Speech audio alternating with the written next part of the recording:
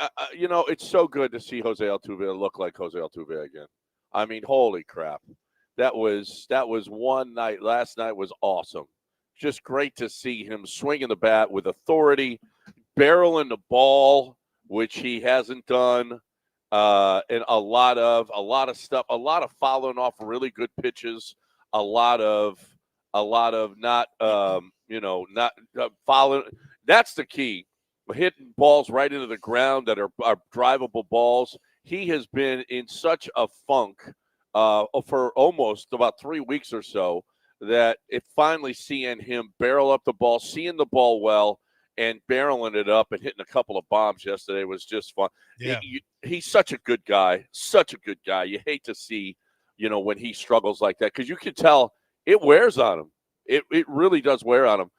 What guy goes into the dugout and tells the coach, hey, you got to move me out of the leadoff spot. You got to move me down the order. Well, I always, I kind of hated that for him because I worry about his confidence where he is. But I mean, that's just part of baseball. Just you're going to lose your confidence sometimes. It's just part of the sport. Same thing with golf. I always liken the baseball swing to the golf. There's just sometimes you just kind of lose it. But it's also because he thinks he's not worthy. Like, hey, it's better for the team if I'm out of here. And you have to have Joe Espada say that. Just chill. You're fine. Nothing's wrong. And, they eventually did move him out of the leadoff to the 2. And then yesterday he was hitting, a few days now he's been at the 3. Yeah, been in the 3. Yeah, I guess it's actually been 2 games. But whatever it takes, like, I just sit there. For me, the only thing it's about is it's not even about this season. It's about, God, I hope this is not the end of, I hope this isn't the inevitable decline. I don't want to see it happen. No, we've seen him struggle before, though. I remember we had a deal where, I mean, it was June, and I was like, okay, by July he's going to be hitting 300, and I remember it happened, and you know what? He just goes through these huge funks, maybe because he's so wild up there at the plate that there's times when nothing seems to come together for him. But when he does put it together, when he's seeing it again, and he gets a little quieter, and ball meets bat, man, oh man, oh man, oh, was he fun? He's so fun to watch. I think the greatest. Well, he and a Dream are the 2 greatest Houston athletes ever, and. Yes. It is, the Dream never had to go through something like baseball's just different. And that you have slumps, and Jose Altuve has had his share, and it has been, it's so hard to watch because he's such. My wife saw him out at Island. What was it? Island Grill. Yeah. You've seen that. Yeah. My wife saw him over there, and. She said I wanted to go up to him and just thank him, but I didn't. I just stayed away. But everybody who went up to him, she said, boy, he could not. He's eating, and he could not have been nicer to everybody who was there. Everybody there. So it is just so good to see a guy that's like that. You see him at Yankee Stadium signing autographs. For the Yankee fans, little Yankee fans, he's signing autographs for. Yeah. The place that started FL Tuve. I mean, that's just the kind of guy he is. So it's so fun to watch him succeed. Love that. Yeah, I love that for him. I love 2 home runs for him. And are you paying attention to this show, or are you just waving at people? Okay. Well. Yeah, I know. Somebody can't. You got so many fans Valentina, out there. Yeah, Valentina said hello. Oh, she did? Okay. You don't know Valentina yet. No, I don't know. But Valentina. you will. Did she bring you anything? But you will. Peanuts, popcorn. She just we have the door open. This is not a real radio studio. No, it's not. This is not I've been in radio studios all at 4 stations now. Yeah. They're all there's a lot of soundproofing. They're smaller. The quality of the sound is the most important thing in the world, and it's very tight. It's a lot of times it's. Not all of them have been small. The 790 spot wasn't, small. They have soundproof doors that are heavy. Soundproof windows, soundproof doors that are very heavy. Yeah. This one has a door that you'd see on a closet somewhere. Yeah. There's no gap in between. We just leave it open. People just walk by. We hear Chado walking through the hall all the time because he's got the loudest people boots don't ever. think we're on the air sometimes because we don't look like serious people. No, we're not serious. And so I'm sitting there talking, on the show, listening to you, and Valentina goes, "Hey, how you doing? It's really cold up here today." Valentina, by the way, that's our new friend here. Me and Dell, not just me, Dell's friend too. And so she just, was just decided to have a conversation just now because she didn't realize that a radio show happens when the doors are open because their studio is built like a radio studio. It is. It actually has a heavy door that they actually have a real with a radio. window a soundproof window. They actually have a real studio. It's different in this room. Yep. It's an enormous room that you could put a huge conference table in. Yes, it is. Yes. And we had a huge desk there that we had dancers on at one point. At one point, Ken Hoffman would bring in, he was ahead of his time. Well, he was basically doing kind of a Howard Stern show, and David, not David Dilotti, David Nuno was kind of along for the ride. Like, I can't believe this is happening. I have to go to College Station and restart my career. I think he liked being there by proxy, but he didn't want the onus put on him because he had a wife. Right, wife, kids. Yeah, he didn't want did you do this, David? I swear I didn't have Body by Brittany come in here and dance for the cam. And this is when the cam had its early days. Yeah. She was a cam girl who was on our own streaming. Can you imagine what the streaming numbers would have been? Oh my gosh. Some of when Nick Van Exel was in studio with us watching Two Girls, 1 Cup. Oh my gosh. We did terrible things. Nick Van Exel even asked, "Hey, I need y'all to take that offline." Why, Nick? It's just you watching 2 Girls, 1 Cup. What's the big deal? I've still got a copy of it. Did we change the format of the video thing here? Because mine is totally different today, Del. I can't see the chat, and there's all kinds of stuff going on around our windows here. Is that changed? I don't see that on my end. Mine is totally different here. I'll see what it looks like for the people viewing, but from what I can see, it's the same. Oh, mine. I don't know why, but I'll check as well. But I don't see the chat. mine's the exact same as always. It is? Mm-hmm. Oh, okay. I don't know, Del. You sent me a different one or something. I don't know why, but it's different. I'll look into it. I want to see the chat. Whenever Del talks, they say stuff. Man, it was if you didn't listen to the show during the 1560 a.m., which there's a good chance you couldn't even hear it. You would have had to really work hard in certain years. Yeah, things have really changed on that front. Yeah, now everything's way different. Crystal clear on both channels. Way different. You don't have to worry about that. But we're big in Beaumont, Del. I don't know if you heard. Yeah, but I know this because the trip to Golden Nugget. I know how big in Beaumont we are. Yeah, it was. I'm looking forward to our next trip is going to be in June, and then we're going to have a big football. I don't know if you're aware of this, John. We got a big football trip coming, a fantasy football trip in August. What do we got? No, I don't know anything about it. You'll find out all about it. It's going to be nice. You'll be picking fantasy football teams, me, you, and Dell, and I think Mapes against listeners who will be winning spots. So that's down the road. Girl, stop. Mapes has to say that every time. I know. Well, every pick. Yep. Mapes has to say that. That's his catchphrase. Back to Altuve for a second. So it was Lance McCullers, by the way, had an interesting start. He couldn't go 5 innings. But he did have a bunch of pitches. He had a bunch of punch outs. 8 punch outs, 3 walks. Yeah, he had good movement. 91 pitches. He labored early some, and they had the solo homers, but he had that slider going again. He brought back the old curveball that he was getting all them Yankees out with. He looked like, and then he tried to sneak his fastball by and with an 0-2 count. They had 3 straight guys that got hits on 0-2 counts, which is a really, really bad thing to do.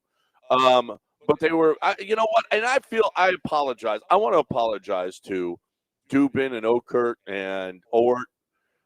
I kind of called them because of, after watching the King Abreu Hader trio come in, to see them come in the next night, I said, it's kind of JV-ish, but Kurt has been really, really, and Dubin's been really, really good. Yeah. Yeah, and Ort's been fine. Listen, this pitching, only the Rangers have have given up fewer runs than the Astros this year. This pitching has been, for all the makeshift that they've had to do. I mean, this pitching has been fantastic. And last night, it fell behind 2-0, and I was like, oh, crap. How are you going to score any runs off George Kirby? And then, I know. Oh, and there's another thing. Did you know after they scored their 3 runs in the, the fourth? Mm-hmm. 44% of their runs this year have come with 2 outs. Oh, I didn't see that stat last night. 44. Yeah, no. Blummer brought. He said, I don't think they put it up there. He goes, or Esh. Esh goes, 44%. That is a ridiculous. Well, then that's amount. then that's why your record is above 500 when that's you have the only reason. Because your offensive numbers. I went through every offensive number for the Astros. Man, the best you are is like 14 or 15. Most of them are in the 20s, or like around 2021. But you're 26 and 24 because you're getting key hits. Your pitching's been good. But you know what, Jose Altuve, honestly, to get back to that for a second, I don't want to see the inevitable. Like, I remember when I was young enough to remember the first time that I started having players who were coming out of college at my age who stopped playing, professional sports, basketball, football, whatever the case may be. Baseball is a little different because it takes forever for guys to go. And you don't really know college baseball players as well, obviously. And it's like a jarring experience. Like, oh, man, he went in and he's out. Now it's like, I just want Altuve to play forever, whether he likes it or not. I want him to be the LeBron James of baseball, where he plays at a high level forever. And I don't want the inevitable fall off. I mean, it's coming. I don't want it now, because that's just such an end of, he's the greatest Astro of all time. It's an end of, for those of us who have watched Astros baseball over many, many iterations, he will be, it's similar to when Dream shut it down. You realize, man, I'll probably never see anything like this ever again for the rest of my life. Not for my team. Yeah. Back to those stats, though. The Astros mediocre, I mean, at best, mediocre offense, mm-hmm. They're still plus 23 in run differential. Well, that speaks to the pitching. They're actually a below average hitting team, and they're still plus 23. They've only given up 181 runs this year. Yeah, that's substantially better than it was, though, John, from a hitting standpoint. I mean, now it's getting better. Yeah, Pena's right at 300. Paredes is he's at 264. Jake is over 300. Yeah. I mean, Christian Walker's Christian Walker. Yiner Diaz has raised his average. He's not great at 231, but he lived under 100 for a long, long time. Yeah. Like, it has gotten better, and the Astros have started scoring runs in the second half of games, as you referenced. They had a 2 spot, a 3. They had multiple crooked numbers yesterday, a 2, a 3, and another 3. The bottom of the order again. Bottom of the order coming through. Innings 6 through 9, they're scoring. Yeah. But the Astros are plus 23. They've given up 181 runs. Listen, the Yankees have also given up 181 runs this year. They're getting great pitching as well. But their run differential is plus 95. Because, in large part because, they're better at hitting the baseball, but also that bandbox that they play in, which is a ridiculous ballpark. But given as bad as the Astros offense is, it's still plus 23. And that is a credit to those pitchers and what they've been doing. That's the only fun part. And how injured they are. Holy crap. It's incredible what they're doing. We got a break. 713-780-3776 if you'd like to get in here. And Lance, you'd like to talk about John Daspit. Yeah, I just had something sent to me by someone in Dallas about all the fatalities on the roadway out in Dallas, and I passed it along to John Daspit. It was it's pretty terrible, actually, and it just speaks to, what goes out on the roadways. There's a lot of unsafe drivers on the road. And I don't have to tell you guys, you're sitting there at stoplights, your light turns green. You already know you have to wait a minimum of 2 seconds and look both ways. Because if you try to drive when your light is green, there is, I'd say, about a 20% chance that somebody's going to fly through there and smash your car. And God forbid they hit on the passenger side where you have, kids in the car, you have your wife in the car, you have a grandma, your mom that you're taking to a doctor or something like that. Who knows what could happen? But I know that when something like that happens, and it does happen, there is substantial injury. There can be loss of life. I talked about the fatalities that are in Dallas. Good thing John Daspit has an office in Dallas, because and offices in Houston, across the state of Texas, because these bad drivers who are causing these issues, they need to be held accountable, and the insurance companies that insure them are held accountable by John Daspit and his law firm. They are going to fight for you. They are going to make sure that all your hospital bills are accounted for. The first thing is they make you get to the hospital. Go find out everything that's wrong. Get the x-rays, the MRIs, get everything taken care of. The insurance company is going to pay for it. You need to know exactly what you're dealing with, because if you have a lingering issue that gets worse and worse, but you already signed, a settlement that didn't account for it, you're going to be responsible for it financially. And that should never be the case. So let John Daspit work for you. They're going to work. They're going to take their time to make sure all the bills are accounted for. They're going to make sure all your time missed from work is accounted for. If there's ever loss of limb, loss of life, the settlement he's going to get for you in terms of pain and suffering is going to be substantial, because your life is going to change forever. And I hope it never happens to you, but if it does, I'm glad that I can tell you about John Daspit. 713-CALL-NOW. That's 713-CALL-NOW. Or just go to the website for all the information and to start your consultation online if you choose at daspitlaw.com.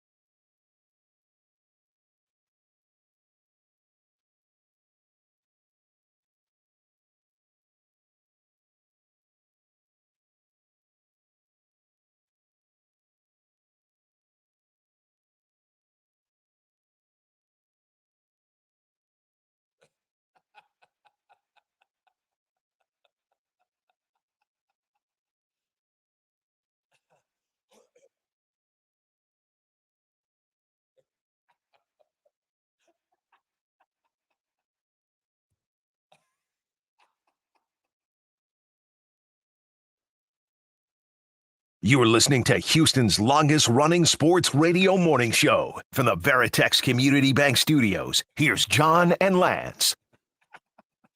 Oh, just randomly on my timeline, a clip from The Office, Ricky Gervais. That is, if you haven't watched the British Office, it is phenomenal.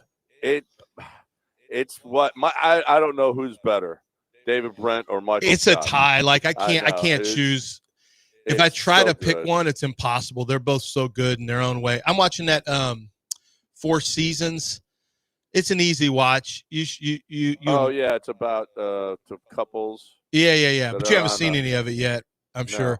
Is it okay? Yeah, it's not bad. You and Wendy can watch it. It's an easy watch. Like there's 3 couples and Are you watching it with Nicole? No, she doesn't really watch anything with me. The only time when we both had food poisoning in bed for 4 straight days or whatever, I still came and did the show, but I'd immediately go home and then lay in bed until literally the next morning, all those times. So I got her to watch Paradise. I finished Paradise and she watched that. And when she watches a show, she likes it.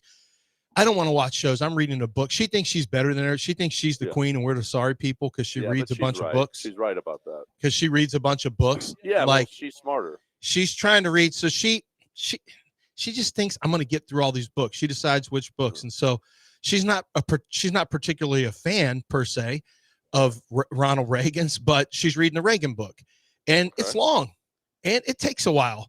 So she'll be she's like, okay, I'm going to get back on this Reagan book. I'm like, this has been like 3 weeks. Yeah. You've had this or longer. Well, it's hard to read. Yeah. And so she's reading it. She says really well written, but she's reading it. And then I've got Paradise on and she said, well, what happened to her son? I'm like, well, we don't know exactly. We had a little flashback, but we don't know what her villain arc is. Her origin story as a villain. Okay. Then all of a sudden, so what happened? So how did he become president? Well, I don't even know. He just did become president. We don't go through that. Okay. You want to watch? Like, you should watch the show. It's a really good show. No, I'm reading. Yeah, hey, well, she's better. So what? Where's his wife? I'm like, okay. You're gonna have to you're gonna need to start at ground zero. Either you watch it or you're either gonna watch it or you don't. And she actually went back and watched it because what are you gonna do when you're in bed for 4 straight days? All right, I want to get to this Amen Thompson thing. How about a rookie? How about a rookie? How about a young player, as young as he is, being NBA, all first team NBA? But was this a surprise to people? We talked about the fact that it's been, he wasn't, for some reason, he wasn't the best defender in the league. He should have won Defensive Player of the Year. He wasn't a finalist. He wasn't a finalist for the award. And he should have won it. There was no doubt he was one of the 5 best. Yeah. No. He should have won. I don't know if he should have won, or I don't know enough about the other best on-ball defense in the league. He was the best on-ball defender in the league. Was he technically considered that? Technically, yes. No, yes. Yeah, I don't know the metrics, but a lot of the times they emphasize rim protection and the human eyes tell me yes, but I don't watch enough of the other guys to know. And Draymond didn't. No, it has been consistently, and Draymond, since he guards bigs, you might throw him in the big man category. It's for the most part, it's been a big man. Look, Draymond is a good. We saw what Draymond can do against Alpern. Draymond is a good defender. For being a limited athlete, he is a good defender. But Amen is just special, and he's only going to get. And just better. to let it be known, Draymond did not win. It was Evan Mobley who won. Yeah. It is incredible what he did. He's the 5th Rockets player and the youngest to make the all defensive first team. It was how about Scottie Pippen was a Rocket all defense. Hakeem Olajuwon won it. It was in the first team. Wait. Scottie Pippen, he wasn't even here a full year. Yeah, he was a first team, all first team. Well, but he got traded in the middle of his first year, didn't he? No, not in the middle of his first year. No, he was here for the playoffs when he fumbled the ball out of bounds. Oh, so he stayed until a second year. Remember how terrible he was in the playoff game? He played a year. No, did not make it to a second year. His year with the Rockets was a lockout year. Oh, that was a lockout. And then he was in Portland the next year. I didn't realize he was the lockout year. Yeah, 50 games. That's Top right. 10 DPOY and also first team all defense for Scotty in his lone Rocket season.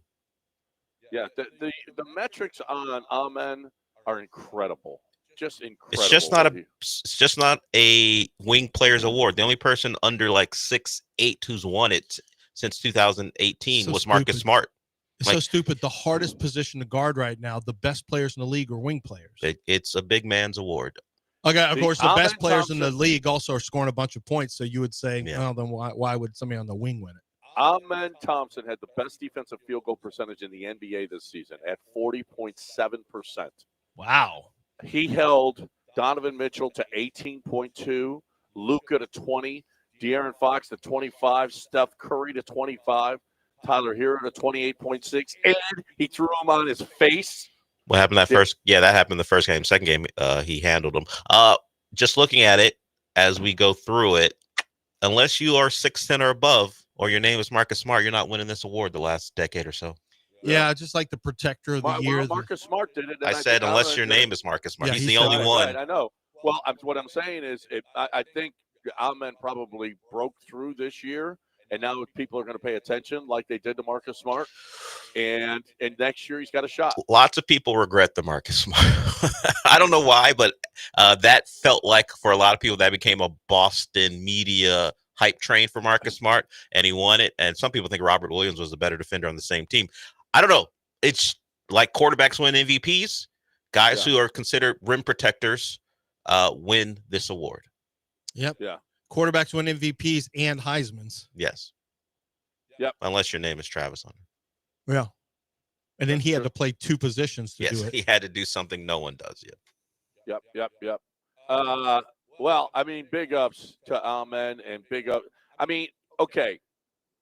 Honestly, Giannis, everybody is Amen untouchable. Oh, yeah. Yeah. So you would not never do a deal with them because they want Amen Thompson. Nope. Amen Thompson has something baked into him that is extraordinarily rare by today's sports standards. He is built completely different he's wired with not only a level of intensity, it's a grit, it's an edge. It crosses the line every once in a while, but enough so that you can maintain it. Amen Thompson has something that will seep over to everyone else. He will eventually be a two-way player. He can get points off of just pure gall pretty much. As he gets better offensively, he's going to develop into a legitimate two-way player. I think the defense is always going to be ahead of the offense. No, I would never move Amen Thompson. He's more than just the basketball player. He's a guy that gives you identity, I think. I really do. I mean, I think that Jabari does some of that, but not like Amen. Amen has a real alpha quality to him. He's quiet, but he's a guy that I think people around the league know you just don't mess with Amen Thompson. Because he's like Dell said, Dell intimates this. Go ahead, Dell. Tell me. What do I intimate? Well, that he strikes you as being. I said he could snap at people. Any time. I don't know about snap. I said that for all the comparisons at this point, I see a young Ron Artest. Yeah. Well, say no more. Well, Ron Artest was a good basketball player. Yeah. The other stuff overshadowed it. Great defender. Did Ron Artest do this? At age 22, in his 42 starts, he was a lot better as a starter. He was a lot better as a starter. He averaged 16 points a game on 60.2% true shooting. These are Brado's stats. 9.2 rebounds, 4.9 assists, 1.7 steals, 1.6 blocks. No other player matched or exceeded these numbers this season. No other player in NBA history has averaged or exceeded these stats in a full season. Not a single one, apparently. At 22 years old, also a top 3 athlete in the NBA, first team All-NBA defender. Well, is he the only untouchable on this team? Well, you asked about Ron Artest. Ron Artest played some college ball, so things are going to be skewed. But at 23 years old, he finished second in DPOY voting. Somehow he finished second team all defense, but also finished number 2 in DPOY voting. Different era, so shooting was going to be different, but he averaged about 16, 5 rebounds, 3 assists at 23 as a patient. Now, he had been in the league a little bit longer than Amon had been, and at 24, he was a DPOI and All-Star. So when I say Ron Artest isn't just about the physicality and the Crazy non-basketball No, stuff. it's similar. Ron Like they're Artest- always going to be more defense heavy than Yeah, offense. Ron Artest was a very good player for a long time. Yeah. So I'll put it to you this way, Lance. At this point, would you trade young Ron Artest for Giannis? Oh yeah, he can get. Oh, okay. That's too much I know about him though. Oh, But okay. Ron wasn't an elite athlete. Like there's an explosiveness that he has that not many players in the league are going to have. It's a rare explosiveness too. Like there's just a combination of physical and mental and upside with his offense. He's had tremendous upside offensively because he hasn't even come close to tapping into that. He may never be a great shooter, but if he becomes an average shooter, and that includes shooting from three, if he becomes a 35% three-point shooter, because he's never going to just take a ton of threes. He's not really built like that. I think he's going to get into the paint and get shots like that. I just don't think you can trade. I would personally never trade Amen Thompson. I think every team would love to have Amen Thompson on their team. I wouldn't do it. Now, I typically wouldn't trade Alperen either. However, because we've had the discussion about Milwaukee Bucks, and my son Mason said there's articles out there how Milwaukee's more interested in Jalen than Alperen. Can that possibly be true? Okay. Yeah, I mean, know. we can talk now. Yeah. Can that possibly be true?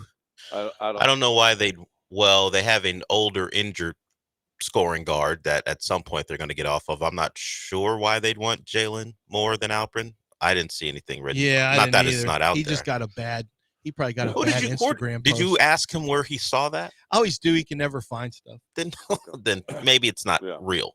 Okay. We got a break, and who, by the way, they don't know what the Bucks are thinking. I mean, it's a lot of speculation. It's a lot of speculation. No, they wouldn't let that stuff out anyway. No. Yeah, they're going to say, oh, yeah, well, we would rather have Jalen. So can you go print? Time to talk about Billy Brown. We would rather have him if we have any kind of issues with our plumbing. That's right. Billy Brown is going to be the guy that you call. He's the guy that you can depend on. He's a guy he's got trucks all over the city now. And pretty much if you can hear us, he can get there. He's down in we're by you, right, Del? In the Alvin area? Right. Billy's in the Clear Lake area, which isn't the Alvin area. Thing. It's not. Yeah, Billy, I know it's not. Trust me. No, it kind of is. But here's the deal. Doesn't matter where you are, Billy Brown can get to you.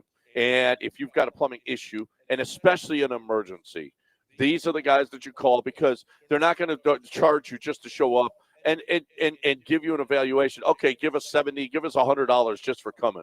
That's ridiculous. That is really ridiculous. Billy Brown doesn't do that. And a matter of fact is there's times if they can't do anything, they're just like, don't worry about it. No charge. We appreciate you calling us. And I don't want you to call them and have nothing to do. But here's the deal is Billy, I've seen this. And Billy's done this. And that's the way they operate. So you got any plumbing issue?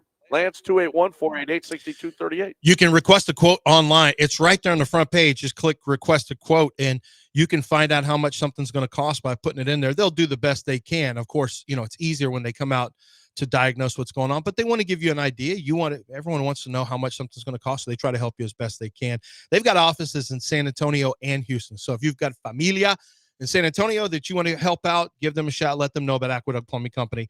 It is the plumbing company to use. I'm going to just go ahead and say it. It's the official plumbing company of the entire state of Texas. That's what the streets are saying. 281-488-6238.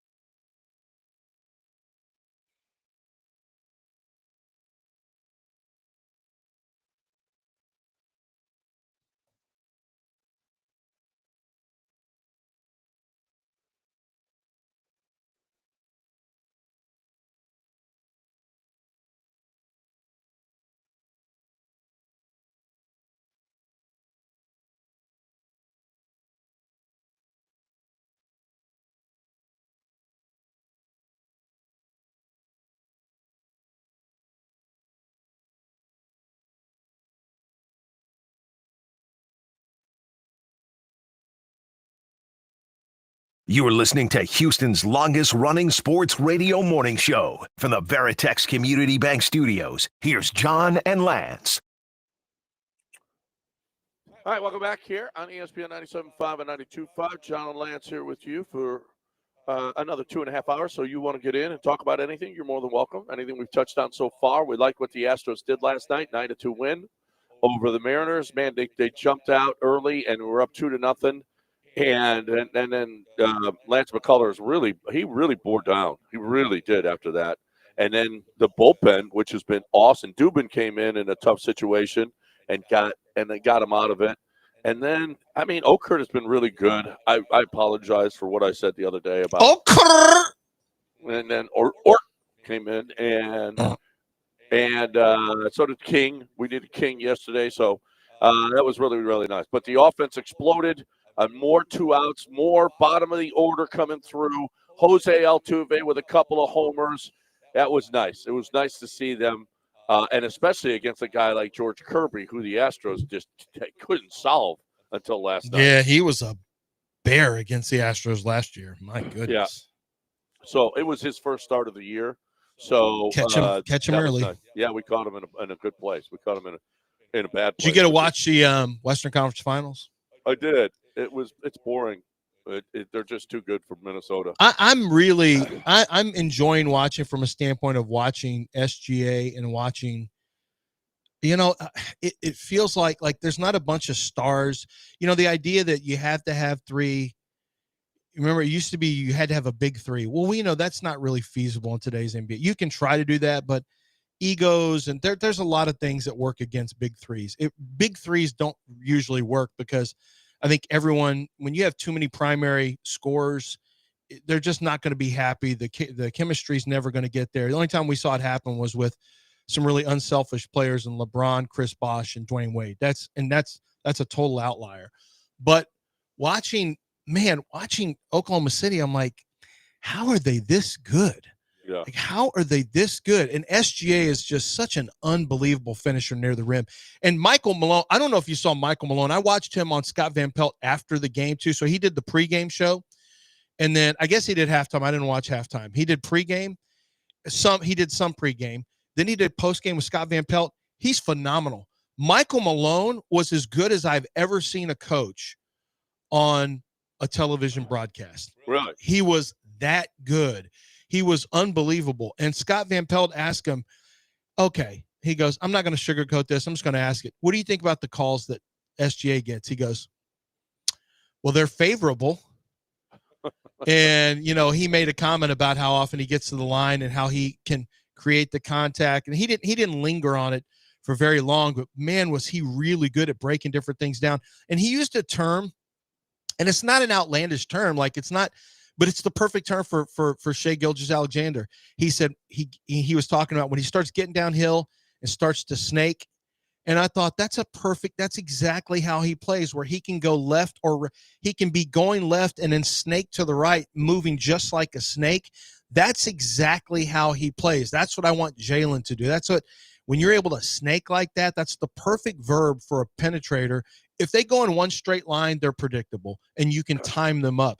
If they're snaking around defenders, you can't really time anything up. It's hard. Who used to do that all the time was Katino Mobley, had some of that in his game, but just randomly. But just watching Jalen Williams was unbelievable yesterday. Hartenstein and Chet Holmgren do their jobs. It's just Caruso is a dirty work player off the bench. They've just got so many players who are just in the right, just the perfect position for what they do. Like they maximize. I don't necessarily think they're more talented than the Rockets, but they're way more consistent. And you know what? And they do have an elite number one. I mean, he's an MVP. Yes, and yeah, rightfully so. Listen, I don't think. I mean, Williams and it's just Dort. And I mean, it's just like they're really this good. And the answer is yes. And in large part, it's because of their defense. In large part, it's because they just are. This is what Ime I think wants them to be. They are hawking. They just don't get beat. They rotate like crazy. How often do you see open shots for them? No. Like you'd There's- almost everything never. is contested. Everything is contested. I mean, they're just really, really, really good. And it's kind of listen, Minnesota again. They had the Lakers, and then they had a depleted and old Golden State team. They're not ready for this Oklahoma City. They're just not. They're not. This Oklahoma City thing is different. I'm with than I'm with Minnesota. you. On paper they are, and they beat Oklahoma City twice, but everything should be judged now by 7-game series. And you're right, they're not ready to beat Oklahoma City in a 7-game series. I don't think they're ready to beat the Boston Celtics, who aren't even here, in a 7-game series. A healthy Boston. I don't know how. And if anybody beats Oklahoma City the rest of the way, I mean, you deserve it. Yeah, I don't see any of these teams able to do it.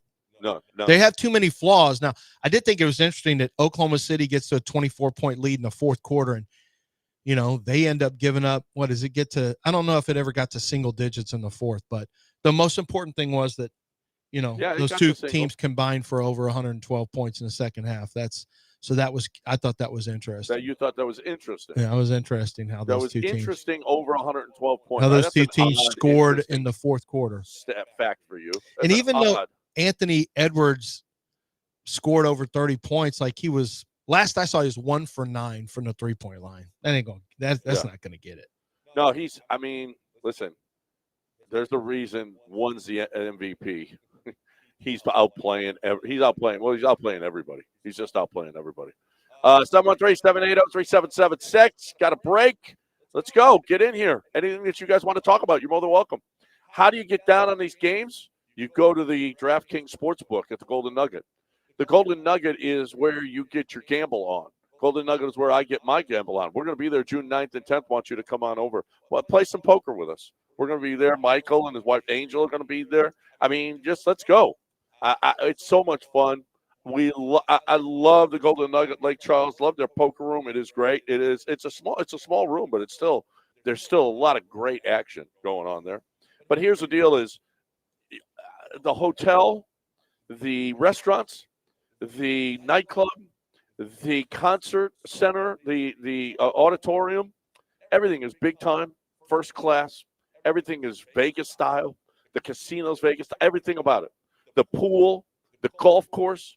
There is nothing that you don't have at the Golden Nugget that you need. I mean, you can go all the way to Vegas. That's fine. I mean, obviously you have more options when you go all the way to Vegas, but it's a lot easier, a lot cheaper to get to the Golden Nugget LC. GoldenNuggetLC.com.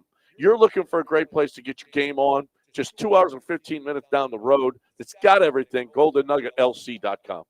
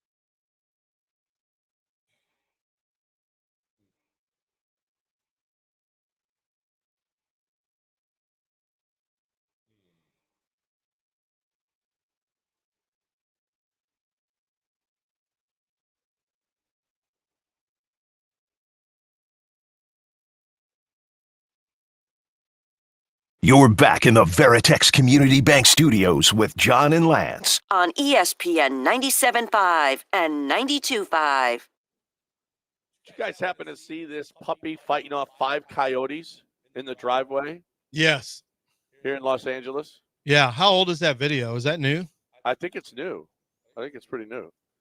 It's on KTLA right now. That's not Wendy's station. Oh, it's the yeah. other station. So, but it's great. There are coyotes. I mean, you just walk down the street and there's a coyote standing there, right there. Really? Yeah, they're all over. They're all over.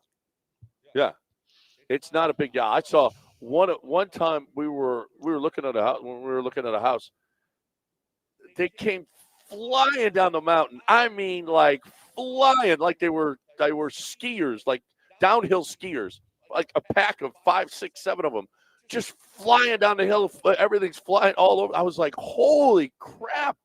These coyotes are, but they don't bother you. They do not come around. Now, they wanted to eat that dog. See, you, John, you're gullible. Don't you know that dog was in with those coyotes, and that's a stray dog, and they got together and, hey, man, you ain't built for the outside. We're going to stage something. The humans are so stupid. They're going to love you after you fight us off.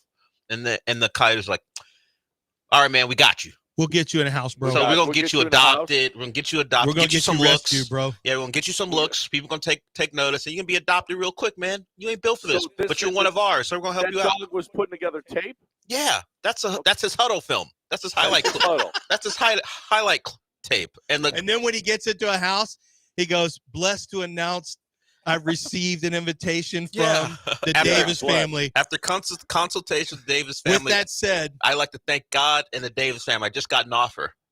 Yeah, got an offer. Thank you. Yeah. But I don't know, but he didn't know if he's going to take it yet. Yeah, his commitment date's a month in advance. He's waiting for better offers. What was the NIL?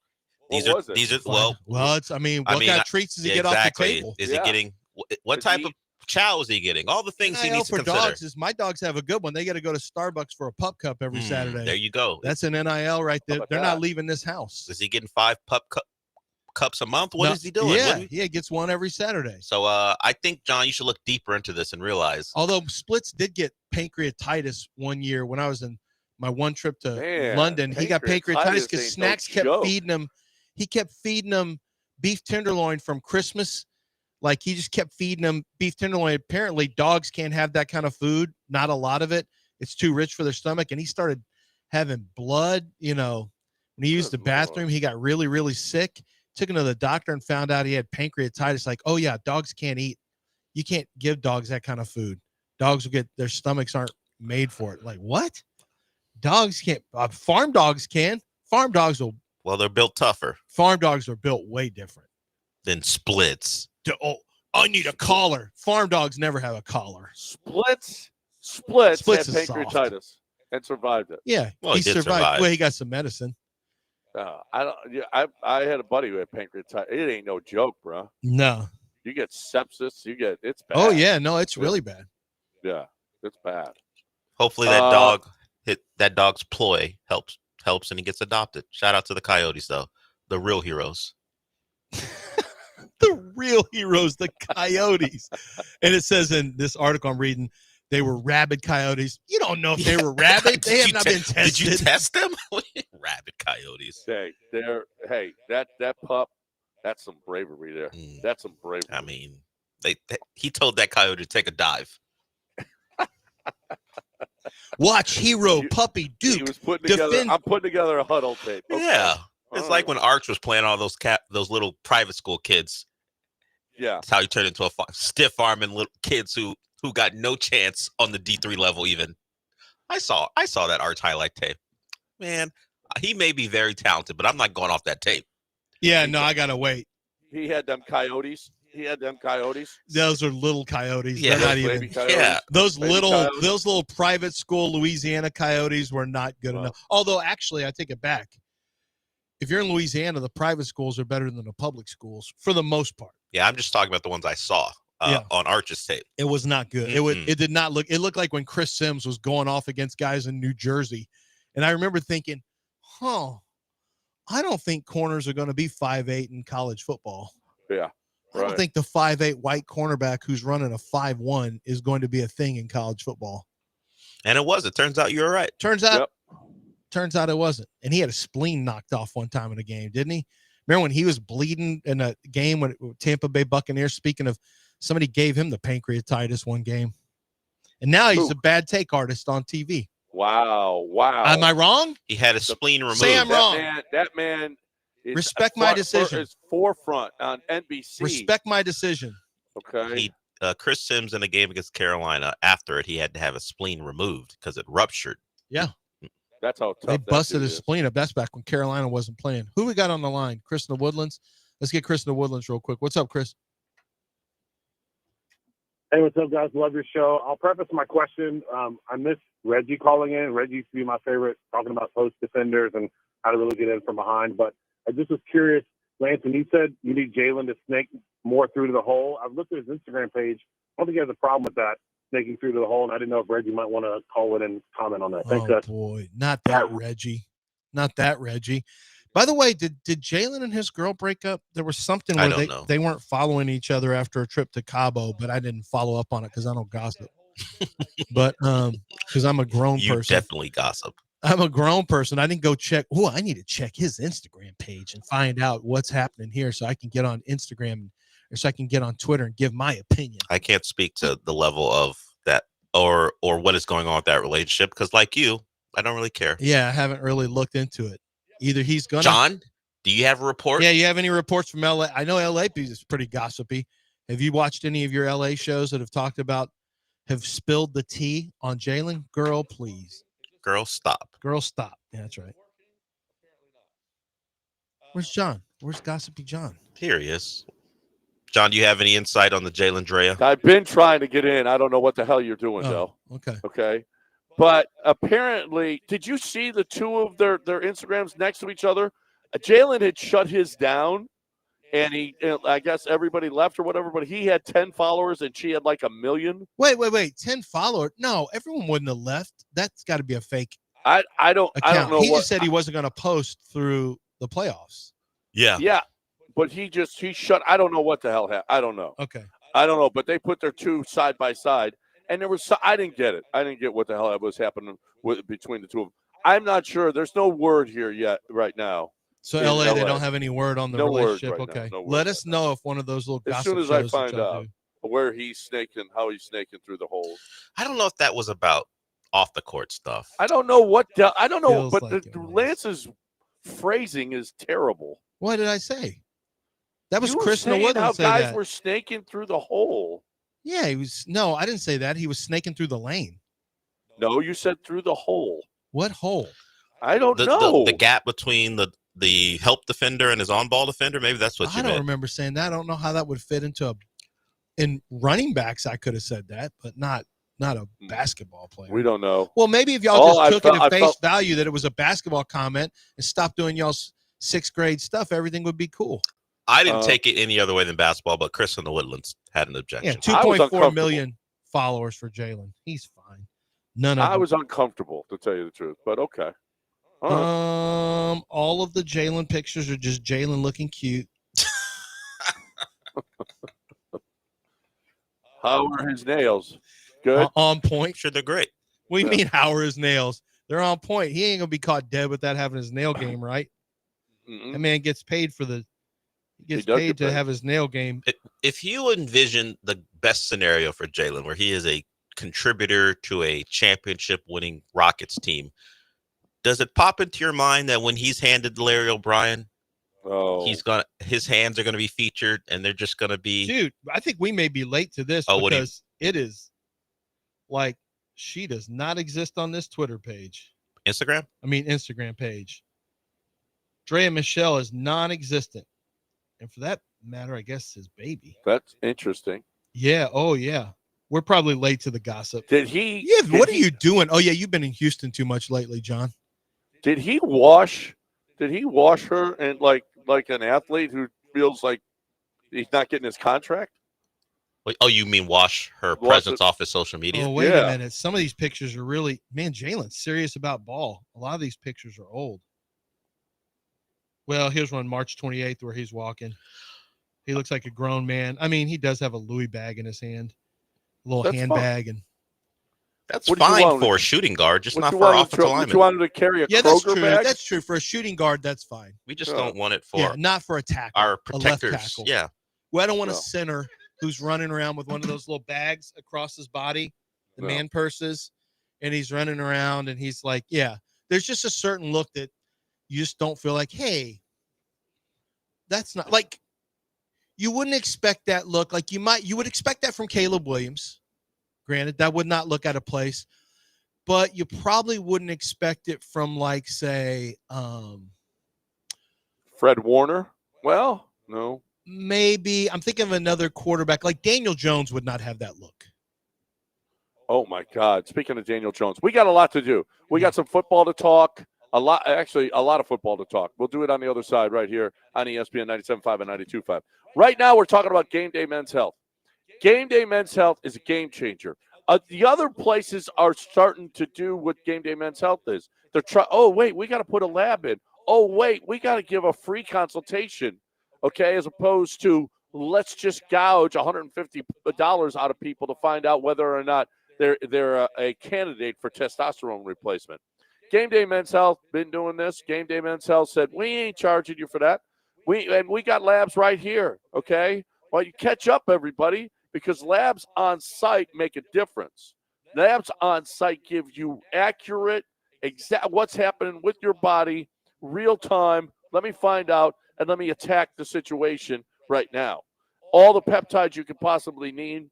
I am thrilled with what Game Day Men's Health is doing with me, and I think you'll be thrilled too. There is a difference between these testosterone replacement places. You'll find out. Go to another one and see. You're just a number. Get in, get out, get your shot, get out of here, give us our money, and then come back in a week. That's not the way they do business at Game Day Men's Health. Man, they really care, really care that you're reaching your goals, and they're going to make sure that you do. GameDayMen'sHealth.com. Tell them you heard it right here, GameDayMen'sHealth.com.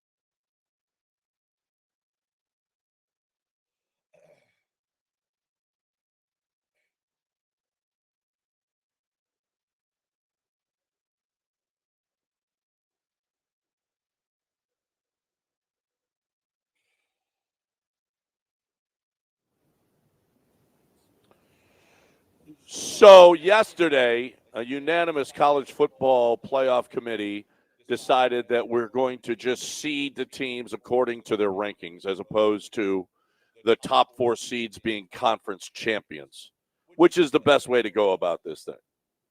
They had to give the conference champions, though, the money they would have received for getting into the second round, which is $8 million, 4 for making it and 4 for getting into the second round.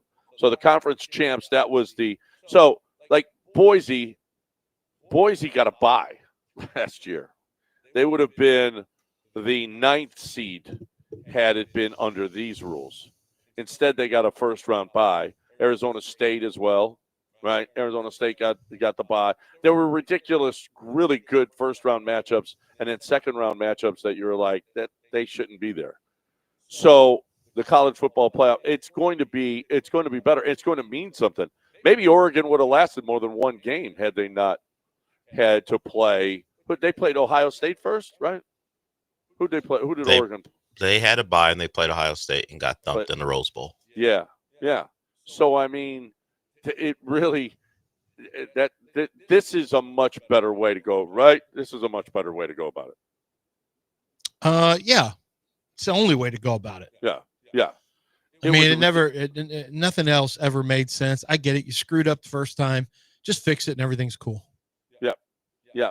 Now, for some reason, Dell, they said 2026 isn't even set. This thing could change every year, it looks like. I think, are they waiting for are they going to go to a 16-team playoff in 26? Is that why we don't have anything set for 26 yet? Well, I thought that was the reporting earlier this month where the 4 guaranteed spots for the Big Ten, the SEC, 2 for the Big 12. Right. So I think, this is the only reason we're not going forward with this model is because they already have another model in place. Yeah. For 2026. But it'll probably still be rankings. Yes. I would think. But the big changes beyond more teams is guaranteed spots at minimum 4 or 8 if you combine the SEC and the Big Ten. So we're going more to like, it's not invites, but it's almost like that. I guess as long as you finish in the top 4 of the SEC determined by the CFP committee, you're going to make the playoff. Yeah. Doesn't matter what your record is. If you're one of the top 4 SEC teams, you make it. Top 4 ranked SEC. And that's the way God intended it when he made the Bible. Yes, but ranked, yes, because the assumption is that the SEC will have at least 4 in their top 25 rankings. So, but it doesn't matter what you are. You could be 8 and 4, but if you're in that top 25 in the SEC and you're one of the 4 best teams considered, you're making it. You could. It's almost like if you lose all your, in the unlikelihood that you lose all your out of conference games, which you are a really good SEC team in conference, you're going to make the playoff. Right. If you're a really good SEC team, then you probably should make it. I mean, I'm always going to be in favor of fewer to make it harder, to make it to really pay homage to the best players, the best teams. But that's not the way. I mean, everything in every sport is about maximizing the absolute most money you can squeeze out of everything to the very, very end. So anything that doesn't maximize the most amount of money that somebody can put in their pockets, they're not going to do. They're not. I mean, they're only going to do the things that puts the most amount of money in their own individual pockets. The only thing that's ever going to happen. And that's just the way life is now. It doesn't, nothing else matters. Literally nothing else matters unless you can get the most amount of money. So, they'll keep going, 24 teams, 48 teams. They won't even have a season. They'll just play a whole tournament at some point, like a Champions League. And to your point about quality, not for a while, but it'll happen. The first round games, none of the first round games were played within one possession. It was at least 2 scores. And these were Ohio State, Tennessee, Texas, Clemson, Notre Dame, Indiana, Penn State, SMU. So whether you got a bye or not, the quality of these games wasn't great. How many good games did we actually have? Texas, Arizona State was a good one. And then Notre Dame, Penn State was a good one. Ohio State, Texas could have come down until Quinn Ewers got hit and fumbled. But for the most part, we probably had 2 good football games. Yeah, it wasn't good. Till the end of the first half when they scored on it was just ridiculous. Here's what we would have had we had this system. Clemson, Notre Dame, 12-5 would have played in the first game. Yeah, been better. Boise State, Indiana, the 8-9 game. Yeah. Indiana Made more sense. That makes more sense. Ohio State, Arizona State, the 6-11. That'd have been a scrap for Ohio State. Yep, and then Tennessee and SMU, 7-10. Yeah, who cares? The winner gets Georgia. SMU looked pathetic. Yeah, they weren't. So did Tennessee. Yeah, so did Tennessee. Yeah. But at least Tennessee got the brakes beaten off of them by the team that was doing that to everybody. Like, at least you look back and say, oh, they just ran into a buzzsaw. Well, I mean, Penn State lost by 3 in the semifinals. Plus, Iamaleava was too busy searching for new deals from Oregon before the game. Very possible, but I don't know if rankings or seedings or how they do it are going to affect the quality of the game. Will we see the first player sit out a playoff game next year, or threaten to sit out publicly unless he gets a renegotiation of his NIL? I say yes. Next year is when it first happens. No. At least first happens publicly. Apparently, it's already happened. If he's going to be that good, I think that this Iamaleava stuff is gonna slow a lot of. You stuff might be down. right. I think it is, because dads are going to look at this. They're going to look at the SMU. They're going to look at the UNLV situation. They're going to go, wait a minute, hold on, we're killing ourselves here. All right, we have got to go about this thing. You're giving dads a lot of credit. I'm giving my son's not agents. I'm giving agents credit. Do you want to play in the NFL? You cannot hold a team hostage for your playoff. Yeah, game. that's really done for guys who have higher aspirations. I'm telling you, they're doing themselves a big disservice right now. Yeah, because these teams. This is what I heard. You know why teams love NIL right now? They don't love it for the players, because I was talking to Alonzo. He's like, dude, you cannot believe how entitled players are now. It's unbelievable. I've had agents tell me that too. But he said actually, I had multiple people say this. They love that NIL tells them who a player is now. Like before, you didn't know. You always ask the question, what will a player be with more time, more money, and more access? Oh, right. Because it changes. If you've got that in your personality that maybe ball's secondary, but you want to really just live that lifestyle, sometimes you can't tell that when they're in college because they didn't, you're not going to find that out. You find it out now right away. They're finding out about players. Well, it's not like Shedeur didn't have money before, but you look at the difference between him and Cam Ward, and it was always going to be different. Daniels. But Shedeur's lived that rich life his whole life. Yeah, Shedeur is different to me because Shedeur's trying to live up to Dion, which is unfair because no one's Dion. And Dion wants to put him on a pedestal. That's complicated because Dion is tried to literally create himself in a lab out of one of his sons, but his sons don't have it. Like, you can have all the swag you want, but if you're not good enough to, like, it's just unfair what Dion is asking of Shedeur. And Shedeur wants to live up to it. That's his idol. Like, his dad is his idol. It's totally understandable. Well, but look at how he went about it with the watches and all of the stuff that he was doing, and look at where he fell in the draft. The NFL saw what they saw with a guy that had that NIL money, and they didn't like it. John, if he ran a 4.52 and ran for 9 and played like Jaden Daniels and had all his watches and everything, he's the first or second pick of the draft. The watches wouldn't have mattered. The watch celebration, had he been a really dynamic two-way player like Jaden Daniels was, would not have mattered a single bit. Now, all that stupid stuff that they try to do with, I'm not talking to you, I'm not talking to you, I'm not answering your questions, I'm not, like, that wouldn't have benefited. That would have hurt everybody. There's nobody that would have, like, survived that. Now, they wouldn't have fallen out of the first. Not somebody who had special talent like Jaden Daniels. And Jaden's mom was a little bit of an issue. They dealt with that kind of stuff. Kyler Murray's dad has been an issue. We saw David Carr's dad here. He wasn't a bad guy, but he was at every practice. They hated it that his dad was here, overlording over everything. I don't think, John, correct me if I'm wrong, I don't think David's dad was I don't think he was a troublemaker and had a bunch of comments all the time, but it's just like they were like, dude, what are you at our practice for? You're the dad. This isn't high school. We don't need you at our practices. I do remember being told that the team did not like his dad being at all the practices. No, they didn't. No, I was standing next to him a lot watching practice. They say he's a nice guy and everything, but great guy. Dads don't belong at the practices. Was a great little kid Derek was a great little kid running around, pretending to be an NFL quarterback, and then getting in. he became one, kind of, and then it was a weird thing. It's not daddy ball. You don't sit there and watch every practice in the No. NFL. Let as a him dad. grow You up, just man. don't. You got to let those. I get Right. that you're proud and all that, but you got to let them go out and do their thing. Yep. All right. 713-780-3776. You can get in and do your thing. Let's go. I got to talk about Doc Linville right now. I got to talk about hair. I got to talk about you right now. You woke up this morning, you looked in the mirror, and you said, man, uh-oh. All right, what's going on up there? What the hell is going on? I'm losing my hair. You go and you wash your hair in the shower, and there's all kinds of hair down there. You're like, wait, what is going on? Don't wait until it's all gone. Be proactive. Doc has topical stuff that you can put on. He has the PRP, which will help stimulate the growth of your own hair. He has got the neo grafting, which is the best way to move the hair from the side and back to the top.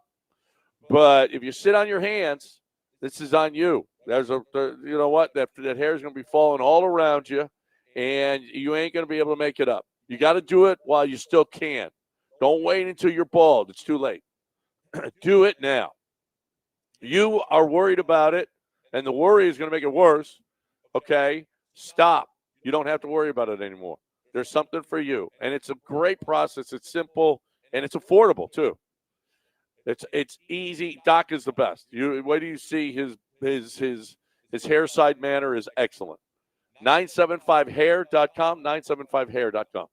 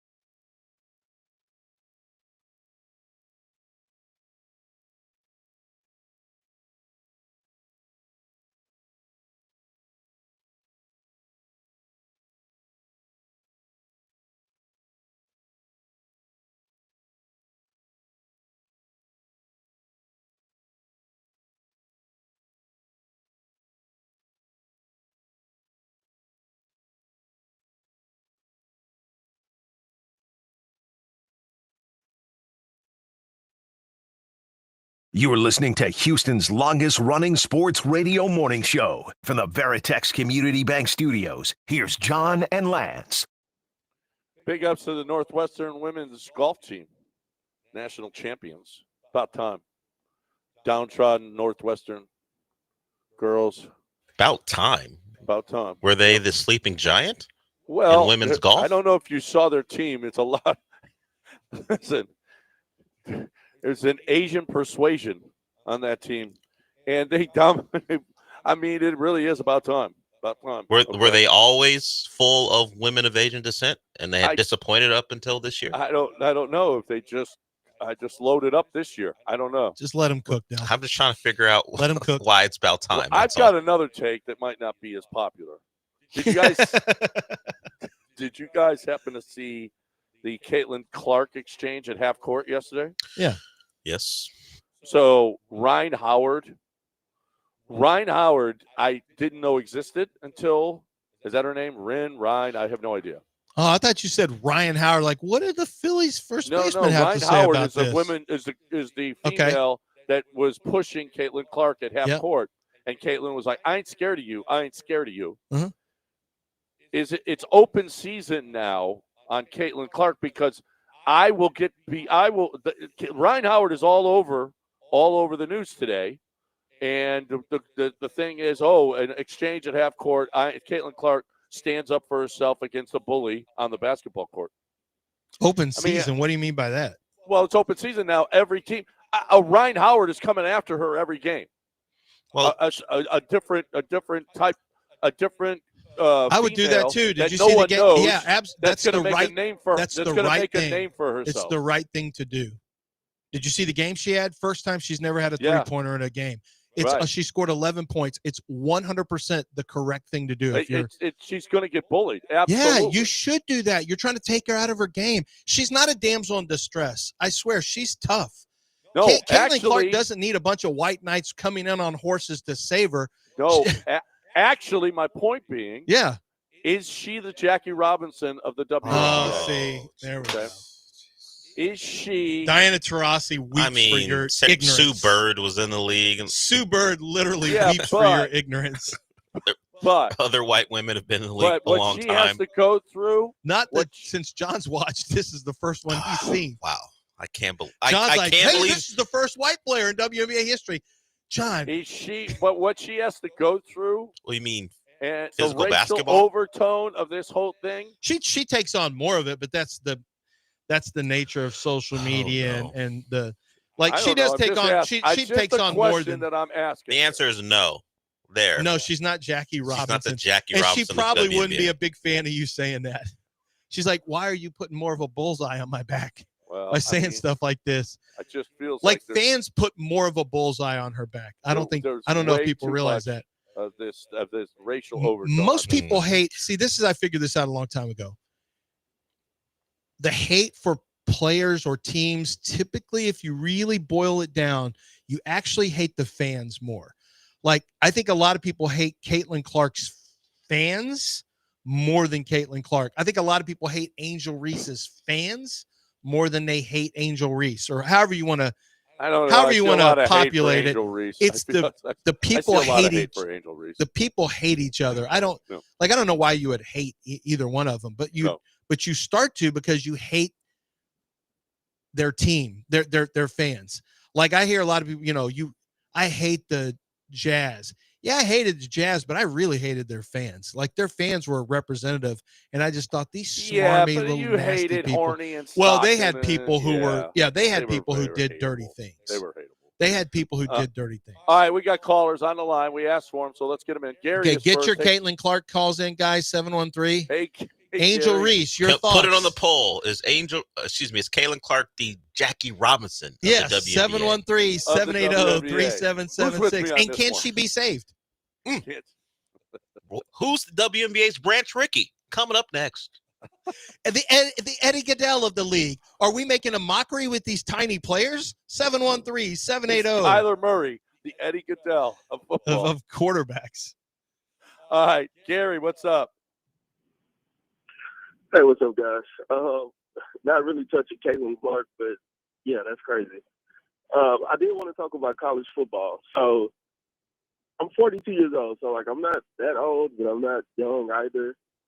But I think they're ruining college football with this playoff. Like they're going to add more teams. Like last year, the Final Four teams was it Georgia, Notre Dame, Texas, and Ohio State? Like there's no like underdog that's going to win in college football. Like the sport is just not built like that. Like everybody wants it to be that, but that's not what it is. Like it's never been that, but it's never going to be that. We can invite SMU and Boise State and all of that stuff all we want to, and that's fine. But they're going to get their heads beat in by a bigger team. It happens every single year.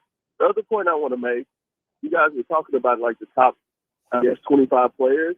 And somebody mentioned Vince Young's like 4th and 28 against Oklahoma State.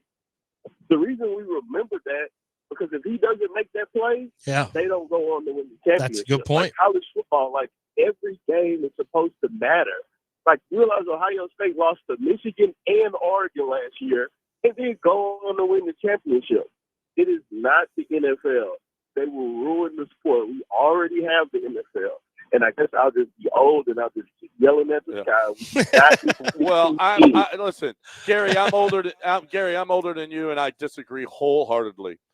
Give the guys a shot. Listen, every single team that walks on the field in July when they start their practices has a chance, okay?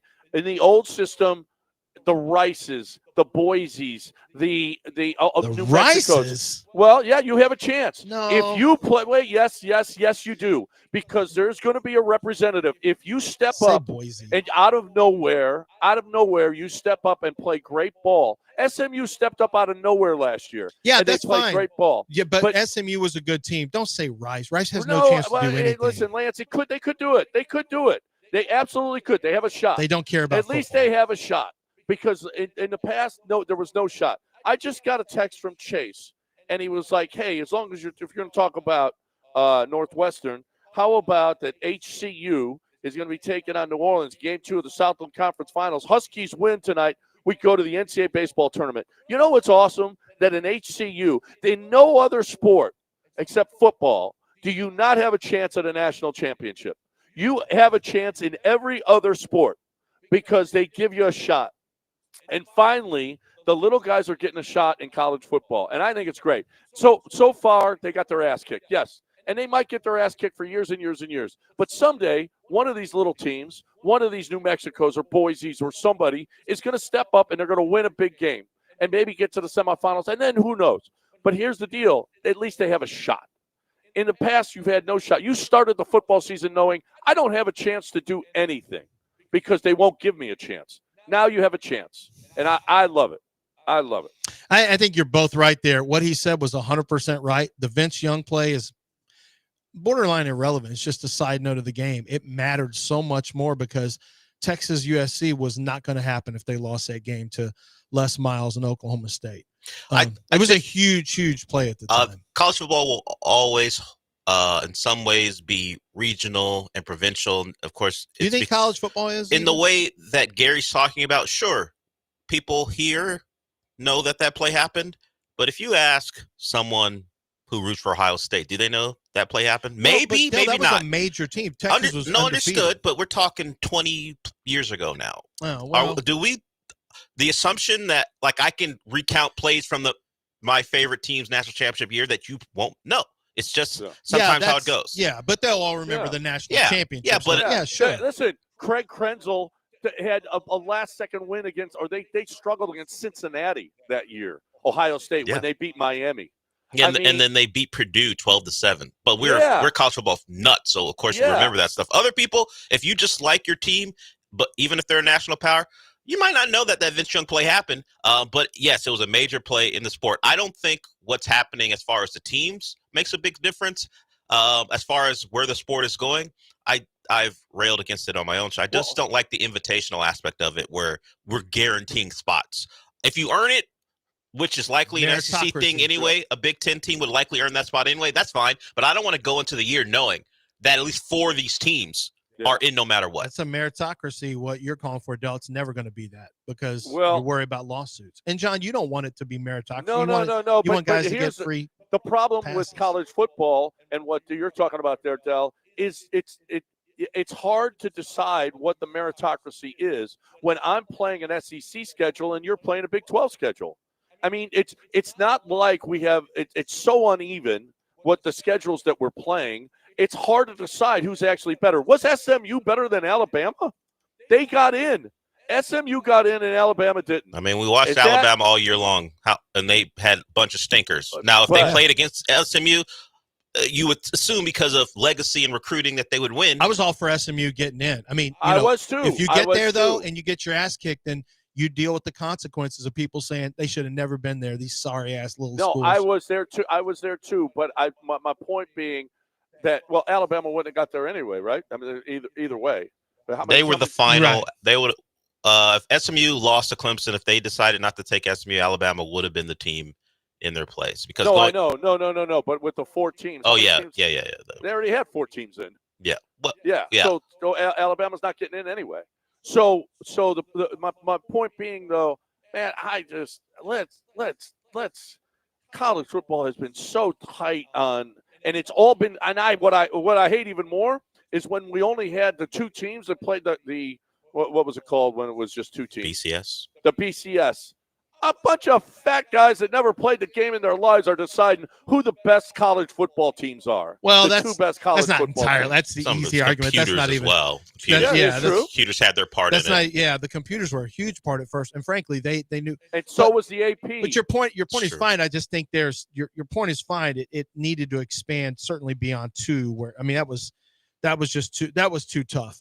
The 4, I was fine with the 4 because rarely did we ever see a 5th team that really. Usually, you only had 2 and sometimes 3 teams, and the 4th team typically was like they don't really even deserve to be here, and they usually got it handed to them. It was almost always Notre Dame or Oklahoma, and they got the brakes beat off of them every year. But I get it; it's money, and I understand the idea of letting. Of giving smaller teams. I would certainly not put New Mexico on the same. I mean, realistically, those teams will probably never have a chance anymore. Not now for sure, because you have to have a certain amount of money to compete or you have no chance. No chance. You have to have a certain money or you have to be regional like Boise and pull in some regional corn-fed players. I just said corn-fed players. You can be black and be corn-fed, Del. I knew that's where you're going.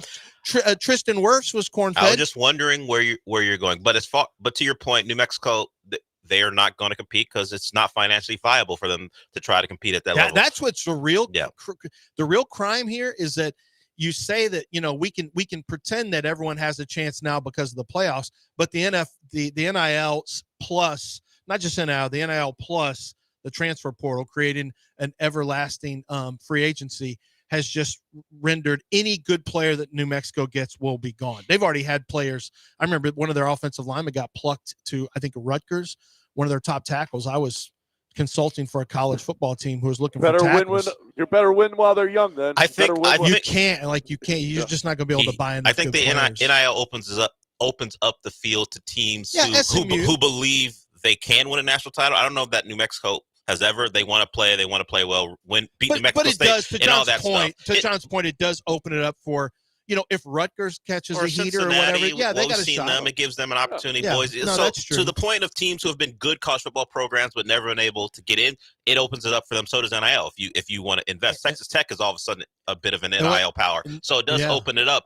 But I will say this. And Tech, by the way, apparently is spending hand over fist right now. Well, more games doesn't offend me. More teams having a shot doesn't offend me. The blowouts in those games don't offend me. It's football. I'll watch it, whatever. I just think the way they have decided to compile their field is a bigger problem for me than the more teams. But I don't know that there's a solution to it. Because the Big Ten and SEC hold them hostage. So. Well, they are holding hostage. That's it. All right, we got a break. 713-780-3776.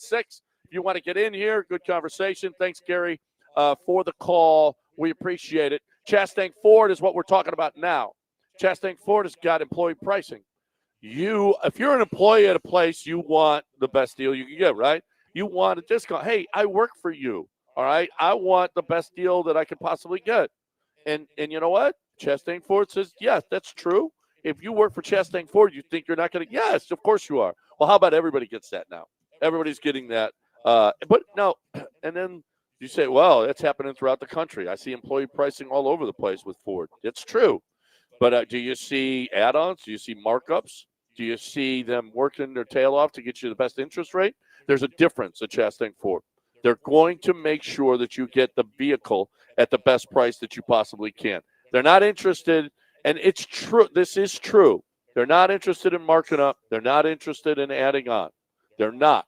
What they're interested in is you getting that vehicle at the best price you can so that you're coming back. And you will be back. I've been back after I bought my first one 3 times since then. I'm going back there because I know that I'm going to get my best deal at ChastangFord.com on 610 at Homestead, not Hempstead, 5 minutes from downtown. Tell them you heard it right here.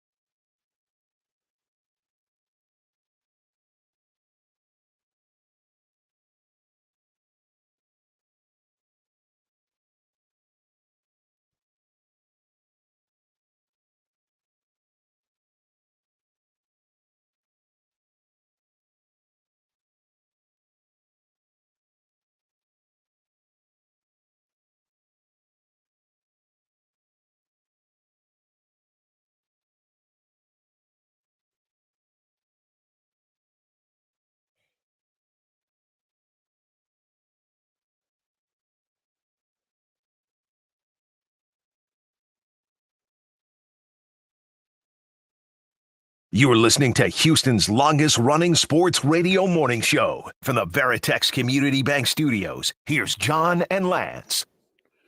All right.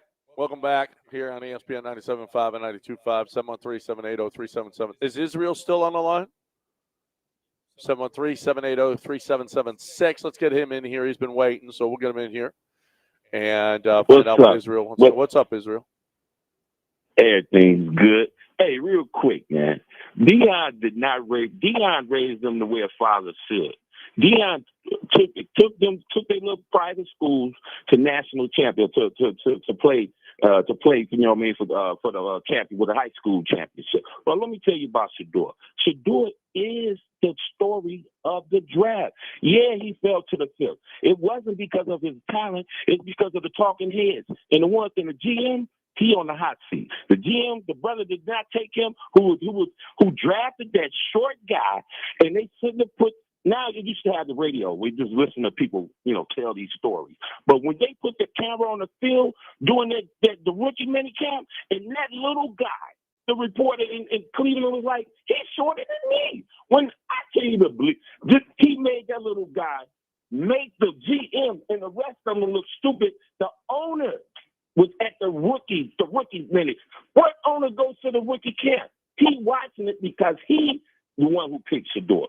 You know what's going to happen? And Pickett, or whatever his name is, Pickens, who they traded a fifth-round draft pick player to get, he got 20 starts. 15 touchdowns, 14 interceptions. So get him out the way. They'll get rid of him. But the little guy, he ain't got it. He ain't got it. And everybody, the whole world seen it. And the old man, Flacco, we already know he's done. He's 41 years old. And Shedeur jersey is the number one selling jersey among the rookies. And not only that, he's getting the money off the field. You see his new Great Array commercial? The corporates, just like with Caitlin Clark and Andrew Reese. Andrew Reese is it. She is digital now. Everything is different. Angel Reese can go live right now, and all y'all, she can triple y'all with the people, especially online. And y'all got like 100 people. Man, listen here, bro. If things have changed, man, y'all can, try to keep these false narratives, but Shedeur is going to be starting in Cleveland, and he's going to win. He's won every way he go. He turned around Colorado. Yeah, they went forward with whatever. It's his first year, but they was one. And then he went to 9 and took them to a bowl. He is going to win. And all the false narratives, he's going to make them look like the haters they are. And they should be suing them for collusion. All right, y'all. Wow, that was all over the place. All over the place. But I didn't understand a lot of it, but it's a lot of energy. I think he likes. I don't know. I'm getting the feeling that Israel likes Shedeur, and he thinks he's good. That's the feeling I got out of that call. How much winning have the Browns done in your lives? They had. I didn't hear what he said, but I hear what you say. Yeah. How much winning have the Browns done? Not much at all. So, just playing the odds, the fifth round pick quarterback, no matter whether it was Shedeur or not, should I be betting on that guy to turn the Browns around? The Browns around? Should I? If he does, he's yes, but I don't play exceptions. I generally go by historically speaking in the odds, and the odds say Shedeur will be a footnote in Browns history, the rather sad history, and it'll have less to do with Shedeur and the fact that the Browns are just the Browns. They're just the Browns. Why would I? It's a bad place for anybody to be. Yes, it's not even. It's less about him and the fact that it's the Browns, and they generally don't breed an environment for guys to succeed. So I'm gonna bet that Shedeur doesn't overcome the Browns.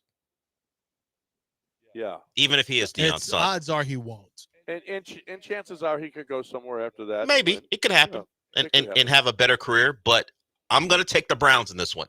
Their legacy over Shedeur. You're probably not beating the legacy of the Browns. Shedeur or anyone else. Baker couldn't do it. Deshaun couldn't do it. I mean, Deshaun was already cooked, but Baker couldn't do it. Tim Couch couldn't do it. Nobody can do it. It's almost impossible. It's literally quarterbacks go there to die. He has very little chance of succeeding, historically speaking. Yeah. Same thing goes with Dylan Gabriel or anyone else in that huddle. Name a guy. I don't care who's currently on the roster. The Browns win out. They always do, but not in the way they like. Right. Yeah. Didn't the Browns make the playoffs or something? Yeah, and the Texans dispatched them without mercy. Yeah. That one time, the Browns. That one time. Then they Then went back Baker to made the being playoffs terrible. once. They beat the Steelers, then got wiped out. It's the Browns. My dad made the playoffs when he coached with the Browns. It's Yeah. historic. Kelly Historic. Holcomb threw for like 400 yards And in the snow, and they lost to tricked the it off and Steelers. lost Yeah. to the Steelers. Somehow, someway, they lost that game to the Yeah, Steelers. they I were. remember. I don't even know how they lost it. They're the same team that won a game. My dad's first game with the Browns, they won the game, but stupid Dwayne Rudd Tossed his helmet. threw his helmet Tossed in the his middle of helmet. a play. Oh, they my got a God. 15-yard penalty, kicked the field goal and won. And I had the two times I've probably been most mad in my life were after that loss. And my wife and I were just married. She got to see what I was really like. And then whenever I punched multiple holes in the wall after stupid Texas Tech center, Tony Battie kept missing free throws at the end of the game when I had my Pigskin Sports handicapping service, and we lost what should have been an easy 5-star win because this trick kept missing free throws. And I punched about 5 holes in my Seems garage. like somebody's still mad about something or something. I don't Yeah. know. I mean, make a free throw. That's crazy. Oh. Celtic legend Tony Batiste. I didn't understand half of what he was. Boy, I'm talk sure it about wasn't. on a I'm sure it rant. wasn't very good, and I'm sure it was Israel, come on, racially man. based. Though I don't even listen because He mentioned some Angel Reese and that's Yeah. all part. Shador Sanders and Angel Reese was what I What about gather. Angel Reese? Did he like get- she brings attention. They Did he mentioned get our Cam- low stream numbers or something. It was a lot of that Angel stuff. Reese never plays again in women's basketball. The numbers stay just as high. Yeah. He was talking about It's- our numbers. It's not gonna. He's talking Our about, numbers? he was talking about how digitally, if you put her on something, people want to watch. And then Oh, you'll- yeah, that's true. Yeah, that's what he was talking Yeah, about. well, I mean, if Israel knows her, he knew. If you last want to time get her I checked, on, he knew a bunch of people who were inside of college football. was I that think, him or is that someone else? Either way, Israel, if you want to get Angel Reese on this Yeah, show, come on, we'll bring her in. yeah, That's fine. we'll talk to her. Yeah, I mean, a lot of people will stream. That'll be great. it'd be great for us. I don't know what difference it makes for us. It won't make us any money, but we're not a YouTube channel that we just try to get a bunch of subscriptions. So, well, we are a YouTube channel, but Yeah, we have. we a do YouTube. like subscriptions actually. Yeah, it shows that people at least will But yeah, maybe pay but attention to what we put out What there. are we talking about? We're not. His calls are some of the worst in radio history. And I've been doing radio history a while now, and I can say that, and it's not even funny. Like, it's not even fun like we have with Collie would make Collie? us pissed off, but then Yeah, Collie would Collie also was fun. say funny stuff too. Yeah. Israel's just he's generationally terrible. You don't even like using the word generational. I know. And you'll he's use it for him? generationally bad at what he says. Like, I'm surprised he didn't get somehow work Cam Smith in there, that the world is somehow against Cam Smith, where we don't even talk about Cam Smith. Well, how could the world be against Cam Smith when Cam Smith was the number 1 overall pick? The world is for Cam Smith. In the world, by the world, I mean Houston. Okay, we gotta have an Aaron Rodgers segment. We do? Well, there is. Did you? I got into see- it with an Aaron Rodgers guy yesterday, and I tried to shame him into hurting himself. Did you see what? Well, I'll send it to you, Del. What the GM of the 49ers at the time said about drafting Alex Smith instead of him? Back in 05, was it? God, who was that GM back then? Yeah, I'm gonna get Okay, it. We'll tell do us it- when we we'll come do it back. on the other side. On the other side. Plus, Aaron Rodgers was on Joe Rogan, and boy, he was just firing. Just all Yeah, kinds of- I'm not sure he's playing football anymore. I don't know. I'm but getting close he to was believing that he's not scared. gonna be He a went after Steeler. LeBron. Yeah. He went I mean, he did not care. We will do that on the other side. But first, we got to talk about your air conditioning. I mean, I keep on talking about preventive stuff. We talk about preventive stuff with your hair. We talk about preventive stuff with your plumbing. We talk about preventive stuff with your roof. How about preventive stuff with your air conditioners? Okay, do the preventive work, and you don't have to worry about it breaking down or getting worse. If you've not done anything with your air conditioners, it's 1,000 degrees outside every day now until the fall, until late fall. It's going to be hot, nonstop. And your air conditioner is going to work. That's all it's going to do. And you, my friends, need AirTeam. AirTeamLTD.com will come to your home, and they will look and they will clean out your air conditioner They're going to make sure the Freon is flowing great. If you've got any motor issues, everything. But if you don't do anything, then chances are it's going to break down and you're going to have to replace it. Now instead of talking about, I don't know how much it costs, not much, to come to your house and do that, or tens of thousands of dollars to replace over $10,000 to replace an air conditioner. Which one is better? So find out now. Go to airteamltd.com and let them look at and make sure that your air conditioning is running great. 713-936-5346, airteamltd.com.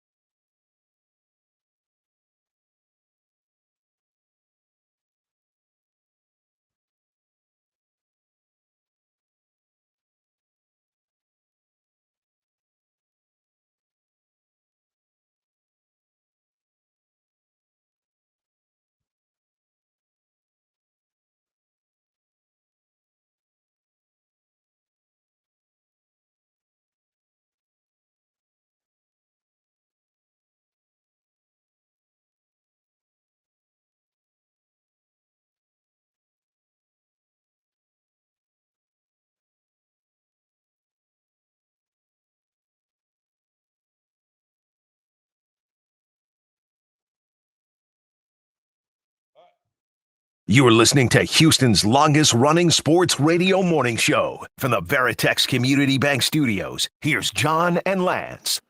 All right. We got more calls. If you want to get in, 737-803-3776, you're more than welcome to. Before we do, Renell Blanco going on the IL. Renell Blanco, IL. Okay. Getting a second check opinion. out that elbow. We're going to check out that elbow. The first opinion, inflammation. Now he's getting a second. He's wearing some of your clothes, by the way. Lance says not Renell Blanco. Roughnecks. What you got my clothes on for? I leave and like my little brother, he takes my clothes. I'm wearing your Roughnecks. I lost a little weight. Now I'm wearing all your clothes. You're done. You got my Roughneck Yep, sweatshirt? because it's literally generationally freezing in here. I mean, this is me. You've been in here before. You've been in here when it's been this cold. Oh my God! Yeah. It's hard to focus on Israel's really good sports calls. Did AD lower the air in there? Yeah, we had to get it cool because of the new Latina over there on the other side. What's wrong with you? She did say, "God, it's really cold in here," and I said, "I mean, yeah." I don't think anyone did it intentionally because of a quote unquote new Latina. You know, our interns out there, and Dell it was trying to poison her against us. I don't know her name. Not against Well, us. you said tell John. Well, What we you were told having a her. conversation about ESPN's hiring practices. Not ours. Not ours. The big one. But the big companies' inability to hire cool athletes to talk about sports. They always hire the worst of the worst to talk about sports. And then Lance kept railing, and I told our intern, this is a man who likes to silence voices. I was going to say minority voices, but I didn't want to throw in that much sauce on the commentary. But this is a man who doesn't like to hear from people who disagree with him. So if you ever say anything, check with Lance first to see if he likes it, or he'll silence you. He was going all in with his little stupid little thing that he does. Just ask Lance about Israel. How he feels about Israel. Oh no respect for him personally or sports wise. Once you become that device, I just tell you this way: if you're an intentionally divisive person, just know that I have no respect for you as a person. So I just want you to know that if you try to divide people by race, if you try to divide them by religion, by anything, if you try to intentionally divide, then I have no respect for you as a person. I may talk to you, I may do whatever, but just know that in the background, I think you're one of the lowest forms of people who walk the earth. Wow. Oh yeah, no, I feel that way because we all have to live together, and there's no reason to behave like that. Yep. I didn't go to church for I don't go to church every Sunday to hear. Now listen, here's the best way to get people mad at each other.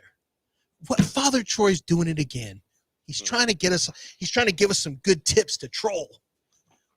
Never heard that in church. And by the way, she said she's filling up. She goes, you guys have a lot of topics today. My sheet is just filled up with notes. What in the world? How hard is she working out there? She's writing notes in a notebook of our show. Because she has to write the description under the title of what we talked about. Yeah, that's a lot of. That's way more work than we're doing. Done. Yeah. All right, and one of them is going to be Caitlin Clark, Jackie Robinson. Don't write that one. Don't tell her not to do that. She's listening right now. Because Sam's going to send that video out later too. You know that, right, yeah. John? Sam already said pull that. She's already putting that out there. Let's get Mark in here. What's up, Mark? Good morning, guys. I've been listening to sports radio for almost 20 years now, and I've never heard a more airhead goofball meatbag than Israel. His takes, he thinks he's cooking, but they're complete buns, and it's obviously he's got a narrative that he's trying to create with only black athletes are superior and the white athletes are trash, and his takes, they're all wrong. He had the Shador going top 10, wrong. What else? Cam Smith, the GOAT, whatever. We're waiting to see how that plays out, but wrong so far. And now he's got this Angel Reese narrative. It's just annoying and frustrating, and I agree with Gallant. He called him meatbag and buns. Well, he said his takes are buns, certainly. Mm-hmm. Not the best, buns. Buns and cheeks are the same thing, John. Yeah. You can say ass. Either one. It's another way to just say ass. Your takes are ass. Saying something's buns and cheeks are a little more clever. I agree, but it's the problem. The problem is when you only have one, you can only go one way. He's got one pitch every single. Yeah, time. He's always going right. He's always going. Just right. take away his right hand. He's got nothing. There's nothing. I mean, Israel, you got to change it up a little bit. Everyone knows. At least trick us. Yeah, everyone knows. Well, at least this show now. Mark obviously showed himself to know as well. When you call in, we know where you're going. Right. Which is the worst. That's the worst. Yeah, I should never know exactly what you think and are going to say. Like the Gary who used to be kind of combative. He doesn't really call as much anymore. The combative Gary, but every once in a while he'd switch it up on us. And he calls me and talks about girls softball. What? I told you he has a daughter. That's right. And they made state. Did you see the video of the Arkansas hitter, John? There's a girl at Arkansas. Oh my God! Who's the most devastating? She's the Babe Ruth of Arkansas, the Shohei Ohtani, whatever you want to call her. And they set up outside like she's a right-hander. They set up so far in the left-hand box, and they hit her. Or they hit her. She got intentionally walked twice, basically, and then she got hit on the arm another time when they came inside. And then they finally had to throw a pitch because it was bases loaded. The game was tied. I think they were either up one or tied. The bases were loaded the last inning, and they had to finally pitch to her. And as soon as they threw one strike, she crushed a grand slam. just annihilated. Her OPS is like 1,700, no, 1,400. She got 26 home runs. She's a monster, and no one will pitch to her. Yep. All right, when we come back, we're going to do this Aaron Rodgers thing. I promise. That's going to happen on the other side, right here on ESPN 97.5 and 92.5. Right now, though, my friends, I've got to talk about Brinkman. Brinkman Quality Roofing. I talked about this a little while ago about making sure that you do preemptive stuff. And Jason says, man, listen, your insurance, it's a problem. Your insurance is a problem if you don't do anything about your roof. Jason Brinkman, who's been doing this forever, has seen everything. He knows they've got every single kind of roof that you could possibly want. If you got a tin roof, if you've got solar, if you've got shingles, whatever it is that you got, and there's way more. There's a lot more different types of roofs. He says it doesn't matter. We've seen everything. They've been in business over 50 years. So, and he also told me, he said, yeah, those guys that knock on your door after a storm, they want to go up on your roof. He goes, we get more business from what they screw up than just regular business because they're going to screw it up. Go with somebody you trust. Go with somebody that knows what they're doing. Go with somebody that's been in business forever. You got a roof issue. If you haven't looked at your roof in a while, you need to. You need to do some preemptive work. Otherwise, your insurance company isn't going to pay if you have any damages. Just go to brinkmanquality.com, BRINKMANN quality.com. A free evaluation of your roof at brinkmanquality.com.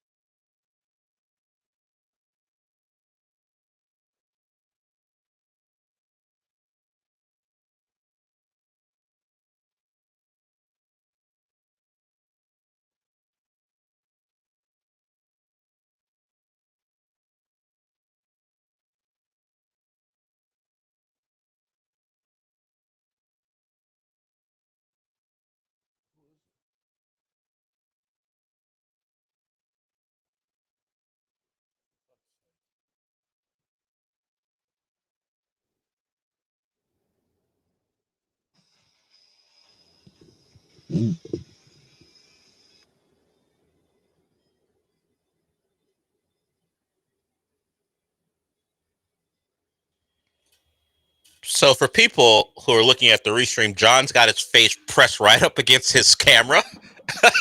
Put your headset on. We're back.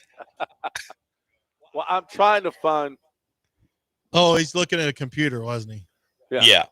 I'm trying to find out. I mean, I'm looking at the guy, and I'm looking at the history of the 49ers GMs. I can't remember who this guy is. I'm looking forward, and it said Mike Nolan, who was coach GM in 2005. No, it wasn't. But it wasn't that's him. Not Mike Nolan. That's not Mike Nolan. No, I'm just going by what the records. I don't think he said it, but he was officially the GM in 05, along with being the coach. Yeah. Scott McLuhan. Oh, it's Scott McLuhan? Yeah, he drafted Alex Smith, Scott McLuhan in 2005. Yes. Okay. So he was on a podcast, and he was asked about drafting Alex Smith instead of Aaron Rodgers and why. And listen to this. Oh, did you tell me you sent that? I didn't see it. It's on the top of the Okay, audio. I'll get it. Oh, okay. Give me a second. Yeah, you don't have to worry about it too. It's clean. It's going to be fine. It is. And Aaron Rodgers was on Joe Rogan. I don't know if it was yesterday or the day before. Aaron Rodgers went after trans athletes. He went after LeBron James, saying, what are you doing at Diddy parties? And there's no party like a Diddy party. Did you hear the alleged audio of Diddy and LeBron? Is that real? Did you hear that? I'd be careful because I'm not sure. I know. Right. I'm careful too. Yeah, I'm not sure. I don't want to say what it is. I'm yeah. not sure what it is. I have not heard about any alleged audio. Wow, it was. Yeah, you got to be careful with AI the way it is now. But Aaron Rodgers did not hold back anything yesterday with Joe Rogan. But here is Scott McLuhan talking about drafting Alex Smith. Why the hell did you pick Alex Smith over Aaron Rodgers? Because of personality. Aaron had more talent coming out, but Aaron would not fit our locker room. My first year there, we had the first pick in the draft, and I knew I had to build quality people before I built quality players. How to get the culture right. Looking back, hindsight, of course, I would have taken Aaron with his career. But I tell you what we built in San Fran, part of it is because of Alex Smith and his personality and the players I drafted. I wanted legit, solid, smart sons and guns. But with Aaron, I'll never forget, we went to dinner, sat down with him and his agent, and he got up, he called him by his first name and slapped him on his ass. The head coach. I'm like, you don't do that shit, dude. Oop. Nice job, John. Well, nice job, John. Oops. You can just play it off of that. Yeah. Oops. I forgot about that. The S-bomb. But that wasn't, we're not going to get FCC fined. Well, because I hit the button. Oh, you did? For the people on the internet, they heard it, but it doesn't matter there. But Scott McLuhan's just telling you what 32 general managers think in the NFL. Yeah. 100% of them. I don't care who you are. I don't care how old you are. I don't care your race, religion, your monetary. I don't care anything. Not one general manager in the NFL wants a guy that's a pain in the ass in the locker room and that won't be not coming in. Once they're there, you kind of have to deal with what you have to deal with. But coming in, they want guys that are leaders, that will be there, that will learn, and that people will gravitate towards personality-wise. Every single one of them. And that was one of the things was Aaron Rodgers was my favorite player in that draft. I told Charlie Casserly on the radio when we had him on, John, I found if something ever happens with David Carr, I found your next quarterback. And I said Aaron Rodgers. And I loved Aaron Rodgers at Cal. Loved him. I was shocked he fell, I remember. And a lot of it was the way he rubbed people the wrong way too. His personality was, you'll hear talk about, well, he held the ball real, Jeff Tedford had him. He was too mechanical and all this and that. Dude, you don't fall to 20th in that draft unless you've got some, quarterback with his talent. Even then, he fell because of his personality. And that was one of the reasons why. And you see some of it today. He's outspoken. He was not, this, John, from talking to people. His offensive line loved him at Green Bay. Not everyone loved Aaron Rodgers at Green Bay. No. He made things difficult on coaches, on the front office. I don't know about his teammates necessarily. He's got he's a little bit of an a-hole. I think he's one of the greatest quarterbacks I've ever seen. The most talented I've ever seen.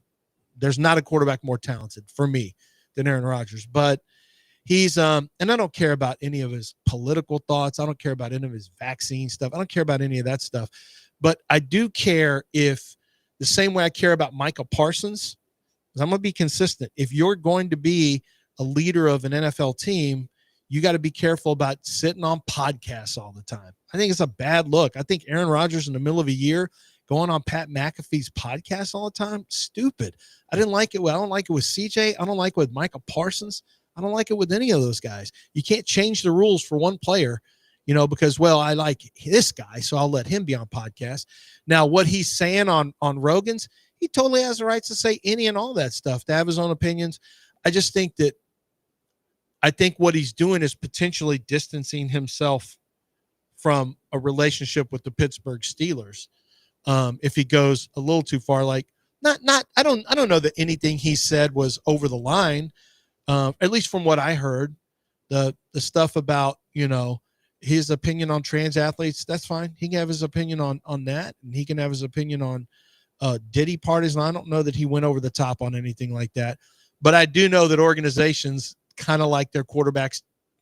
You know what I mean? Like, yeah, maybe don't bring so much heat on us.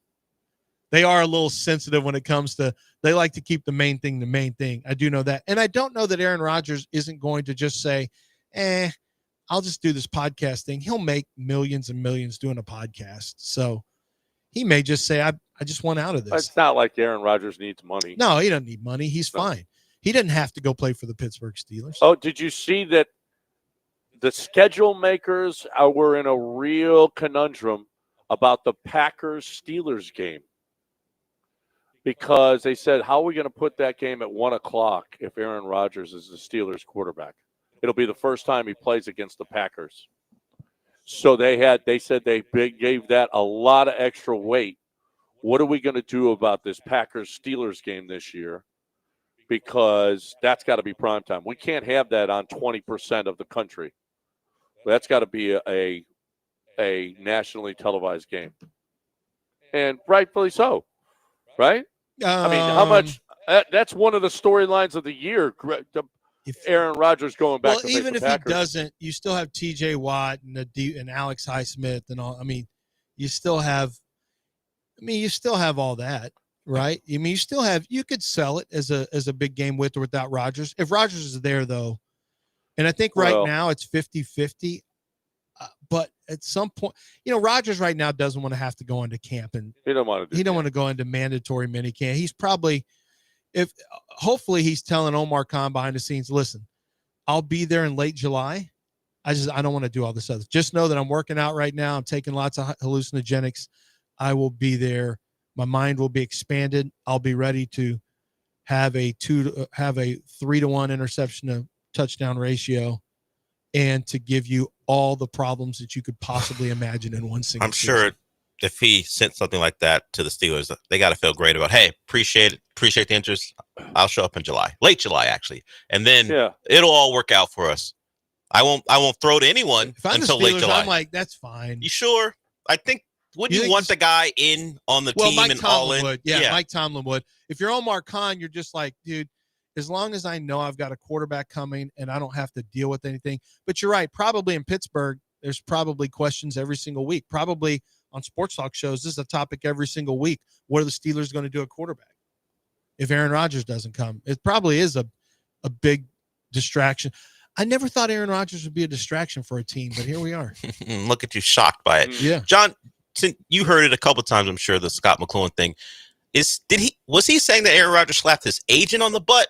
Or did he slap Mike Nolan on the butt? Mike Nolan, the head coach, he said. Yeah, that's nuts. What are we doing? Oh, I mean, that's playing to what you know about him now, where he's it's kind still of a playful He was guy. was like 22, 23, slapping the guy on the butt. Yeah. Your future boss, or at least your head coach. What are we doing? Yeah, that's not like he's on the team and they've already got a fun relationship. This was a sit-down meeting to get to know him. Right. Yeah. I mean, now get the guy with the chewed off leg. We're drafting him. Well, he didn't. The leg was fine at the time. That's right. And wasn't Mike Nolan wearing suits on the sideline at the time? He was honoring his dad, right? Yeah. Yeah, he was a very serious guy. I don't think very serious. And you're slapping him on the ass? Hold on. Did Mike Nolan wear suits on the You don't remember that? I don't remember that. Was it just for 1 year? It might have been just for 1 year, but he made it a point to wear suits on the sideline too. That's I believe how coaches used to dress. Yeah, I think he was either. Yeah, but back in, we're matriculating the ball down the field, boys. Yeah. Grab Yeah. it, grab it. We're just grabbing out there. See? No. They Dick all wore Nolan, hats? Dick Nolan, yeah. Tom Landry wore a suit. That's my coach. Now that's true. Yeah. Oh, I mean- man, look at him. There he is in his suit. Yeah. I did not remember this. Why was that his thing? He Well, was Bud honored his Phillips used dad. to wear a cowboy hat and like a big jacket. Because that's his dad. So he and Jack Del Rio petitioned the league because Yeah. at the time Reebok had the deal for apparel. So the Reebok said, "We don't make suits. Why are you wearing a suit? We don't want that." Apparently Reebok made those two guys suits, Yeah. so it could still conform to the rules, and they wore suits on the sideline for that year. Well, I mean, you should let them wear suits if they want to wear suits. If you're trying to be a dandy on the sideline, A dandy? You think Mike Nolan was trying to be a dandy? Yeah, that's fine. I mean, he Let them didn't do that. have If a you wanna- cane and a top hat. No, if they want to wear a top, dude, if a coach wants to have a top hat and a cane and some gloves on, I will watch his game just for the sideline shots. 100%. I'm looking at Chuck Noll, garden variety sweater, black sweater, the white collars, outside of the sweater, and there's the Steeler jacket. He's by the book. But if you want to get dressed up, because the NBA leans into, and rightfully so, they're standing up the whole time. They want to be as comfortable as possible. Isn't it crazy that we didn't have that until it took COVID? Do you know that they didn't, from what I recall, they didn't have dressed down head coaches. Yeah, it didn't until start COVID. until COVID. It was Popovich or George Karl. One of them stopped wearing a tie, and you thought the world was coming to an end. Like a tan suit. And now it's Being like, worn by- if you saw a coach wearing a suit, even in That's college awesome. basketball, we don't see It's- it anymore, do we? I think a couple still Well, do. Buzz Williams does. Yeah, he's if you want to call someone a dandy. Yeah, it'd Buzz be dresses Buzz. like a dandy, yeah. But everyone else has gone to a pullover and wearing obviously team branded or Nike brand, Adidas, whatever branded shoes. Yeah, it's a very Well, and now you have relaxed to look wear now. the cap that they're promoting that week. Yeah, that's true. Yeah. Salute you have to wear service. that. You gotta have your breast cancer. Salute to service. There's a third one that must be worn.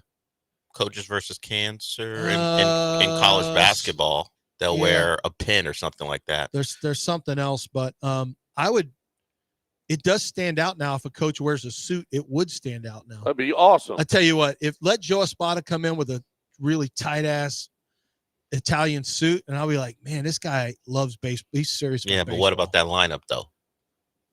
Hey, he's pulling all the right. You already see they're 24 and 22. He's pulling. He got Jose Altuve hitting again. Joe Espada right now, manager of the year.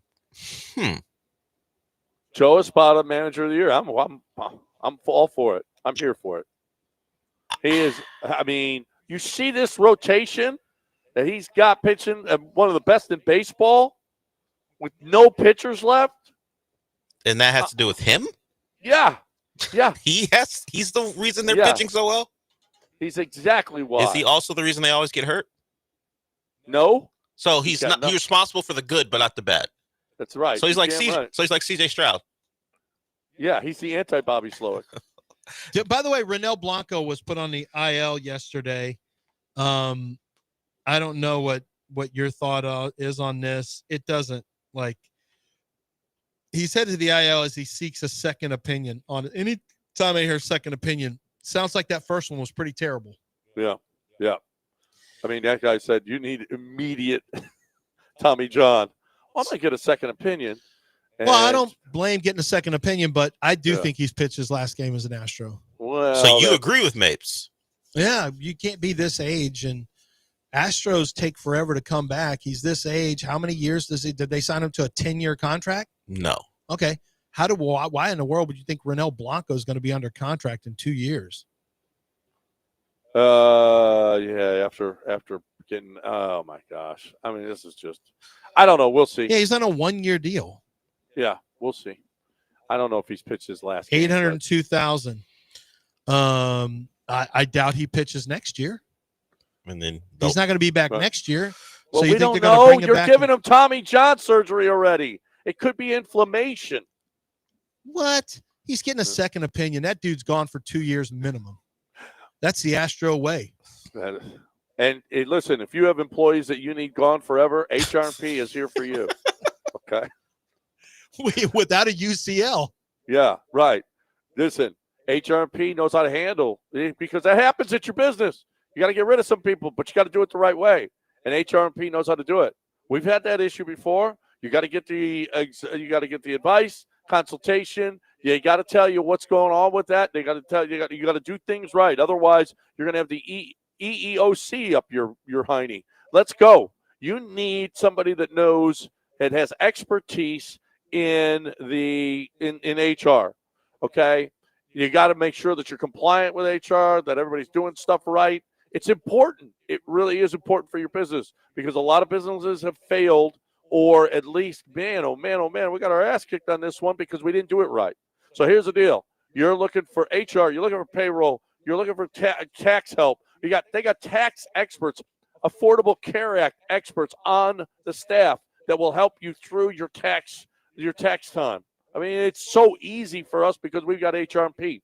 It'll be that way for you too. If you want to find out about it, you can call any of the clients that use HRP or call Laura Beavers at our station and ask her how HRP has affected our business. It's great. It will be great for yours too. HRP.net, 281-880-6525 or HRP.net.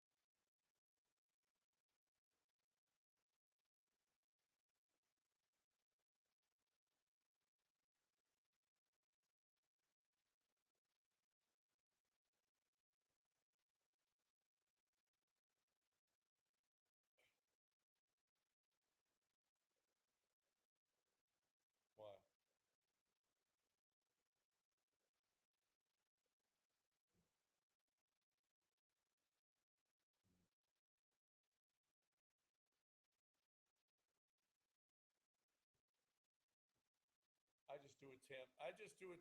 Sam tells me. Yeah. Well, if you don't say, but it's better saying thank you than not doing anything. I guess. Big clicks. We need clicks.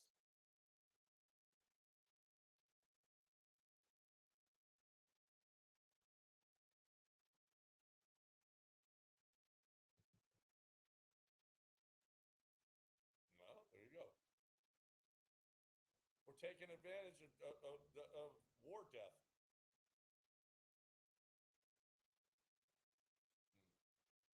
Doesn't bother me. I did. I already did it.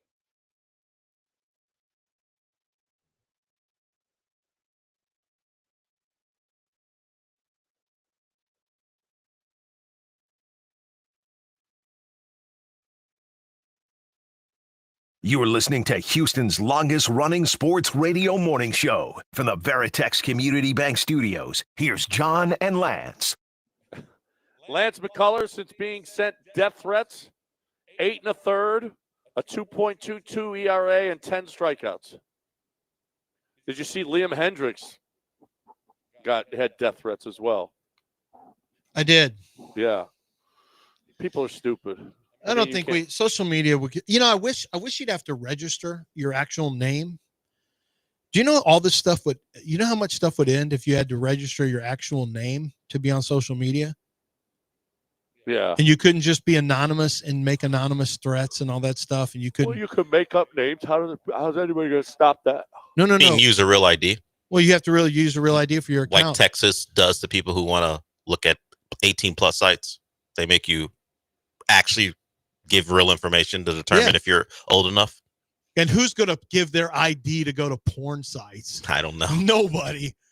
Hey, I'd like for you to have my ID on file, please. Like, just forget it. It would curtail if the question was how do you enforce that? What's the rules? To Penthouse Forum. You want to go to the bookstore, the adult section of the bookstore, and buy one of those books?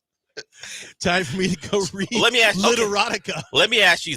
Okay, I've worked at a Barnes & Noble, so I'll ask you. I know those books. There is a small section for books like that. Would you rather put your ID online so you can go surf porn in the anonymity of your own home, or buy the book, walk up to the counter, and have the person, the 20-something college kid look at you? What kind of book isn't it? If it's a book, isn't it kind of like it's kind of classy? If you've got a book, isn't a book kind of classy? Well, depending on the content, everyone's going to know what you're there for. If it's a hardcover, it's kind of classy. Well, no. It depends on what's in it. Feels like it. If you walk to the adult section for, as you said, Literotica or Penthouse, like 50 Shades of Grey. Well, that's different. Oh, is that different? They turned it into a movie. It's different. I'm talking about the actual adult. There's a small adult section at Barnes & Noble. There is? Yeah, where it's like sex advice, position, stuff like that. And they also have like the Kama Sutra, erotic stories in them as well. As long as you call it erotic, you can get away with it. You would walk up to the counter with that book? No, I wouldn't. I'm not going to read. Okay. I'm over that. I've done enough of that. I'm done. Well, you got to look around. Who's in there? Well, Okay. Well, Barnes & Noble. What about a magazine? Because Barnes & Noble sells those too. I got a story that I'd love to tell you, but I can't. I always can't say it on the better- radio because it will live forever. So I cannot do it. I can tell you off the air, and I'll wait till John gets here off the air. But yeah, you're right, John. You always have to Back in the day, get a feel for who you're. You got to read the room. It was always better to get your magazines at a convenience store because the guy behind the counter was probably didn't care much about his own personal hygiene. He don't care about anything. He didn't care about anything. Yeah, but in a lighted Barnes and Noble where there's all kinds of people. I'm telling you, the likelihood of you walking up to the counter and there's some 20-something college-age girl taking your magazine and ringing it up is a high probability. Yeah. Yes. Yeah, I don't know. I think I might stick as bad as it is. I'd maybe rather do the ID thing than have to walk into a Barnes & Noble for my fix. Yeah. How about just change what you're doing? Well, that's true. You can always change your habits or get a VPN. That works too.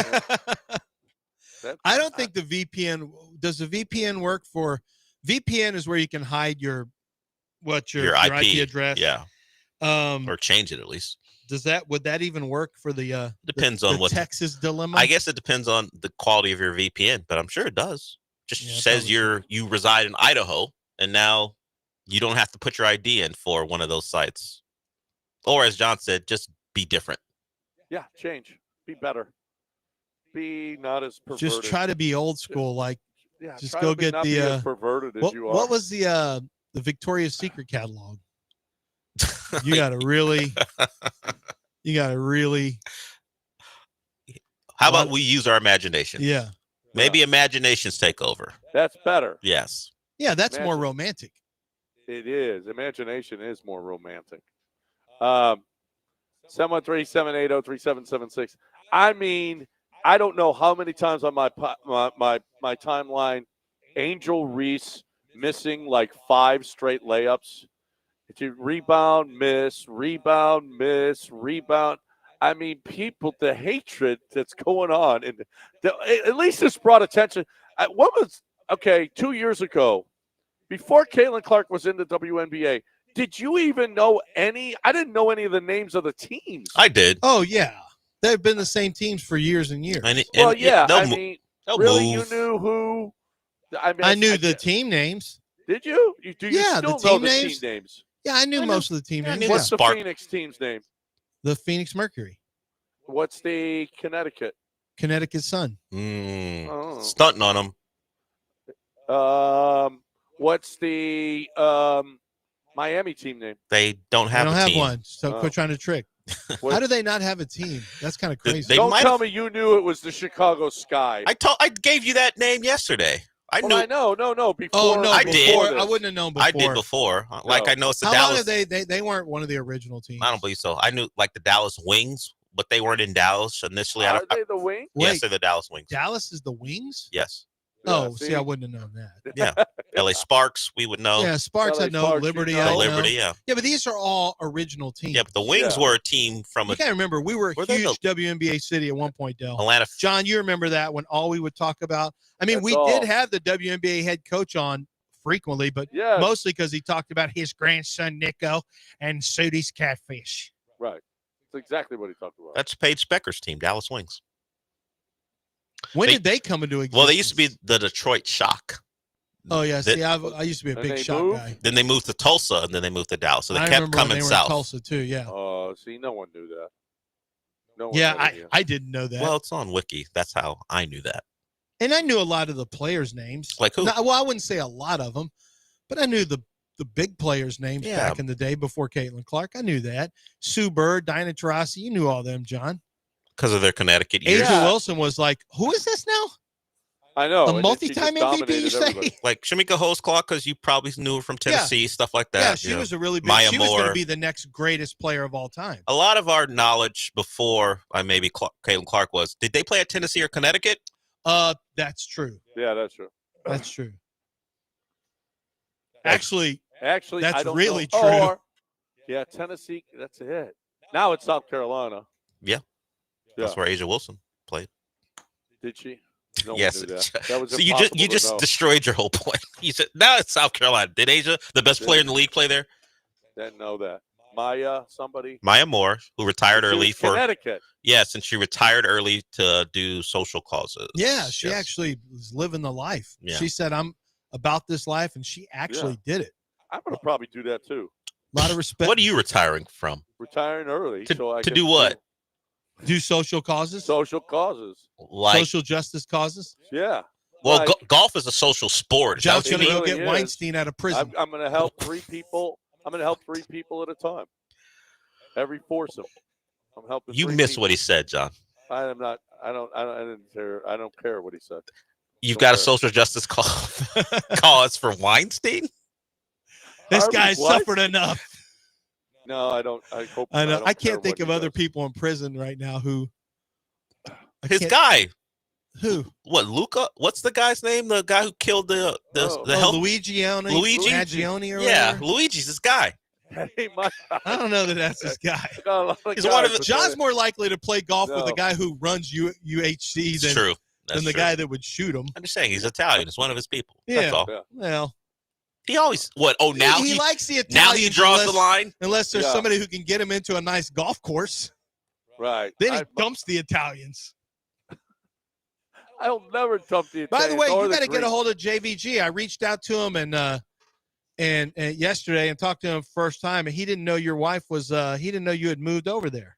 Is he here? Yeah, he lives in Hermosa Beach. Plays coaches the Clippers, Oh. right? Yeah. Yeah, his I got wife. him. Yeah, he was here for a little bit. Spent some time here, and then I don't know if he comes back and forth. I don't know if he still has his house here. I think he might.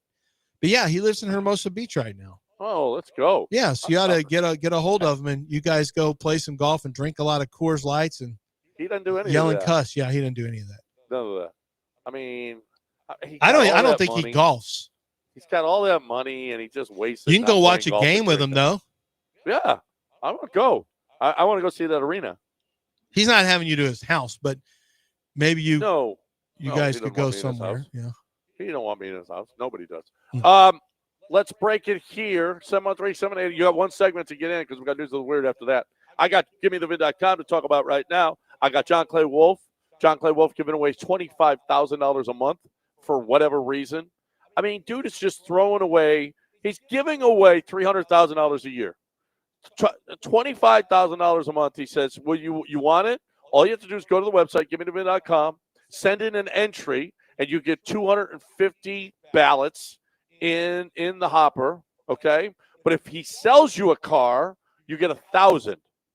If he buys your car, you get 1,000. So, I mean, holy cow. And I told the story. I saw he posted, this guy, I bought his car, and then I gave him another 14,000 out of the 25 that we're giving away every month. I mean, it's just ridiculous. I don't know why he's doing this. He's a crazy maniac. But he's one of America's, if not America's, biggest car buyers. So you want to sell your car? There's one place that you have to go because he said he'll send you $100 if you can't beat CarMax, and he beats CarMax all the time. So you're guaranteed the most at GimmeTheVid.com. GimmeTheVid.com.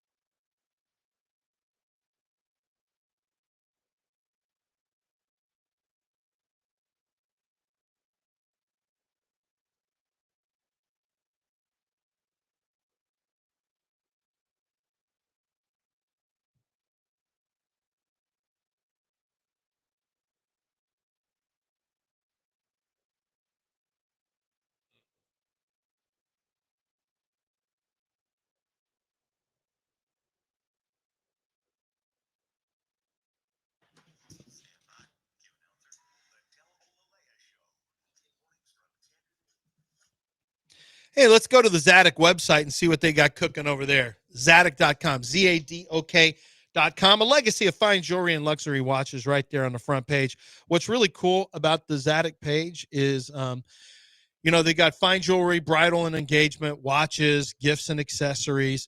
Whatever you're looking for, they've got it for you. But it's more than just that. If you are looking at bridal engagement, you click on that.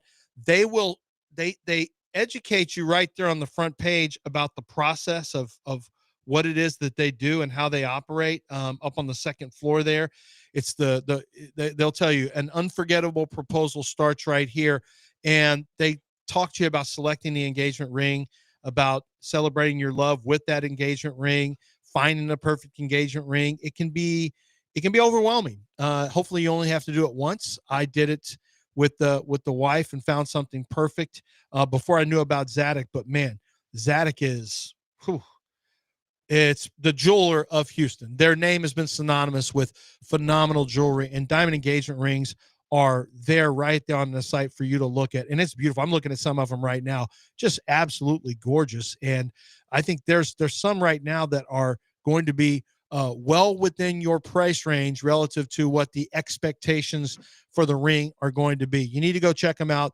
Find one that fits your budget, and let the experts walk you through the process at Zadig Jeweler. 1801 Post Oak Boulevard. For any jewelry needs at Zadig Jewelers.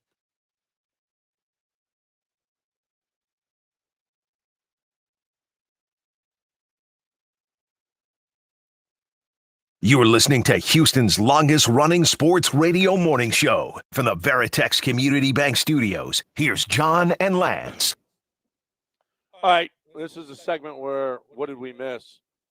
We have not talked. Do you see what guys are doing now? They're calling their buddies to tell them good night. What? Is this news of the weird? Mike Sainristil. Did you see? The cornerback? The cornerback calls. He called 3 guys. One of them was Jaden, and he's like, "Hey man, what's nothing. I just talked to you 5 minutes ago." He said, "Yeah, I just want to. We can't play it because there's so many F-bombs in it, but it's pretty funny. They're putting it on TikTok. You call your buddies just to tell them good night. I just wanted to tell you good night." He's like, "Man, bro, what's wrong? What is wrong with you?" Well, if he's doing it ironically, I respect it. Oh yeah, no, it's obviously just for fun, but I kind of respect that then. Well, it's pretty funny. It's actually it is pretty funny. The way guys are responding, like, dude, what is wrong with you? Don't call me and you know who would do? Do you know who would totally do this? Raheel. Oh yes, he would have invented this. It's a Raheel. I just wanted to call and tell you good night, dude. Don't call me and tell me good night, okay? I could certainly. That's such a Raheel thing, but it's apparently it's going on, and it's like it actually is pretty funny. Go look up. I don't know who had it, who put it out there, but it's pretty. Mike Sainristil still telling guys good night. That's pretty funny. That's funny. It's good stuff. Hey, man, I just want to say good night to you. Try that with one of your buddies today. But he goes, "I just talked to you 5 minutes ago. What do you?" No, but I didn't tell you good night. Don't tell your buddy. Don't tell your buddy. Just do it. Just call and say, "Hey, man, what's up?" Blah blah blah. Although even guys are like girls now, where they don't even answer. They just prefer to text. No, nobody answers. I know. So if you can get your friend to answer, it might be good. If you do a text string with the boys and just say, "Hey, man, just want to let you guys know how to have a great night, man." Yeah. Good night, and looking forward to us all getting back together on this text string and saying hello again. I cherish your friendship. Well, that is weird. The personal touch of the call takes it to another level. I know, but I'm just anticipating them not. Well, maybe you just leave a message, but no one listens to their messages either. This is what an answering machine message or what a voice message sounds like. "Hey, this is Lance. Go ahead and send me a text. If you don't have me, just send a text. That's the best way to get a hold of me." Beep. Because I actually do check messages, but a lot of people don't check messages. They just expect you to. You know the deal. Send a text. Just text. Hypothetical question: if Caitlin Clark and the kangaroo stomach virus were both drowning and Lance could only save one, who would it be? Caitlin Clark. I like Caitlin Clark. He doesn't want the virus. No, that's an easy one. Does somebody think I don't like Caitlin Clark? No, I think it's those two topics have been talking points for you. So I guess the guy thought, hey, which one would he love more to talk about more? Caitlin Clark. I don't love having the virus. That's Tony sent that. That's your boy. No, Cody. No. Cody, I'm down with Cody. I said your boy Tony. Tony. Oh, Tony. Concept. Tony the handset? Oh, Concept Tony. No, he knows I like Caitlin Clark. He's an Iowa guy himself. Yeah. Yeah, he's an Iowa guy. He's a hater. He hates everything that's not Iowa. He says bad things about Nebraska, about Iowa State. About Iowa These are State. good farming people. I mean, Iowa State is like your brother. It's like I don't want to. So did you see that? I don't want to say what countries it's like, but you're like, why do you hate them? They're just like you. Did you see? Did you see the sprinter from Iowa who won the 100 meters? Yeah. Fast, not a white guy. Everyone, do the research. He's not a white guy. He's a Mike McDaniel type. Yes, his mom is light skin. She's black. People were. Oh, it turned into a whole. You we're can't paying Google a lot of without attention. Ethnicity hole. Okay. Rabbit holes. You got to go down a whole rabbit hole of his ethnicity. But he's fast. Iowa's on a bit of a heater right now. Cooper. They thought they had another Cooper DeJean. Yes. You got Caitlin Clark, Cooper DeJean, Riley Moss to an extent. Wow. His name is Kalen Walker.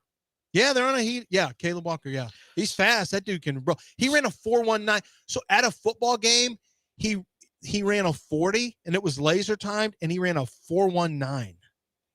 40. Wow. Like track guys who are good starters run sub 4.2s. Just so you know, they all run like some of the fastest guys who are build up speed guys. I'm not sure. Like Usain Bolt would probably run a 4.3, and you think, what? No, he's track, but he's a build up speed guy.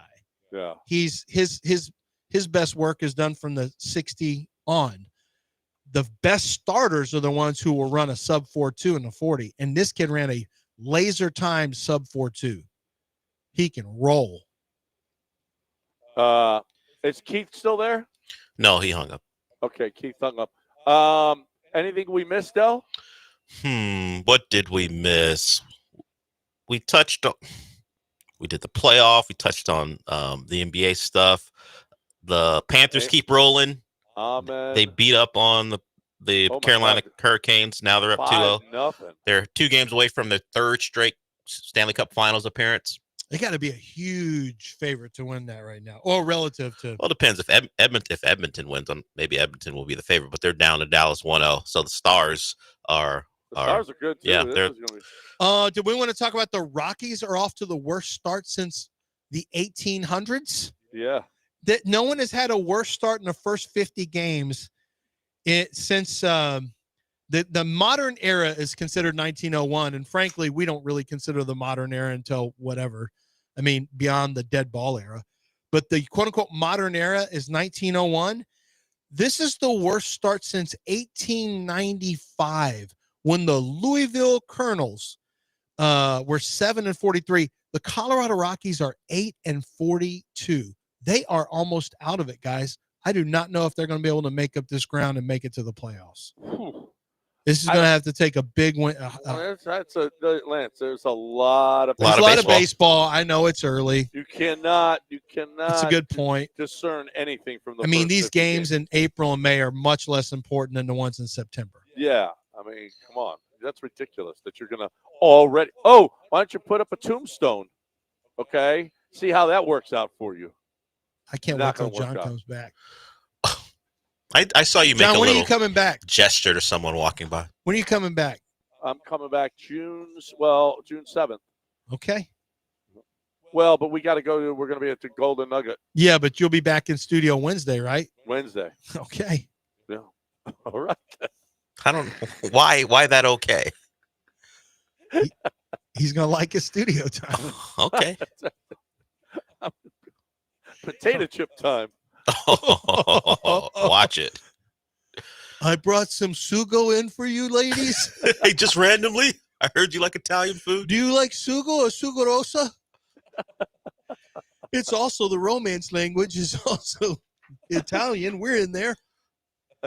Yeah, they're Colombian. That's not the same. All right. We got a break. 8-42. Imagine being 8-42 and the Nuggets are eliminated. Now you got to wait for Denver Broncos football. But you have hope. You got Denver. You've got hope. Yeah, you made the playoffs last year. City of Houston. We've got hope with the Texans. We got hope with the Rockets. We still have hope with the Astros. We're okay. We're not as good as we were, but we're going to be fighting for the playoffs. It was 3 years ago that it was an absolute. We did have the Astros though, who were really, really good, and we had 2 disgraceful teams. Now, our sports is we're okay. We're not on life support anymore. We're healthy. We've been checked up by the doctor. Doc says you're looking strong, looking fit. Everything's good in Houston sports right now. It's good. We've got an NBA draft coming up. I got to mention. I talked to Michael from Pete's Fine Meats. Michael's still in a lot of pain. He had surgery back on March 7th, and it was bad. They had to do like a 7-inch rod in his back. It was way worse, and they knew it was going to be bad. Our guy is still fighting through pain. He's doing his physical therapy. He's getting better. Do you know that he got an order from Cal McNair and Hannah? he got a crap load of burgers. He uses Michael's burgers when he does the burger flipping out at the. Yeah. And Michael told him, Cal, we've got somebody who will go out there and cook for you. You don't have to do all that cooking at camp. We'll do it. He goes, no, what? He loves I like doing this more than being an owner. Well, that's. Am I wrong? I think he loves cooking the burgers, and he uses Pete's. He loves cooking yeah, the he burgers. uses Pete's Fine Meats hamburgers out there. Yeah, that's awesome. What does Cal sound like when he makes his burgers, John? You set him up, and I thought he would avoid it. Well, he made the noise already. I know, That's but why. I thought he would avoid. Oh, I didn't hear the. Yeah, other he noise. did it first. That's why. I thought he would avoid it. I thought we'd show a little more respect for a team Nah, that's he won had a already- division 2 years in a row. He had already decided no respect was You going to be know, given. they were going to bring hamburgers in for us, but They not were? now. Oh, were they? Yep. Cal was Were they going to now? cook us burgers himself? Yep. Hey, we're getting. Listen. They wanted we're us to getting kick in for a stadium now. Big time right now. Texas Card House. We're going to the end of the month, but we're heading towards the big $300,000. 300. It's like, you could there's 4 or 5 days that you can enter into this. $600 could win you a big amount of money.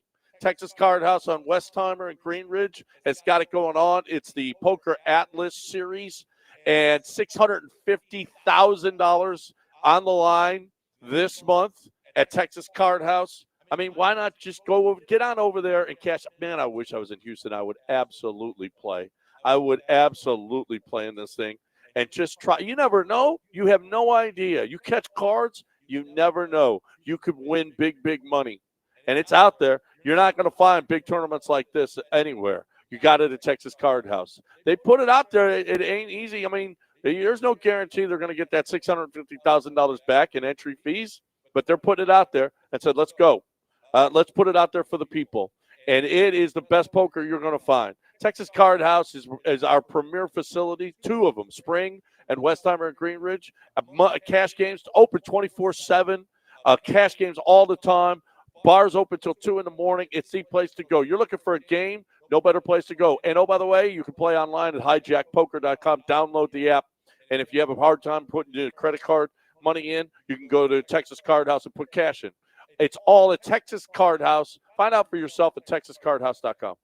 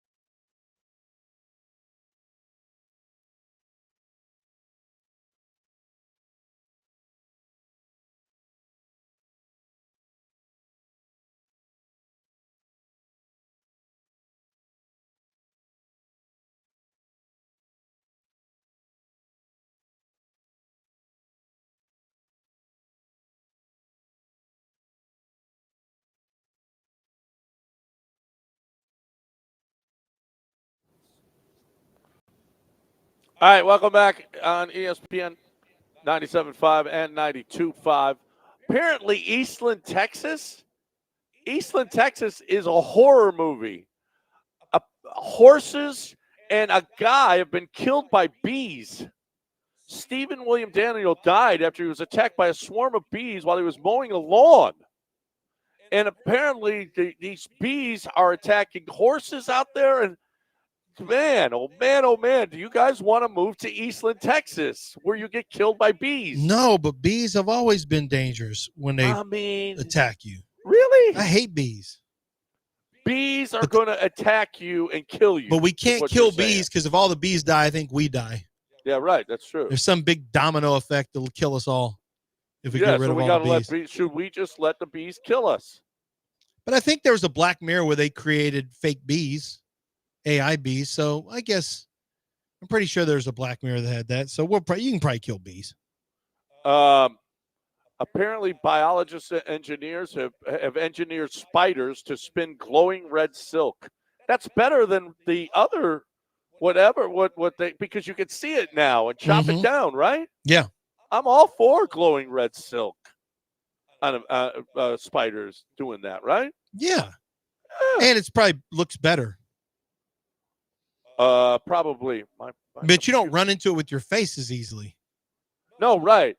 How many times when you run into a spider, you're like, what the bleep in the bleep? Oh, it's the worst. Yeah. A Norway homeowner woke up to find a 440-foot ship run into his house. Have you ever had a 440-foot ship run into your house? It's and been by the way, years, not since I lived in Sugarland. And by the way, don't you think you would have woke up? He was sleeping through it. Yeah, I think I would have woke up. I think I would have woke up if a 440-foot ship ran into my house. Nah, it depends on what I had for lunch, to be honest. If I had a heavy lunch, there's a real chance a nap wouldn't have been disturbed. I'm dead to the world, man. Me and Nicole Kidman. Did you see that? Nicole Kidman she says she loves to nap. It's her favorite thing.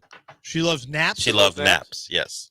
I feel like I'm missing out on take a nap. She's stuff. in every movie made now. Well, you know how long it takes for a shot to get set up on a movie set? She'll take a nap. How she does it. She can get a nap in. That woman is in every single TV show. She is movies. in a lot of shows. She's in another one. What's Baby Girl?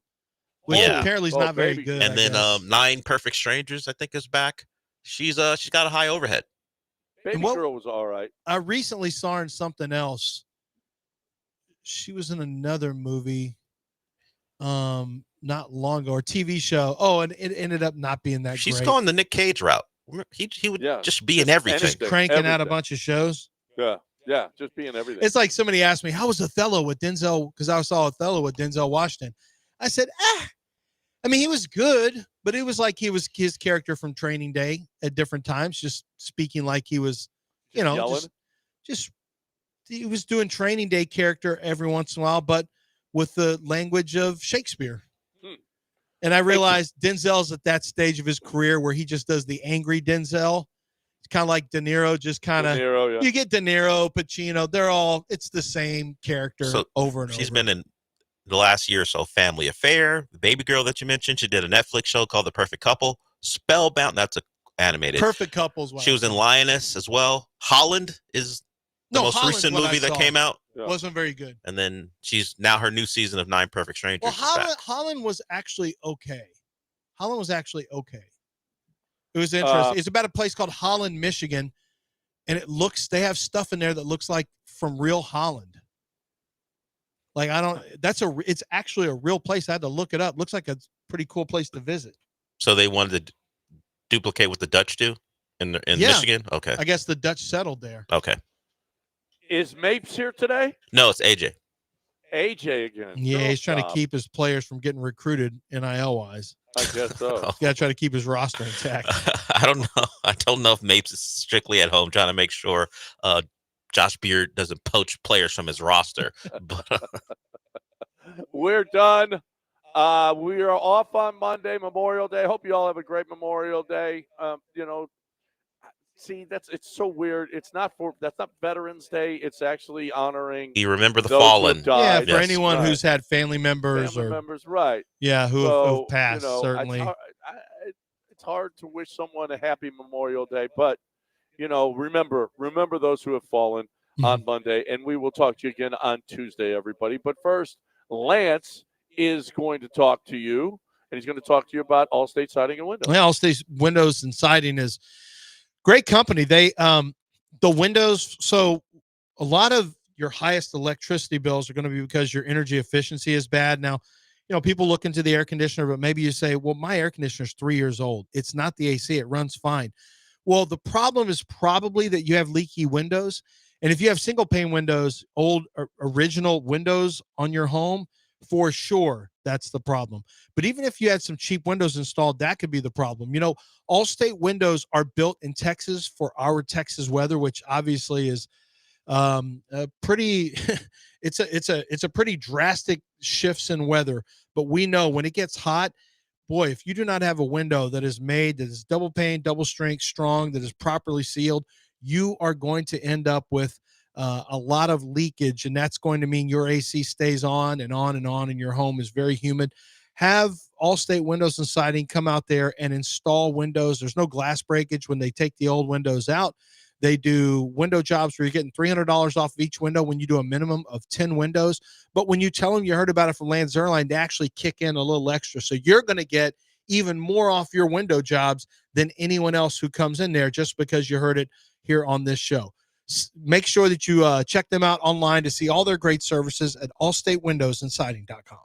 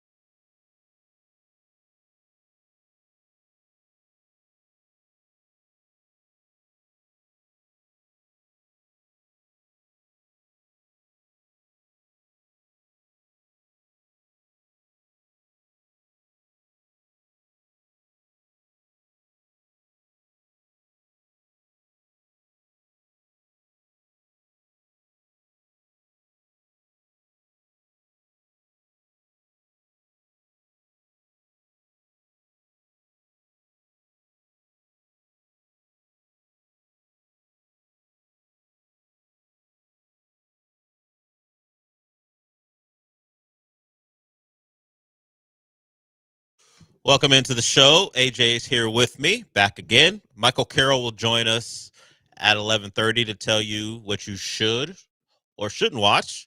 I imagine there'll be a conversation about Mission Impossible: Dead Reckoning, or is it part 2? Dead Reckoning Part 2. I think it's what it is. It premiered like they always do the Thursday night before, and of course, it'll be everywhere starting at probably 10:15 in some spots today. So a little bit after when we begin. So we'll talk about that and other things as we move along. We have the season finale of The Last of Us. Michael talks about The Last of Us on his podcast, which is called Comicast. So if you want a full spoiler review of that, you can listen to that. He does that with Jong Lee. But that's a little bit later in the show. What happened last night was a good Astros win. Altuve hitting home runs. He hit home runs in back-to-back innings. And they got to George Kirby. We talked about it yesterday. George Kirby is a guy who's dominated the Astros throughout his career. He has been great against them. It's his first start of the year, and the Astros took advantage. It didn't start great. Lance McCullers struggled early in the game. I saw some people, oh no, another Lance performance. People tweeting about it, upset about it. Of course, the eventual, this is what they're paying for, all those tweets. But while he wasn't efficient, after the early struggles, 4 1/3, 8 strikeouts, you'll take that from Lance McCullers. And the Astros with you would say the non-stars, their bullpen closed it out. Dubin, Okert, King, and Ort all out there combining to hold the Mariners without a run over the last, or at least the back half of that game after Lance went to 4 1/3. So you'll take that. And you hope as Lance McCullers continues to work that maybe the pitches come down, the innings go up, and he can be a guy you can at least get 5 out of as you try to work your way through what is a beat-up starting rotation, or at least work around it. And Ronel Blanco will get a second opinion because the first opinion said inflammation. At least that's the reporting coming out of the Astros. Who knows what inflammation actually means? When he's asking for a second opinion, it seems like whatever news he got wasn't very good, and he's hoping for something else. And it's got to be a bit insulting to the doctor. Like if you're the team doctor for the Astros and the guy comes in and goes, "Nah, you know what? I don't like what you're saying. I'm gonna go someplace. No, I swear, Ronel, this is what it is. Nope. Let me go find it someplace else. I want this confirmed." And sometimes, you go to a second specialist and they may have a differing view of your injury and what it might take to rectify it. And in some cases, they just confirm what the previous doctor said. So we will see. The hope is that whatever, of course, I don't know what the first doctor said, but the hope is that Ronel gets good news from the second opinion, and maybe he's not out an extended amount of time. That's the hope. It's not hope I think will come to fruition, but it's still open for interpretation, I guess. So we'll see what the imaging says when Ronel Blanco talks to his second doctor. But as far as the game, 9-2 the final, and Altuve hitting home runs was a sight to see. He has been someone who has struggled to drive in runs. He had 4 last night. Pena had a nice RBI double to drive a couple runs in as well. So, and credit to Dubon, who struggled in the field in their last game. He had a nice night offensively, playing second. So, which is probably his more natural position compared to left. If we're going to put Dubon out there and Altuve is going to play, I'd rather have Altuve in left and Dubon at second as opposed to some of the other combinations. And still we're waiting for Yordan, who will now go to taking and swinging at pitches from actual live people as he keeps moving forward in his rehab. So some good news there, some concerning news with Blanco, but overall, you like getting that win. And this was the time to see Kirby, because who knows when he's back and he gets going, how much success you're actually going to have, because history says you won't. And I misspoke. It wasn't a double. It was a 2-run triple by Pena last night. It was actually his 500th hit. So a milestone for Pena, who has been one of, if not the best Astros offensive player. You got to throw Jake Myers in there as well. He had a hit last night too. Now at 304 for Jake Myers. So 9-2 the final. Ryan Gusto pitches tonight as they try to take 2 from the Mariners. And they're only, as we always talk about, as much as they are very much an average team, some people might say meh, you're only 2.5 games behind the Mariners. The Mariners didn't have Rodriguez last night. He was scratched. But overall, this is a series where you love to bounce back from the Tampa series and take 2 out of 3. Excuse me, not 2 out of 3. 2 out of 3. Excuse me. Nope. Correct myself one more time. 3 out of 4. It's a longer one with and then you have the Memorial Day, Memorial Weekend coming up. So good time to go out and see the club if you've got the time, as they have a pretty good series going on against the division leaders, the Seattle Mariners. Okay. As far as anything else that went on last night, I'm a little disappointed. I was hoping we'd have a competitive Western Conference Finals, and so far, we're not getting that. Not at all. And it kind of goes the same way. In game 1, the Wolves were up, I think, by 9 late in the second quarter, and then the Thunder rip off 6 points. It starts the momentum going into the third quarter, and they run away with that one. Now, the Wolves weren't in that same position going into the half. They're actually down by 8, but they were staying in contact. But once the Thunder pushed it out to 8, the Wolves couldn't really get any closer, even in that third quarter, where for the first 5 or 6 minutes, the lead didn't get extended beyond like 11. Then it dropped back to 9, but it was always in that range. And maybe the Wolves might get it to 4, and then they give them a couple baskets. They just could not make a push. They couldn't go on a run. And another big third quarter for the Thunder, and which led into a fourth quarter where they ran away with it again. So right now, the Thunder with the MVP. He got his trophy presentation yesterday as he showed it to the crowd. CP3 was there. Kendrick Perkins was there for ESPN. Kendrick Perkins got an ovation, but one highlight on the big screen. CP3 got a long one. You could watch him at least be a little surprised by the fact that that he got such a rousing ovation, because he was sitting down at first and then he had to get up. At some point, you got to get up if the people keep cheering. So he did that yesterday. So I think he played a year there. So it's surprising that they feel that way about him. But if you think about it, they had been bad, purposely bad for a couple years now. But when he got there, and then they decided that was the year they're going to try. That was the year, his first year there, where they played in the bubble against the Rockets. They lost in 7. James Harden was on a typical James Harden elimination game performance, but he did get the big block on Lou Dort to end that series in the bubble. So Chris Paul, I guess, has holds a key piece in Oklahoma City Thunder fans' hearts, because he was part of that team who actually turned the franchise into one that was actually going to try to win games. And of course, Shea has taken off. That was a Dennis Schroeder, CP3, Shea team. Yeah. It was all 3 of them. And Shea was still figuring it out. Of course, CP3, as your starting point guard, is going to handle most of the offense, at least getting it going. Then you have another point guard on the roster you're playing. So he was trying to get in where he could and fit in where he could. But now you see the fruits of his labor. One of the best players in the game, if not the best player. The MVP says you are. I mean, we can have a debate depending on the year, but he is at least a top 3 player in the league. And you saw him take over. And the frustration is growing. If you missed it, Jaden McDaniels just shoved him.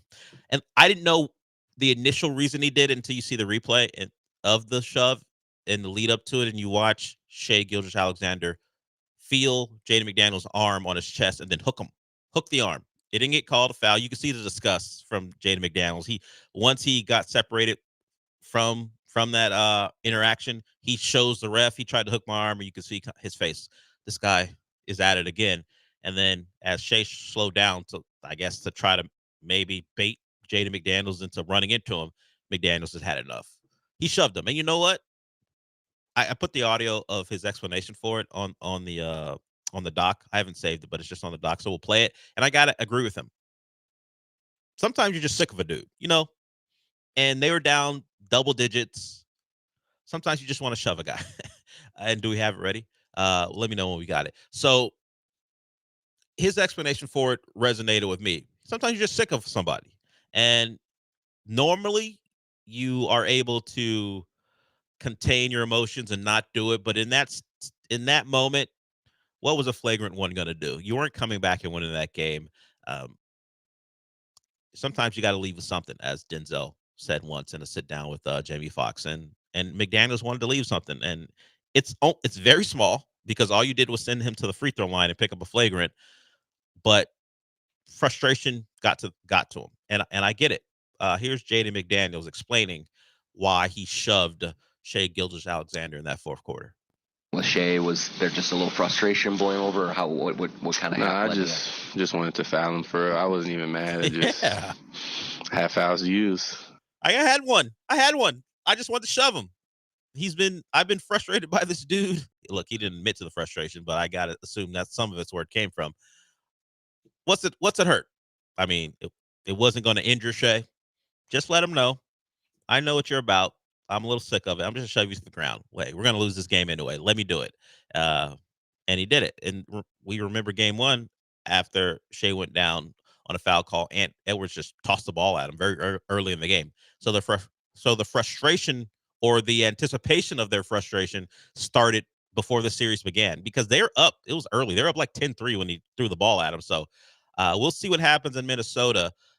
Change of venue can maybe switch the energy in the series, but right now the Wolves have to find a way to sustain deep into the second quarter to not allow the Thunder to gain any momentum into the third, and then got to be more competitive in the third. That's been their problem, and now they're down 2-0, and are the Pacers our only hope? I say that if you don't want the Thunder to win. If you want the Thunder to win, then obviously cool. But I can't believe it could be Halliburton versus Shea, Thunder versus Pacers. This is not the league I grew up loving. What happened to the league I love? Look, the Thunder have been in the finals. We're talking now 13 years ago or something like that now. We have the Pacers, who haven't been to a final since 2000. This isn't me being David Stern, who has passed, or Adam Silver as an NBA exec, thinking this isn't great for ratings. It's just not what you expected. The Thunder, yes, that was a team people thought was going to be really good. But if the Pacers are going to beat the Knicks and make the finals, I think it'll test people's interest in the NBA. I'm going to watch, but I would be interested to see for a couple stars. Shea won an MVP. Halliburton is raising his profile. If people will become attached to these guys and want to watch them play, the Pacers' ability to come back in games has been very fun to watch. But is that enough to draw people to a potential finals? Now, we're a long way away from that. If the Knicks can very well win the night and flip how we feel. But I don't want the Knicks in the finals. I talked about that yesterday. I'm not looking for that. But a Pacers-Thunders final. Indiana versus Oklahoma City. And the one thing I will push back on would be the conversations that will begin about how these two teams are built. It will be one of those things where, see, you don't need to accumulate stars. We've all heard these conversations. If you think back to the Pacers when they were trying to go up against LeBron, when they had Hibbert and David West and Paul George, it was built, not bought. We're built, not bought. It's going to be, if the finals go the way it could go with those two teams, Pacers, Thunder, it's going to be a lot of, you could build a team this way conversations. You don't have to accumulate stars. You can be homegrown and stuff like that. And I will always say the two best players for each team, both traded for. They did not draft them. But it would speak to what the Pacers have done, because while they have had lottery picks, I talked about it yesterday, Walker's the one top 10 lottery, maybe Mathurin too. I got to look where Mathurin was drafted, but he's not even a starter. They don't have a top 5 pick on their roster, I believe, as far as guys who were drafted that high. It's a team who it's a bunch of guys who came together. Guys traded. Siakam, probably their big acquisition. Miles Turner's been around forever. Guy who's always been in the trade block seemingly since he became a pretty good player in the NBA. He stuck it out with the Pacers. They didn't get rid of him, and it's worked out for him. Then, of course, the Thunder story is the big trade for Shea. They've made smart moves, bringing in Caruso, which was a trade when they traded one of their young pieces in Giddey, and, of course, Hardenstein as well. They signed him because the Knicks simply could not pay him what his value was. So There are always going to be different ways to build a team. I don't side one way or the other. If you want to accumulate 2 stars and work it that way, cool. I don't think it matters, particularly if you win a title. I mean, some people think less of certain titles. You know what? Titles only really matter to the fans of the team, and if they're not going to care. Like everyone was talking about the Celtics' easy run to the title. Celtics fans don't care. Those are jokes for the people who don't root for the Celtics. So, two teams who didn't build it by acquiring stars who were at that star level when they were traded for. But that could be your finals, and I think it would be an enjoyable run. I think the Thunder's defense is going to suffocate anyone, but I like to see the Pacers and their offense and their pace and space try to combat what the Thunder like to do defensively. I think that series will be fun for as long as it lasts. So there we are. We got a game 2, Knicks Pacers tonight, and with the Thunder up 2-0, and Edwards and the Wolves got to figure some things out. Well, before that series is over pretty quickly. I was hoping for a long series. Don't feel like that right now. We'll see what happens in game 3. Okay, we'll go to break with that. We'll get into some college football stuff because there are going to be changes in the CFP. We'll also talk about something that Mike Malone he likes to be called Michael. Michael Malone had to do yesterday. He didn't even coach the Nuggets anymore, but he had to clean some stuff up because apparently you can't say one guy's the MVP without it being an insult to the other guy. So we'll get to that too. If you want to get in on the show, you can. 713-780-3776 is the number. We'll talk some Astros as well. We'll also get to more Astros, excuse me. We'll also get to some sound we didn't play yesterday from Ime Udoka talking about the Rockets and the season that was. So it's me and AJ till 12. We will be back.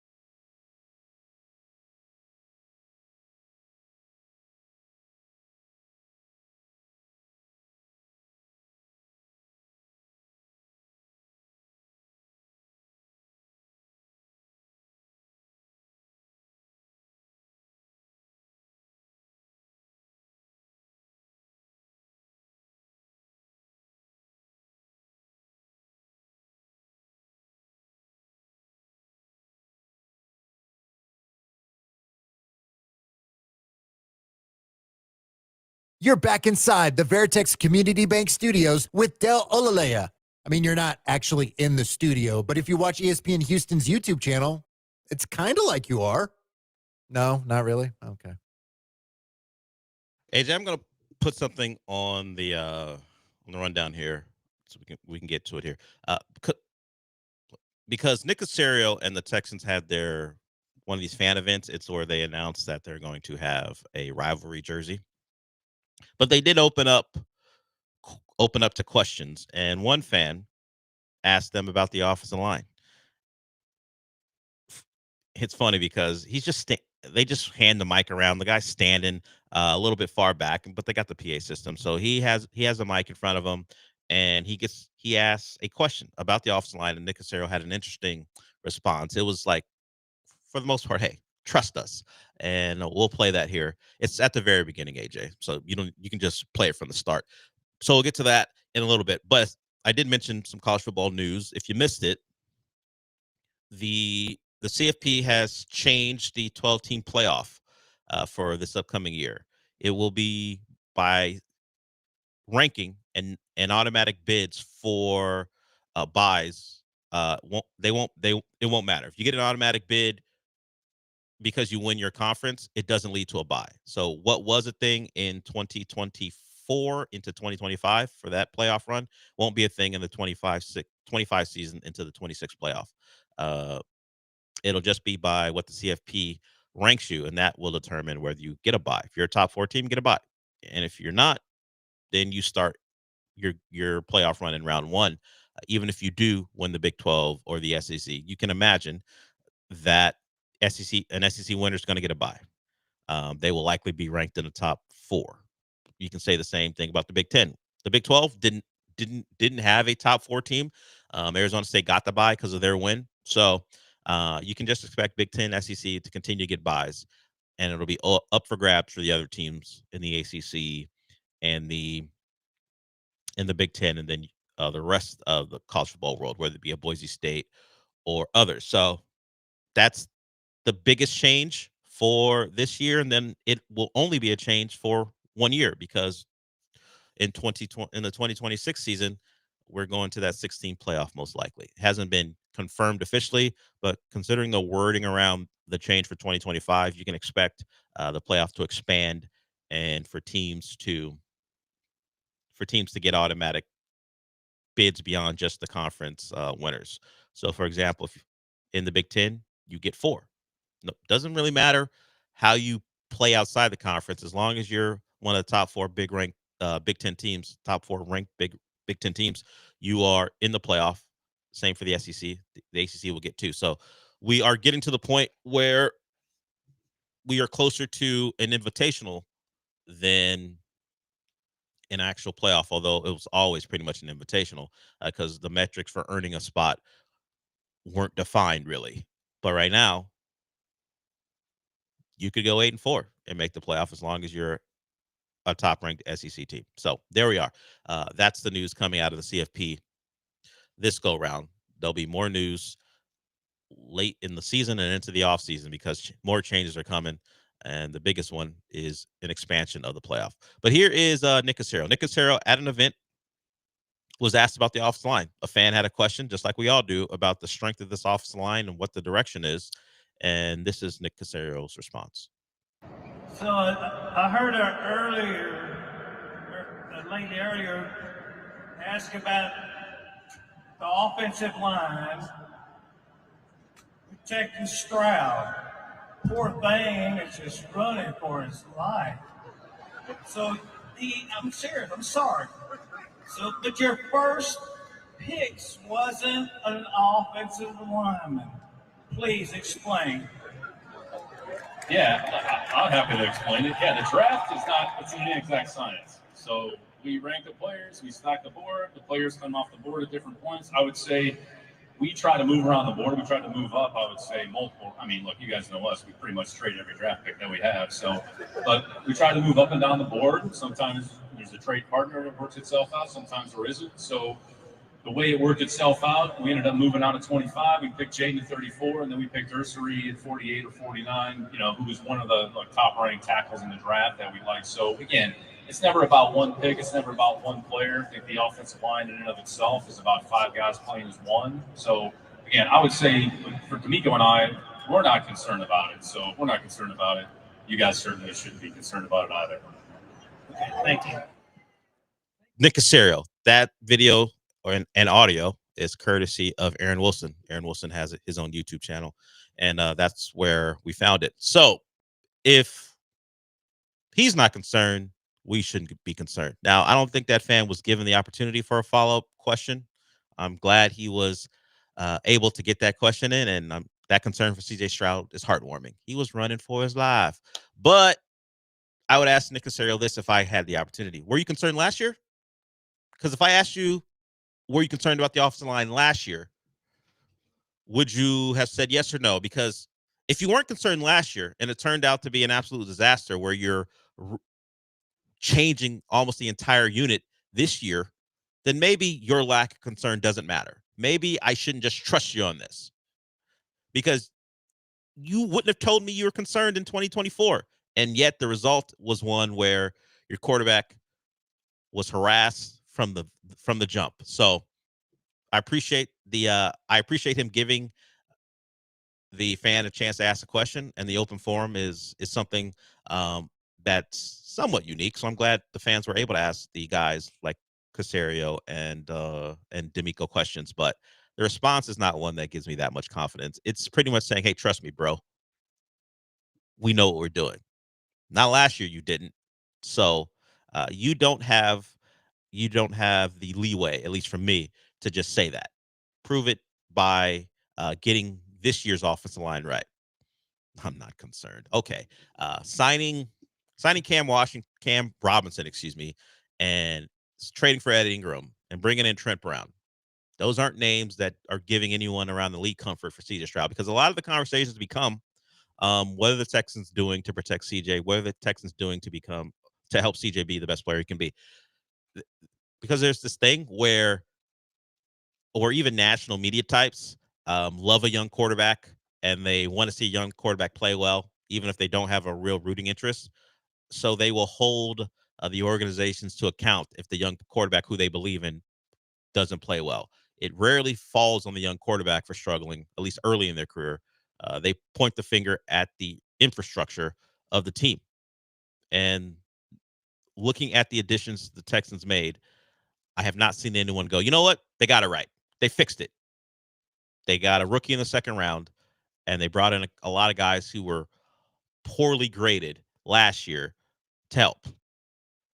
Maybe simply changing the offensive line coaching room is going to be the difference. I just don't think Cam Robinson, Ed Ingram, and Trent Brown and the rookie Ursary should instill a lot of belief in the people watching this team play. Maybe the group of 5 will be better than the parts. I don't know about that. I'm certainly not going to use Nick Caserio's confidence to assuage my concerns. But there it is. If I'm not concerned, you shouldn't be concerned. How many times can you get that off in life and people would let you? Like, AJ, has there ever been any? I don't know if I want to put you on the spot, to be honest. Let's say hypothetically. Mm-hmm. So it's not about you. It could be someone like you. Okay. If someone, let's just say a significant other of yours, had a concern, and you said to them, if I'm not concerned, you shouldn't be concerned. How does that play out? It usually doesn't play out that way. Exactly. To a woman. Exactly. You cannot get that off in real life. Yeah. So I'm not going to let Nick Caserio get it off with me. Think of me as a someone who cares about the health of CJ Stroud. I'm still concerned. That's all. We'll see if Nick Caserio is right in year 3 of CJ Stroud's career. All right, we'll go to break with that. If you want to get in, you can, 713-780-3776. Maybe you're not concerned either, because Nick Caserio said you shouldn't be. And if you are, you can certainly call in about that as well. But before we go to break, I want to talk about Monument Chevrolet. It's the place you go to right now in the month of May if you want those employee savings on their entire inventory, whether that be new or pre-owned. Check them out and what they have to offer at monumentchevrolet.com. And if you're an active service or retired military personnel, you get $750 off. And also, you get savings on OnStar or SiriusXM. So they got plenty of deals going on. You can check out all they have to offer at monumentchevrolet.com. And once you go there and see the car you love, you can head out to Pasadena off of Beltway 8 and 225 and check it out in person. And the best part about the Monument Chevrolet experience is they'll treat you like family, and there are no surprises about those cars. So if you have done your research on the site and you expect to get the price that you saw, you will. No hidden fees, no upcharges. You're not going to be surprised by anything you see when you go out there, other than how great the service is. And they understand car buying could be a little tricky. Maybe you don't know what you're doing. Maybe you've never been out there on a lot before, and you want it to be as simple as possible. They will walk you through what it takes to get the car that you love. Maybe you'll meet Javier, who was their salesperson of the week, and others like him. They're perfect for someone who just needs information, and put the car in front of them that they want. They'll do that for you. They'll get it done for you as quickly as possible. So remember, monumentchevrolet.com is the website. Go out to Pasadena off of Beltway 8 and 225 and check out the lot. And the final thing, remember this: Chevrolet, together, let's drive.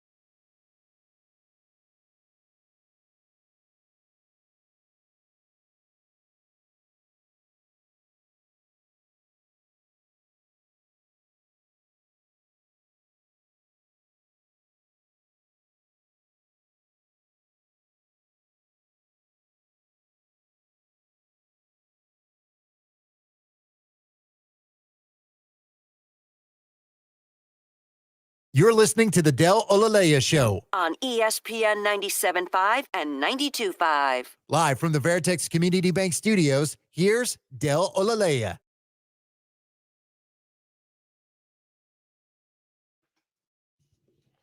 We'll be joined by Michael Carroll at 11:30, the host of Comicast. So if you got questions for him about any show, he can answer it. I can't guarantee he has watched it, but we can certainly talk about it. If you have a recommendation, because we make plenty of those here. If you got a recommendation for what we should watch, you can do that. So that's coming at 11:30. Okay, so I mentioned earlier Michael Malone. Michael Malone, the former coach, of the Nuggets. He also coached the Kings. So he has lived the life of a coach where you lose jobs, you get fired. It happens. And in both cases, a lot of people think neither one was the right decision. The Kings do this. They fired Mike Brown, and now I think Doug Christie went from interim to full time. That's a team who hasn't been good since I was a kid, as far as like really good. I'm talking about the Chris Webber years and Peja and Mike Bibby. Since that point, they've had a lot of losing, and they've now traded away Halliburton and De'Aaron Fox for reasons. So the Kings stay the Kings. Michael Malone wins a title with Denver. A couple years later, he's out because he can't get along with Calvin Booth. Decisions about who should play, who shouldn't play. Calvin Booth drafts a lot of young guys. Michael Malone, as you might imagine, wants to play older players. And the clashing, the personality stuff, both gone. And the Nuggets almost make a conference finals despite it. Michael Malone's best player is Jokic. Jokic didn't win the MVP. And of course, ESPN has Michael Malone on, so he is going to be asked about the MVP race, considering who he coached. He thought Shea was the MVP. That was his initial initial take on it. And of course, everyone thought, oh, that's shaded Jokic. It can't simply be a guy saying SGA is having the best year. His team's the best. Let's give it to him. It was supposed to be, for some, a slight at Jokic. So Mike Malone now has to clean it up. We always got to clean it up because relationships matter. And I'm sure even with Jokic being the least likely star to care about such matters or even have heard about it, Mike Malone doesn't want it out there that he thinks Shea is better. So here's Mike Malone yesterday redoing his thoughts on Shea versus Jokic. I think I put it. Did I not? If I didn't throw it on there, that's on me. I thought I threw it on there. It's probably I was probably lower on the doc age. I'll put it on there. That's on me. I thought I might have thrown that on there for you. So we'll get to that. But it's kind of remarkable. The guy can't just say, this year Shea did it. This year, this MVP is Shea's. Instead, you have to answer for your original thought. I think it's maybe even embedded in the article. So let me know when you got it. It's a little lower on our doc, but I don't think his initial comments were unreasonable. I mean, it's kind of what I think Jokic is the MVP, but it's just a lot of what several have said. He's having a great year. He's the best player on a team who we think is going to win the title. So I think he's the MVP. And a lot of the MVP is about narrative. And Jokic has won 3 now?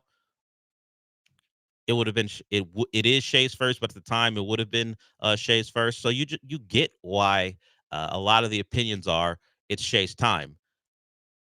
So I don't think anything he said was nuts, but he did have to answer for it. And here was Mike Malone yesterday on Jokic versus Shea.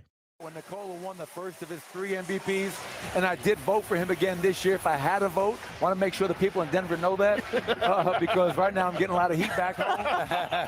Welcome to TV, Michael. Yeah, no doubt, but it does legitimize the performance that you had, but he was such a business mindset, mental approach. Yeah. It meant nothing to him. He was solely focused on the team goal of winning a championship, not the individual accolade.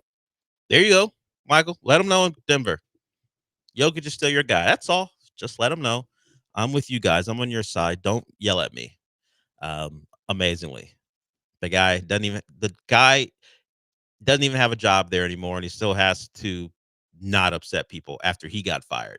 But I'm sure the fan base now loves him again, or they'll never forgive him for his initial honest thoughts on the matter.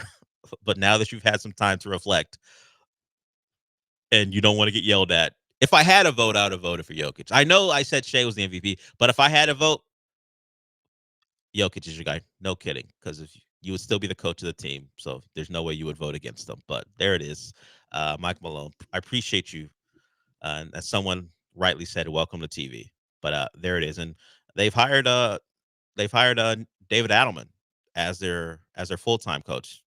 David Adelman took over from Michael Malone after his firing, and a good run. You pushed the Thunder to 7, and I think a lot of people believe the Nuggets are going to provide the biggest challenge for the Thunder, and at least so far, considering what the Thunder did in round 1 and what they're doing to the Wolves so far.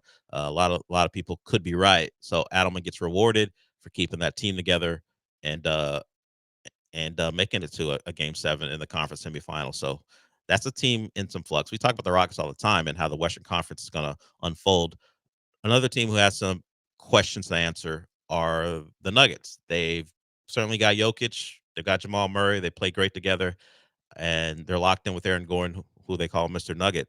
But I think the equation for them, or at least the question for them, is what do you do with Michael Porter Jr.? They paid him. He likely isn't worth what they're paying him at, even at his best. I'm not going to use this playoff run against him. He was clearly injured. I imagine we'll hear that he has off-season surgery. That's just how these things go. The way he fought through it, credit to him. He just couldn't be right all the time. Uh, an injury to your shoulder when you are a shooter, you're going to have problems. So, but going forward, what do they do to strengthen this roster? A roster that was at best 7 deep, and I'm being kind of favorable to guys like Russ, because you never knew what you're going to get, and then the guys like Strouder and Peyton Watson couldn't be counted on either. So the guy who could bring in a couple rotation pieces, even if they aren't as good as Michael Porter Jr., at least where his ceiling is, he's the guy you have to consider moving, because I don't see you moving Murray, and I don't think there's any way you're moving Gordon. So that's another guy who could be on the move. And this is not a bring Michael Porter Jr. to the Rockets. Don't think he fits the profile. And I want to thank Julius Randle for staking it up last night after we did a social video of me talking about how good he's been. Should have known. That's generally how it goes. I think there's another video where they pulled a segment from this show, and then I think I was like, Jimmy Butler's not a guy who can carry a team in the playoffs, and then he immediately goes for like 30 something in the game. I don't think they won that game, but I gave like a specific stat line for him, and he had like 33. I think I said he couldn't get 35 on like 25 shots or something, and then he went and got 33 in that game 3 loss at home to the Wolves. And I found myself going, even in my head, where really it only matters, I need you not to make another shot. I need you not to get to 35. So I credited Julius Randle, thought he'd be a good addition to the Rockets, and then he goes out and was awful and got benched, and they played Naz Reid over him. My point remains. He's been pretty good these playoffs. In fact, really good. But last night was a stinker, and the Wolves needed him. He is their second best offensive player, and if he plays that way, they really got no shot against the defense that the Thunder put out there. But oh well, sometimes you swing and you miss on your thoughts. We'll go to break with that. Once again, 713-780-3776 is the number to get in on anything. It's me and AJ as we head to the Memorial Day weekend. And once again, Michael Carroll will join us at 11:30. We will be back.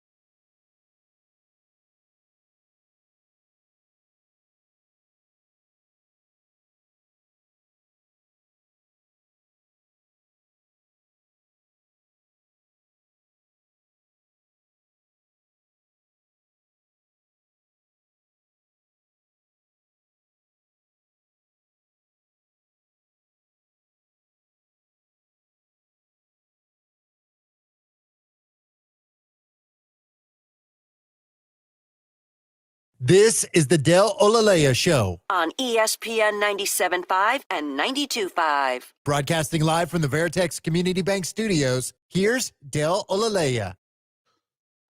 We'll get to this, and then we'll get out and head to hour 2. Amen Thompson makes first-team All-NBA. Had the 5th best showing as far as first-place votes go. He loses out on the DPOI, as we know. Evan Mobley won that, but Amen Thompson makes that first team. It was him, along with Dyson Daniels. We had Draymond as well. Dyson Daniels is the wing out of he plays for Atlanta. I think he was with New Orleans, and he came over in the trade. And New Orleans, once again, that's a team who I don't really get, considering all the options and opportunities they've had to build a team. And yet somehow, some way, whether talent leaves or talent can't play because of injuries and maybe conditioning, it's not as if they're terrible at drafting. It just doesn't come together, and decisions they've made have gone poorly. And it really all started when Anthony Davis said, "I don't want to play here anymore," and they've been trying to find their way back from that point of losing out on a franchise player. And we know the Zion experience hasn't gone well. Trading for Brandon Ingram, that didn't go well for them. They eventually traded him to Toronto. It's just been a team who's had talented players roll through there. They just can't put it together. And Dyson Daniels mentioned, I think, when he got to Atlanta, he said, "Yeah, I don't know. That place is kind of cursed because guys always just get hurt." He was happy to get out of there, and he flourishes with the Hawks and makes first team at least all defense. So credit to him for that. So it's Mobley, Amen, Draymond, and Dyson Daniels. There's one other. I don't know why I'm blanking on the name here. I'll get that for you as the first team all defensive NBA team was announced. But it's a big man's award, the DPOI. We're having to talk. Oh, Lou Dort, the other one. We were having that conversation earlier about Amen and why he should have won or why he didn't win. And you just look to how the award is handed out. Unless you're big or your name is Marcus Smart, you don't win the award the last like 8-9 years or so. And I use that because I use that as a line to break it up, because I don't know how they classify Draymond. Like, Draymond is not really a big, but he defends bigs. He'll defend wings, but he's like 6'8", 6'7", so he wouldn't really be classified as that. But as the Warriors' small ball 5, I guess he gets that credit because he has to sometimes defend bigs. And unless you are a shot blocker or a rim deterrent, a rim protector, or you are defending 1 through 5 consistently, and they have you sometimes as a center because of how your team is set up, then you're not likely to win the award. I mean, Giannis has won it, and wing big, whatever you want to call him, he's like what, 6'10", 6'11", so he qualifies. It's just not an award for a wing right now, and that's why Amen Thompson. It may take a while. It may take a big campaign. It may take more years than it should for him to be someone that wins that award. He's great. The percentages shooting against them are very low. He shuts down people, shuts down some of the best scorers in the league. But are you 6'11" and do you block shots? Are you considered a rim protector? Then maybe the award is not for you.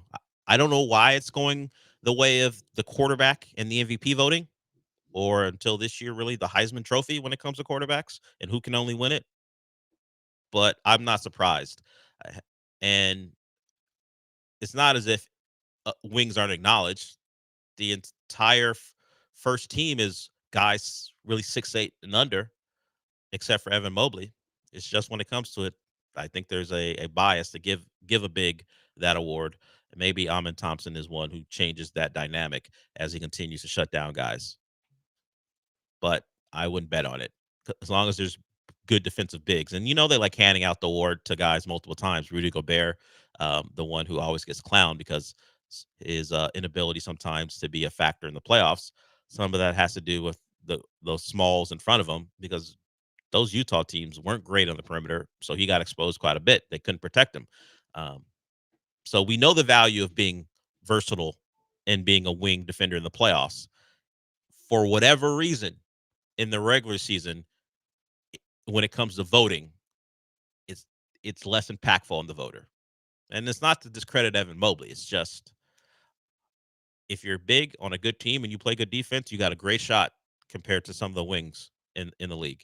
And you give Dyson Daniels some real credit because that Hawks team wasn't good, and he still made the list. All these other guys are either Draymond, who's is good and a legacy vote, and he played for the Warriors and all the attention that brings, and then Lou Dort, best team in basketball, Evan Mobley, best team in the East, and Amen, the Rockets were a 2 seed. So we want to give a guy a lot of credit for breaking through as Dyson Daniels.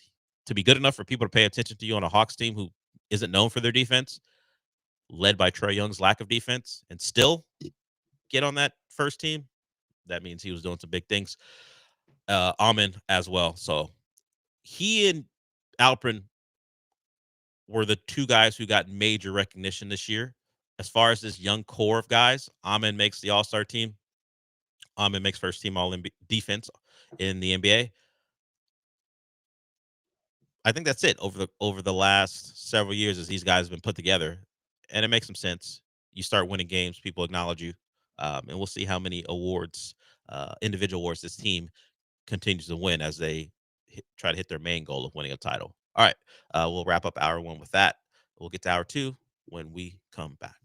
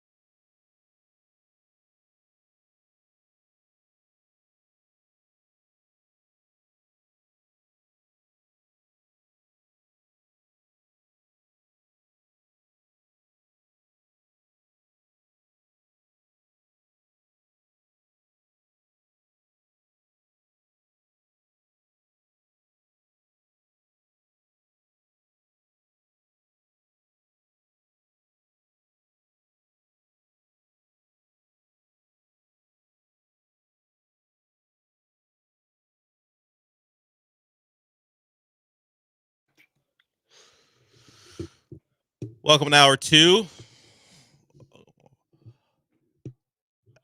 At 11:30, Michael Carroll joins us. At noon, it'll be Joe and Brian doing the show. I forgot that Paul was not going to be in today, and then the Killer Bees follow them.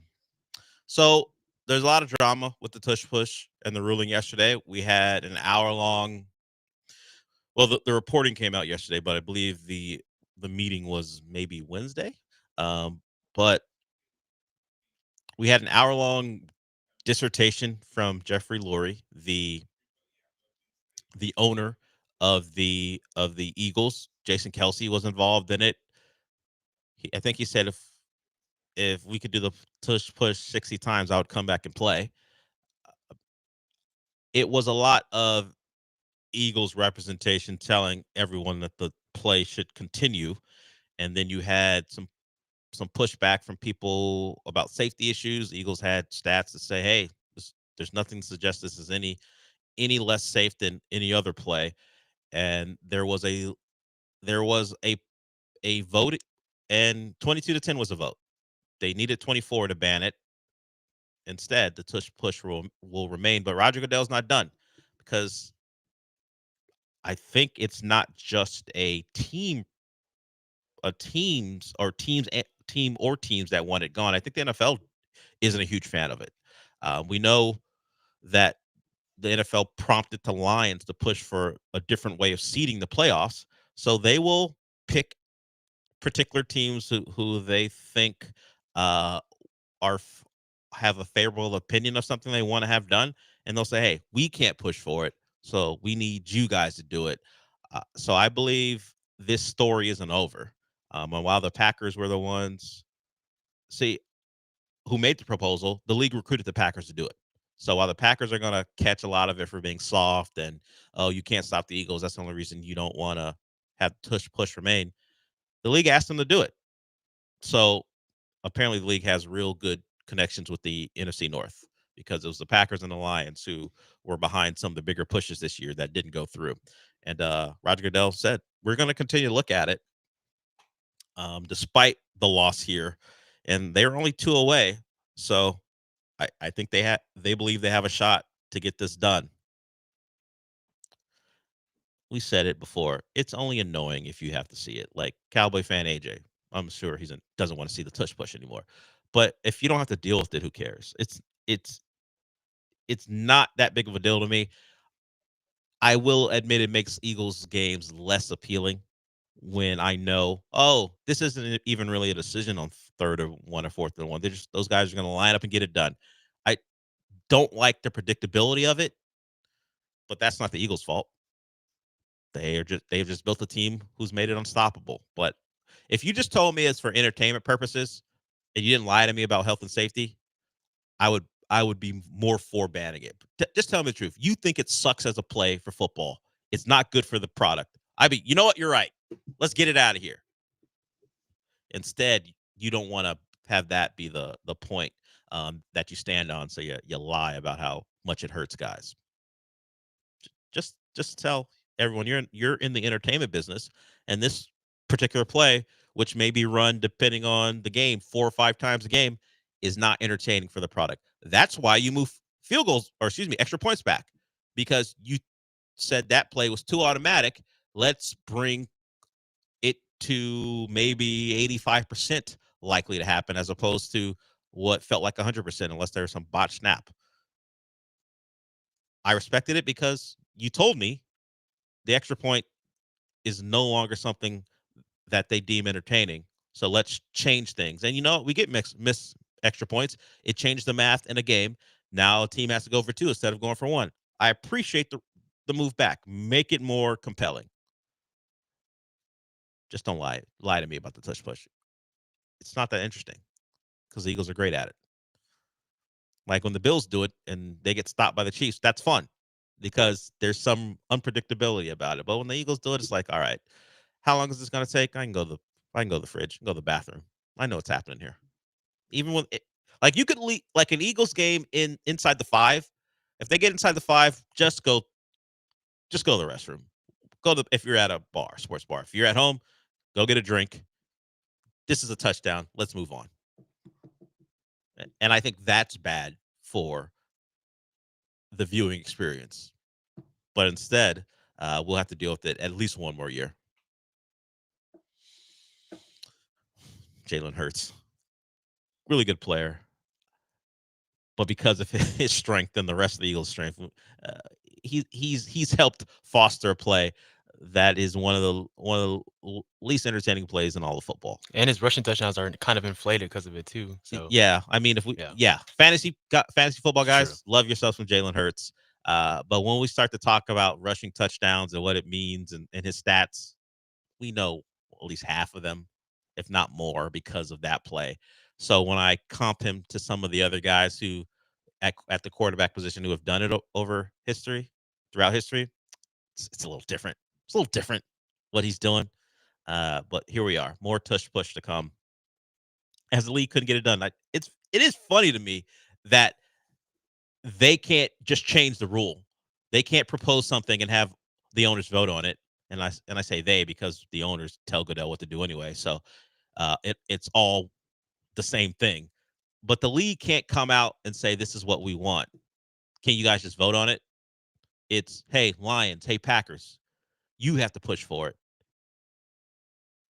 It seems a little dumb. I mean, you pay Roger Goodell to do what you want him to do. You guys just couldn't come together without this dog and pony thing where the Packers are the ones who have to take the brunt of the criticism when it's really about the league office who wants it out, who are employed by the owners themselves. Whatever. That looks like La Salsa, you said. So we'll get to La Salsa when we come back. La Salsa has a thought on a TV show. I watched Your Friends and Neighbors yesterday, episode 8. It's the John Hamm show. I think there's one more episode in the season. I'm not a dad, but it plays to the dad demographic. It's a show about how a rich guy deals with the tumult, the tension in his family, his ex-wife sleeping with his best friend or one of his friends, and his kids hating him. It's a very suburb dad show, but it's on Apple, so I'll give it a shot. I'm already paying for it, so I might as well watch it. And I just got that Netflix bill. I'm like, I don't know, man. They're not providing a lot. I mean, I'm a completist, so I'm hanging on to Stranger Things, and I'm watching that because I've started from the jump, and those kids have been around for feels like a decade now doing that show. So I'll finish that, but after that, Netflix, you're charging me what you're charging me for the product. I don't know. Enough may be enough. We'll see. We'll see if Stranger Things keeps me hanging on, and I'm not sure. So we'll get to La Salsa when we come back. If you got something on TV, you can certainly call in about that or anything else. We will be back.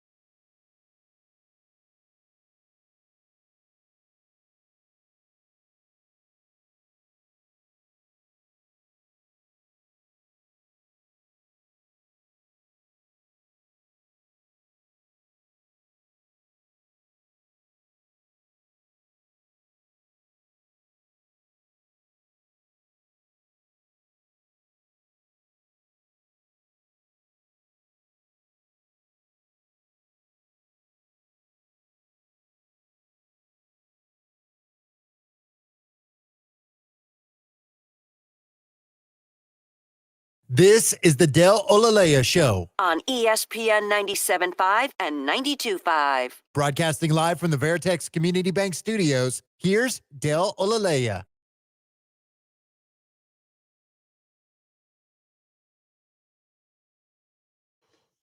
Okay, we have something to give away. If you love fantasy football and you love minor league baseball, we got something for you coming up here shortly.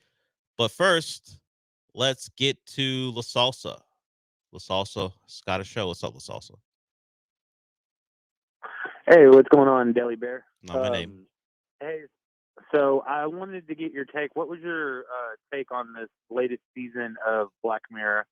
Also, I've been getting back into hip hop. Are there any new artists coming up that I should be paying attention to? And that's all I got. There's Slime in the Ice Machine. Later, Deli Bear. Wayne Dolcefino is back, folks. I can't give you anything on Black Mirror. I have not watched the latest season. It's on the list. I just haven't gotten to it. It's one of those things where I always think I'm gonna get to it, and then I go, nah, I'm not. I got a summer full of nothing except Astros baseball. So I will watch it then. But it's down on the list. But eventually I'll get to it. As far as hip hop, I don't know, man. I'm at the point where I'm just listening to the people I've always listened to. I mean, we do have a younger person working on the show today. AJ, if you want to advise someone on new artists who they should be listening to, what you got? I don't know. I mean, I listen to like a lot of different people that's like not old, but like not new, like past 5 years, stuff like that. Well, So, La Salsa's probably, if I could tell, late 20s, 30s. So he's probably a little older than you. So what's not new to you might be new to him. Give him what's current, what you're listening to, and maybe that's new to him. well, I listen to a lot of versatile stuff. So like, I mean, obviously rap, but I listen like I think he's looking for hip hop. So okay. in that realm, what do you got?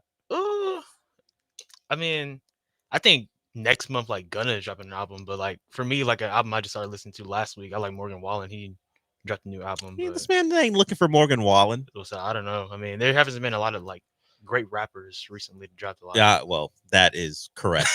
That's correct. To be honest. That's right. But what if I went to recently played in your phone? What hip hop is there right now? Can't believe you said Morgan Wallen on this show.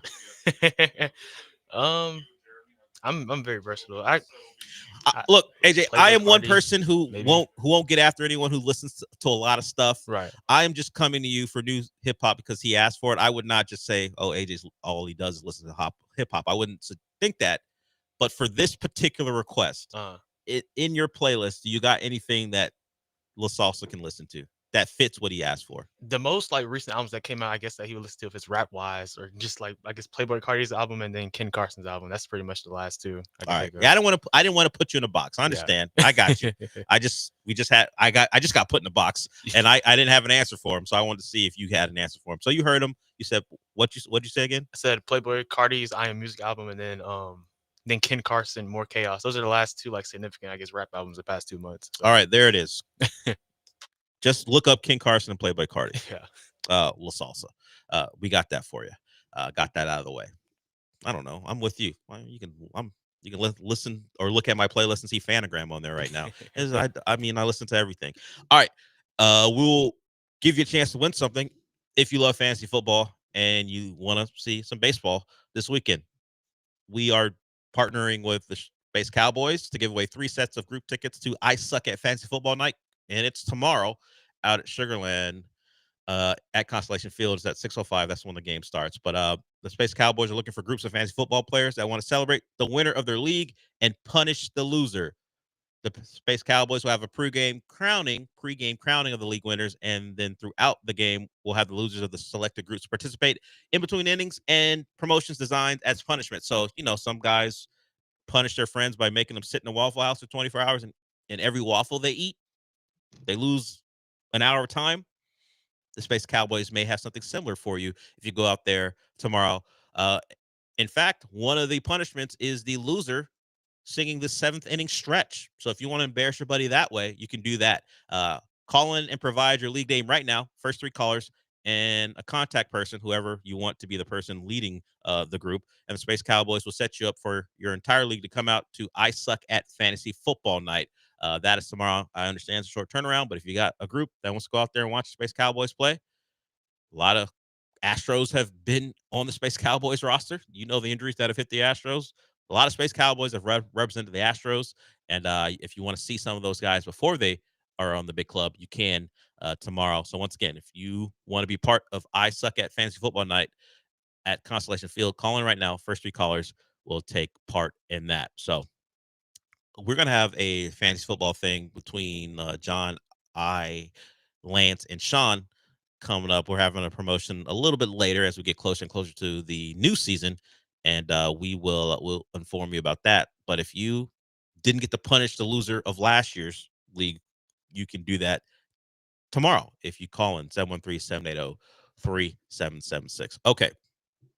Of course, we'll be joined by Michael Carroll in a couple minutes. So if you have questions about shows and movies, you can call in at about 11:30 because he'll join us then.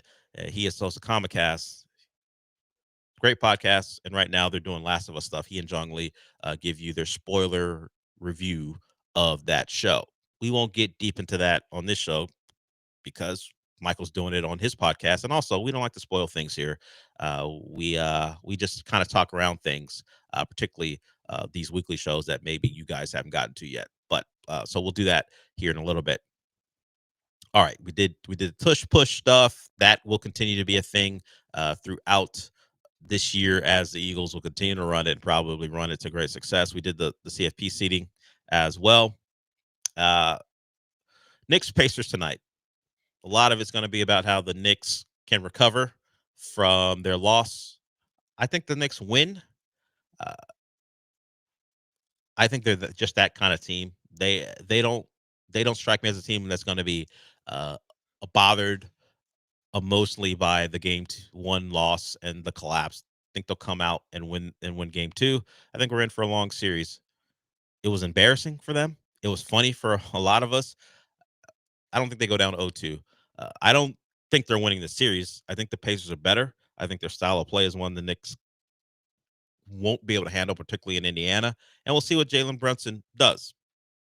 That's the guy who they're going to look to respond. Like Cat, I think had a pretty good game, actually offensively at least. He was bad defensively. They all were. He was one of the guys they targeted to get Neesmith shots. Cat's playing to drop while Neesmith is going off, and they took it, and the Pacers took advantage of it.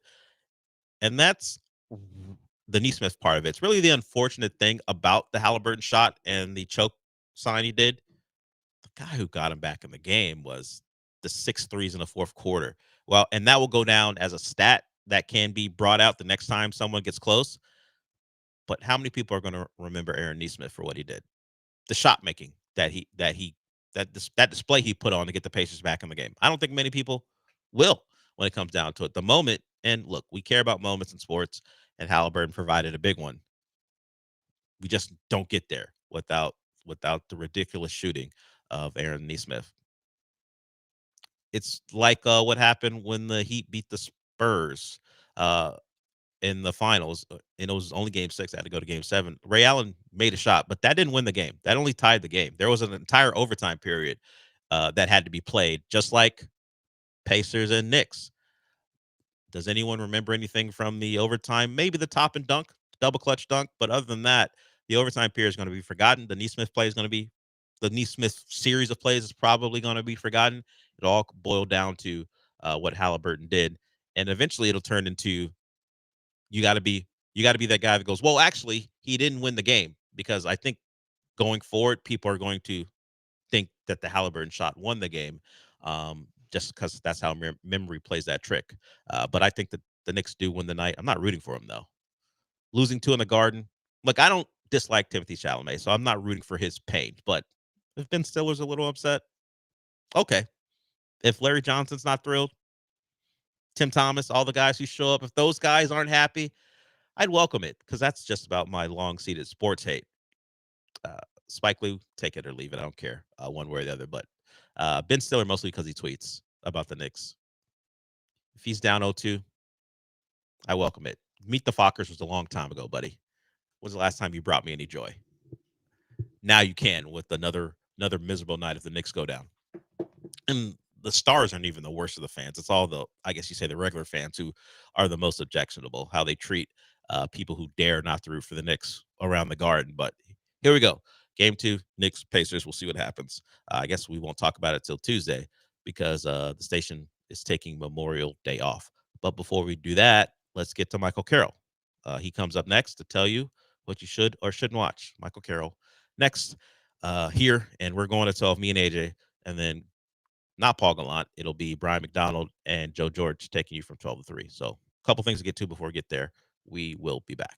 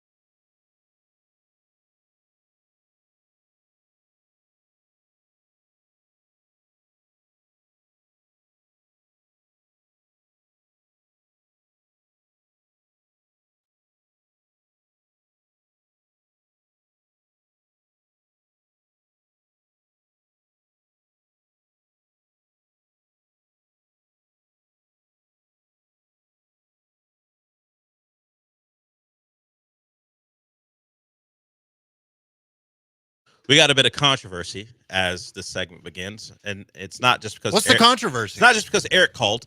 It is because you replayed something that Lance did earlier in the week. What do you mean? Giving people who work here chips. It's my friends. I'm giving my friends chips. So you gave me a bag of chips from the vending machine. Who else got chips? AJ. AJ got chips as well. You're welcome. Hey, you're welcome. Now, AJ. Lance didn't give me chips.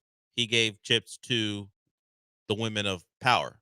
Yeah, they were already gone. So, Yeah. Michael apparently attempted to do that as well, but as you heard, well, Melissa's down the hall. She's No, but I wanted to give it to my friends on the show. Thank you. You're welcome. Your friends off the show took notice. Well, they're not on the show right now, so obviously they're not my friends. Well, it would make more sense to give the guys who aren't speaking chips, so they can. It's my friends, and I want to make sure they have chips. Sustenance in the morning.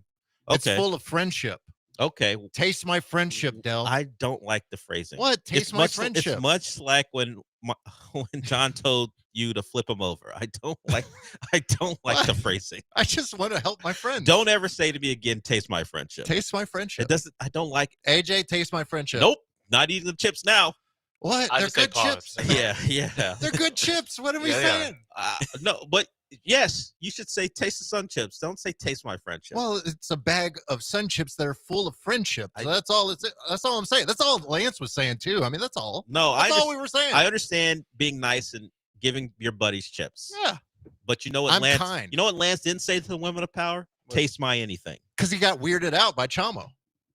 By who? Chamo, the guy that was in there. Yeah, he got freaked out because the guy who was there, who he didn't expect was there. Yeah. Kind of caught him But in the act. When I came in here, I wasn't freaked out by you guys.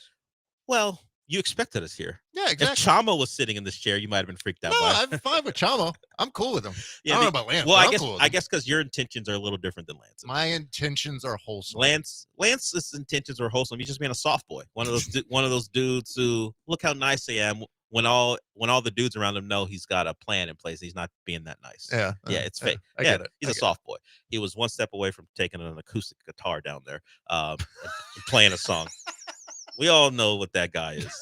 But Lance is fine. Lance, it's nice. He gave the ladies of power chips, and you're doing the same. What? But for us. Why did I just imagine him holding a speaker like a I don't know, stereo and say anything? over his- Yeah, I don't know. That might have been next too. But either way, I appreciate the sun chips. You're welcome.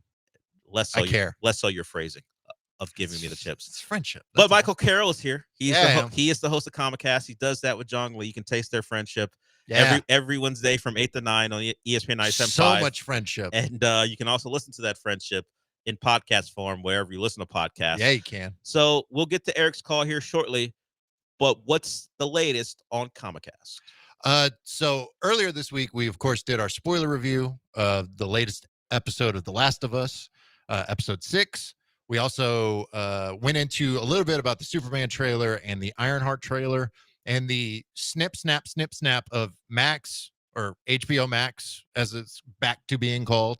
The absurdity of that. And then actually today, you can hear a conversation that Jong and I had with Eric Francisco of Esquire and Jessica McNair of the Tales of the Force podcast, where we dive into all the spoilers for Andor season 2, full season review. Okay, so I don't know where you stand. It was earlier in the week, I believe. I expressed my dislike for aliens in my Star Wars. Yes. I even coined myself an alien racist. I just simply don't like.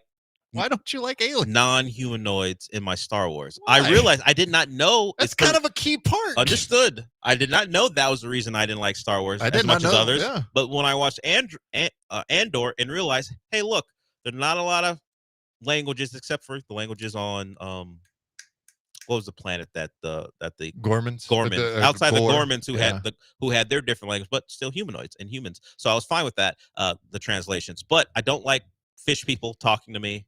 I don't like. Hell, I'm not a big fan of Wookiees or Porgs or whatever Yoda's race is. I don't like it. What I don't know why. I just know. You know why there's not a lot of alien races in Andor, right? Tell me. Imperials kind of, are doing the genocide type the cleansing. Stuff. Yeah. I'm not down with genocide. I'm just saying. But I like that Andor. In Star Wars, if I could live in a world where just this small world where aliens weren't that big of a deal in the story, I'm good. Okay, wait. Is it just Star Wars with this? Yes, I think it's Why simply is it Star just Wars. Star Wars I with can't this? explain it. I don't know. It's not something Why? I can explain, Michael, because They've always you know been what part of you it. know what I can tell you? What? I like aliens that are menaces, like they're the enemy. Like aliens in like Wow. an alien movie, cool. Aliens in Independence Day, fine. I don't like I don't like friendship aliens. Nah, I don't like alien. I don't like aliens walking on 2 feet talking to me about galactic politics. I don't like it. Don't like it. But they're friends. I'd rather we go out and kill aliens in my movies. I'm rewatching Falling Skies that show that about killing aliens, aliens and surviving an alien invasion. With Noah Wiley, who is starring in The Pit now. I'm rewatching that, and you know what? I like it. You know why? Although in season 3 the aliens are our friends, some of them are, but still, for the most part, they're murdering aliens because they're invading our world. So what about Ahsoka? Where are you at on Ahsoka? Not a giant fan of Ahsoka. Because she's an alien? Nope. Well, maybe. I didn't think so, but maybe. That's apparently what it is. Maybe. God. Love. I couldn't have predicted it beforehand. Wow. But I've realized something about myself. Keep the aliens out of my Star Wars, which is a ridiculous thing to say, considering it's done in space. It's in space, and literally every movie, everything. I understand, but Andor is my thing. I like Rogue One. Didn't realize I liked it so much because of the lack of aliens. So droids are okay. Yeah, they're just robots. I don't mind robots. But aliens is where you draw the line. I like aliens in my stories, just if we're killing them and they're trying to kill us. Did something happen in your past? No, I was never probed. Okay. Not that I can tell. I mean, I don't remember it, so I guess that's part. How do you know? I guess that's part of the deal. Yeah. But from what I remember, there's never been an alien encounter. No. That would have led me down this dark path. Wow, you're missing out on so many good alien stories. Name one that I've missed out on. Do you think? Mass Effect, but that's more of a game. Give me a show or movie that features aliens as our friends that you think I would enjoy. Star Trek? Not a big fan of Star Trek. I've watched Star Trek. I'm just not a giant fan of Star Trek. But do you like when the people are talking? Like when it's just people versus people, or people talking? Like those scenes? I will have to admit, my lizard brain works. Oh, I know that's a very attractive woman under all that makeup playing an alien, so I'm good there. I can just look her up on IMDb. Wait, so is it just dude aliens? Like to Paul from the Scott Bakula Star Wars show. I know what you look like in real life. Go ahead. Zoe Saldana, I get it. Wait, Guardians? It's fine. They're aliens. There's a tree, the talking tree. Groot is fine, but he only says Groot, so we're good there. Rocket Raccoon? It's a raccoon. But he's a space raccoon. Yeah, but a raccoon. The way he looked at me when he said it's a raccoon. But it is. I don't mind talking animals. Well, technically, is he from space though? Because remember Guardians? Yeah, that's true. Yeah. Thank you. Don't encourage him. Don't encourage Thank you. All right. Beyond my alien racism, I guess. We got to deep dive into this at some point. You can ask any questions you want. It's going to remain the same. Like I said, I didn't know it about myself until like the final 3 episodes of Andor. I realized this is great because I don't have to deal with aliens. Let's get to Eric. Because the Imperials are wiping them out. I understand it's not I understand it's not a great reason they're not around. I just like that they're not around. Let's get to Eric. He's got a question for you, Michael. What's up, Eric? Hey guys, great show. Michael, I heard Avengers Doomsday is getting pushed back from May 26th to December 2026. And also Avengers Secret Wars from May 2027 through December 2027. And also the Weapons trailer. Have you ever been? I think that movie's going to be good. It's a guy that directed Barbarian. Have you heard anything about that? So the news is, as he mentioned, that 2 of Marvel's tentpole products are going to be pushed back to movies that expected to be big and further the story are going to be pushed back a little bit. Do we know why, or is it just simply hey, the calendar's too cloudy? I think it's a combination of factors. I think just work on the film for one. I think some people have speculated like some of the leaks that have come out, like maybe they're trying to rework some things because of the leaks. But I also think it's just Disney is reorganizing their whole, it's not just Avengers. They reorganized their entire release calendar. They took untitled films off or changed them. Like they changed an untitled Marvel film to an untitled DC film. So it may be a reworking of how they release Marvel products because right now you have Fantastic Four in July. And then the next Marvel thing outside of shows is going to be, what is it? Spider-Man Brand New Day. So, and then Spider-Man Brand New Day is July, I believe, of 2026. So You only have that in between Doomsday. It's not much. It's Bob Iger recently came out and said something about, quality over quantity. So maybe it's a pullback in terms of that. It's a bigger statement on that. There's a lot of factors here. I do think it's also just production and getting everything correct for next year, because this is, again, a massive cast and a massive undertaking. And a lot of schedules they have to make get it work. Yeah, they have to get it right. The movie itself needs to work as well. The movies, excuse me. So both of them, like Eric said, moved about 7 months back. So we'll see. We'll see with that. And then he mentioned the weapons trailer. I have seen that. Creepy. Have you seen the trailer? Yes, it's very creepy. And the idea is, because he said, it is the same director as Barbarian. There is I don't know if it's confirmed or if it's just a theory, but he may be building up his own horror universe type thing where things are tied together. Yeah. Okay. So I'm very curious about this weapons movie and where it leads. So it has the Silver Surfer in it, Julia Garner. Yes, she's playing the teacher who comes under fire because if you haven't watched the trailer, kids just disappear. They just disappear. The whole class, her class.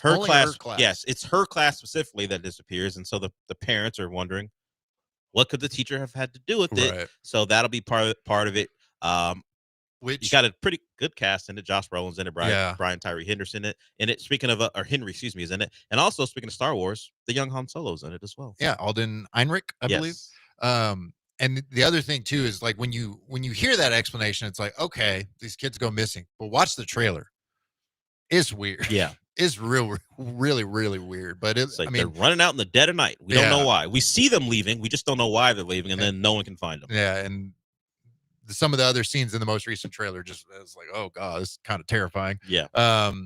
But what was I gonna say? Oh, just if it's anything like Barbarian, I think he has something here with weapons. So definitely be on the lookout for that, especially horror fans. Yeah, I like Barbarian quite a bit. So I'm interested to see what he has for this one. Okay, so that's a little lead up to the main course. Michael, tell us maybe what we should or shouldn't watch this weekend. If you're going to the theater, that's probably where you want to go this weekend. But honestly, there's only two selections. You got Mission Impossible: The Final Reckoning or Lilo and Stitch. That's pretty much it. Everything else moved out of the way for this weekend, because you're either going to watch Mission Impossible: Final Reckoning or Lilo and Stitch. It's very different, like you said. You're catering to the family, and you're catering to, I just want to see Tom Cruise do crazy stuff, and I want to see him walk on a plane and all that. Right now, Final Reckoning is at a 80% with critics, 93% with fans, and Lilo and Stitch is at a 70% with critics, but a 93% as well with fans. So both audiences are enjoying these movies. So I have seen the trailers, haven't seen any of the maybe a spoiler or the discourse coming out of it. Do we believe that Tom Cruise, considering the tone of the trailers, tell the name of the movie, right? Do we believe this is the end of Ethan Hunt for this year? Yes. Okay. Until Paramount or whoever says, okay, here's another billion, or whatever the production cost will be. Because we are in the era of IP, the era of franchises, but Tom does have some other movies in the works that he wants to do. He just said, what was it the other day? He's I'm going to keep acting until I'm 100. Are we ever going to get him and Emily Blunt again? No, we're never going to get that sequel. I want that. Yeah, because that's I feel like that's one of the underrated movies from his filmography. Edge of Tomorrow. I love that movie. Or was it Live, Die, Repeat? That's the other name for it. Yeah, was that the original name? I forget which one was which. Yeah. If it's Edge of Tomorrow, then they flipped it to that. But I gotta think that's a possibility at some point. Either a year ago or more, the creators of that movie had their whiteboard out, and they showed everyone all the ideas they had for the sequel. I haven't seen anything since that, and like I said, that might have been 2 years ago now. And that might have been a play of hey, if you give us money, we'll make it. Hey, we got some ideas, we got some cool stuff cooking. Give us some money and we'll do it. But I don't know. I hope to see something like that. Mission Impossible wise, though, I could see that not happening anytime soon, just because he has other ideas that he wants to do. He has that long talked about space movie that he wants to do. All of his current upcoming things other than I guess an Untitled Alejandro. I'm gonna butcher his name, so I'm not gonna do it. Movie. I think that's the space one. Okay, because he's got a SpaceX project that he's supposedly maybe that's doing, what and it then there's is, yeah. the movie I couldn't say the director's last name. Then you have Live, Die, Repeat, and Repeat in development, Broadsword in pre-production, and The Gauntlet. So nothing that's imminent for him either way. No. So we'll see what's next for Tom Cruise, and maybe it is the end of Ethan Hunt. We will see about that movie. We'll see. Also prepare. It's like 2 hours and 49 minutes. Yeah. So just be aware of that when you're going into the theater. I don't know how long Lilo and Stitch is, but it's a family movie. I get it. 2 hours probably. Likely. Yeah, more than likely. But there's a couple of like limited releases that are also out this weekend, but I mean, everything really moved away from these two movies. From these two movies, because this one is going to be a big weekend in terms of theater goers for both of these products. So you got that, and streaming, and I highly recommend theaters this weekend because streaming wise, it's a mixed bag. Streaming, you have Fountain of Youth, the new film with John Krasinski and Natalie Portman on Apple TV Plus. 33% on Rotten Tomatoes right now. Natalie Portman, I always try to give her project a chance. I didn't have high hopes even just watching the trailer. It feels, I mean, if you watch the trailer, it's for one, it's directed by Guy Ritchie. I'm typically a Guy Ritchie fan, but it's very much think of Nicolas Cage, National Treasure, or something along those lines in terms of what this movie is doing. They're looking for clues to the Fountain of Youth. But apparently just it's not working for people right now. So maybe hold off on that. I think you mentioned it earlier, 9 Perfect Strangers. Season 2 is out on Hulu, the first 2 episodes. That's another one that's like kind of mixed in terms of like reviews and the way it's being talked about. So that's on Hulu. The first 2 episodes are out for that. She the People, season 1 on Netflix. That's a Tyler Perry joint. That no is available. chance, buddy. No chance. Sirens, if you're into rich people doing rich people things, Sirens is on Netflix right now. Yeah, it has Julianne Moore, Millie Alcock, Rhaenyra, young Rhaenyra, and also Supergirl. Those are her roles. Supergirl obviously not out yet, but that she'll be in that role for the new Superman movie and then her own movie. And of course, we know her as young Rhaenyra Targaryen as well. So that's on Netflix. 74% with critics, 71% with audiences. So not bad. So not bad, but it's not really something that speaks to me. I will be honest. I've always seen the show because of like NBA playoffs and things like that, but I've never watched it. The Librarians. Do you know like the Librarians? I know and all that? Like one of the guy in the Renaissance, Noah Wiley, was the original. Yeah. And now they're doing a new generation of the Librarians. Yeah, the Librarians, the next chapter, season Yes. 1 premieres on TNT on Sunday at about 10:30 or so. So if you want to watch that, the first episode premieres then. Rick and Morty season 8, that's still going on Cartoon Network. That season premieres this weekend. It's 100% right now on Rotten Tomatoes, but it's a small sample size in terms of reviews. So for folks that are fans of Rick and Morty, there's that. Fear Street Prom Queen, which is a horror film from I mean, same kind of vein as the film Fear Street trilogy. Yeah, they did a few years ago. If you don't remember, back in 2021, they released like 3 of them, just different time periods, and they wound up being connected. Mhm. I don't know if Fear Street Prom Queen will be connected to the previous 3, but it says welcome back to Shadyside. So it's in the same city, so maybe there's some interconnectivity there. I would move at that point. If stuff keeps Well, we happening. talk about this with all the Michael Myers. Why are you still in that town? Why are you still? I would have left a long time I mean, ago. you can't escape Freddy. Those are dreams, Right. so you can't fight that. But all the other towns, just leave. Why? Yeah, move out. Welcome to Derry just had its trailer premiere this week. Yeah. And people are like moving to Derry, and then they're like, you hear about the missing kids? I'd go. Yeah. I'd leave at that point. Like one of the kids, man. Weird things happen here. The kids know. Why don't the people who are supposed to be supervising the kids leave Derry? And I'm moving with my 2 kids? Like, why? Yeah, odd things happen here. Welcome to Derry.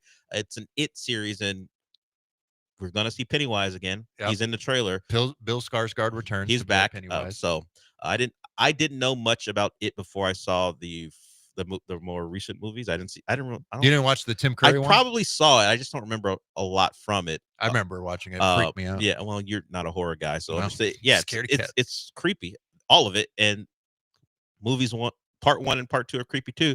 I just did not know Derry was the name of the town, so I watched them. I did not know it's a big town in Stephen King's universe as well. Yeah. Because I believe he's from the area, Yes. Maine. Yeah. A lot of his things are written about that area. Yeah. So that's not out. That's out in the fall. But Fear Street is out on Netflix right now. But maybe skip it. 48% with critics, 53% with audiences. I will say, Mickey 17, one of my personal favorite movies, is out on HBO Max this weekend. The Wild Robot is on Netflix this weekend. Highly regarded animated film. And for folks that want to see, we talked about this movie, I think it was back in January when it first released. Flight Risk is out on Stars for folks that want to see that. Is that the Mark Wahlberg cul-de-sac hair Mark Wahlberg? Yeah, cul-de-sac hair Mark Wahlberg. You asked for a pilot. You know, however he says his accent that he does. Yeah. I can miss it. Like a lot of us did in this first go round. You're saying you didn't watch Flight Risk? No, you didn't give it a great review as far as, or at least a great recommendation. So I said I'm out. I would pass. Yeah. So I'm trying to remember the last time Mark Wahlberg did anything I wanted to see. When was the last time you like were I was excited about a Mark Wahlberg project? Oh God, it's been a while. Exactly. I can't even think. So why would Flight Risk be the one that gets me? Good point. Yeah. You know? Why would this one? Good point. When he's putting on that accent, why would I want to be a part of that? Good point. Yeah.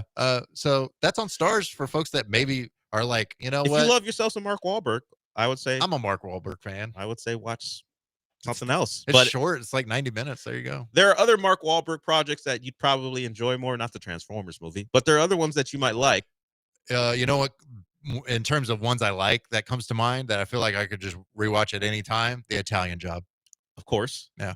Fear back in '96, pretty good. Yeah. And he's done some Shooter. I like. Yeah, Shooter was good. Shooter's pretty good. I like Shooter. Yeah. The more recent ones in the 2020s, not so much. Sometimes you're on a run, and maybe he needs to take a step back. I don't know. He's fine as far as his bank account. He's mile 22. Oh no, you didn't like it? No. That's the one where it looks like Lauren Cohen dies at the end. They were supposed to be like a sequel to Answer That Question and More. Yeah. But we didn't get that because it wasn't good. That's the one where Peter Berg got Iko Uwais, who is I will fanboy over this guy because he's one of the most phenomenal martial arts actors out there, and just he's a great actor as well. But they got him for this movie, and if you get a guy like him, you want to see him fight. You want to see him do the thing. When he has his fight scene, they did like 30 cutaways and edits, and there were so many edits, and the camera's so shaky, it was jarring, and it's just like, I want to see the dude fight. Show me the dude fighting. Why are you cutting away and doing all this extra stuff? And it just, it's so brutal. It's so brutal. You might know him. Was he in the Raid? Yes. I know he's in the Raid too. He's in the Raid. Yeah. Raid Redemption. Yeah. So that's where he came to fame. Not that these were American movies, but it came over. People love the Raid. You would recognize his face. Makes a cameo in Star Wars: The Force Awakens. He does. Him and the guy who plays Mad Dog in the Raid. He's also in a less promising movie, Snake Eyes. That movie wasn't great. No. The G.I. Joe Snake Eyes movie. The movie where I cared more about the villain Storm Shadow than I cared about Snake Eyes. Yes. Henry Golding made me not like Snake Eyes. My favorite of the G.I. Joe. It's tough when that happens. That's brutal. Yeah, when you're rooting, hey, maybe Snake Eyes shouldn't survive. You start rooting for the other guy sometimes, just to maybe because it would end the movie if Snake Eyes dies 40 minutes in. I was rooting for Storm Shadow to win. Yes. It's like, he's got points. I don't see him. Snake Eyes kind of sucks. Yeah, more compelling and more entertaining and right. That's a bad combination when when the villain is the right one. Also, Andrew Koji kind of killed it in that role. Yeah. Henry Golding. Crazy Rich Asians. That's where Henry Golding is. He in that movie too? Yeah, he's in that. Yeah, he's been in some other things, but Gentleman. Snake Eyes didn't work out for him. I'm sure. Once again, another guy who will probably be fine. Okay, we are done for the day. It's Joe George and Brian McDonald up next. They're chipless, so maybe they won't do a great show because they weren't able to eat Michael's friendship like we will, I guess, after the show. I'm glad you said that. Yeah, well, you said it first. All right. Thank you, Michael. You're welcome. He's the host of Comic Happy to share my friendship. Sure. Happy to share my friendship. At least it's sharing. Yeah. Thank you. I care. Understood. Michael Carroll, the host of Comic Cast, he does that with John Lee. You can listen to that whenever, or excuse me, wherever you listen to podcasts. And also you can hear it with us from 8 to 9 on Wednesdays at ESPN 975. All right, AJ, since we're done for the day, what does that mean? Ball. Thank you, Liam Cohen. We'll talk to Liam and the rest of you on Tuesday.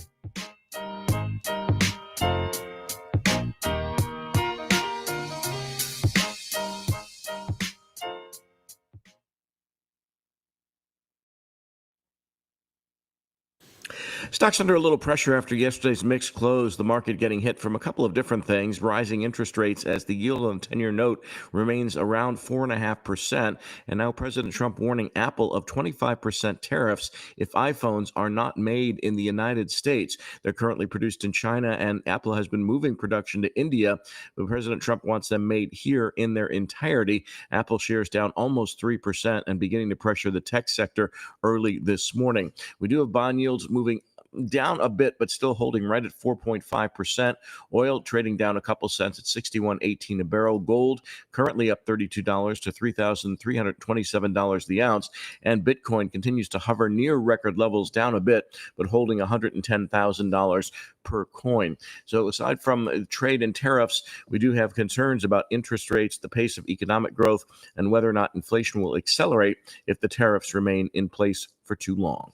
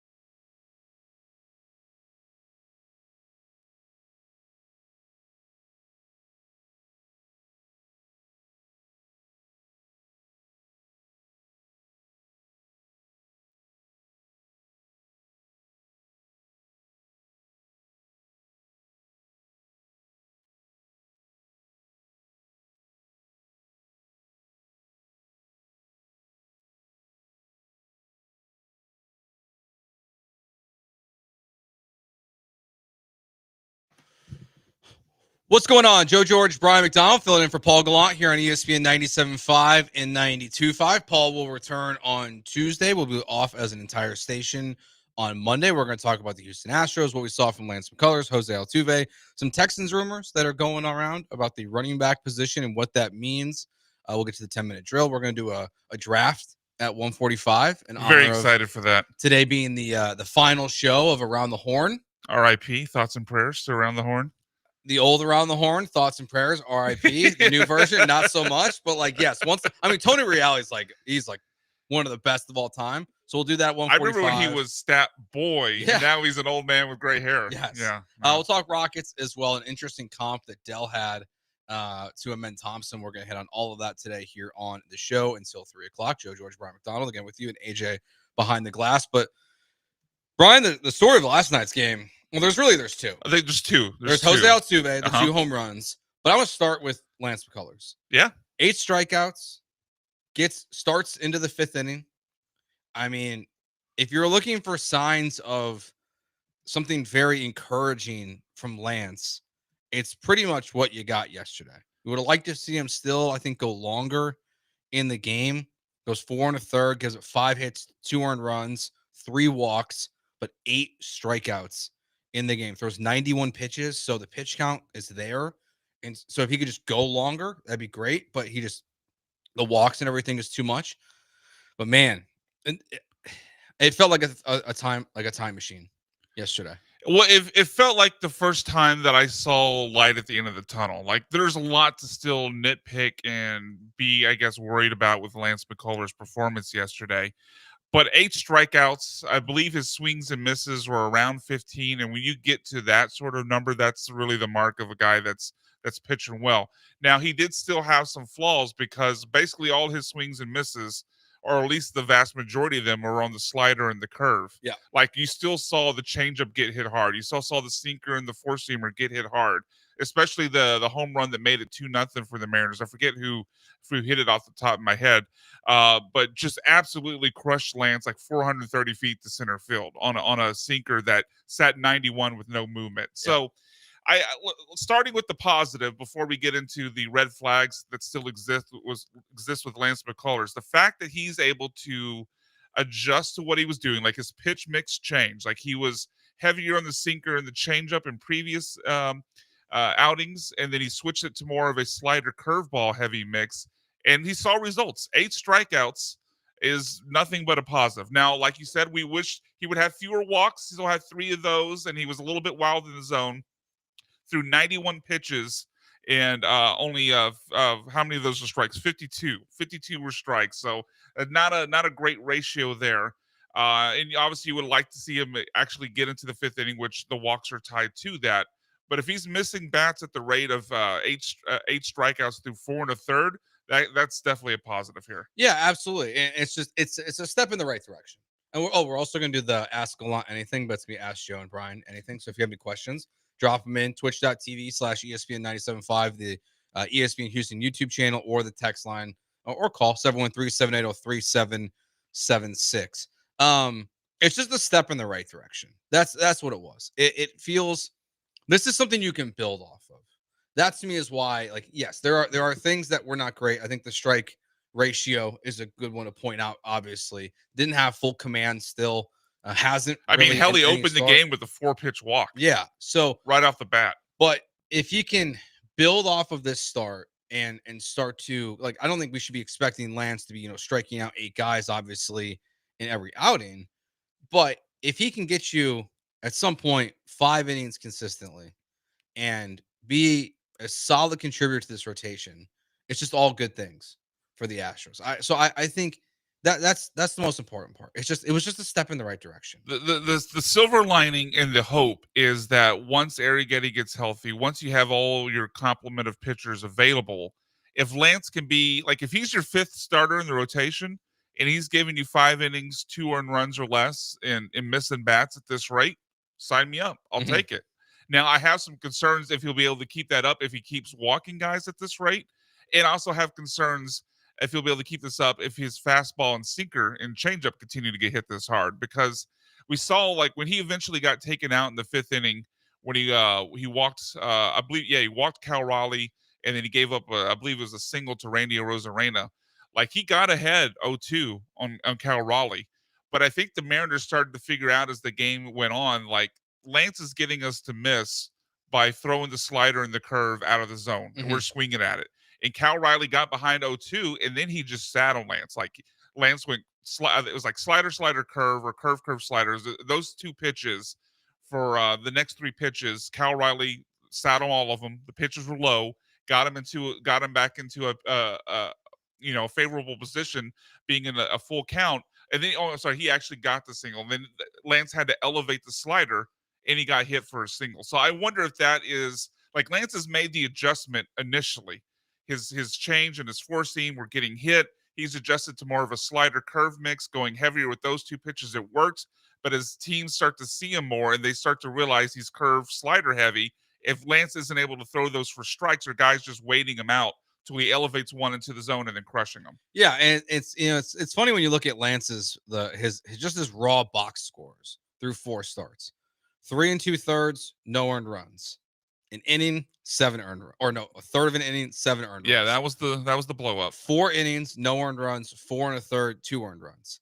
So the damage hasn't been crazy besides one start that was obviously a disaster for him. But again, it was a 4 1/3 is the most he's pitched this season.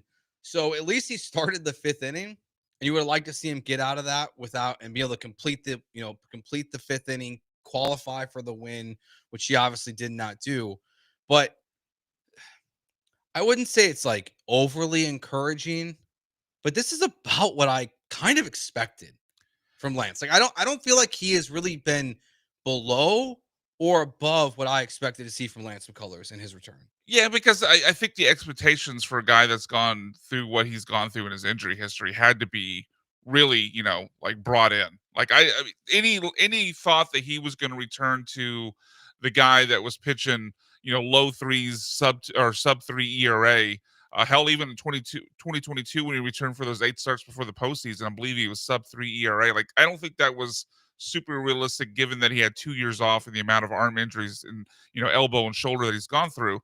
But missing bats at that rate is really impressive. I just have a concern as we get into the cautionary, the red flags.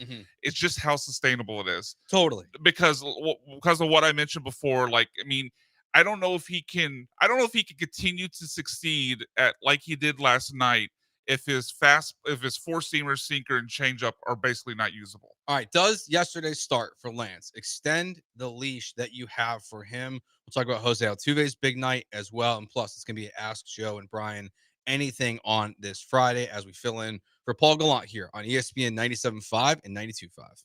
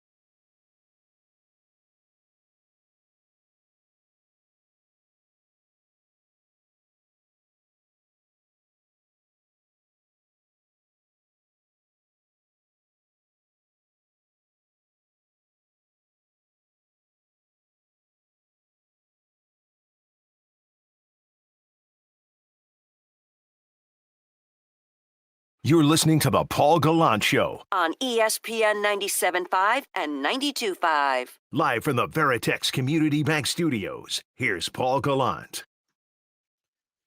Joe George and Brian McDonald filling in for Paul here on ESPN 97.5 and 92.5. It's Ask Joe and Brian Anything Friday. Any questions you got on the text line, 713-780-3776, or on Twitch, YouTube, however you want to get them in. Let's see, from the 215. What are your predictions for the Monaco Grand Prix and the Indy 500 on Sunday? Fun times will be had by those in attendance. We'll go with Charles Leclerc. He's the betting favorite for the Monaco Grand Prix. I thought that was the Rangers closer. That's Jose Leclerc, and he's like the sixth inning guy on the Athletics now. He's time falling on hard times. Hard times. He's now in Sacramento or whatever. Yeah, Sacramento. Yeah. What a joke that ballpark is. I mean, is it a bigger joke than George Steinbrenner Field in Tampa? I think they're both equally bad. Okay. I mean, I think it's going to get worse. Well, they're probably both going to get worse as the summer goes on. But I mean, Sacramento is a town that has obviously a minor league team, because that's some of the teams that one of the teams the Space Cowboys play as a part of the PCL. And I know those games in the summer become launching pads. So look out if you're playing in Sacramento in the summer. Yeah, they've given up 20 runs in the last 2 games to the Angels in this 4-game series versus the Angels and Sacramento. The A's gave up 31 runs in 4 games. In 4 games. 10-10, 7-4. I mean, they scored 18. I wonder how quickly Vegas will adjust to like the over-under on these games, because there might be a nice betting opportunity right now until Vegas starts to adjust, because I might just, because over the course of a long summer, the aggregate will win. Yeah. I might just take over in every game, because it'll be right more than it's not. I think so too. Like I think it's the play, just to hit the over. Take over every game in Sacramento, every single game, and maybe even in Tampa. Yeah, maybe just all of them. I could be talked into that, and just see how it goes for a year. I mean, because we'll get back to the Astros in a second, but like Tampa, like I get it. Like the stadium was destroyed because of the hurricane. Like they will build a new stadium, or they will end up in Nashville. I think they will end up in a different city. I don't think they'll ever go back to where they were. I think they're going to relocate. And Oakland, like the Sacramento thing, I mean, they haven't even broke ground yet. Yeah, is there actually like because we know where they're eventually going to go, but do we actually have an end in sight? There's no date for their actual start of play in Vegas, right? I think it's like 2028. Good Lord, 2028? Yeah. Oh my God! So we're gonna have another Summer Olympic. We're gonna have flag football in the Summer Olympics before we're gonna get Vegas, or the A's playing in Vegas. Yeah, 2028. The Oakland Athletics. I guess technically the A's would start first. Are planning to relocate to Las Vegas in time for the 2028 season. So we got 2 more seasons after this still. Yeah. Now the benefit is that like in 2027 they probably won't have a season to play. Even though they announced that Wrigley's getting the All-Star game. But like that might not. So happen. I've heard people talk about this. Potential lockout is not even potential, is a sure thing. Is that your feel? Yeah, I feel like it's a sure thing. I think that what we're seeing. What is your read like on the main sticking point that's going to keep them from getting a deal? The contracts. I think the owners want a salary cap. Oh yeah, I would like that in baseball too. I think they're going to. But I mean, good luck. Yeah, I think we're going to see like a fundamental change to baseball. Like I don't know if it's going to be a salary cap, but I think there's going to might be closer to like the NBA with like the aprons. Yeah. And then I think we're gonna see the service time change dramatically. As the counterpoint. As a shorter, yeah, I would support that. I think it's gonna be. I actually think it's gonna go be.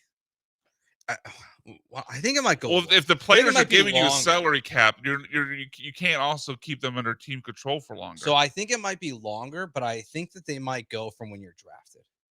Okay. So then it might end up being the same thing then. Yeah. So it's like if you have a player, or maybe it's 6 years, but it's from when you're drafted. So that way, like, yeah, Cam Smith, it does, he's 6 years no matter what.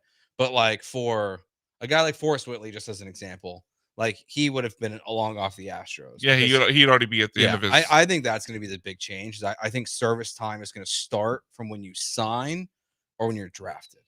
And like I think that's going to be what the players want, is they're not going to want to wait to get to the majors, because then George Springer never gets left in the minors. 100 The way- pins, same thing. Exactly. Like that stuff goes away. Like we no longer see service time manipulation, because if you're ready, you might as well just bring them up. So I think that's what the players are going to ask for. So maybe it goes to like 7 years or something like that, and that's the trade-off, because obviously Cam Smith, Paul Skeens, these guys are the Bryce Harper, those guys are the exceptions, right? Like you're not gonna, you can't. It's like in the NFL when they talk about the franchise tag, it affects 4 or 5 players in offseason.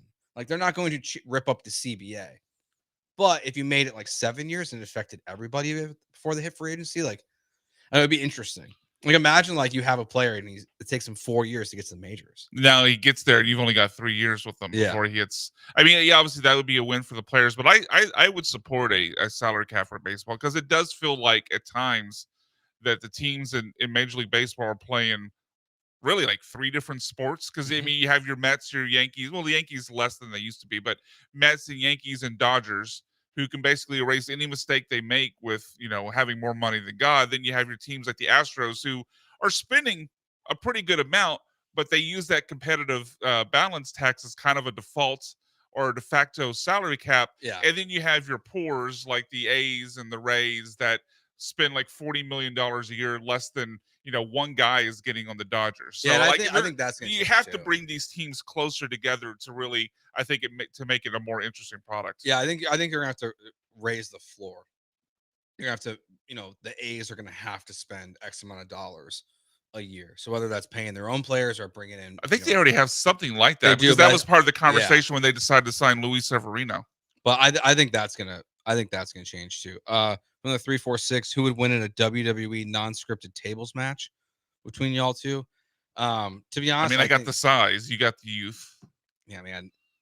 I hate to air out your business here, but you couldn't get out of bed this weekend, like because you threw your back out. So like, I'm not. Well, I'm not. I guess it depends on when you get me. Yeah, like you got an old man back. You act like I'm not. I gotta let you. I can't let you get to the back, otherwise I'm screwed. Yeah. But I mean, I'm not to air out our business here. I think I like my odds as long as my back doesn't go out. Yeah, that's fair. All right. Jose Altuve, 2 home runs, sac fly last night. It's funny, as we were prepping for these 2 days of shows, one of the questions that was on our rundown was like, basically, like, are you worried about Jose Altuve? Like, when do you think this is going to get better for him? Mm-hmm. And all of a sudden, now it feels like over the last 5-6 days, things have turned a dramatic corner for him. We saw him hit again those 2 home runs last night.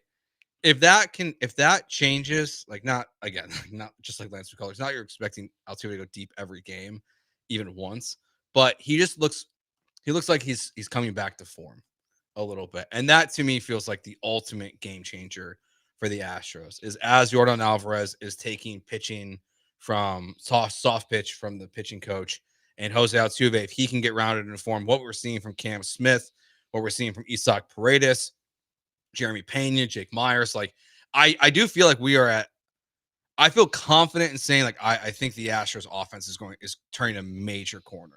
Right Yeah, it feels like you're saying they're at their turning point. I do think that, I mean, look, it's one game, but it was a hell of a game for Jose Altuve. I do think that Altuve is possibly hit his turning point, because while kind of like with the conversation with Bregman last year, is like, well, he's always a slow starter, but last year was a little bit worse than it was in most years, right? Yeah. And I was curious if Altuve had that same sort of thing. I looked this up the other day. And as it turns out now, obviously, this year's May swoon for Altuve was far more dramatic, far more severe than it had been, in his entire career going back to 2011.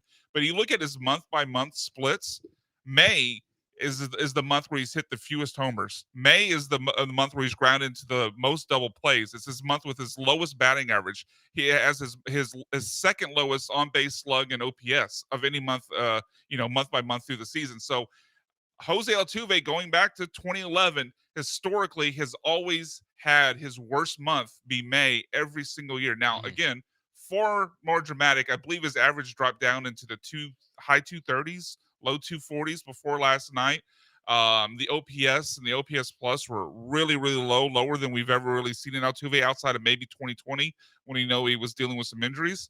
But I do kind of lean to the side of it was just a slump. It was more so his typical May swoon than a sign that Father Time had finally caught up and started to feed him. Yeah, the only thing that with Altuve that I'm hoping to see change is last year Jose Altuve struck out 119 times, which is a career high.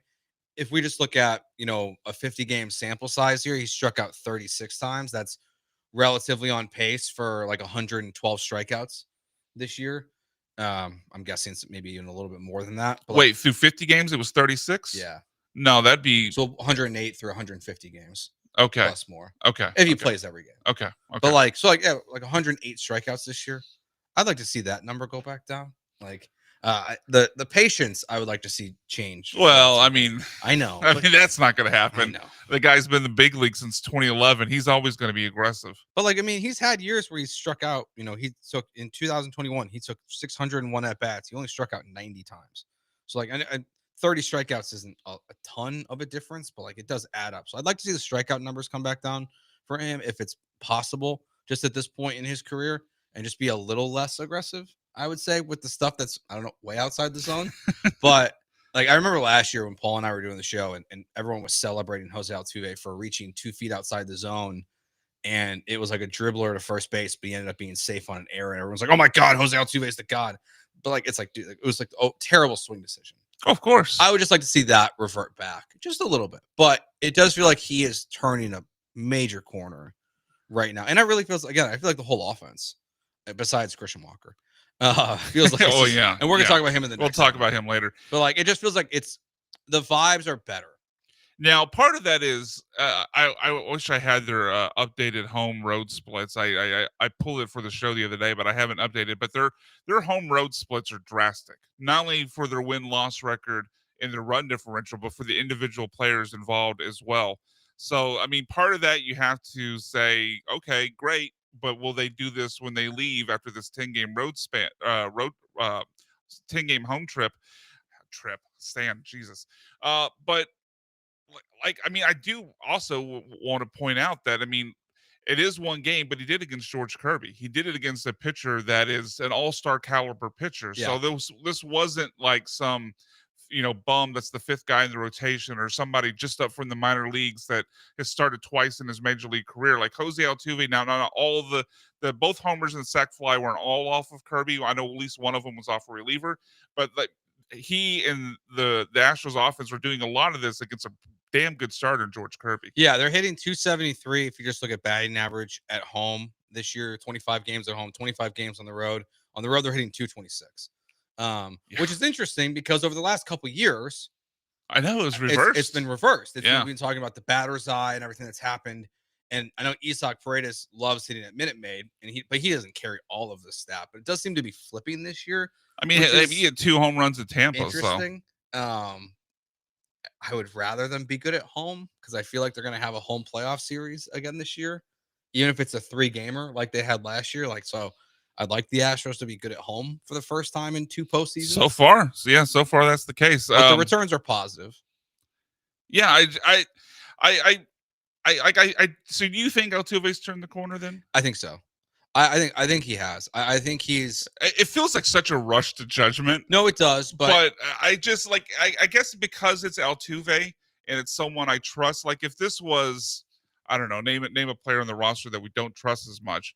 But if this is someone else, I probably wouldn't react to basically one game this way. But with Jose Altuve, because we've seen back of the baseball card for so long, you just feel like there's one game away from okay, the switch has been flipped and he's back to normal. Yeah, if you look at his last 5 games, I mean, he's only got, he's got this game where he had 2 hits last night. He had 2 hits in one of the games against Tampa. His previous 3 games, the 3 games around that, he was hitless in all of them. But he's had walks in those games. The strikeout numbers he's only had 2 strikeouts over the last 5 games. Like it just feels better. And again, it's exactly right. It's Jose Altuve. You give him the benefit of the doubt. It's exactly what we were saying yesterday about Jake Myers, where you don't give him the benefit of the doubt because of what's happened. And it's funny that we are using the back some of more hits last night for Jake. We are using the back of the baseball card argument that they used for so long with Jose Abreu, except for Jose Altuve deserves that benefit of the doubt, unlike Jose Abreu. All right, Christian Walker, How long till you'll bail? Lance McCullers, what's the leash? We'll get into both of those next here on the Paul Gallant Show on ESPN 97.5 and 92.5.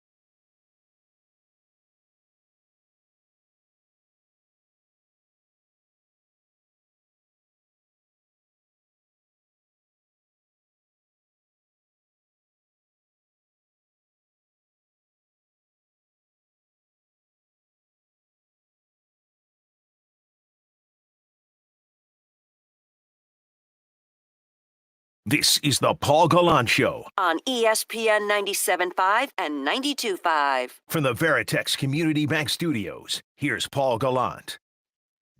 Joe Georgia and Brian McDonald filling in here on the Paul Gallant Show on ESPN 97.5 and 92.5. We've been talking a lot of Astros here so far. We're also doing a Ask Joe and Brian Anything on this Friday. Any questions you got, you can leave us on the text line or call in at 713-780-376, YouTube as well, and twitch.tv/ESPN 975. Question that we've been kind of all talking about, I think, is how long can it last with both Lance McCullers and Christian Walker?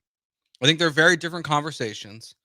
We'll start with Lance. Did last night's game change how you view how long of a leash that Lance McCullers has? I think it did by, I don't know exactly how many games it extended it, but it extended. I think it kind of reset to where I went into last night's game thinking, okay, he's a blow up. Like if he gets 1 out, 7 earned runs like he did in the second start from returning, then I'm at the point of wanting to pull the plug. But I think last night kind of reset it to where I'm back at 0. And although I don't think this is necessarily something he can repeat over and over again because of the concerns of how long he's going to the games, the amount of balls he's throwing, the walks he's allowing, and because, 3 of his pitchers are getting so hard. Like, I don't know how long he could sustain it, but it does kind of reset me back to 0, to where I'm willing to see how this plays out for a few games, or at least till basically Arrighetti gets back. I guess that's kind of the timeline. Like, when Arrighetti gets back, is Lance continuing to do what he did last night, or is it regressed? And that'll give us our answer. Yeah, I think for me, I hate to do a total cop out on this, but like I'm just not going to really be a believer in Colton Gordon and Brandon Walter as part of the solution for the Astros rotation. Even when Arrighetti comes back, I know he was in a soft cast. They said yesterday, I believe. Lance is part of this rotation. Honestly, I don't think Lance is leaving this rotation until the playoffs. I think he's just in it. I mean, that'd be something. I mean, you'd have to do a phantom injury.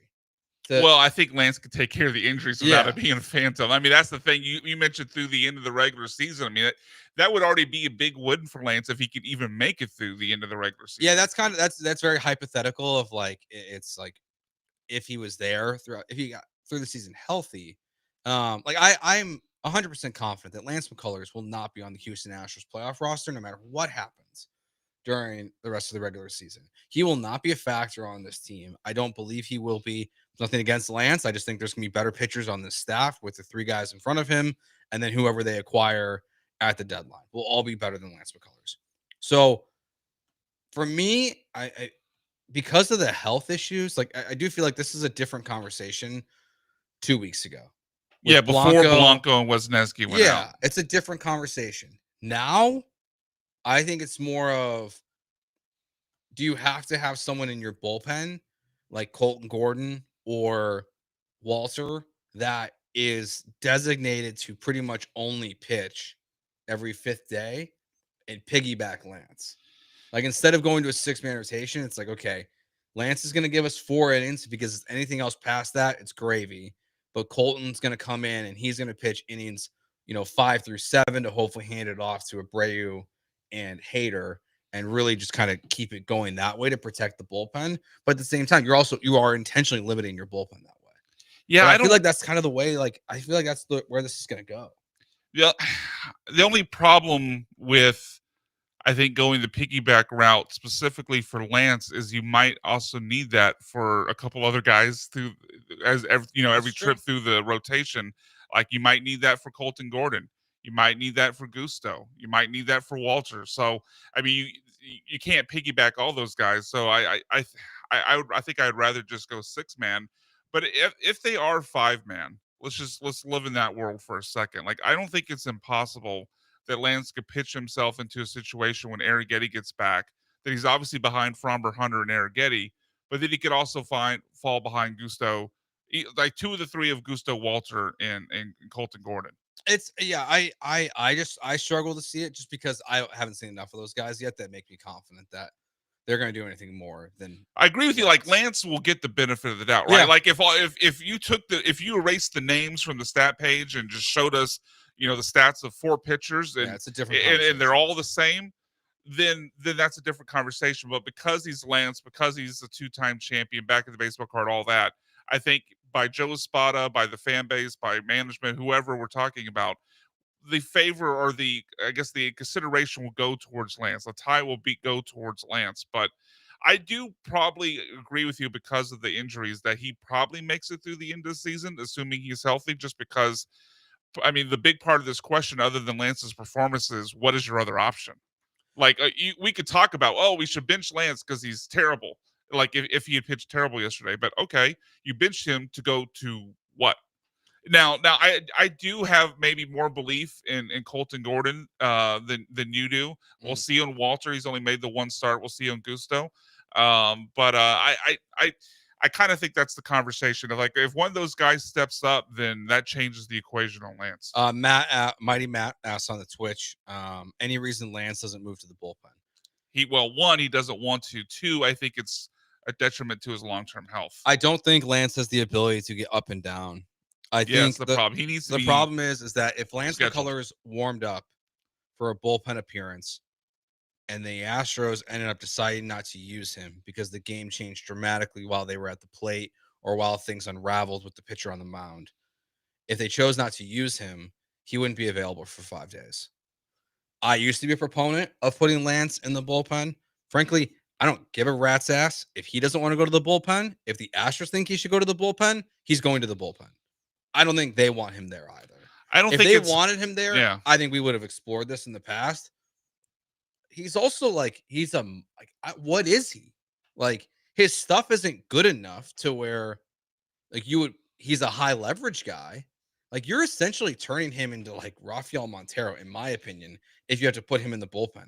Like he's a mop-up pitcher. He's when you're up by 8 or you're down by 8 and you're just trying to not burn your bullpen if he's in a bullpen role. So I don't think we'll ever see Lance in that role. I would have loved it at one point. Like we've seen Kerry Wood, Ryan Dempster. It's a little bit different because he started in the minors, but like Aroldis Chapman, but like specifically, John Smoltz. But like specifically, I think when you look at Dempster and Kerry Wood, I think are really good examples. Like when Dempster was with the Reds, he was a starting pitcher.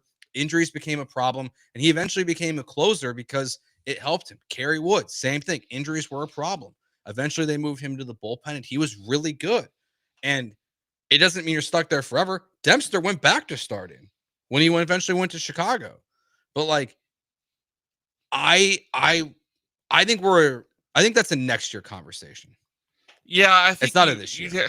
I think you got to see how his arm responds to this. But I've heard Lance talk about this before, and I agree with you overall. Like it's what the team needs; it's not what he wants. But if you're trying to keep Lance on the roster, the people I've heard from have said him trying to be ready every 5th day is far more conducive to them staying healthy than him potentially trying to ramp up, ramp down, like potentially every other day or 2 days in a row, things like that. So to a point where if you moved him, you could move him to the bullpen, but he'd basically have to be a scheduled piggyback, and that doesn't really help you at all. Because he's basically just a starter at that point. If he's a scheduled every 5th day, 3-inning piggyback, then you really aren't saving yourself, or you're really not adding to your bullpen. And the other part of it, we talked about is walks. Like if he truly could go in, like arm injuries, arm concerns, but beyond that, like if he was capable of withstanding that from an injury standpoint, at the rate that he walks pitchers or walks batters, we saw him start the game last night. 4-pitch walk right off the bat. And I think he threw 2 balls to the next batter as well. Like the first 6 pitches were balls. Like, you can't have a 1-inning guy like Lance McCullers come in who throws balls at the frequency that he does. Yeah, I don't think we're anywhere near that conversation. It was an interesting question for Matt here on the Twitch, but like, yeah, I think he's a starter or he's not on the team. Like, I really agree. think it's pretty cut and dry.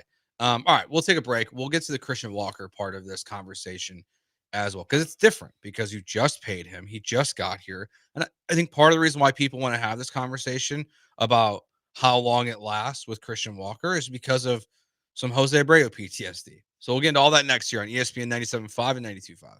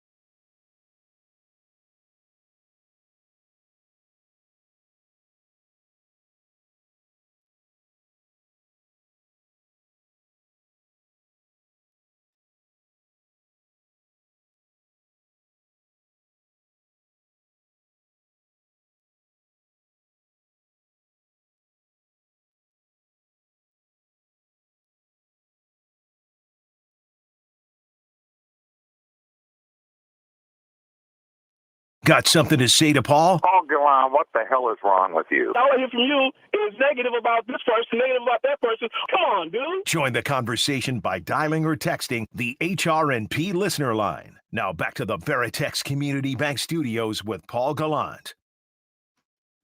Joe and Brian filling in for Paul here on ESPN 97.5 and 92.5. Do you want to ask Joe and Brian anything Friday? So whatever you guys got, anything and everything is on the table. I'm sure the Twitchers will try to ask me questions at some point that I can't answer or make me feel uncomfortable. But Christian Walker, he's hit 199. He's got 5 home runs on the season. On base percentage is 268. Slug is 333. It's been bad. All those numbers are dramatically different than they were the last, 3-4 years. Really, pretty much actually the entire time he was in Arizona. They're dramatically different. I know there's people who Dana Brown said, don't panic. Don't worry. It's hard because he's new to the team to give him a benefit of the doubt kind of thing, like we do with Jose Altuve or Yordan Alvarez or anyone. And the Jose Abreu stuff is real. I know the question is, like, how long do you let this go for? Kind of like Lance. I think it's similar to Jose Abreu. I think it's about 1.5 years. I'll be honest. Yeah, I think similar to the question I kind of tagged on to the Lance question of, it's not just about how good or bad Lance is, and it's not just about how good or bad Christian Walker is. It's also about, okay, you bench him, you cut him, whatever. What's your plan B? Like, who's behind him? Yeah, they've got. Like Desenzo? Maybe are you moving Yiner to first base? Have they tried that a couple years ago for a few games? I mean, Dubon's played some first, but then that means Brendan Rodgers is playing. Like, I don't see, like, no matter how you shuffle the decks in the Titanic, I don't see, like, okay, you pull Christian Walker from the lineup and you put in a better option. Like, there's not some massive prospect at the AAA or AA level for first base. They have names that we've heard for a while, like Bryce Matthews and Jacob Melton, but those guys aren't playing first base. So I think at minimum, Christian Walker is getting this entire year. Like, as part of the Jose Abreu story was, and we talked about this a bit yesterday, like, once he came back from his fake IL stint in mid-August, he actually hit really well through the end of the regular season, and then really well against Minnesota and Texas in the playoffs. And then obviously everything just fell completely off the cliff and burst into flames the following season. I kind of think it's going to take that before we get the plug pulled on Christian Walker as well. Like, he'll get this year. And if he shows any signs of life, he'll probably get most of next year's. Probably not till All-Star breakish. Yeah. Or maybe this, because it was about this time last year where Jose Abreu in year 2 got pulled. Yeah, it was early. Yeah, I don't think we're anywhere close to like Christian Walker. I think they are assuming this thing's going to get figured out. Like they are going to, like, he is going to turn this thing around, going to be the player that they expect him to be. It's just so tough because like 2 for his last 21. For sure. I think the difference is that I trust Dana Brown's evaluation of a player. This is not a Jeff Bagwell, Jim Crane. Okay. Signing. So I am giving him and the front office a little bit of the benefit of the doubt that, like, yes, the advanced metrics are not good so far this season.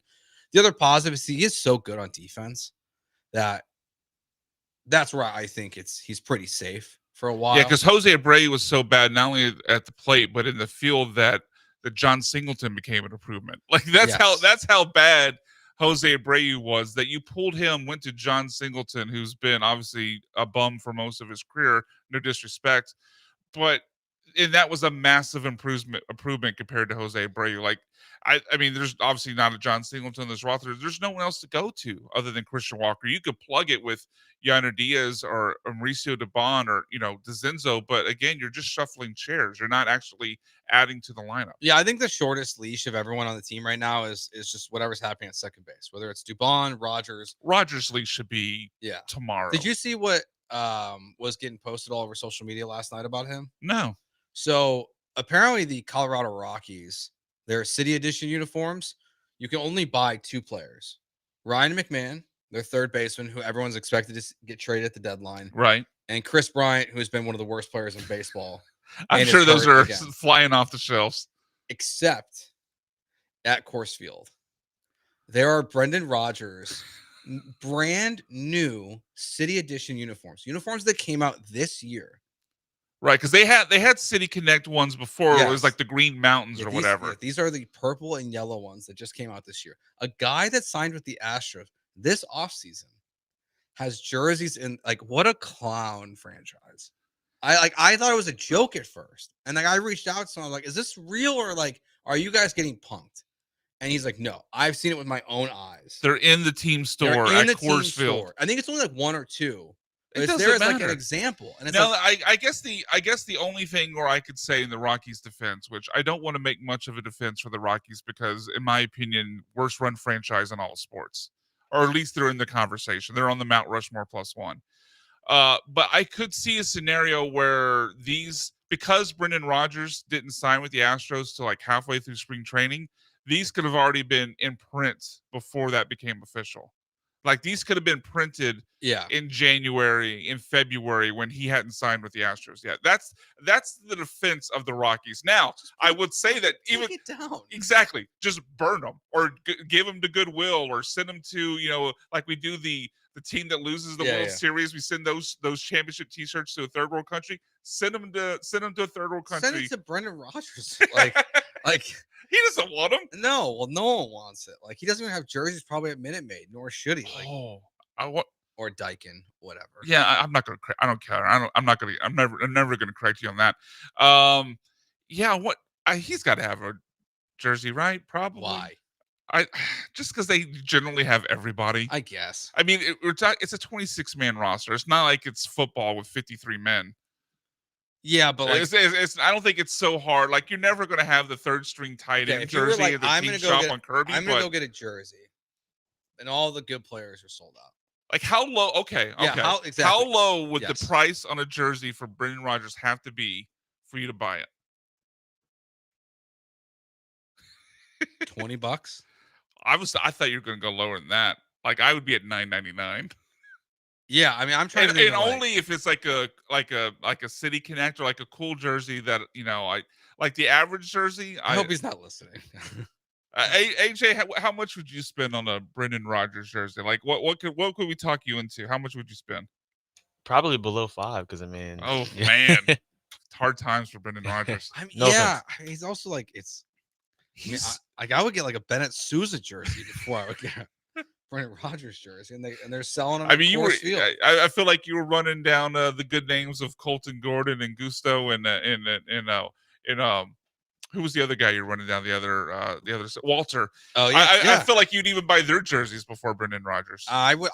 Who's the kid's life I tried to Blair ruin? Blair Henley. Henley, yes. I know he's not on the team anymore, but I would make a Blair Henley jersey out of respect. You get a custom jersey with Blair Henley's name on it. Yes. Before you would buy a Brendan Rodgers, like his OPS plus is in the 50s, Joe. Yeah, he's not. Like we've crushed. He's on like the hot seats. I think it's pretty clear. And this is not a one game reaction. Mauricio Dubon should be the everyday second baseman. It should never ever change until you trade for somebody. Mauricio Dubon doesn't play left field. He doesn't play center field. He doesn't play right field that much anymore because you have a million guys that can play out there.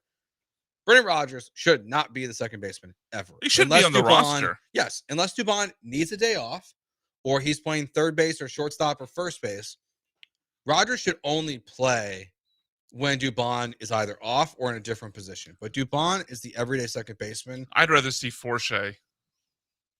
I mean, Shea Whitcomb. Oh, I'd rather even see Shea Whitcomb over Rodgers. Like, I mean, we started this segment about pulling the, when you pull the plug on Brendan Walker. We've obviously spent time, I think, yesterday talking about the struggles of Yanni Diaz. Like, their OPS pluses are still in the 70s, which is terrible.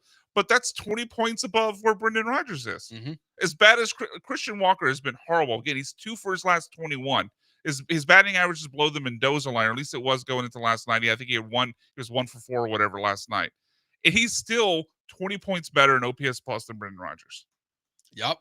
I get it. Like, there's not a long list of second basemen exactly knocking down the door to get playing time, but move things around, play Dubon, allow DeZenzo to get more time in the outfield, Call up Shea Whitcomb. Like anything is better than what we're seeing with. I Brendan think Rodgers. when Bryce Matthews gets back from concussion protocol, that he could very quickly be factored into the equation. We've seen Dana Brown, whether it's here or in Atlanta, be very aggressive with prospects. And if you feel like would you rather have the upside of Bryce or just what it is with Dubon and Rodgers at second base? I'd rather take the flyer. Like I'd rather see what this kid can do. Joe Espada said he was there. I think it was in Puerto Rico in the offseason watching Matthews play second base, and like they're very confident in what he can do defensively. So like even if he's not great offensively right away, he's a great defensive second baseman. It seems like, or that's how it's projecting to be. I mean, this is a kid who was a shortstop right first, so he's got range. So he adds that, which was clearly important to the Astros front office. I think rightfully so. So yeah, I'm once he's back from His strikeout rate though concussion- is still a problem. Yeah, for sure. It's Like a huge problem. I mean, when you throw Brendan Rodgers into as a part of the equation, I think I'd risk it with Bryce Matthews over playing Rodgers ever again. Now, because Dubon's an issue or an option, like I wouldn't necessarily want. I'd rather make Dubon the everyday second baseman over rushing Bryce Matthews if they generally think he's not ready. Like if they genuinely think, okay, he's not ready, this is too early, this could, set him back, this could be more than a roadblock to him if he goes up there, doesn't do well, and loses some confidence, then I'd rather play Dubon. So that's obviously up to the player evaluation of Espada and Dana Brown in the front office. But I mean, anything rather than Brendan Rodgers. All right, couple rumors flying around about who the Texans are going to add in free agency, both at the running back position and a report on Joe Mixon that might lead to why that is happening. We'll get into that next year. Joe and Brian filling in for Paul Gallant here on ESPN 97.5 and 92.5.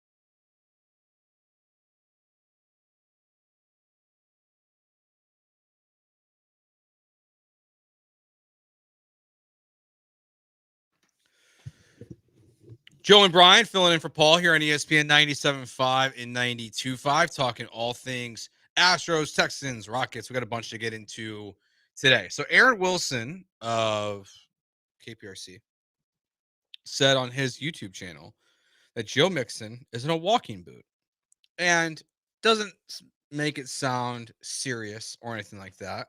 I think the wording was should be ready for training camp. So it wasn't definitive one way or the other, which is obviously not too surprising if you're in a walking boot. Joe Mixon obviously had 2 horse collar tackles against him last year that kind of slowed him down a little bit. But you package that, but there are rumors that the Texans are both interested in bringing in J.K. Dobbins and Nick Chubb after June 1st. Like, I'm in favor of having somebody behind Joe Mixon that you trust more than what you dealt with last year. Like having Dare, having I'm forgetting the name of the guy that drafted out of Florida for some reason. The 4th round pick from a couple years ago. Dameon Pierce? Yeah, Dameon Pierce. Sorry. I don't know why I was spacing on his name. Probably because he was used so little. Like, I support the idea of giving Mixon some more help because he's an older running back. He'll be 29 in July before the season starts.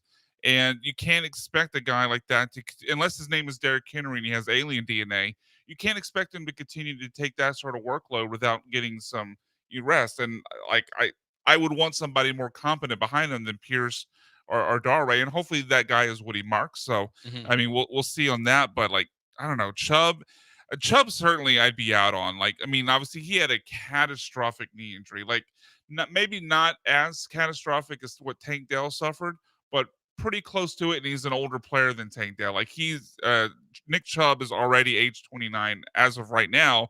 And last season when he came back, 102 carries, averaged 3.2 per carry. Yeah, on those 100 carries. Like, he is done. Now, Dobbins was more effective. He was pretty good last year. I still do worry because I'm trying to remember who else. It was Cam Akers was the other example. Like, guys that have come off of the Achilles injury and then like initially looked good, but kind of slowed down as the wear and tear, I think maybe a little bit harder to get over than it was pre-injury. Like, Dobbins started off the season pretty good.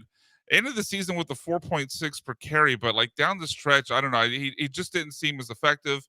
And the Chargers under, Jim Harbaugh and Greg Roman, who we know they want to run basically every single play, started to use him less and less. And I take that as a sign that they were seeing some of the same inefficiency Yeah. as down the stretch that I was. But my counter to that is that I think that's why he's perfect here, is because he's not going to be the lead running back. Fair. Unless Joe Mixon were to actually get hurt, is that he's coming in. He's clearly the number 2 guy. I think they relied way too much on Joe Mixon last year. 100%. I mean, he is an older running back himself. He was very effective, but again, multiple horse collars that hurt his leg, and he's going to age out at some point now. And you've guaranteed him money. You've added years to his contract when like you didn't really need to be honest. When you got him, I think they're just making him happy. but like, yeah, well, they seem to just do that. They do that all the time. Strange, I think. Caserio is a very player-friendly GM. Like, Especially if you're one of like D'Amico's guys, and like that's Jimmy Ward did not deserve to have a year tacked on. Joe Mixon. I mean, hell, they made Jalen Petrie a guy who can't cover the highest paid nickel corner in the league. Yeah. Why? I don't know. It's a great question. I thought Jalen Petrie was like on like his last leg with. I didn't think he was going to get a second contract. Period. Like, Yeah, he came to me. He came off to me as a guy that while he had a role on the team, he's a good thumper in the box. Like, I'm not giving a second contract to a nickel corner who got moved there because he couldn't cover at safety. And once he's at nickel corner, still can't cover.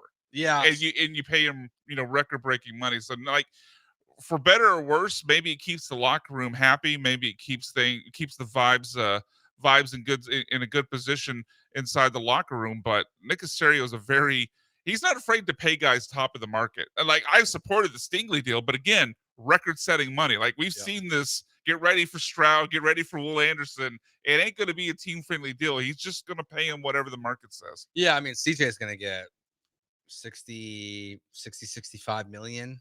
I said the other day on the show, because it came up after Brock Purdy got his deal, that CJ's minimum is 5 years, 305, which would be 61 per year, Yeah. 1 million more than Dak Prescott.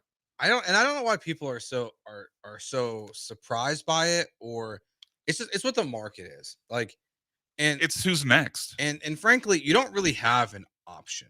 No, what are you gonna do? Like play hardball with him and try to draft another quarterback? Then David Mulugeta is gonna force his hand, and he's gonna be off this team, and you're not gonna have a quarterback again. Yeah, like it's just the reality. Like, you're over a barrel. Does Jacksonville regret giving Trevor Lawrence $50 million a year? Probably. What the hell else are they supposed to do? Like, the quarterbacks have these teams bent over basically, and like they don't have an option. Like you can't move on because you're not in position unless you tank out on accident in the year that your quarterback's contract is up and you can draft a quarterback. You're kind of stuck. Like, the only way like you don't pay a quarterback is if you happen to get the first pick and Arch Manning's on the board. It's why Daniel Jones got paid. It's why CJ, no matter what he does this year, is going to get $65 million I think at a minimum. Oh, you put it up at 65. Yeah, because I think he's. I was at 61. But yeah, I think he's gonna. I think it's gonna jump a little bit. Wow. Part of that is who his agent is. Yeah, fair. And who the kind of the Texans are. Like the Texans. Yeah, I mean, again, they pay. Caserio is like, okay, what's the top of the market? Sure, I'll pay it. Like, he doesn't seem there. I'm sure there is some negotiating there on Kirby when Caserio sits down with these agents, but it doesn't feel like it a lot because he just ends up paying them the most money ever for the position. I do wonder, like, how much the Deshaun stuff will come up during the CJ Stroud contract. What, is it trying to keep him happy? Yeah, like how Mulugeta was so. I mean, he's been so successful at forcing trades for Deshaun Watson. This is CJ Stroud's agent. Like, he's been able to force trades for all these guys and for Jalen Ramsey, all of them. Where it's like, if you're the McNairs and he even threatens it, like, what? I'm just curious of what their response would be. There's got to be like a little bit of like I cannot believe we're about to go through this again. Well, I mean, if it's Cal in the situation, he's just probably gonna give him what. I mean, honestly, I think CJ's gonna get what he wants. I think it's kind of a moot point. And the thing is, he probably should. Yeah, like, I mean, I do wish some of these teams, when you have, obviously the Giants have to have regrets with what they paid Daniel Jones, especially since it cost them Saquon, and what we saw play out on probably the only ever offseason Hard Knocks, because it went so poorly for the team involved in that. By the way, if you haven't heard, the training camp Hard Knocks with the Buffalo Bills, that should be pretty fun. That'll be good. Especially if we can get some Bills Mafia members jumping through flaming tables, but we'll see how that goes. In-season Hard Knocks with NFC East too. Though. Yeah, NFC East, that's right. Oh, so Joe Shane might be back in front of the cameras. Yeah, when he gets fired. Yeah, when he gets fired. I mean, the owner, John Mara, did tell him, don't let Saquon go to the Eagles, and Saquon went to the Eagles. But yeah, I just like I do wish some of these teams that had kind of the mediocre class at quarterback, and this may be a hot take, I'd even put Brock Purdy in this conversation. I know some people will disagree. I don't disagree at all. Like if I'm Kyle Shanahan, there are a few coaches, him included. I would also put Kevin O'Connell in this conversation with Minnesota. I'd put LaFleur in this conversation with Green Bay with what we saw him do with Malik Willis when Jordan Love got hurt last year. Like, there are certain coaches that feel like they can almost take any quarterback, as long as he's not named Trey Lance, and turn them into a serviceable NFL quarterback. I mean, Shanahan did it with Jimmy Garoppolo. What's Jimmy Garoppolo done post Shanahan? Nothing. He hasn't played. I mean, he got to a Super Bowl out by 10 in the fourth quarter with Shanahan, and he's done nothing ever since. So I like, if I'm Shanahan, and I know I can do that, that's my superpower. Maybe this is oversimplifying it. Maybe this is taking too many unnecessary risks. But I'd almost be betting on myself that I can produce the next Brock Purdy, rather than not being able to pay my studs on the offensive line and the defense and the wide receivers because I'm paying the quarterback so much money. Yeah, and I know Brock Purdy, he said his deal allows them flexibility to build around him. Which, I guess. I mean, not a lot. 53 per year. It's like a top 6 contract. So I guess. Yeah, I guess it's not what he could have gotten. I mean, it's not 60 like Dak there, Josh. Yeah. Your Cowboys paying Dak $60 million. Yeah, just called him Josh. They called me Josh. My bad. Good. Yeah, he's not Josh Savans. I miss Josh Savans. I know. No, that's not against AJ. Just Josh was a fun guy. No, it's look, these teams are in a tough spot. Like, I don't know, and I think at some point we will see a team stand their ground. Do you? Like because I fully support the idea of like if Shanahan had done that, I would have come on this air and said it was a great decision. Like I think, but you have to be so damn ballsy to let a quarterback who's played well walk away. Because you're almost it's really you're right, because it's really more the Daniel Jones route where Yes.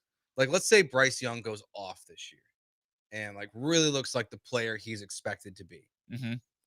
I would not pay him $55-60 million, even if he has a much better season than CJ Stroud. It was pretty good in the second half I too, so it agree. wouldn't be just like strictly a 1-year sample. But I'd be like, hey, like maybe we go a little bit shorter here, like 35 million. I feel like a you said year. shorter because it's Bryce Young. Yeah, you know what? I can say that. I'm allowed to.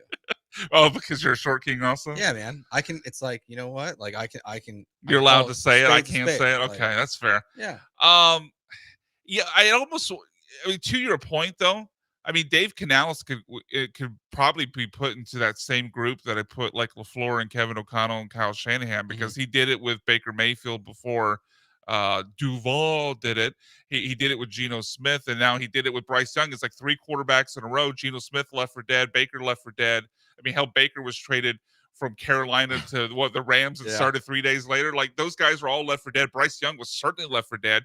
And Dave Canales has brought more than we thought those guys had left out of all 3. So, I mean, to your point, I think if Bryce Young plays really well this year, there's no way they'll let him walk. They'll just resign him. That is the 99% thing that's going to happen. I could see but them I could see the point though. Like Dave Canales, now 3 quarterbacks in a row left for dead, turn them into something. Like, we'll just do it again. Yeah, they also probably go more the Kirk Cousins route where they don't pick up they pick up the 5th-year option, they have him play on it.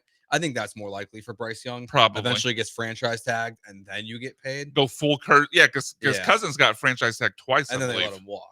Yeah. Because he wanted to let them walk. Like I think he knew, like Kirk Cousins, he played the game. I mean, he's got more guaranteed money than pretty much any quarterback in the history of the NFL. Wasn't he the first fully guaranteed quarterback? He was. Because that first deal with Minnesota was fully guaranteed, and then obviously we know what he got with 160, I think it was, from Atlanta. All right, Dell had a interesting comp this morning this morning from this morning on John and Lance for Amen Thompson. We'll hear what Dell had to say, and we'll see if we agree or not next year. With Joe and Brian filling in for Paul, you're on ESPN 97.5 and 92.5.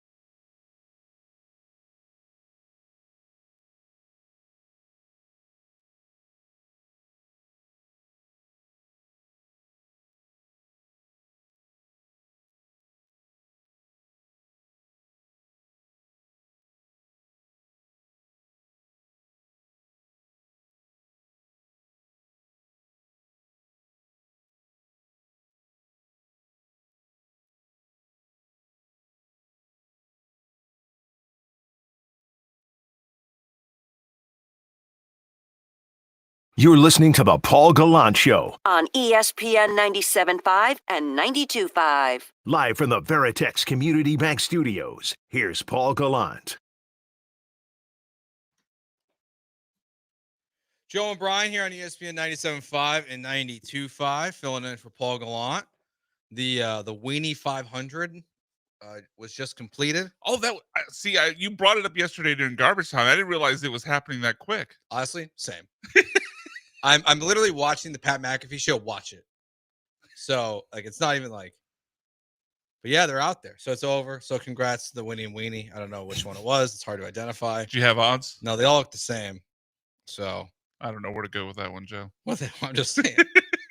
They're the same. I'm gonna let that one go. They're the same car. Oh, all right. All right. Let's hear. So this morning, Dell, John Lance were talking some Rockets basketball. Dell had a comp for Amen Thompson. Let's hear what Dell had to say. I said that for all the comparisons, at this point, I see our young Ron Artest. Yeah. Well, say no more. Ron Artest was a good basketball player. All right. The other stuff And he was always a overshadowed it. great Did Ron Artest do this? At age 22, in his 42 starts, he was a lot better as a starter. He was a lot better as a starter. He averaged 16 points a game on 60.2% true shooting. These are Brado's stats. 9.2 rebounds, 4.9 assists, 1.7 steals, 1.6 blocks.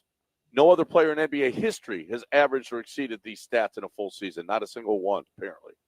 Well, is he the only untouchable on this team? Well, you asked about Ron Artest. Ron Artest played some college ball, so things are going to be skewed. But at 23 years old, he finished second in DPOY voting. Somehow he finished second team all defense, but also finished number 2 in DPOY voting. Different era, so shooting was going to be different, but he averaged about 16, 5 rebounds, 3 assists at 23 as a patient. Now, he had been in the league a little bit longer than Ahmed had been, and at 24, he was a DPOY and all-star. So when I say Ron Artest, isn't just about the physicality and the non-basketball stuff. No, it's similar. Ron They're Artest, always going to be more defense heavy than offense. Ron Artest was a very good player for a long time.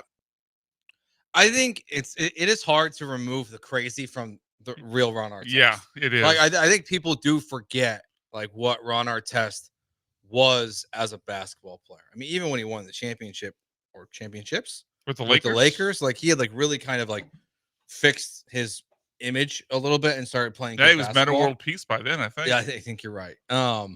It's interesting. I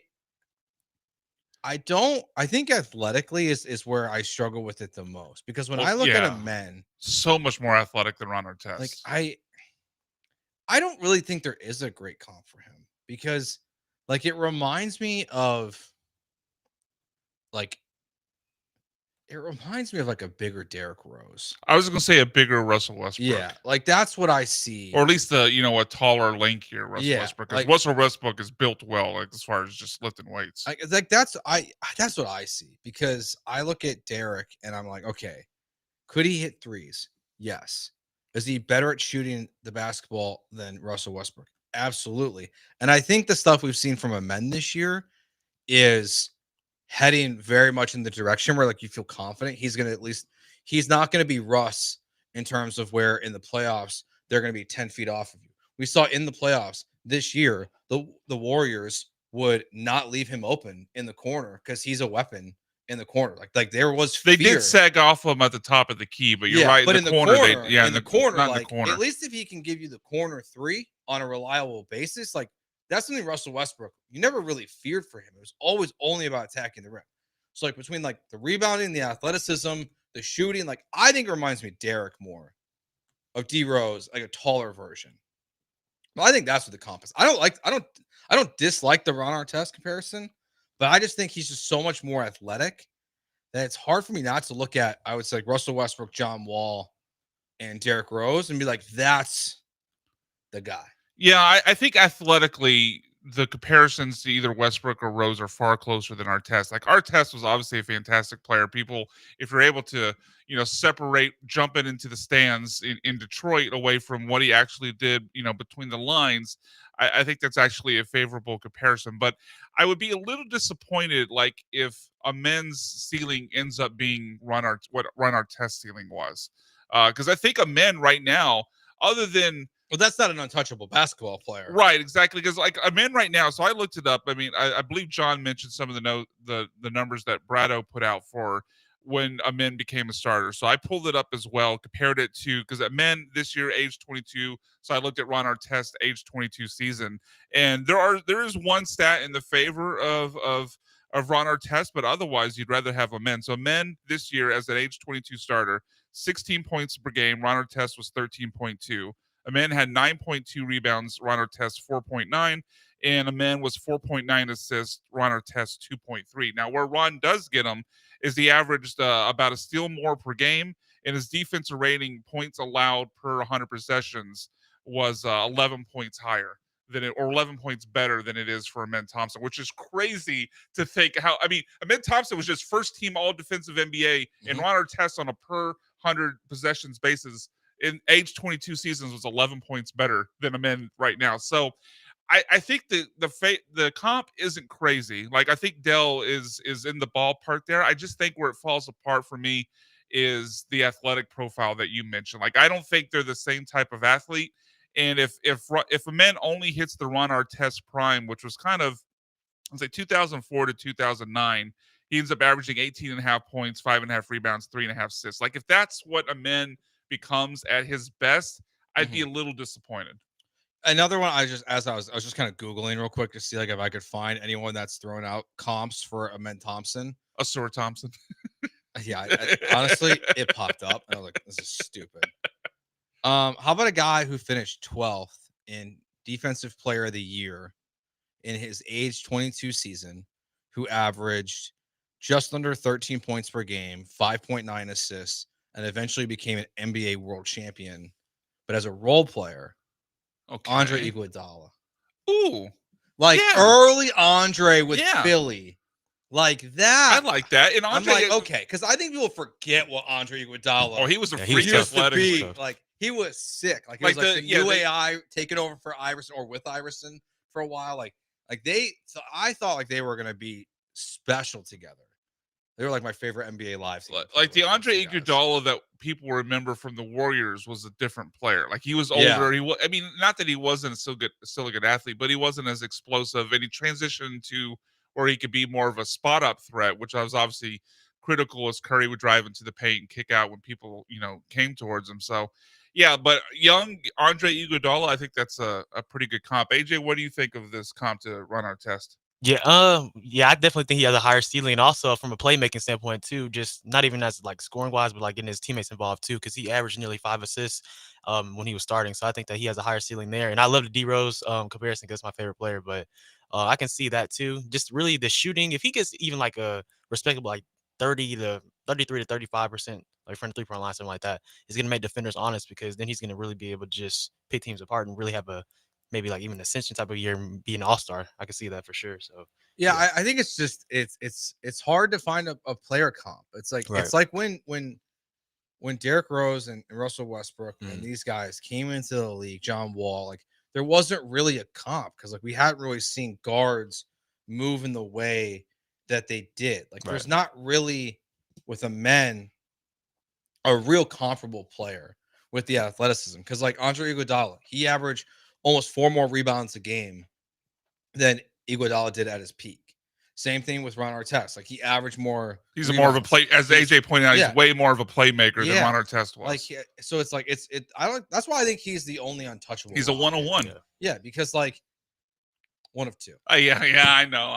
But like Asar, as soon as I said, it's like, oh wait, no, he actually had an exact replica. Asar is awesome. Like, I know. During the end of the season, I was watching a lot of. He's very good. I would still rather have a man, but no, I think Amen's the better player, but I don't think the drop off is crazy. No, it's not. 713-780-3776. Let's bring in Gary. What's up, Gary? Hey, what's up, guys? Just want to say on the men, like, I'm not trying to throw cold water on it, but like he has very, very limited offensively, right? Like he's a super crazy athlete. But there's no guarantee like the dude's gonna like develop some type of like fluid jump shot. And I don't know that we have any prior. Like maybe Jason Kidd came into the league, but he didn't learn how to shoot till he was like 35 years old. So I still think he could be an incredible player. Like Derrick Rose, I think is a little off. He's one of my favorite players. I actually still hate Mario Chalmers to this day because of Derrick Rose. If you know, you know. I just think he's a great player. I don't think there's a comp, but I would just caution Rocket fans not to think he's gonna be like some 30-point per game score in this league. Like I just don't see that from Thompson. No, Gary, thank you for the call. I think that's totally fair. Like I don't think a man is gonna ever be a scoring leader for the Houston Rockets. Agreed. But can he lead your team? Can he be top 3 or top 2 in points, rebounds, and assists on the team and do all of that at once? Absolutely. Yeah. Like, and that's why I think, I don't think, and that's where like I think there's the question of like, can a man be the guy to lead you to a championship? I think my answer is probably no. Like I don't with that one. I don't think he's like the guy. Like I think you have to have like to Gary's point, which I think is fair, like you have to have someone more reliable to take the shot at the end of the game. And right now, it's not just there. Let's keep it rolling here. 713-780-3776. Austin on the HRMP listener line. What's up, Austin? Hey, guys. I just wanted to actually kind of chime in real quick about this. So there is a podcast, I think it was Gil Arena's podcast, and he had Danny Green on. He specifically remembered how Danny had recalled about how when Kawhi was coming up, right? Kawhi, great athleticism, great defense, right? But didn't really have a shot there. Was able like a true great scorer. And so with Ime and Pop, and along with the other great assistant coach they have there with San Antonio, they create and develop Kawhi's shot. So I think if they can put Eamon on the same kind of like training and that same like regiment, be able to create a shot for him. Maybe he won't be obviously the best shooter in the league, but if he can have a shot close to Kawhi, I think, that's something that can be like obtainable for a man. Thank you for the call, Austin. I heard the same podcast when Danny Green said that. And I think to Gary's point too, you look at Kawhi Leonard, guys like Lonzo Ball, obviously, who like I was thinking of Amari Stoudemire, like different position, but he had no shot when he came in. And he developed a pretty reliable, like 15-foot jump shot. And then there's Giannis, who and Shaq, who didn't need it. But like if they could have fixed it, they'd be the best player. And they already were the best players in the NBA. I mean, if Giannis and Shaq could have fixed their shooting, they might be the 2 best players in the history of basketball. Like if Shaq could shoot a free throw, if Giannis could hit a Shaq three, was never going to be able to shoot. His hands were too big. It's like us trying to shoot an orange. They always say he would go like 20 for 21 or 19 for 20 at practice, and then he would just choke. He apparently had an agreement at one point with Rick Barry. Yeah. To learn how to do the underhand shot that Rick Barry made famous, He but got soft. But Shaq decided it wasn't a cool look and backed out. But I think there's one to the first caller's point, like talking about he doesn't have a shot. Completely accurate, but and maybe he ends up being a guy like Russell Westbrook that never develops a shot. That's certainly within the realm of possibility. But we also can't pretend like Amen didn't take a step forward from year 1 to year 2. Like year 1, I agree. Like he had no shot, and his shot in year 2 was still very unreliable. It was inconsistent for sure.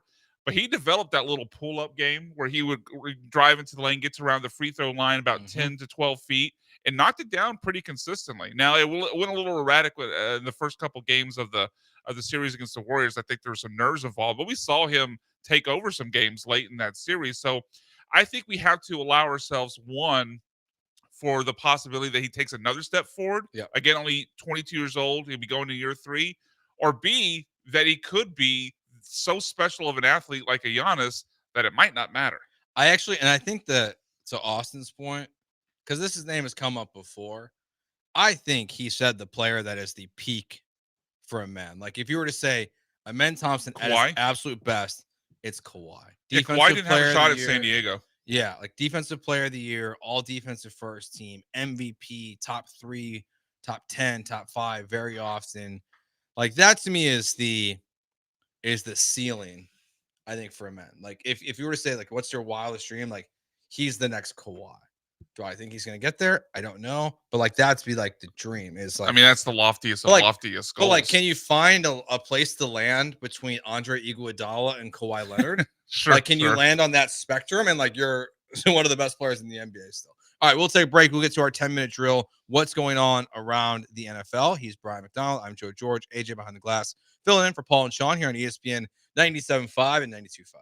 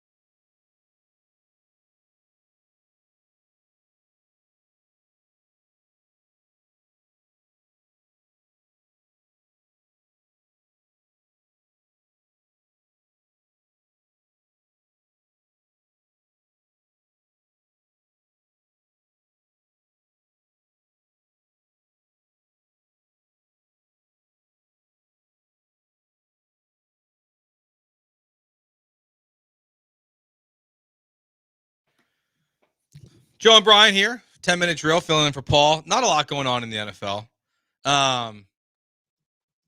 Is Aaron Rodgers ever going to sign somewhere or retire? I've kind of gotten the feeling recently, and just going off of what we know about Aaron Rodgers and how much he loves the spotlight and the attention, even though he tells us he doesn't, is that he's hoping the Steelers turn him down so he doesn't have to publicly turn them down. And that is kind of like, because what else would there be at this point? Like, I can't think of a single, because there's not like they wouldn't expect him. Like, he was given a pass by the Jets to not have to go to OTAs. They still allowed him to make all his overseas trips and Yeah, all the things he likes to do during the summer.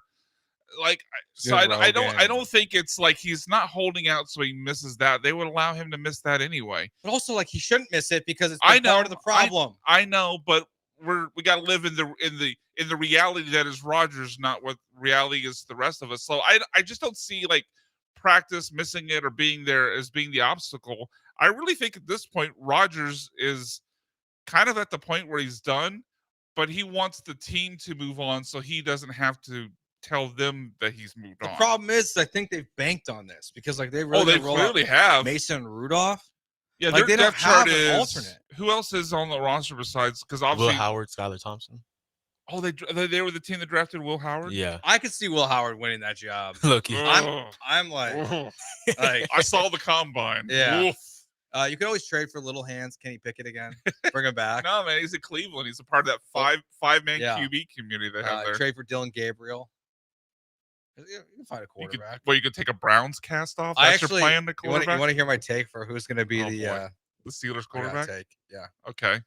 If Aaron Rodgers is not the week 1 starting quarterback for the Pittsburgh Steelers, it would be Davis Mills.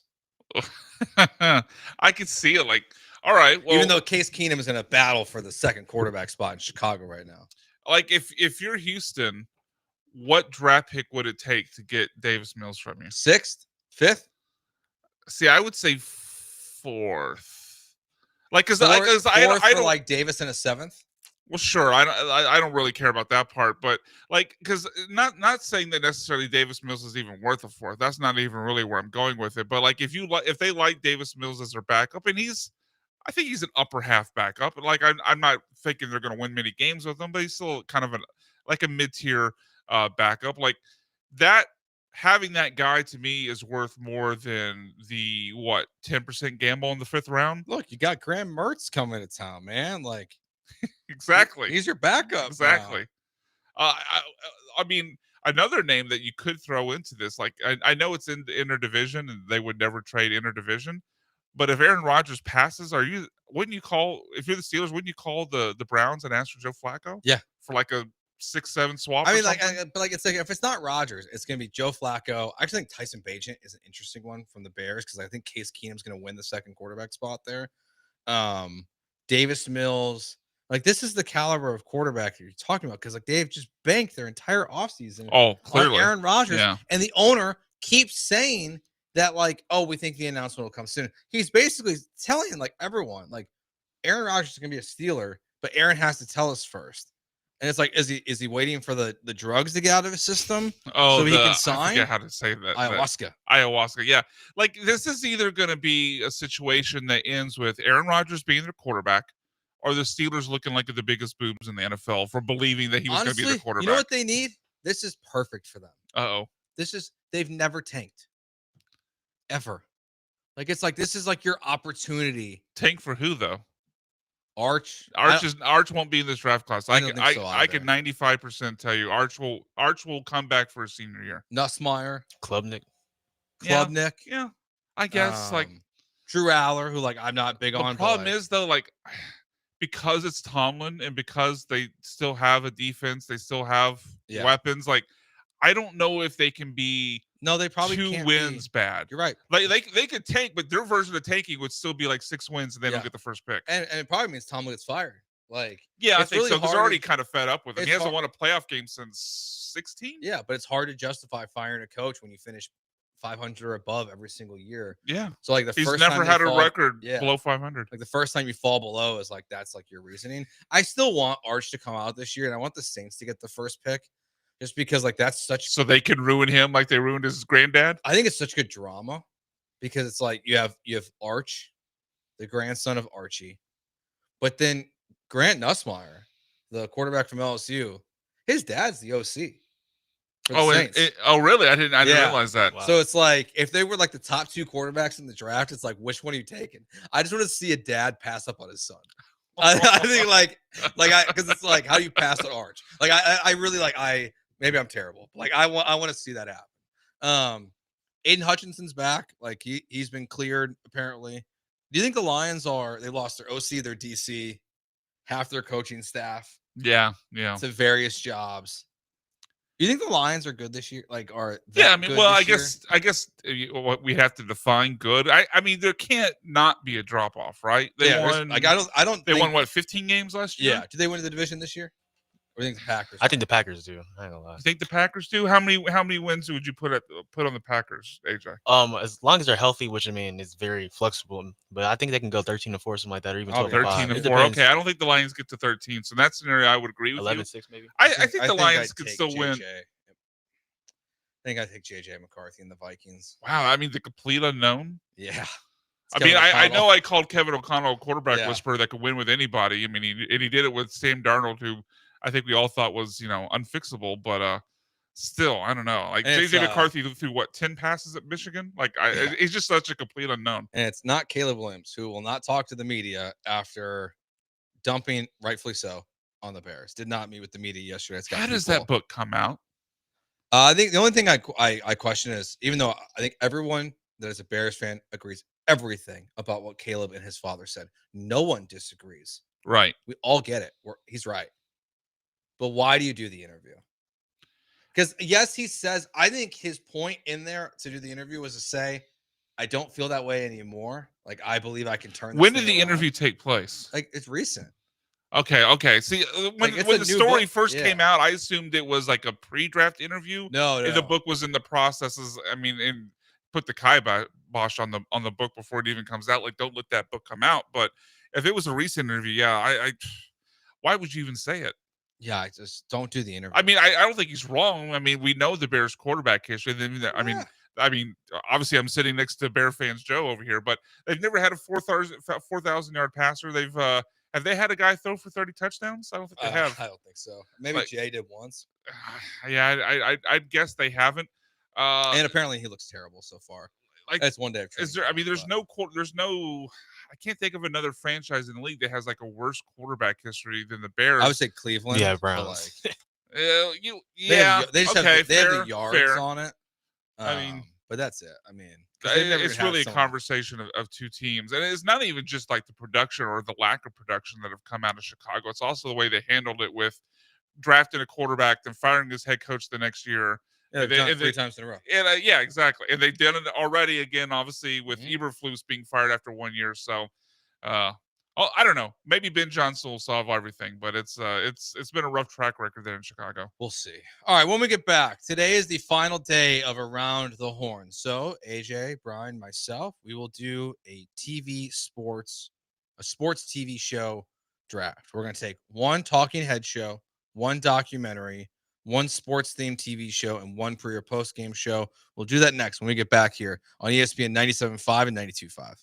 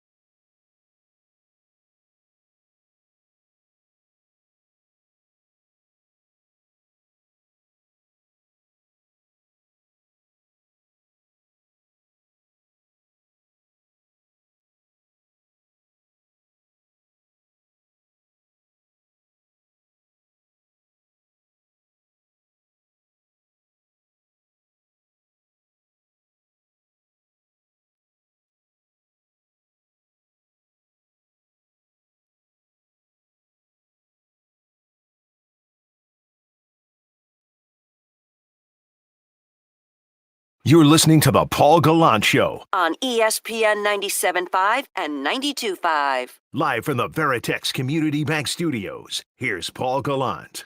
Joe George, Brian McDonald filling in for Paul here on a Friday. Happy Friday, everyone. We're doing a Ask Joe and Brian Anything. If you got any questions, you can let us know. It's 713-780-3776 or on the Twitch or YouTube. Today is the final day of Around the Horn. 21 years. PTI is not far from coming to an end either. Have they announced? I don't think they've done an announcement. Nothing date official? yet. Yeah. So we are going to do a draft. We're going to take one talking head show, one documentary, one sports themed TV show, one pre or post game show. And I've got the first pick. Brian, order will be Brian, AJ, me. We will do Snake. Okay. And a 2 veto system. Wait, hold on.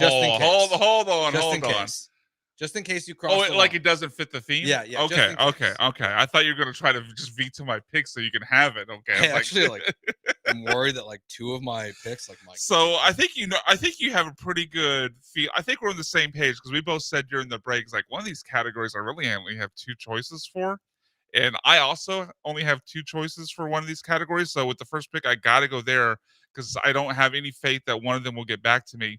And that is the pre or post game show. And to me, there's 2 choices. I'm not going to say the other one. No tipping picks, please. Yeah, I'm not going to say the other one. But to me, this is clearly a 2-show category. And for my first pick, I will select College Game Day with the first overall pick for my pregame show. AJ, any category you want? Okay, I'm going to do pre or post game show. I thought he was going to go here. College Game Day is a good one, but I'm going to go with Inside the NBA. That was the other one. Yeah. That was the other one. I'm now going to have to start Googling pre and post game shows. Well, now you can wait, though, because AJ. I know. Yeah, I'll be it Googling can be your last pick this. because AJ and I can't take that category for the rest of the draft. Delete that category. Well, that was the 2, AJ. Yeah. So yeah, I guess you would have obviously gone Inside the NBA 1. I would have gone College Game Day 1 and then Inside the NBA. I guess it's just really, do you like the NBA or college football more? Yeah, I mean, I like college football a little both, more. honestly, So they're both incredible. They're both great. Yeah. They're on a different level than anything. Oh, they're honestly. on their own tier compared to everything else. All right, so my first pick here, I'm going to take the best talking head show of all time. I'm assuming this counts towards this. I am specifically taking the Dan Patrick and Keith Olbermann years of SportsCenter. Well, SportsCenter is more of a news show. Yeah, I feel like it fits into the category. AJ, what do you think? I like that. I mean, what years were Dan Patrick and we're talking mid-90s? Yeah, like mid-90s. Yeah, I was say. Yeah, it's the. I'm fine with that. We so you know what? You got the raw in the deal with the pre and post. Yeah, so you're going the SportsCenter with specifically with Dan and Dan Patrick and Keith Olbermann. I think it's the best there. Was that your favorite? Well, obviously, it was your favorite duo. Stuart Scott, I really like the Stuart Scott Rich Eisen combo was really good. Yep, totally agree. But Kenny Mayne was really good on there. Yeah, but they're the reason why ESPN exists. Oh, of course. All right, so I'm gonna go documentary here. All right, I'm gonna go TV show here. Just kidding. Because documentary is so deep. Yeah, documentary I feel like is definitely the deepest of these. It's my favorite. I'm taking Friday Night Lights. Okay, all right. Will I insult you by saying I've never seen the show? No. Okay. No, that's not a surprised. slander. I just I think we all have those TV shows that there's no real good explanation for. Well, everyone has TV shows. I was talking to Michael Carroll the other day because I know there's the new Predator show coming out.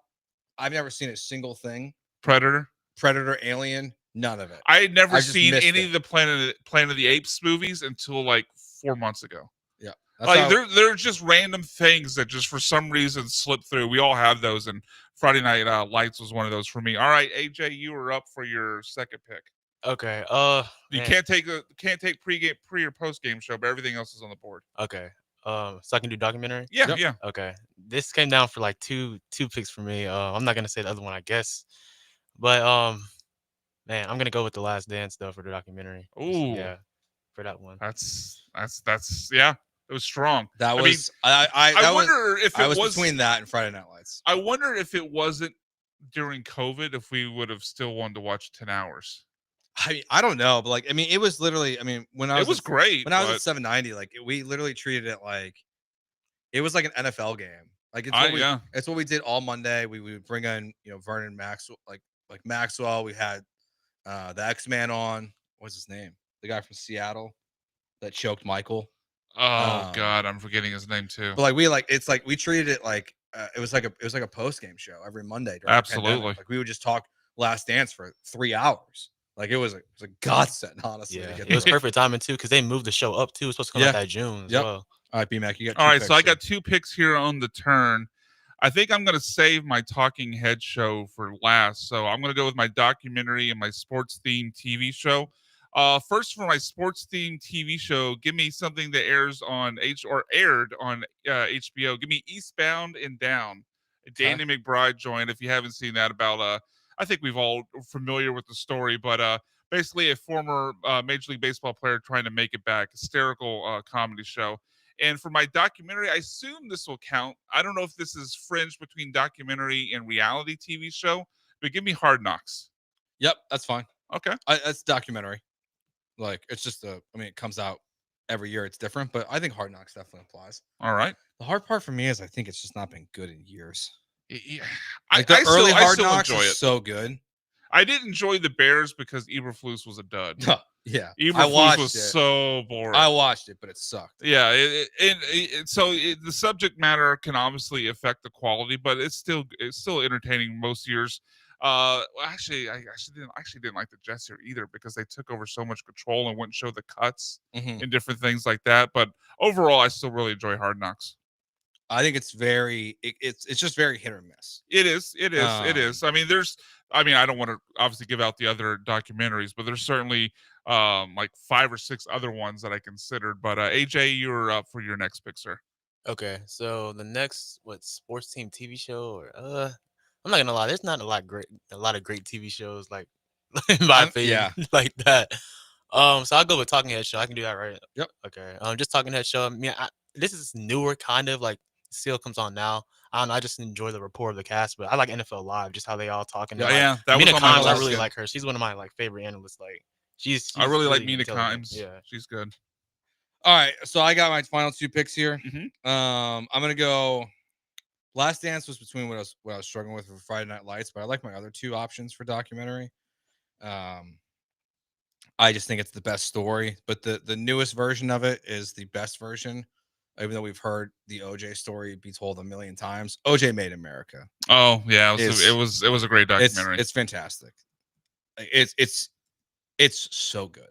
Like it is perfectly told. OJ is one of those stories. I think there's more than just OJ, but it feels like they're going to make documentaries on OJ for the rest of our lives, and we'll watch every single time one comes out. Absolutely.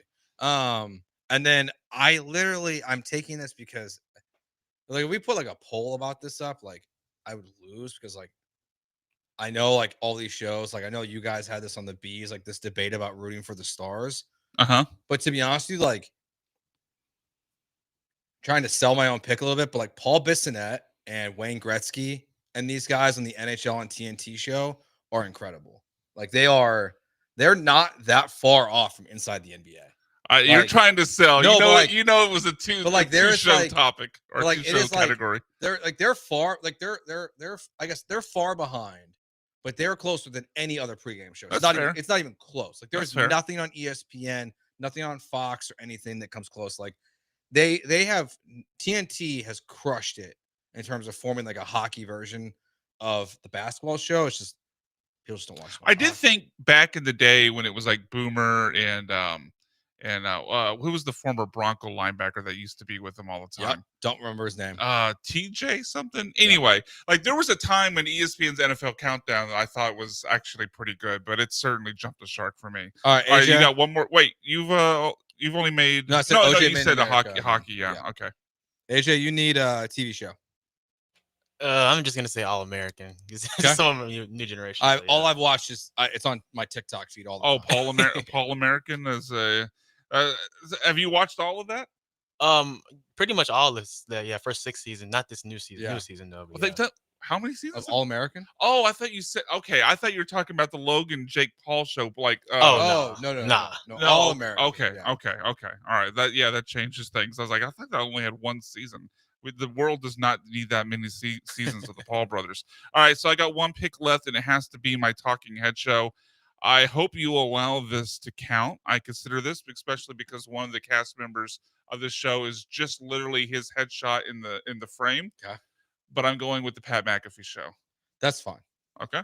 That is my pick for talking. I will Head show. allow that. Other things I had on my list, Around the Horn PTI. PTI was on my there. list. I considered taking the cold pizza version of First Take. Back in the day with Skip and Woody and Salisbury. I forgot Salisbury. Yeah, was Sean on was that. on that before. I mean, that's I remember I moved when I started working at Gow and Sean and Granada were doing a show on the network. I was like, oh my God, you're the guy from Cold Pizza. I see. I first remember Sean Salisbury because he was.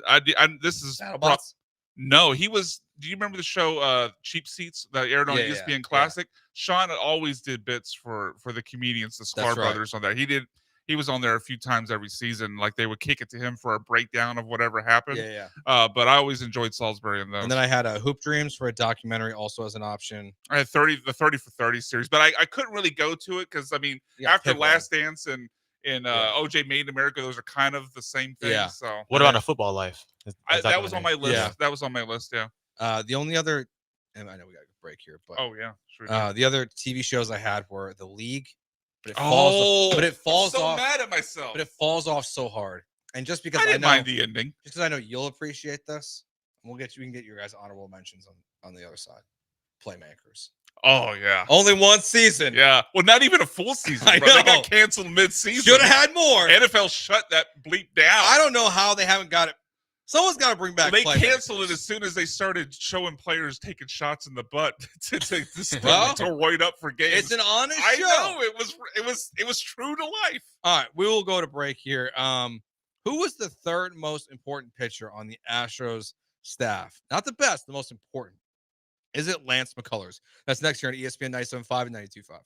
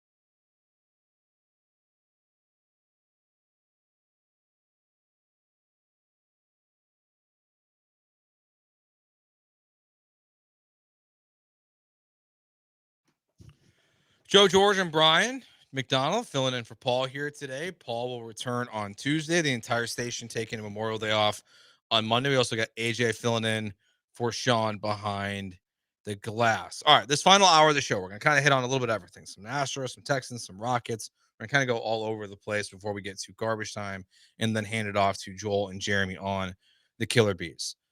So my question for you, Brian, who is the third most important pitcher in the rotation going forward this year? Because we know by a million miles, it's Fromber and Hunter, any combination. But who's the most important guy for the Astros to have success the rest of the year? I think it's clearly a guy, in my opinion, that's not currently in the rotation because he had the random terrible luck of getting hit by a ball while standing in the outfield. Was that in Seattle? I think it was. I think it was Seattle. But to me, it's Spencer Arrighetti, because when you look at the options that remain, and I think Spencer Arrighetti was obviously already ahead of Ronel Blanco and Wes Nesky, but it certainly adds to it now that you lack the depth that you once had in the starting rotation. But after Fromber, after Hunter Brown, to me, it's clearly Spencer Arrighetti is the guy with the most upside. Like, if you're going to tell me a non-Hunter Brown, non-Fromber Valdez pitcher is going to go into the playoffs and have a monster out and carry the team to a victory, like, there's no one that has better odds of doing that of the other options to me than Spencer Arrighetti. Like, we saw it second half of last season, sub 3 ERA or just north of 3, maybe. I forget the exact number, but it's a very good ERA, more than a strikeout per inning. He was dominant. I thought he was looking good this season as well in the short time he was available for the injury. But I think it's Spencer Arrighetti because of the upside. Yeah, yesterday the Astros said that he is out of his cast, but obviously they're going to have to build him up from He's nothing. basically going to have to do spring training again, right? That's what they said. So he is not throwing the ball just yet, and it sounds like July. I would guess if he's not throwing at all, I mean, I don't know what you would think, but he's obviously got to start. You'll have to have first he'll have to do the long toss, and then it'll graduate to, bullpen sessions and facing like the simulated games, and then probably at least 3 minor league starts, maybe 4. So I think we're probably best case looking at 1st of July. Yeah, that's it's tough. a rough That's go because tough. it was such random bad luck. It wasn't like it wasn't like he was who was that reliever that like punched Phil Maton? Huh? Phil Maton? No, well, yes, but there was another one, a hothead. I'm trying to remember his name now off the top of my head. But there was another guy that went into the dugout and I think punched a phone or something and broke his hand. Yeah. I don't remember who it, but yeah. You know what I'm talking about. Yeah, but I mean, it wasn't like it was something like that where like you could explain it away, or even just the almost near certainty that at some point pitchers will all have like an elbow or shoulder injury. Like, it was just complete random dumb luck or bad luck that ended Arrighetti's season, but certainly delayed it. I mean, it sucks because it's like obviously Altuve broke his thumb at the World Baseball Classic, Yeah, but he doesn't have to rehab in the way that Arrighetti does. You don't have to build up. Yeah, and with a young arm too, like you have to be a little careful. Like you don't want to rush him back. Like you don't want to you want this to lead to something worse, which it easily can, to be honest, if you rush him back. So like it has to have time. Yeah, he's got to stretch out. So I think Arrighetti is probably the right answer. I do think there's an argument though for Lance, like as like the third most important guy, just because of what he can be, like for what it could be, like the 8 strikeout guy that we saw in last night's game. Like if he can be that guy, it is just a different level of pitching versus what any of these other guys, Gusto, any of them can do. So he can just elevate this rotation into a place that you're not expecting it to. So I would say it's Arrighetti and McCullers would be like the next 2 guys. Yeah, certainly. Like back at the baseball card, there's definitely the biggest argument there is for Lance, because if we're going to approach it, at least I know I will approach it this way of like who has the biggest upside. Like if they hit their ceiling, who has the biggest upside? Who could be the guy that carries your team throughout the regular season? Behind Hunter Brown, behind Fromber Valdez, and has the chance to carry your team to a postseason win. Like we've seen Lance do it. Now his postseason history is sometimes a little rocky. Like people forget because they won the game. Like he was pretty rocky in that game 7 against the Dodgers. Hit a couple guys, didn't even last 5 innings, or right about 5 innings. It wasn't a super long start. Charlie Morton carried him the rest of the way. Obviously, we know Game 3 of the World Series in 2022, he was awful, but he's had great moments against the Mariners that same year in the first round in 2022. So Lance has shown the ability to be that guy. I just think because of the arm injuries that Spencer Arrighetti has a better chance of doing it than Lance. No, I agree, and it's just a waiting game, and really the third most important pitcher on in the Astros pitching staff might just be whoever they trade for. Like it might not. It's probably. Could you argue it's a reliever? I think right now, I mean, Josh Hader's been the best closer in baseball at this point in the season. But I think just because for the long term, like for the playoffs, like you need another starter. So I looked at the first half, second half Arrighetti splits I was mentioning earlier. Second half last year, and this was after he had a 5.63 ERA in the first half. Obviously, pretty bad. 3.18 ERA over his final 12 games in the second half of last year, with 78 strikeouts and 65 innings. So, I mean that shows. I mean that's obviously it's real progress. Yeah, like 11 starts isn't the biggest sample size. It's not even half a season, but it's to me a big enough sample size to show that he has that sort of potential as a high-end number 3 that would deserve and do well in a playoff start. I totally agree. I mean, like, Jeremy and I have talked about this when we've done our Astros podcast Inside the Icebox.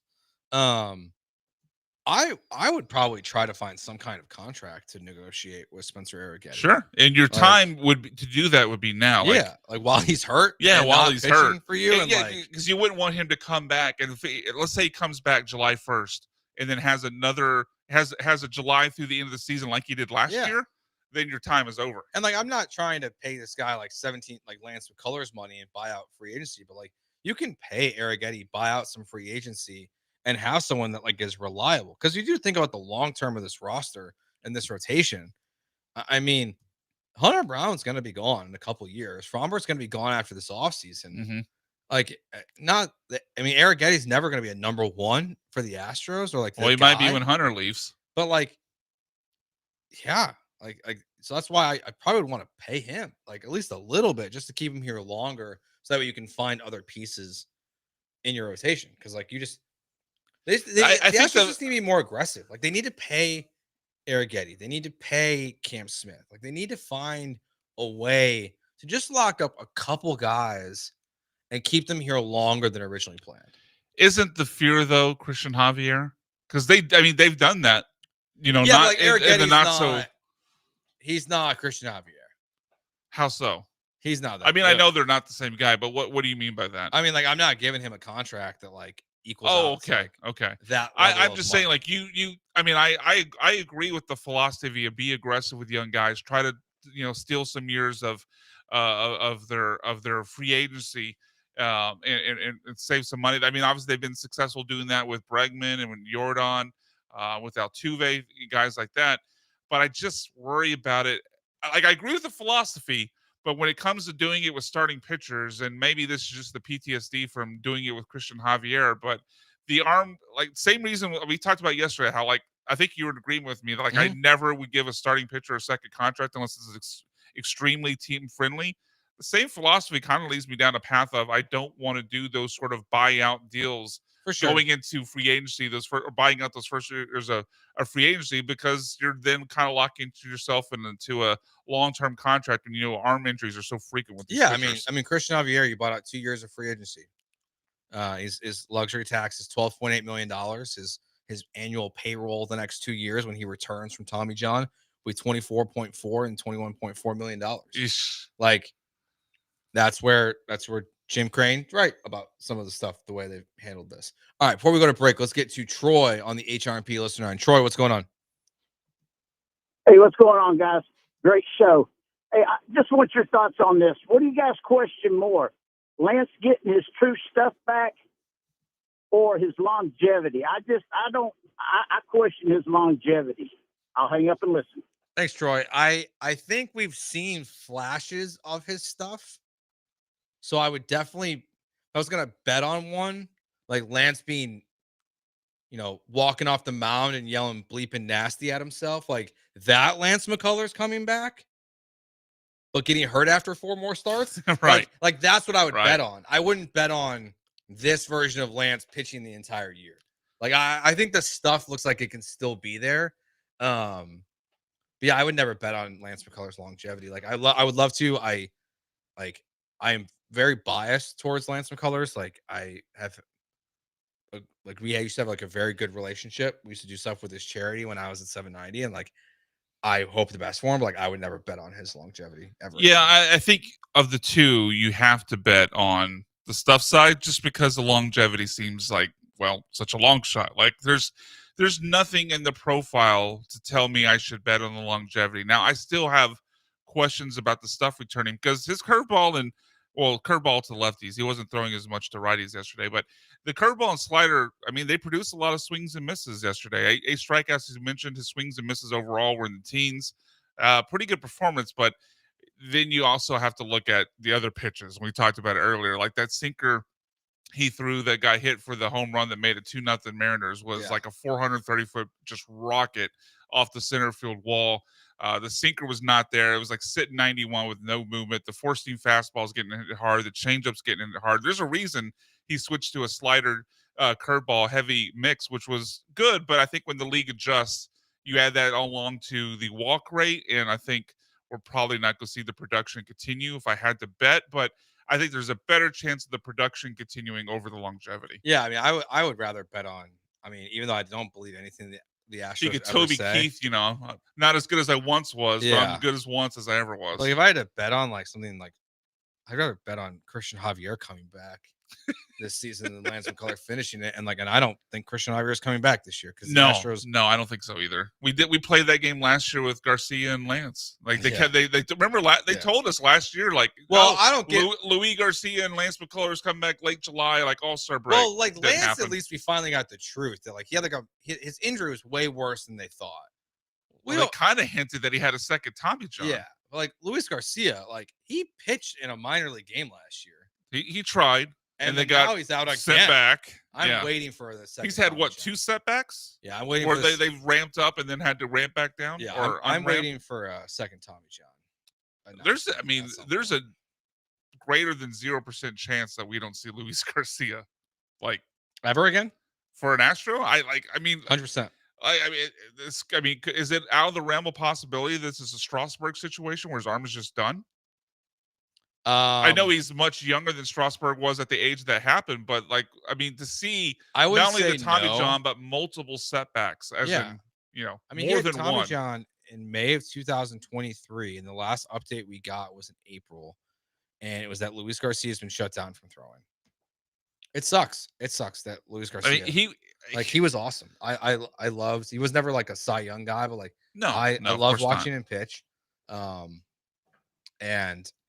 yeah, I don't know. I never thought we would see Lance pitch for the Astros again, and that's kind of how I feel about Luis And Lance Garcia. beat Luis Garcia back. Yeah, that's the biggest. To be fair, Lance's first surgery was a year. His injury was a year before. It Luis was, Garcia's. but didn't Lance have potentially a second surgery? Yeah.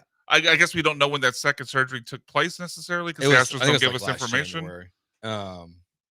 Yeah, it's I don't know, it's tough. Like I feel bad for these guys, but you can't. I'm just never going to trust an arm until I see it actually recover.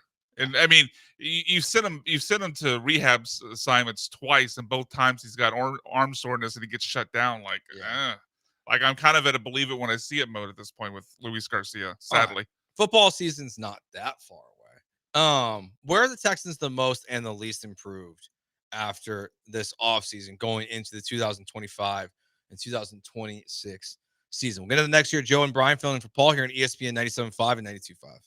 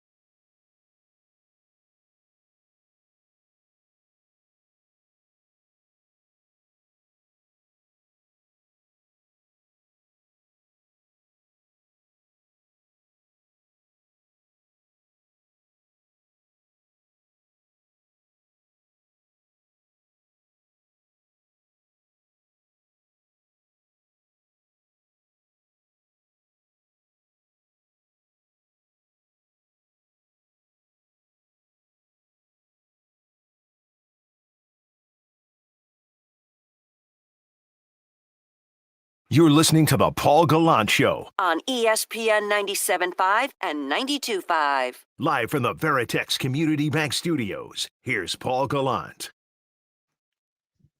Joe Georgia and Brian McDonald filling in for Paul today here on ESPN 97.5 and 92.5. It's Ask Joe and Brian Anything on this Friday. A couple of texts here about the Astros we can get into.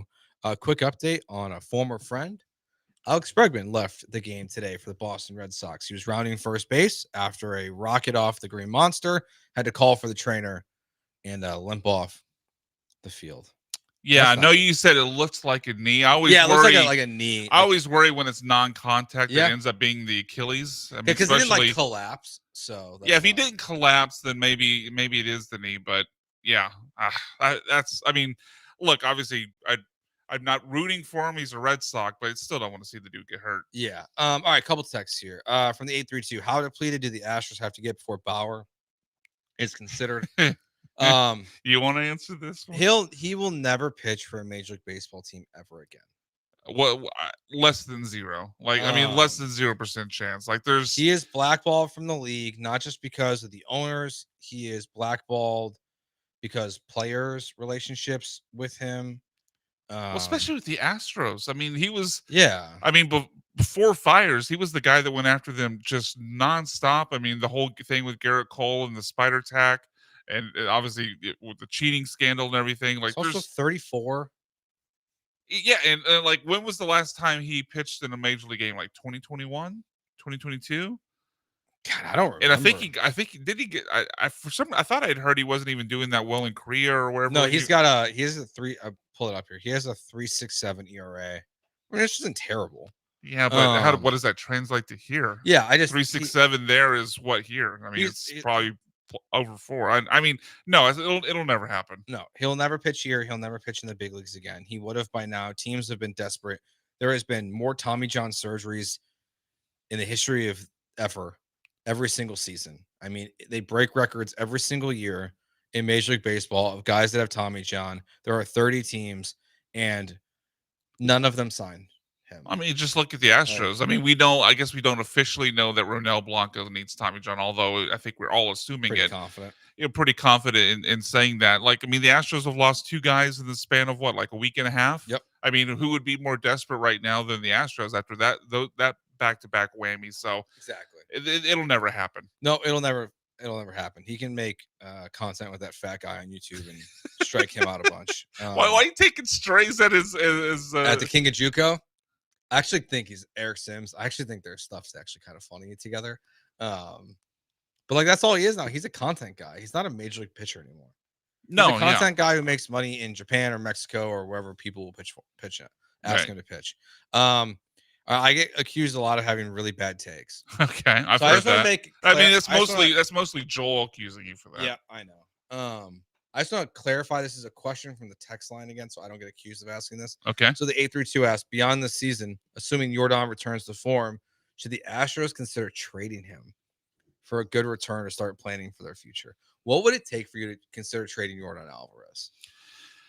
See, it's so much more difficult for me to consider it in baseball because, like, I know you can trade comp picks or whatever. I can't remember the exact rule on that, but it's not like football where you can, trade Deshaun Watson for 3 firsts or whatever. Yeah. Like, or whatever the baseball equivalent of that doesn't really exist. So that complicates it for me because anything you could trade for obviously a bunch of top prospects, which would be the answer. Like whatever the Juan Soto trade was, like that would be what I would want. But I don't even know if that would be worth it to me because, I mean, what's the percentage of odds on each of those guys that, like in the Juan Soto trade, are coming through? Like not specifically them, but just guys of that caliber. Like Forrest Whitley was once like a top 5 overall prospect. Has pitched like 3 innings in his major league career. Like, especially in the pitching side, I don't even believe that there are such things as pitching prospects because they're so injury prone, they don't come through. But these players are so far away that, like, it feels like I'd just be throwing Yordan away. No, you have to trade him for players that are on the cusp. Like when you traded Tucker, you got a player that was in right field on day 1.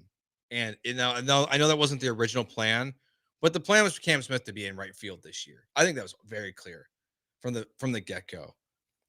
I think if you were to get to a point where like how do the Astros get to a point where they trade Yordan Alvarez? I mean, you have to. It's a total teardown. I mean, it'd be a complete rebuild. It is trading Jordan. It is trading probably Yiner, probably Pena, Hunter Brown. It'd be like the only. Like it's a full teardown. Like, or you're never trading that guy. But the problem with even considering that as a hypothetical is I can never see the Astros deciding to do that. I mean, I don't think Jim Crane, as like his mindset, would allow them to decide to completely tear it down to the nubs and build up from the foundation.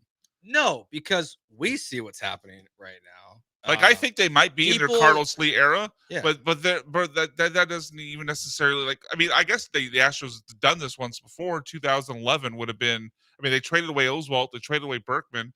I mean, Jordan probably a better player than those two. So the Astros have done this before, but I just don't see Jim Crane taking that route. No, I think it would be if this were to really be ever a real topic of conversation that I think is like this is likely to happen. I think it's not until it's a Kyle Tucker situation. How many years left does Jordan have at this point? Yeah, let's see. Kyle, our Wi-Fi is so terrible. It's it's incredible. I think it's like 4. I think it's like. It was a 6-year deal. I just couldn't remember when he signed it. Yeah. His last year is 2028. Okay. So this year and 3 more. Yeah. Like I think that's the only time. So 2027. Yeah. That would be the earliest they would consider it, in my opinion. I agree unless with that. like things like really fall apart. Like yeah, basically, if all of the question marks you have about guys struggling, like let's say last night was a blip for Jose Altuve and he sucks the rest of the year. Christian Walker sucks for the rest of the year. Yainer Diaz sucks for the rest of the year. Like I even think in that scenario they wouldn't trade him. Like what is the path to get better at that point? I mean, that you have to hit on all the prospects that you get back. I mean, how many of the prospects do you think you're actually hitting on? It's such a gamble. I wouldn't even consider it until like 2027, and your franchise would have to be in such a rock bottom place that I don't even see them being there. Yeah, the only thing I'm trying to figure out too with like it's funny that the timing works out because we've talked about this a couple times the last 48 hours now is the strike. Sure. Because it'd be 2027, right? Yeah. I'm more curious like how the contract rollover is going to work. Because like obviously you have like the Dodgers who like have all this like crazy money on their payroll. Like they the can't deferred just, like, money to Shohei. They can't just get rid of it. No, like I think that's why the Dodgers are doing what they're doing. That's why people are pissed. It's because the Dodgers are cheating the system. They know that there's going to be major structural changes in baseball, and because of all this deferred money, like they're not going to be able to hit edit undo when they redo the contract. Like they're just going to be locked into these deals. Like Jordan Alvarez, like his contract's not going to change.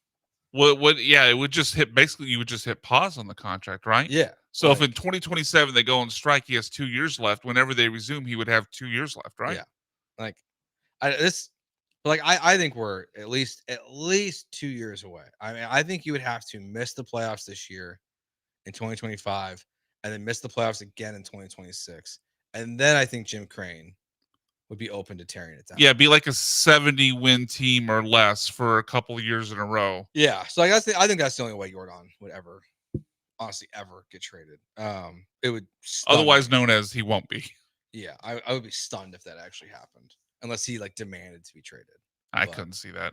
No, I couldn't. I think he look. The only real wrinkle with Jordan is the Altuve stuff.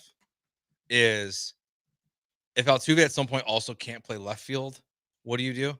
If you have 2 DHs on your team, 2 guys that can't play on the field, like that's the only wrinkle that I think would make it more complicated.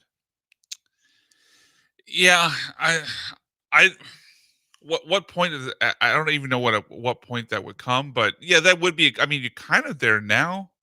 I mean, I think it's been good in left. He's been fine in left. I guess that's too harsh to say they're there now, but I mean, it's still kind of a roster construction problem where you have guys. I mean, you maybe even throw Yainer in this mix that you might rather play at DH than at their actual defensive position. So it's still kind of a roster construction problem now, but yeah, that would be a problem down the road. Like if Altuve's, foot speed deteriorates and the natural progression of time gets to a point where he can't even play in left field, then he has to be a DH as he chases 3,000 hits. then that would be a problem because obviously you don't want Jordan playing in left field every day. But like I don't know what the answer would be in that situation. Yeah, it's you have to choose. I mean, there really isn't a Yeah, good, you'd have to choose. You'd either have to live with the liability in the field, or you'd Yeah. have to choose one. Or Jordan's learning first base.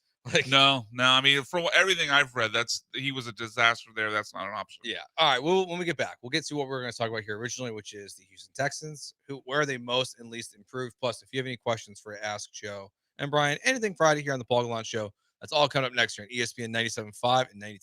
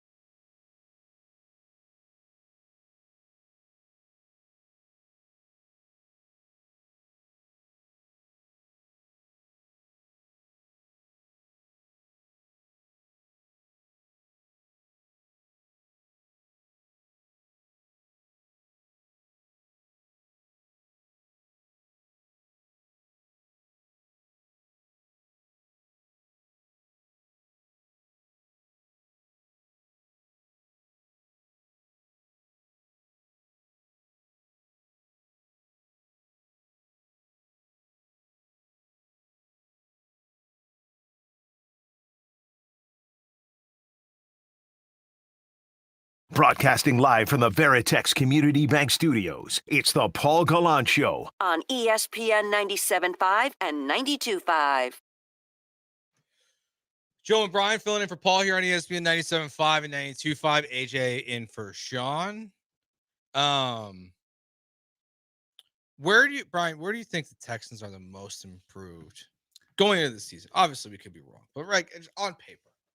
I look, it's tough to say from an improvement standpoint because they didn't add a whole lot, right? Like there wasn't, especially since they traded out of the first round, right? They didn't add the big splashy free agents like they did the year before. They didn't have a first round pick, so there wasn't like an overhaul at any position as far as like improving the actual overall talent from the year prior to me. But I guess I would have to say it'd be the wide receiver room. I really liked what they did at the wide receiver room because you go from a spot where you have the obvious, without a doubt, alpha Nico Collins, and then it's Stephon Diggs, who's a little older, If he'd come back this year, he'd been coming back off an ACL injury. Mhm. You're not really sure how long he's going to be able to keep playing at that high level.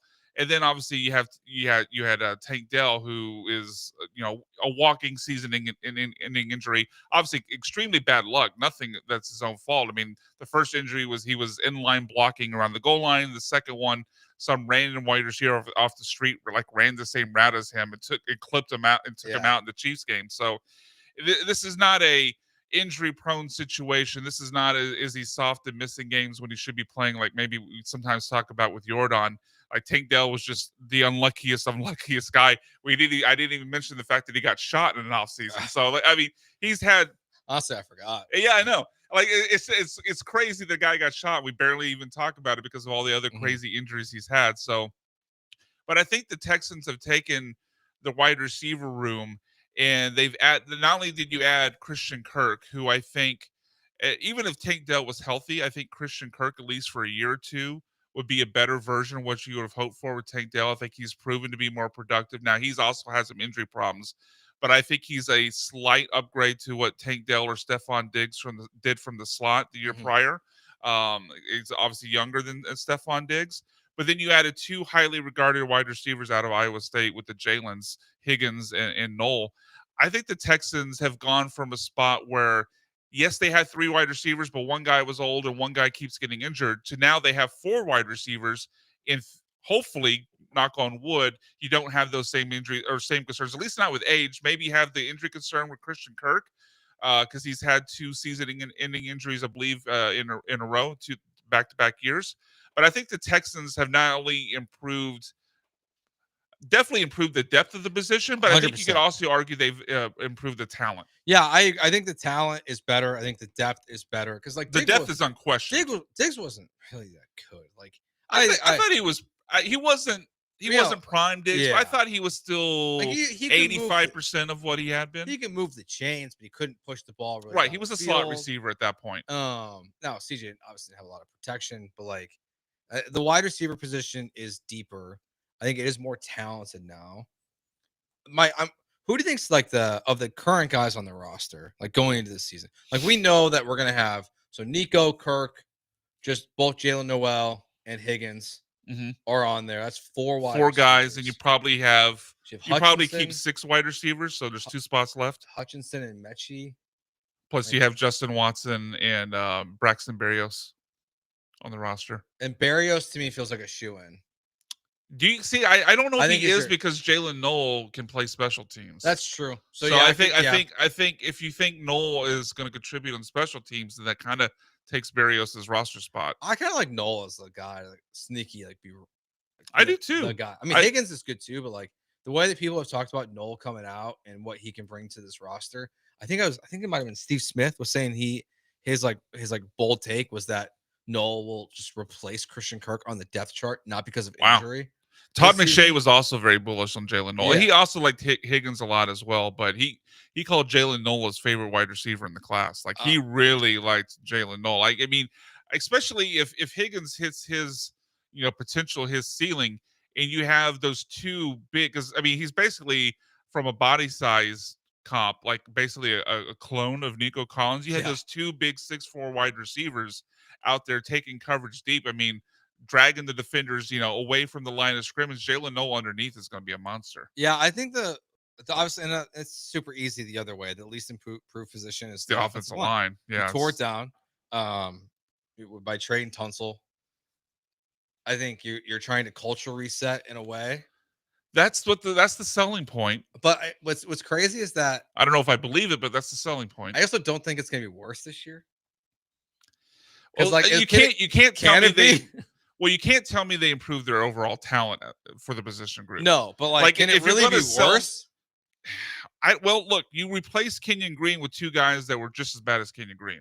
Like the stat came out right after they acquired Ed Ingram through trade and then signed Lincoln Tomlinson as far as one-on-one pressure rate allowed by interior offensive linemen, guard specifically. Kenyon Green was third worst. Tomlinson and Ed Ingram were first and fourth worst. Like you replaced. Okay, Kenyon Green's a disaster. We got to get rid of him. Agreed. Okay, cool. You ship him off in what was a great trade to get C.J. Gardner-Johnson here. Great trade by Nick Caserio. but you replaced like that terrible worst offensive guard in the game with two guys just as bad. Yeah, I think the thought process there is that And same thing with Shaq. Shaq Mason was a yeah. disaster, but you got guys that are just as bad. I think the thought is that Popovich can come in as the now head offensive line coach, and like Laken Tomlinson like was good at one point, right? Are we going back at the football card? Yeah, and like the you're betting on Because that's your kind of what you coach. could say about Shaq Mason. Like, well, he was good. Yeah, Well, but you're- okay, great. yeah. But he's not good now. But clearly, your coach sucked. Yeah. Well, see, that's the other problem with it. Like, I mean, you brought in a coach who had never coached in this system before. It was very clear he didn't know what he was doing. Like, and like if you're scheming things better and your coaching is better, then like it should be like Nick Caley like should be able to get this thing going in a better direction. Now, I don't love that Cole Popovich is here. I don't because- like that they hired from within for Yeah. a group that was that much of a disaster. and it's Patriots South again. And that's the other part I don't like. It's the same thing with Nick Caley. Or Like, John it's- Carroll. Yeah. Okay. Well, yeah. Well, I mean, Nick Caley was also tight ends coach with the Patriots while Caserio was there. Like, that's the other part of it I don't like. Like, there's no doubt that the offensive line was the biggest failure of last season. And they replaced, and their fix was promoting from within and hiring a guy that was a Caserio like buddy in New England. Yeah. With no play calling experience. I really think it was That was their fix. We tried D'Amico's buddy. Now we're gonna try Nick's instead of. I guess it's just like I don't see like much collaboration here. Now I could be wrong. What do you mean? Like I don't. It's just a guess. Like this is not based on any fact. But like I really see like you hired D'Amico's hire and it failed, and then now it's Nick Caserio's turn to make the hire. Like I'm like maybe. I mean, I think there's also just the Sean McVay thing of teams will just hire anybody who has stood next to Sean McVay at some point. That's very true. I mean, hell, but I don't know if you remember this, but the Cardinals literally put it in the press release back in the day when they hired Cliff Kingsbury that he and Sean McVay were friends. I forgot about that. All right, he's Brian McDonald. I'm Joe George. When we get back, we'll wrap up the show with Garbage Time before Jeremy and Joel take over on the Killer Bees right here on ESPN 97.5 and 92.5.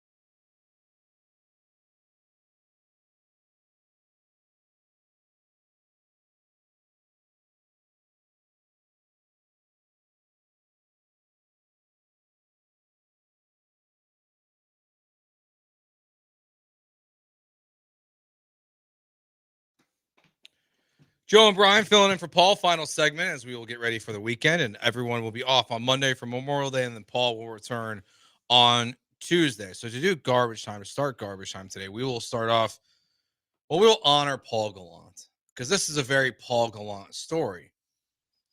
Because as many people know, somehow Paul gets push notifications about the WNBA more than anyone I've ever met in my life. I don't don't know think what I've he had set on. ever gotten. I get the ESPN push notifications, and Yeah. actually most of the time I don't even open them. But I've never noticed that any of them are about the WNBA. No, Paul has something turned on and he doesn't realize it, and He's got the white knight setting turned on. Yeah, The ally setting turned on. But I'm sure Paul got this one. Okay, ESPN sent out this push notification that said historically bad shooting. Angel Reese goes 0 for 7 from within 4 feet of basket to tie most misses from that distance in WNBA over the past 10 seasons. Man. The Chicago Sky have also started their season a minus 60. How many games have they played? 2. Are we see? Now it won't load for me. I had it up earlier. Now it won't load for me. Shout out to our Wi-Fi. But we're 100% sure this notification's real. I've seen it because I man, that is a lot of shade thrown at Angel Reese. I'm trusting Barstool, which might be a mistake. Well, that stuff that feels. But 50-50. they're normally pretty good about But yeah, it's not. Yeah, Angel Reese. Regardless, the stats true. So it's a good story. Like I even if it's not true, I want to go with it because it's a good story. But man, Angel Reese, like, has anyone people when they speak out against Caitlin Clark speak out against the hype? But has anyone been more overhyped than Angel Reese? Was she like the number 2 overall pick? She wasn't even the first pick. Well, I know she wasn't the first pick, but no, by the Sky. Oh, she wasn't okay, but she was still pretty high in the draft, right? Yeah. And she can't shoot. She's the equivalent. Is she the WNBA equivalent of I don't know, Sean Bradley? Just there because she's tall, just a big body in the lane. I don't know because she doesn't even look like that big of a body compared to some of the other girls on the court, women on the court. I think this whole Caitlin Clark stuff it's all so stupid. The thing on their opening day where Angel Reese freaked out for Caitlin Clark having the most mundane grab foul to prevent a layup that I've ever seen was unreal. So I don't have an issue with that just because I think it's they actually don't like each other. Well, I know that's kind of what I'm saying. The reaction was not warranted from Caitlin's action, and not that I'm even a Caitlin Clark stan. I don't care. I haven't watched her play. But what Caitlin Clark did in that moment by just she didn't even completely wrap her up. She didn't shove. She didn't pull her down. She just put her arms around her so Angel Reese couldn't get her arms up to lay it in. I think Angel's reaction is fine because they just don't like each other. But then everyone else made such a big deal about it. That's why I'm like, why are you it's just clear they don't like each other. No, so I guess that's obviously why she reacted that way. Yeah, 100%. But yeah, but she's just. I think it's just Angel Reese just she sucks at basketball. There's no way to put it. She's not good. 0 for 7 from inside 4 feet. I mean, how is it possible? But hey, she's got that meal at McDonald's though. Yeah, so but Caitlin at least Clark, she's cashing checks. This blew my mind. She's 3rd all time in triple doubles in the WNBA. Caitlin Clark. Yeah. How many does she have? That was the first game into her 2nd season. She's 3rd all time. She's 3rd all time already. That is absurd. I hope the next part of the story is because she has 1. No, it's not. It's not. Okay, all right. Okay. But to have that would have made the story even funnier. To be 3rd all time already, is crazy. All right, you got one. All right, so I'm going to try to do this one Granado style based off the headline. Florida woman arrested after punching officer's testicles, refusing to pay tab at steakhouse. Do you feel like you should be able to punch an officer's testicles after not paying your steakhouse bill there, Joe? Was my bill wrong? And I was upset and he tried to intervene? So, okay, here's more of the story. I'll give some more detail. A 32-year-old woman was arrested for allegedly refusing to pay her tab at a steakhouse in downtown Ocala, Ocala. I'm pretty sure that's Florida, and punching a police officer in the testicles after she was escorted outside the restaurant. This happened on May 6th, so not that long ago, at a place called Mark's Prime Steakhouse. Never heard of it. And the woman was arrested again for refusing to pay her tab. Apparently, when one of the officers entered the restaurant, King was observed. I just gave out her last name. Oh well. Was observed sitting at the bar, and the report stated that she appeared to be intoxicated. A manager informed the officer that King was refusing to pay her tab, which totaled. Want to take a guess? $30. No, actually, quite a bit more. $99.53. Okay. Middle of the day, and she's running up a bill at the steakhouse of $99.53. So the officer assisted her out to the patio area that gets to have the conversation about paying your bill, and then the lady punched him in the testicles. So just pay your bill. Yeah, just pay it. Apparently, the bystander was actually assisted or offered to assist her in paying the bill, but the woman, who again was intoxicated, was highly agitated and yelled at the woman to just leave her alone. Yeah, this is. I think the phrase at one point, "Do you think you're better than me?" also came out. I would have to guess. No, I think it's fair to say Florida that this lady overreacted. Overreacted more than Angel Reese, to tie it back into the previous. Yes, mainly because she's drunk and like you gotta calm yourself. Who's most likely at ESPN 97.5 to refuse to pay their tab and then punch an officer in the testicles? Is that person usually in this time slot? Probably. I don't really know what my other options would be. I think Paul is obviously very respectful of police officers, but I do think he could rage himself into that situation. Yeah, I don't know who else would be on the list. By the way, as we wrap up this segment, Todd the Show said this, and then I went and fact checked it. You said that you thought 1 triple-double might put her third all time. Mm-hmm. No, 3 does. All right. That will do it for the show. He's Brian. I'm Joe. I'm glad that I was close. Jeremy and Joel are next on the Killer Bees. It's good hanging out with everyone again for these last 2 days. Paul will be back on Tuesday. Peace.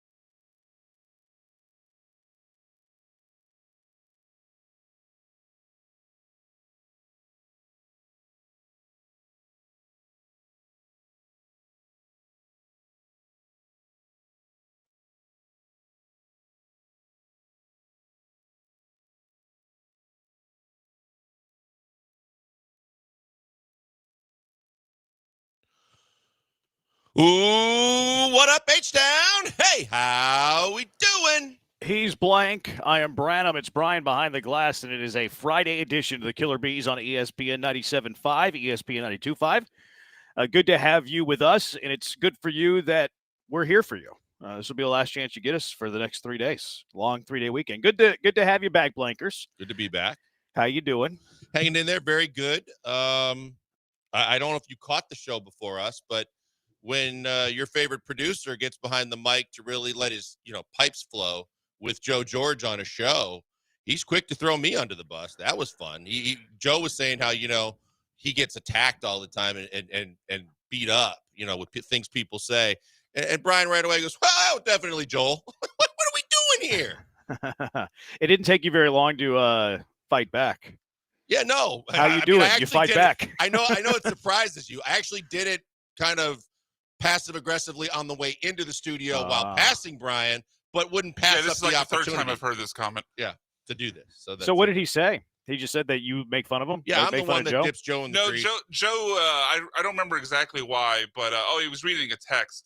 Joe says, "I'm known for bad takes. I get crushed all the time for it." I say, "Oh yeah, mostly Joel." Yeah, where's that It was a passing comment. I didn't mean anything by it. Jeez. It's probably 51-49 as far as the two of you take your pick. I don't think it's 51-49. I think it's like 80-20. Yeah, I do too. In favor of you? Yeah, I rip Joe way more than anybody else. Yeah. I don't even think it's I close. found it pretty equal. Really? Huh. That's interesting. What do you think it is, Blankers? I think you're pretty close. Yeah, I think it's pretty close 80-20. because Joe's gotten upset a couple of times when I've done it. So then basically I was like, "Oh, I'm not doing that anymore." See, that's why I just do it a lot. That it like conditions people not to get upset. Like they might be upset like the first or second time, but then like the 10th time, oh, he's bashing me. Well, I'm used to it by now. So like if you do it enough times, they just get used to it. That's why you just do it a lot. Yeah, if it works, awesome. Annoying people 101. What are you sipping on there? Me? Yeah, I got water and I got coffee. I think it's it's like a styrofoam cup. Yeah, it's a big styrofoam cup, but it keeps the water extremely cold. So I brought that from home, and I've got the coffee here. I've never seen you drink out of a styrofoam cup. Well, because it's bigger than the Starbucks cup, so I don't have to run to get more water because it's a bigger. It's 44 ounces. You keep those styrofoam cups at the house? I used it and then I washed it out because I was like, hey, I could use this tomorrow because it keeps a lot of water in there for tomorrow. I have so many questions. You wash out your styrofoam? Not cup? normally, but I did. Oh, you were just thinking ahead. That's pretty smart of you. It's very proactive of you. How much did you miss me while you were gone? A lot, huh? Tons, yeah. I knew it. Yep. Who'd you miss more, Brian or I? You. Yeah. I think clearly that answer that was easy. Right now, especially, but yeah. Mm-hmm. I didn't say anything bad about you today. So I What, have the Did I leg say up. anything bad about Joel? Did you exhaust enough the last 2 days? I don't know if I said anything bad about you, actually. Okay. I'm not sure I did. Do you think I did, Brian? Well, some food takes came up one day. Oh, yeah, Well, we did make fun of your that's food easy. takes. I own all my food takes. Yeah. I forgot we did do that. I think that was 2 days ago, though. I don't think it was yesterday. I forget anything that wasn't like an hour ago. Anyways, Astros won a baseball game they lost a baseball game while you're gone too, but they win the first game over the Seattle Mariners. They take game 1 of the series.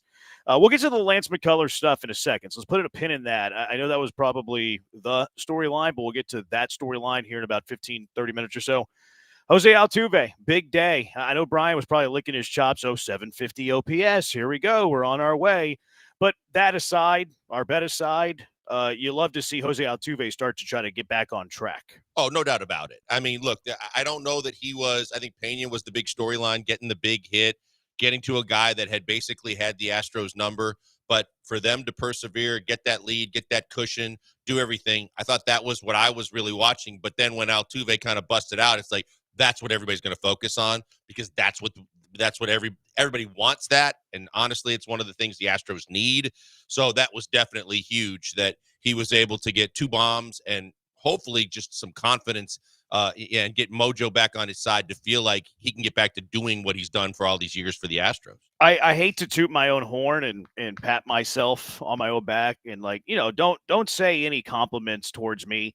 Don't say anything. Oh, like Branham saw it coming or Branham knows ball. Don't do any of that stuff. Stop what you're saying. But I saw this coming with Jose Altuve. Like I didn't predict a 2-home run game, but I saw his at bats in Tampa, especially later in that series. In fact, I tweeted it. I have a receipt about it. That Jose Altuve is starting to look better at the plate. Like he was driving the ball the other way. He was barreling up balls. He looked more like, what's the way of phrasing it? Like he wasn't chasing sliders 2 feet out of the zone. Like he was getting into some decent counts. It's like, okay, Jose Altuve might be breaking out of this schneid, breaking out of this slump. And then a 2-home run game in game 1 of the most important series to date was really good to see. Yeah, no doubt about it. I mean, when you look at it, it's as much as they've been doing what they've been doing with all the injuries that they've endured and guys struggling that you were really relying on, and Walker's at the front of the list. Altuve was getting real close, and he was starting to flirt with being America's most wanted in terms of has anybody seen the Jose Altuve that can hit the baseball on a pretty consistent basis. And so, I heard Randy McAvoy last night on the news say he just had an unbelievable batting practice yesterday. And I don't know if he came out early or not, but he was like, it really looked good, almost implying that it looked like a different Jose Altuve, to kind of piggyback on what you were saying. And then to see him break out last night and get that smile back again to where he feels like he's confident again, I think that's huge. Found his smile. Yeah. Jose Altuve. He found it. I love Randy McAvoy. What does a good batting practice mean? Like I know what it means. Like, he's squaring the balls, or he's taking the ball the other way. It's coming at him at 65 miles per hour. Like, that is so insignificant to me. Yeah, I mean, I think that it could be, it depends on what he saw, because I wasn't there. I mean, I'm just saying what I saw on TV. What's best case scenario? But I'm saying if they're working on, like, laying off outside pitches, they're working on maybe, taking the ball the other way, or, not chasing or throwing balls in certain locations. I don't know what that consists of. I've seen dudes at 5 o'clock who are Babe Ruths. Oh, for and sure. they're 220 hitters in games like that, because it's on a platter. The batting, like, he had a great batting. Cool. Like, that's awesome. I had a great vocal exercise 15 minutes before this show. My meditation today was outstanding. So the next 3 hours are going to be the best Branham you ever get. Because my vocal exercises 15 minutes before the show were off the charts. Sorry, that's just one of those things that triggers me. Like, he had a great shoot around. Cool. Like, he's shooting against air. He's hitting pitches that are coming 65 miles per hour. That's awesome. He had a great batting practice. Give me the at-bats he had against Tampa prior to yesterday's batting practice as to the reason that he has some big games. Like, the batting practice thing is maybe the biggest false hustle take I've ever heard in my life. Okay. Sorry, you kind of triggered me. You didn't do it by default. It wasn't you specifically. No, I know. I'm batting repeating practice. what I heard, but I'm just saying, Randy's my friend. How many times have you been like striping it on the range, and then you get to number 1 and you shank it into the gallery? Oh, but he was great on the range. He had a great range session.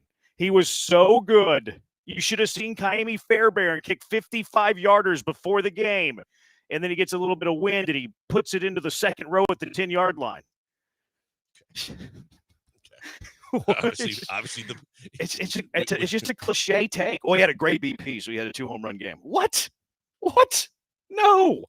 Like, what are the biggest cliche takes out there? I'm trying to think now. Now I'm going down this wormhole. 713-780 ESPN. I think the driving range one is good. Yeah. Because dudes are striping on the range, and they get to the first tee with their friends, and it's like they shoot 120. I've seen some dudes who are Tiger Woods on the driving range, and then they turn into Brian McDonald's on the course. Like, what, getting 5 yards behind an NFL offensive line and being able to get back to the dugout to bat leadoff from the outfield? Had a great BP. He had a 2-home run game because he had a great BP. Oh, man. Anyways, moving on. I think I'm the only one getting any humor out of this. I think that Mauricio Dubon should be the starting second baseman until he's not. Look, Jose Altuve can play there some days. That's fine. But when it's not Jose Altuve, it should be Mauricio Dubon. He's just better. Like, I'm not a huge Mauricio Dubon stan either. Like, I think there's a lot of flaws in his game. I don't think he's an everyday starter, like on a good baseball team. I think he's good at touching the baseball. He never walks. He doesn't hit for much power whatsoever. But Mauricio Dubon, in my opinion, is clearly head and shoulders better than Brendan Rodgers. And Brendan Rodgers should never start a game that Mauricio Dubon is not. Did we miss? Have we already passed that deadline that either he and or the team could either pick up the rest of his contract or he could become a free agent? I think it was a week from last Saturday. So like almost 2 weeks ago now. Okay. Because based on the way he started the season as opposed to now, that's night and day. And that's not good because it went the other way in a hurry. He has not been good. And even the Gold Glove second baseman part of this thing has not been standing out to me. So, yeah, I mean, I would not disagree with you. I mean, Dubon, look, I've said this over and over again. It's always been kind of a pet peeve of mine, but I don't know how he's able to do this. But he looks like absolute hot garbage for 2 strikes. And with 2 strikes on him, he finds a way to not only put it in play, but like last night going the other way and finding the hole down the first baseline. But he just finds a way to slap it where they're not and get on base and get some hits. And he's effective. And he's really good defensively. Yes. Like, I know that they both have Gold Gloves, and Dubon didn't win his at second, and Brendan Rodgers won his at second base. Now, you have to go back a little bit further for Rodgers' Gold Glove. I think a year. Rodgers won his Gold Glove in 22. Dubon won his in 23. Does that sound right? That sounds right. That's right. So, like, Dubon's won his more recently, but he won his as a utility guy, finalist as a second baseman. Rodgers won his as a second baseman. I haven't dove into the defensive analytics on it because I'm not a nerd, or at least all the time. I think Dubon eye test is a better defensive second baseman than Brendan Rodgers too. Yes, I would agree with that. I think that to me, Dubon looks like he can cover more ground. He actually, I think he does cover more ground, and I think that he's more athletic when he does cover more ground. To where, yes, I believe that right now, no matter what they've won in the past and what the back of the baseball card says, I'll take Dubon over Rodgers at second base defensively. Yeah, it's getting to the point where Rodgers, like, even though it's past the deadline, it's getting to the point where he might get cut soon because if he's not playing second base, if he's not starting regularly, he can't play any other position, and then he doesn't give you anything off the bench because he's right-handed, and you have plenty of right-handed bats. So, like, I just pulled up the baseball savant on it too because I got curious. Let's play our game. Guess you want to go range or fielding run value? You call it because this is not my specialty. Going this Let's deep into go. the stats. Let's go range. Let's just do both. Let's go Driving range range? first though. No. But I mean, if you look on the range, you're going to shoot Right. 66. Ain't right. I'm a practice guy. Fielding range. 1 being the worst in baseball, 100 being the best in baseball in terms of percentile. Okay. Let's go Brendan Rodgers first. What do you think Brendan Rodgers is at 1 through 100? 67. Not bad. 75. Okay. 75. What do you think Dubon is? 81. 98. Ooh-wee. Yeah. That's Wow. elite. That's quite a difference. There's a elite. significant gap there. Fielding run value, Brendan Rodgers. Say it again. Fielding value. Fielding run value, kind of the same thing. Same. Okay. Same On a idea. scale of 1 to 100. Oh, okay. Percentile here. I'll go 69 for Rodgers. Nice. 64. Okay. So like right in the wheelhouse. You're Yep. in the ballpark. Okay. For Dubon. Oh my God. I mean, if his feeling's that good too, I'll say 95. You nailed it. This isn't. You said you're not good at this, and you were fantastic at this game. Well, I didn't you get. I hit didn't the get last one on prices a right. tee. I You did nailed the well last enough. one. Like, I'm not rounding here. His fielding run value is in the 95th percentile. Like, Dubon's a better defender. Dubon's a better defender at second base, and Dubon is the better hitter. So, like, why would Brendan Rodgers ever get starts over Mauricio Dubon? Unless Mauricio Dubon goes into, like, a huge slump, okay, let's see if Brendan Rodgers can, give you something. Mm-hmm. But he's actually hitting pretty good right now. I think he's hitting, like, 300 over his last, like, 10 starts or something like that. He's the better defender. He puts the ball in play. And, again, I'm not a Dubon stan, but he's clearly the better second baseman. Now, here's the thing, too. What you need to evaluate is, I mean, Shea Whitcomb is hitting the hell out of it down at Sugar Land, so you can have a guy that could easily replace Brandon Rodgers. And the bigger thing than that is, offensively, one, you haven't been where you thought you might be, and your lineup has been less than, and you sorely lack the construction of an entire roster to have more left-handed hitters on this roster. Not that improves, but if there's ways you can be flexible if you don't want to bring up Whitcomb, there's things you could have done. And there's reasons why, when you look at that comparison that you just talked about, on top of the fact that this is a poorly constructed roster from the left-handed at-bat side of it, that you could still do things to alter, adjust, and make it better, and yet they haven't done that yet. Yeah, I'm with you on that. Like, the Whitcomb thing is interesting but he doesn't defend. Mhm. So I don't know if that's their MO, especially on the infield. Like that was kind of the reason they moved Altuve. Like I would like to see what Shea looks like at the big league level. Again, I have doubts that he can hit the big league pitching, but I would like to see. But at least from a hitting perspective, it looks good. From me, it's a defensive standpoint of you and I've talked about this on multiple occasions. Like, where do you put him? Like he can hit, and if he can hit and show it translates to the major league level, that's one thing. But defensively, I know it says infielder, but where do you play him where he's not going to like melt down, self-destruct, or just cough a few up that you'd feel comfortable with? But if he's a backup second baseman, but you have another bat on the roster, that's one thing. Yeah. If you don't have to bring him up and you can find a left-handed bat along the way, that'd be outstanding. Yeah, no, I'm with you on that. I think there's a better chance that they would like DFA Rogers and maybe bring up that, however you say that Guillermo's guy's name. He says it funny. It's not Guillermo, but you know who I'm talking about. And he doesn't hit well, The but guy at that used least to play for the Mets. Yeah, but he can at least play all over the infield. Like he can play, he can play all three infield positions. I'm sure he's capable of playing first, but you're not looking for a first baseman. He can be a backup bench guy that fills in once a week. Like he's not going to get many starts. You really don't want him to play, but he gives you position flexibility. He actually gives you a left-handed bat. Now it's not a good left-handed bat. King of Twitch says they signed that dude in AAA, Greg Jones. Yeah, I don't know how he profiles defensively, but his offensive numbers, even in the minors, are pretty bad. I think that's a flyer. Bryce Matthews isn't ready. I'm letting Dubon play for the next 40 games and then reevaluate then, is what I would do. 713-780-ESPN. We have more notes from game one. We'll talk about Lance McCullers at 3:30.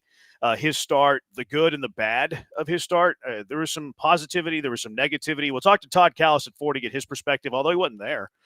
He wasn't at yesterday's game. Todd Callis takes days off work and still works. He's kind of like me. We're built from the same cloth, TK and I. We're both dogs, he and I. We'll talk a little bit about the Rocket stuff that are going on. And then I guess Israel got roasted today by the bench. How dare the Hall of Famers, Lance Zierlein and John Granado, go off on Israel? That's uncalled for. Yeah, I mean, it was mostly Lance, but John jumped in at a certain point, and they weren't even strays. They were on attack mode. I'm looking forward. I haven't heard any of it, so I'm looking forward to listening to that a little bit later. But I'm sure I'll be on Israel's side. I'll be the advocate for Israel, our not-so-tribal chief. 713-780-ESPN, the HRP listener line. We're on YouTube at ESPN Houston. We're on Twitter at ESPN975. Blankers at Pac-Man Joel. Brian's at Sacked by BMAC. I'm at Jeremy Branham. We are the Killer Bees, ESPN 97.5 and ESPN 92.5. Right now, I'll tell you about my good friend Doc Linville. Doc Linville is the best in the business when it comes to a lot of things. He does spa treatments, he does Botox, he does plastic surgery. But what I have personal experience with Doc on is the NeoGraft procedure and the PRP treatments that actually save the hair that you have and also get your hair back if you've lost it already or you're thinning out and you don't think there's anything you can do about it. It's not the sprays and the creams and the foams that you see on all the late night TV ads that just mask the problem that don't fix it. This is actually fixing the problem. It's fantastic. Doc told me about it. I had a consultation. At the end of it, I thought about it, talked it over with my wife, and she was like, what do you have to lose except for more hair? Try it. Did it. Couldn't be happier I did it, and now you can do it too. As listeners to this station that want to get to Doc Linville and see if he can help them as well, you get a free consultation that normally costs $150. All you got to do is go to 975hair.com. They will walk you through the process, the procedures, the treatments, everything that they have that either keeps the hair that you have and makes it better and or also adds hair where you need it most. It's fantastic. It's game-changing, and it works. That's the main thing you need to know. And the consultation's free. People pay $150 for it. You're listening to us, so you get it for nothing, and that means no signing on the dotted line, commitment to be made, money out of pocket, just you being able to consider everything to see if there's a possibility that you might do the procedure too. I'm telling you, I did it. I couldn't be happier with it. Saw the results instantly. And then the full results when the hair gets thicker, stronger, and longer in about 6 to 9 months. Check them out today. Tell them I sent you by, but start by going to 975hair.com and make that free consultation appointment.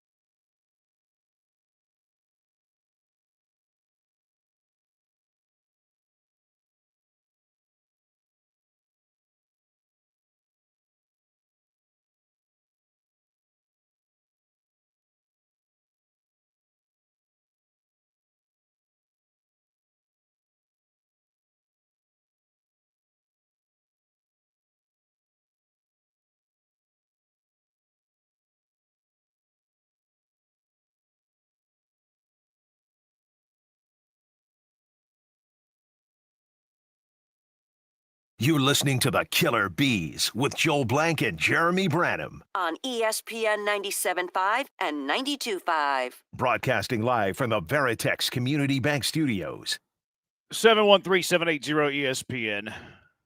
If you guys want to talk some baseball, you can do it with us. We'll talk about colors here in about 10 minutes. Texter about like BP, home runs or whatever, or good batting practice leading to a good day of hitting. It's like guys that think they're good at basketball because they can shoot threes at 24-hour.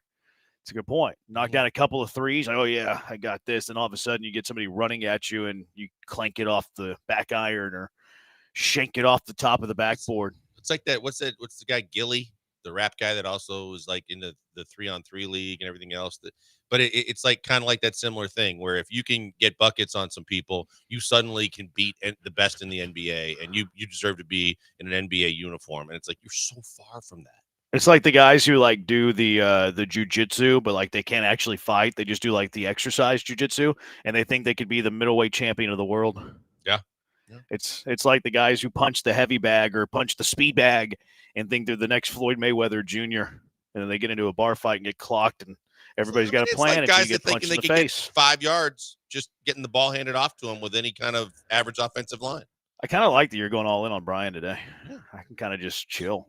Have a little easy day. He gave me the thumbs up on that one. Cruise into my 3-day weekend. B. Hannon said Joe Rogan. Yeah, Joe Rogan is that guy. Joe Rogan Joe Rogan did some karate, I think, as a kid, and was actually pretty high level. But yes, kind of like that. We're like, oh yeah, this is amateur MMA guy, and then all of a sudden it's like, okay, what if he really threw down with a pro? You get schooled, you get killed. Yeah. I mean, I was actually, John and Lance were talking about Rodgers and his comments with Rogan, and I went back and watched some of that. But he's very, very confident in himself. Yeah, he is. This text was directed to Paul and Brian, or Joe and Brian. I think Paul isn't in, and you just stopped trying to think. Didn't improve any position in free agency? ? Safety is much better and deeper, and they added an often overlooked piece for depth at linebacker. I noticed yesterday that the text line, some texts are coming in normal, and then a lot of texts are coming in like an hour late. I just saw that. I was like, how did that pop up in the first hour of our show? See, I thought whenever I first saw this yesterday, I was like, oh, somebody's listening like on the podcast or whatever, or like on YouTube, and they're just back at like 30, 45 minutes. But then I realized later in the show, because a bunch came at once, that a lot of our text messages right now are being like held up in the cloud, and then they just spew out like an hour after whatever we're talking about. So good luck trying to piece that together. Twitter's been acted up too. Have you noticed that? No, I have not. It's been jacked up. Like it's been showing everybody's having a DM, but like you can't open the DM. That actually just got resolved here recently. And then like the notifications really aren't working either. Like my millions and millions of likes have been reduced to hundreds and hundreds, and it's a bit below average. But then I go back to the post and I see that people are commenting and stuff, but it doesn't show up in the notifications. It's really tough when you're an influencer and you have issues like this. When you're a global social media star and you're just throw this crap out there to get clicks. It's a first world problem, really. Yeah, I mean, it seems like it could be very frustrating at the same time. It is very frustrating. Who hits better at sea level, Rodgers or Doobie? At sea level, Doobie. Mile high, give me Brendan Rodgers. That's a Coors Field joke that's extra sent in because they're a and mile didn't he high. say that was his frustration was like the struggles of hitting at Coors Field? He wanted to prove he could hit at sea level. Yeah, he's like, oh, getting away from that goofy ballpark should maybe hit better. No, it made you the ballpark is the reason that you're still a professional baseball player, because you had good numbers there. People think that you might actually be able to hit, when in reality, anytime you're playing away from Coors Field, you're a bum. Plus, his Gold Glove opens doors to at least have teams consider putting him on their roster for a defensive replacement, and part-time player, but doesn't look so good now. You don't carry a whole lot of backup second baseman, though. Like No, you carry but, like- infielders who can play second, but not primary second baseman. Right, you can play all the positions aside first base in the infield and catcher. I mean, Yeah. because you look at the guys that they've had, Aledmus Diaz and Marwin and Dubon, and I know I'm missing somebody in between, but I mean that's been a staple for the Astros. But yeah, you're right. Their primary position is normally not second base. Yeah, they're very, very few, like just strict backup only second baseman. Blanker saving the earth by reusing his styrofoam cup. That is good of you. You are thinking. I of mean, our look, I do green. it all the time with the Starbucks cup, but this is a bigger cup. And we had dinner last night, and I was like, hey, do we have any like, I don't want any caffeine, but do we have any like soda in the house, like Sprite or anything like that? And she's like, no. So I go, well, I'm going to run down to the gas station real quick and just grab one. So I grabbed it and I'm like, damn, this kept the ice and everything really, really cold. I'm like, I'm just going to clean this out. Yeah, it's actually very eco-unfriendly, the styrofoam cup. That's why a lot of places go to like recyclable. Yeah. I selfishly, I'm a huge fan of the styrofoam cup because I'm with you. It is way better than the plastic because it doesn't sweat and it insulates the coolness for far longer. Exactly. And it's I'm the with you. twofold there too, because now that it doesn't sweat, now the car isn't all full of precipitation and all that stuff. And the ice stays and it does a hell of a job. I mean, in like the most humid of days in Houston, it will sweat, but it's way more difficult to make it sweat. It's pretty rare. For sure. So what's the hesitation with bringing Whitcomb as a bench bat, fielding service time? I think it's more about the fielding, and there's not a place to play him every day. Like the Astros care a lot about infield defense. It's a big reason that Jose Altuve plays left field most days. Fromber ground ball guy, Hunter Brown ground ball guy, and whenever Dubon is at second base, the Astros defense is really good on the dirt. I saw a stat today that the Astros have like the second most outs above average in baseball, in large part because they moved Altuve to left and they're getting good defensive play at second behind ground ball guys. I think the hesitation with Whitcomb is one, he's not good defensively. There's not an everyday spot for him. And he's also right-handed. Like if they're going to make a move, I think it'd be for a left-handed bat. Yeah, no, I think you're right. I think, look, what they saw last year is enough to remember no matter what he's doing right now. And because of what they're facing, like I said, with the way this roster is currently constructed and everything else, I think they're going to look that direction first before they kind of pop him back up to the majors and expect more than they saw the last time. Can we say Dubon like the Jags coach says Duval? Duval. Dubon. It'll work. I think I kind of like that. It can work, yeah. Dubon. Can you grab that, use it as a drop, Ryan or Brian? I'm not sure which one of you is behind there today. No one warned me. Is that Ryan? Yeah, it's Ryan, who just came in right when we started the show after AJ snuck out while Brian is doing Brian things. So Ryan is hitting drops. Was that right? Ryan's hitting that drop? I think Brian might be kind of armchair quarterbacking the sound effects. Yes. Ryan, who hit the drop? Was that you? Brian did it? Brian hit the drop. Ryan's scared to Brian talk. hit it. Okay. All right, right. Ryan and Brian are scared to talk, which is weird, but I think Brian just left it all on the table from noon to 3. Brian's not scared to talk. He's just too far from the microphone. No, if he needs to talk, he'll push Ryan out of the way. Don't you worry. He pushed AJ the other day. Still got a broken leg. Brian doesn't have any fear of the microphone. Ryan, if you're going to want to get paid with this job, you're going to have to learn those drops, my guy. You have to learn those drops. Ryan made a rookie mistake yesterday. He forgot to pot up one of the mics. We had about 3 seconds of dead air, which is devastating and I'm surprised he's here today. In fact, I'm just kidding, Ryan. You're doing a great job. Keep it up, my guy. Victor Caratini's been red hot. That's a note I have from yesterday. He's really keeping that DH spot because either he's catching and Yiner's DHing or Yiner's catching and Caratini's DHing like today. They're actually producing better than Yordan did while he was playing. Yeah, no, and I thought about it.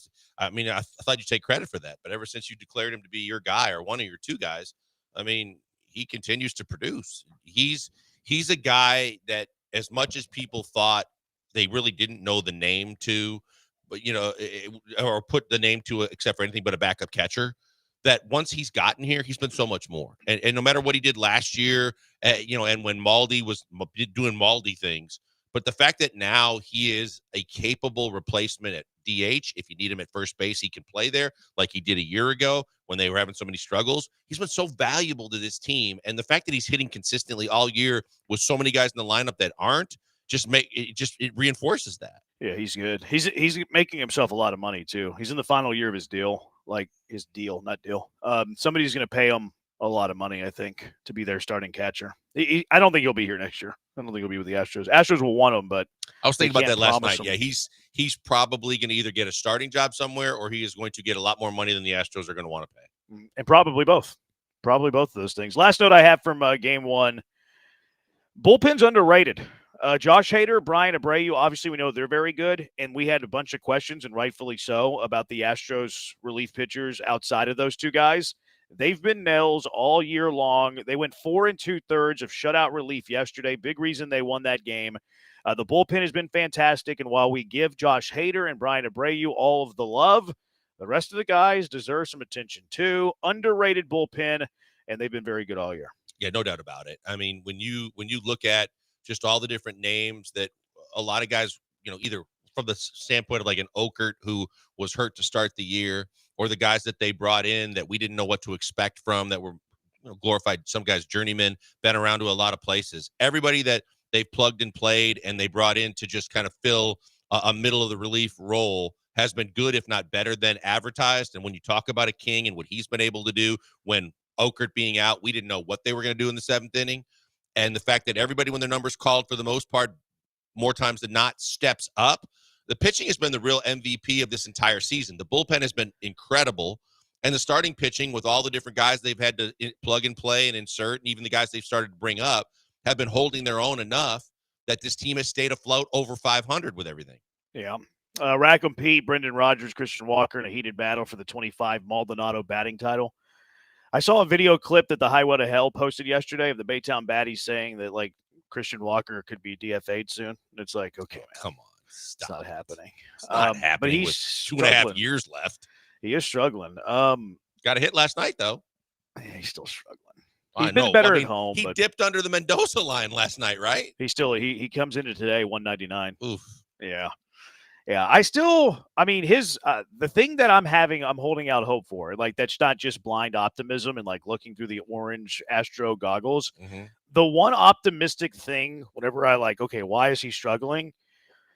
His bat speed's still pretty good. Like, it is not fallen off from where it was last year, really. Right. So I think it's more swing decision, like probably trying to do too much, like settle down with Christian Walker. And he's had moments this year too where it's like, okay, he's finding it.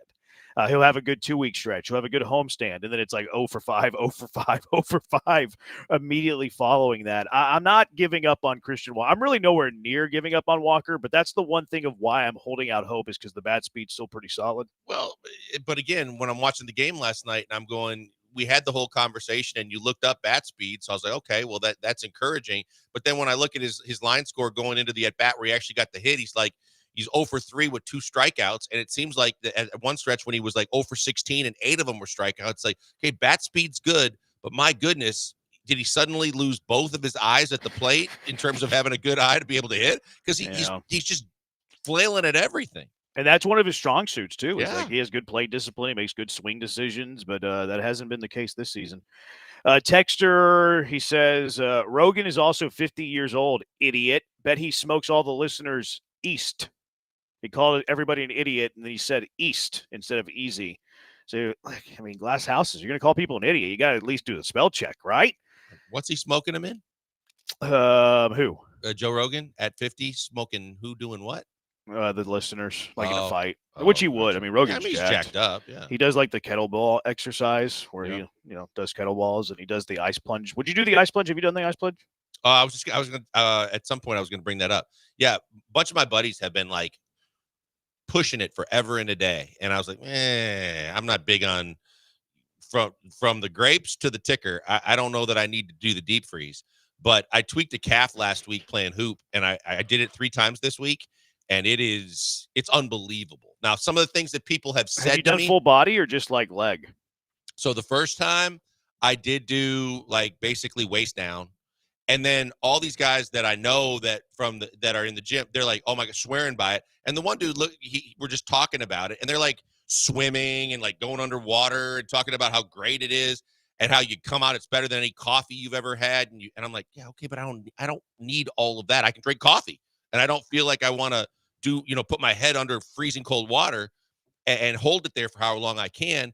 And then he looks at me and goes, you know what? It's better than sex. To me, it's the best thing in the world because you don't need another person, and it's that invigorating. And I went, you need help. Like that's why you did it? No, I didn't do it. I said I did it because I tweaked my calf. And honestly, the girls were like, I took the girls to the pool there to go swimming. And I was like, well, while I'm here, I might as well try this cold plunge that everybody's talking about because I've got time. And the next day I woke up, I was like, I don't even feel like I tweaked my calf yesterday. It's pretty amazing. They say like the cold immersion and then the sauna immersion is like the way to go. Yeah, like you go back and forth. There are a lot of people because they're right next to each other. A lot of people going back and forth. And I'm like, wouldn't that like screw with your skin? Like your skin gets sensitive to all the deep cold that it's protecting. Then all of a sudden you warm it up real quick and then jam it back in the cold pool. I'm like, not that you're going to get frostbite, but that would seem to me like you'd leave your skin a little bit more vulnerable. So I don't do that. I think it gets all the oho away. Okay, I don't know what the oho is. It gets all the oho away. It's good. It's good Okay. for you. It's like the ketones and stuff. It gets them firing, gets them going. All right, 713-780-ESPN HRP listener line. Lance McCullers made the start yesterday. Good news with Lance, bad news with Lance as well. 713-780-3776. What do you think of Lance's start? It is the Bees, ESPN 97.5 and ESPN 92.5. Always good news with HRP. Mike Holly runs HRP, U of H class of 1990. Used to protect a Heisman Trophy winner. Now he wants to protect your business and did both at a very high level. Chris Fisher over there as well. All the people at HRP are fantastic. They're what you would call the bee's knees. They've been protecting the interests of businesses for almost 3 decades at HRP, and now HRP provides comprehensive human capital management services, including HR compliance, benefits administration, and payroll, and so much more, too. They're not limited to just that. They're going to figure out whatever it takes to get your business booming. And not that it already isn't, but they're going to take it up a level, or they're going to take some stuff off your plate. That way you can grow your business in other aspects you want to, because they're going to work with you to customize a plan for whatever you need. Nothing cookie cutter about HRP. You need a little help, a lot of help, anything in between. HRP is going to create a plan for what you and your business needs and keep that business booming. Their customer service, second to none. You'll never talk to a stranger on the other side of the line. You'll call someone that's familiar with you, familiar with your company. I can attest to HRP. We use HRP here at Gal. They're fantastic. Anytime I have a question, which is very rare because HRP software is so good, but if I have a rare question, fire off an email, always a quick response.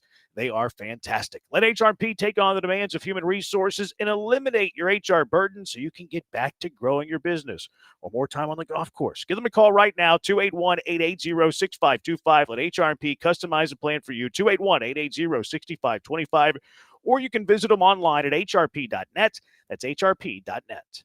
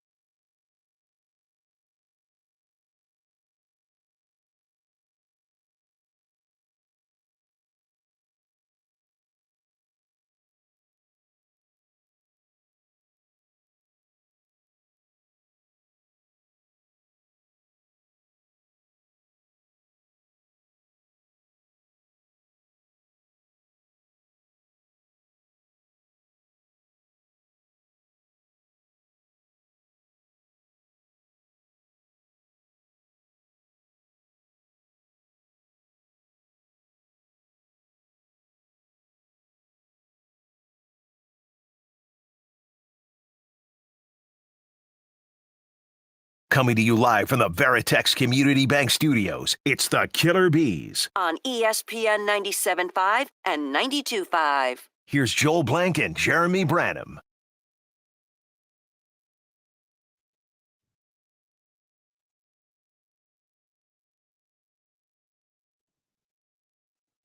Hello. Could you hear anything I said? Didn't hear a single word you said. Ryan did it again. He left you down. Didn't learn from his mistake. Did Ryan. you just started by saying I live my life like there's no tomorrow? No. Okay, so you didn't hear anything I said. No. That's good because a lot of horrible, horrific things. Sweet. I'm used to it. Alex Bregman pulled his hammy today. Saw that. Was that what it was? I was looking at it going, like it. Was it a hammy? Was it a calf? Was it Achilles? I don't know. Yeah, I guess you're right. Like, I guess I don't really know. I just automatically assumed the hammy because he has a history of hammies, but I really couldn't. I really couldn't tell. I think the good news was because the replay showed it like 6 times. But the good news was, unlike when D'Amico did it with the Eagles here, you could actually, when it was Achilles, you could see his Achilles rolling up his leg. Yeah. I didn't see any muscle pull action where you're like, oh boy. No, it looked like a 3-4 week muscle strain. Like maybe muscle probably pull. so. Yeah, and Bregman's had the hamstring issues. My favorite part of the video, not that we're like celebrating Alex Bregman being hurt. I would never want anybody to get hurt.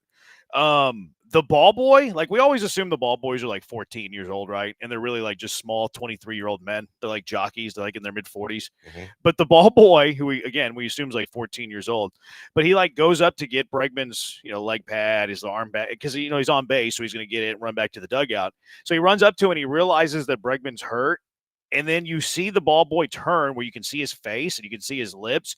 And he just drops the loudest F-bomb that the actual parabolic mic on the TV broadcast picks it up, actually. Wait, the ball boy said it or Bregman said it? No, the ball boy. Oh, really? The ball, I mean, he is like 24 years old, but he looks 12. He's a ball adult.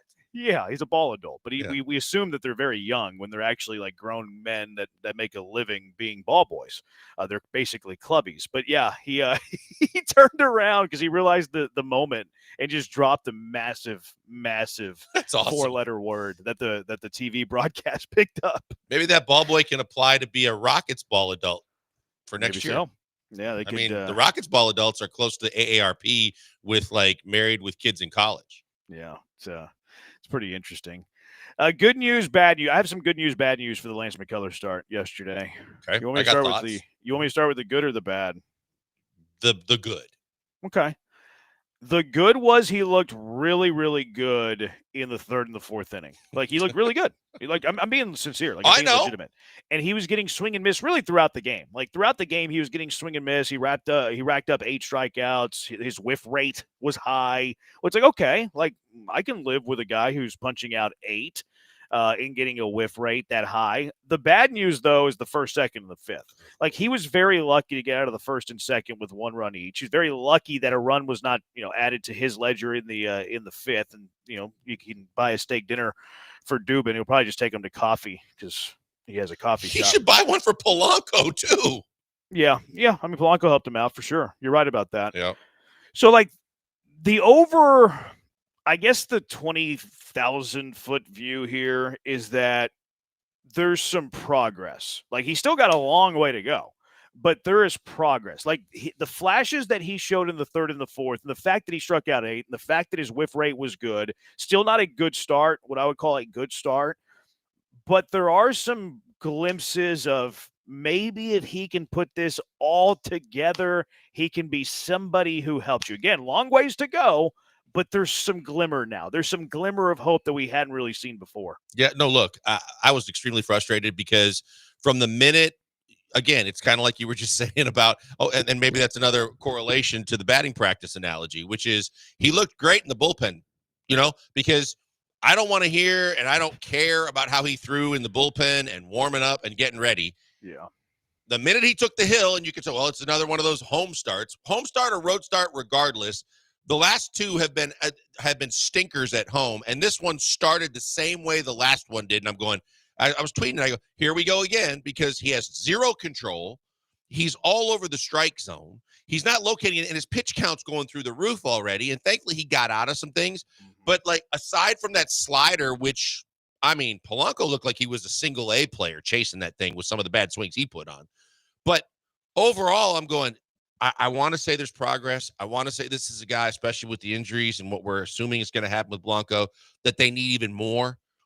But I definitely wasn't hyper impressed. I am glad, like you said, that he settled down later in the start. But overall, I'm going, God, I'm expecting more. I'm expecting him at this point. Why?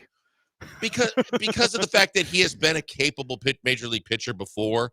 And I believe that, I don't know because I've never had the surgeries, but I don't know. But I was thinking, if he's gone to this point with the rehab starts and with all he's done, with everybody watching over his shoulder, that he's got to be able to locate pitchers better than this. And it was frustrating. He's never been good in command. Like, command has never been his strong suit. Like, even whenever he was good, his command wasn't good. Now, and look, I don't think he lost command. Maybe it's rustiness. I don't think your command would go down the older you get. Now, the surgery might do it. I don't know, though. That's what I'm saying. I don't know from personal experience, but I was wondering, with whatever they do to reconstruct, would that affect or have a different feel to it to where I don't know if you can get that back. You see, whenever guys have major arm issues, though, it's not the command that fails them. It's, they lose the velo, they lose the spin, they lose the nastiness, they lose the stuff. But where I think it could hurt you is kind of like a domino effect as you start to lose trust in the stuff. To where, okay, I don't trust this slider like I used to trust it, to where now you're starting it at the outside corner to a righty and it's selling out of the zone and it's not a competitive pitch. Oh, my fastball is 91, 92. I don't trust this at the top third of the zone. I only trusted a ball up out of the zone. And then all of a sudden, a guy who didn't have great command is trying to nibble, which is going to lead to more command issues. I think it's more of the domino effect. I don't know how scientific that is, but I did think in the third and the fourth inning that his stuff looked pretty good. That was the best his stuff has looked, in my opinion, in any of his starts. I don't think he's looked like a big league pitcher in any of his starts. I thought he looked like a big league pitcher in the third and the fourth inning yesterday.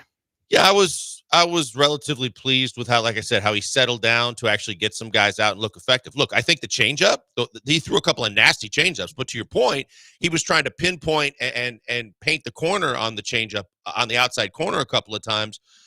And the umpire was very inconsistent, but I'm not even going to chalk it up to that because there was no reason for the umpire to be looking to give him a call here or there that was borderline because he was so far away from the strike zone, particularly with the fastball. Because if you take that slider and that changeup, and you could at least counterbalance that with the fastball, which did hit 94 a few times. Yeah, you see how hard he was throwing that changeup, though? Yeah. It's 89 and 88, 89 changeup, and his fastball is 92, 93. The first changeup he threw, difference. And it was 90, 91. I was like, are they sure it was a changeup? Are they sure it wasn't a fastball? Sometimes that does happen. Sometimes the StatCast does screw it up. Well, but they showed the replay, and you could tell by the grip and the rotation. Then I was like, okay, good. It was a changeup. But if he had the 93, 94 fastball, which he could locate, now maybe he's going to settle in to be more effective. See, I think it's a major ask. It is. Command That's why I'm 94 saying. When he's touching 90. I know he touched 94, but he's living 91, 92 with no command. And now you want him living 94 with command? Well, now I'm pushing my level of enthusiasm down even more than I said when, hey, I see him pitch against major league hitters consistently, several times, and then I'll start getting more excited. No, the more I see him pitch, the less excited I get. Yeah. Now, to be fair, he did get swing and miss yesterday, though. So, there's been some movement. He is getting guys. He is missing bats, and that's important. King brings up a good point. His glove side stuff is way better than the opposite. See, that's actually a thought that I had as I was driving home today, thinking about Lance's start, was that I wonder if they're giving Lance X amount of starts, whatever the number is, X 7 starts, whatever. Here, Lance, here, go do your thing. We're going to get out of your way. This is going to be conditioning. This is going to be you getting the pitch count up. And he was in the 90s yesterday. That was also another encouraging sign. Throw all your pitches, throw your full repertoire. Let's see what you got. Let's get a sample. Let's get some data, and then let's go to work. Because he's throwing a lot of pitches. I think there's a chance that they look at Lance's 4 or 5 pitches and they say, let's start throwing your best 2 or 3 in a couple of months. Once we have the data to really get informed information on what is working and what is not working, which could elevate his performances. Yeah. I mean, because that's what they do, right? The Astros trade for these guys or sign these guys. Sure. And they're like, okay, you have 4 pitches. Here are 2 that we like. Let's not necessarily shelf the other 2, but let's throw those 2 very, very little. And let's throw the 2 that are effective a lot. I think they could do that with Lance in a month or two. Now, my biggest concern with that would be because of the fact that the fastball doesn't really factor into being one of those pitches. It's more like the slider change right now. Like, because in a lot of cases, like you bring up, they also are able to develop a new pitch for someone or a pitch that they've had in their repertoire that they hadn't been using previously, a la Hunter Brown, but some of the other guys that they've been able to work with, where you go, okay, now that kind of counterbalances the 2 off-speed pitches, and it gives you the ability to keep hitters even more off balance. And there's a lot more positives to it. Look, I hope something's figured out. I hope that somewhere in the middle of everything that we've just thrown out there, that there might be a happy medium that solves some of this. I just have zero confidence when he takes the mound, more so, honestly, than some of the guys they brought up from the minor leagues to pitch and do the exact same thing they're asking him to do. Yeah, you're right. Yes. Now, the third and fourth, I did think he looked like a big league pitcher. First time that I thought that this year. So, I'm looking at that as some optimism. But, I just pulled up a few, his savant numbers. His curveball has been good. Opponents aren't really touching his curveball. 143 batting average against How frequently is he throwing it? Only 13% of the time. Yeah. So, that's what I'm saying. I wonder if they're giving him 6 starts, 7 starts. Okay, now we have a good sample of information. Hey, Lance, your knuckle is your most effective pitch. Why don't we start throwing that 40% of the time? And I hear you, but here's the counter to that, which is then, okay, well, how much can his arm take? I don't care. Because I know you don't care, but I'm just saying, maybe he is even in the back of his mind thinking about it too. Part of the reason why he's had to go through all that he's gone medically is because of throwing the curveball so frequently. So maybe whatever they say publicly, you really can't believe anyway, but regardless of what's said publicly, maybe some of the thought behind it was you did the majority of the damage because you threw the curveball way too much, and now you're not throwing it hardly at all. That's a hypothesis. Right. I'm not saying I know anything. I'm just saying as we look at this and I'm going, maybe he doesn't want to or feels like he can't throw the curveball any more than he's throwing it. I rather him risk his elbow chasing efficiency than protect himself and be a jabroni. I know you would, but who wouldn't? Other Lance. than Lance. Well, I know, but I don't if Lance wants to do that, he can't be on my team though. Well, that's what I'm saying, but they're not going to, you can't force him to do what he doesn't want to do. So maybe the team comes up and says, I can DFA him. Yeah. You still got to pay him. And then he's like, hey, cool, I'll get paid and I get a chance to pitch my way somewhere else. Good luck with You can that. still bury me in the H, but I can play somewhere else. I mean, no, I don't think he's on another major league roster. I think someone would They pick might- him up cheap Yeah, they'll and give him a just chance, keep working but- with him. Yeah. All right, 713-780-ESPN. Todd Callis, voice of the Astros. He had a day off yesterday, and he's still working with us. It's my kind of guy. We'll talk to the voice of the Astros, Todd Callis, when we return. Killer Bees, ESPN 97.5, ESPN 92.5. TK strikes me as somebody who would love to visit Two Creeks Crossing Resort, too. How do I know that? Because he's my kind of guy. I think we're cut from the same cloth. I'm going out there to Two Creeks Crossing Resort here in a couple of weeks. Really looking forward to it. It's going to be fantastic. I'm not sure what I'm going to do first. Maybe hike on their 92-acre property. Then after that, cool down in the pool with a nice drink. Might do some kayaking, school some folks on the pickleball court. Been known to do that a time or two. Or I might just go chill out by a nice, majestic tree and drop the line in the water up there on their Two Creeks. I'm looking forward to it, though. Escape the rat race, escape the hustle and bustle of all the stress and anxiety in my life. And you need to go out there, too. If you have any hustle and bustle, if you have any stress and anxiety, go enjoy the great outdoors at Two Creeks Crossing Resort. Escape the city, enjoy those great outdoors, and book your stay now at twocreekscrossingresort.com. From the open green spaces to the wildlife to those mature trees I was just telling you about, and some of the best fishing in Texas, if that's your thing, too. You can't beat it. It's also just 90 minutes from Houston. So I'm going to get off work, be up there at 7:30 on a whatever night, probably Friday night, but just 90 minutes from Houston. You can escape the city without traveling too far. Don't have to waste a day off on a Friday, for instance. You don't have to pack the kids in the car and travel for 6 hours. You don't have to worry about airports and all of the nonsense that goes with that. You're up there in 90 minutes. That's nothing. Hour and a half, and you're already out there. Glamping, cabins, tree houses, pull up the RV. They have the perfect stay for anyone. You can also save 20% right now on your next 2-night stay, Sunday through Thursday, on rentals for RV sites, yurts, cabins, and tents. Minimum of 2 nights, max of 5. Book your stay now at twocreekscrossingresort.com. That's twocreekscrossingresort.com.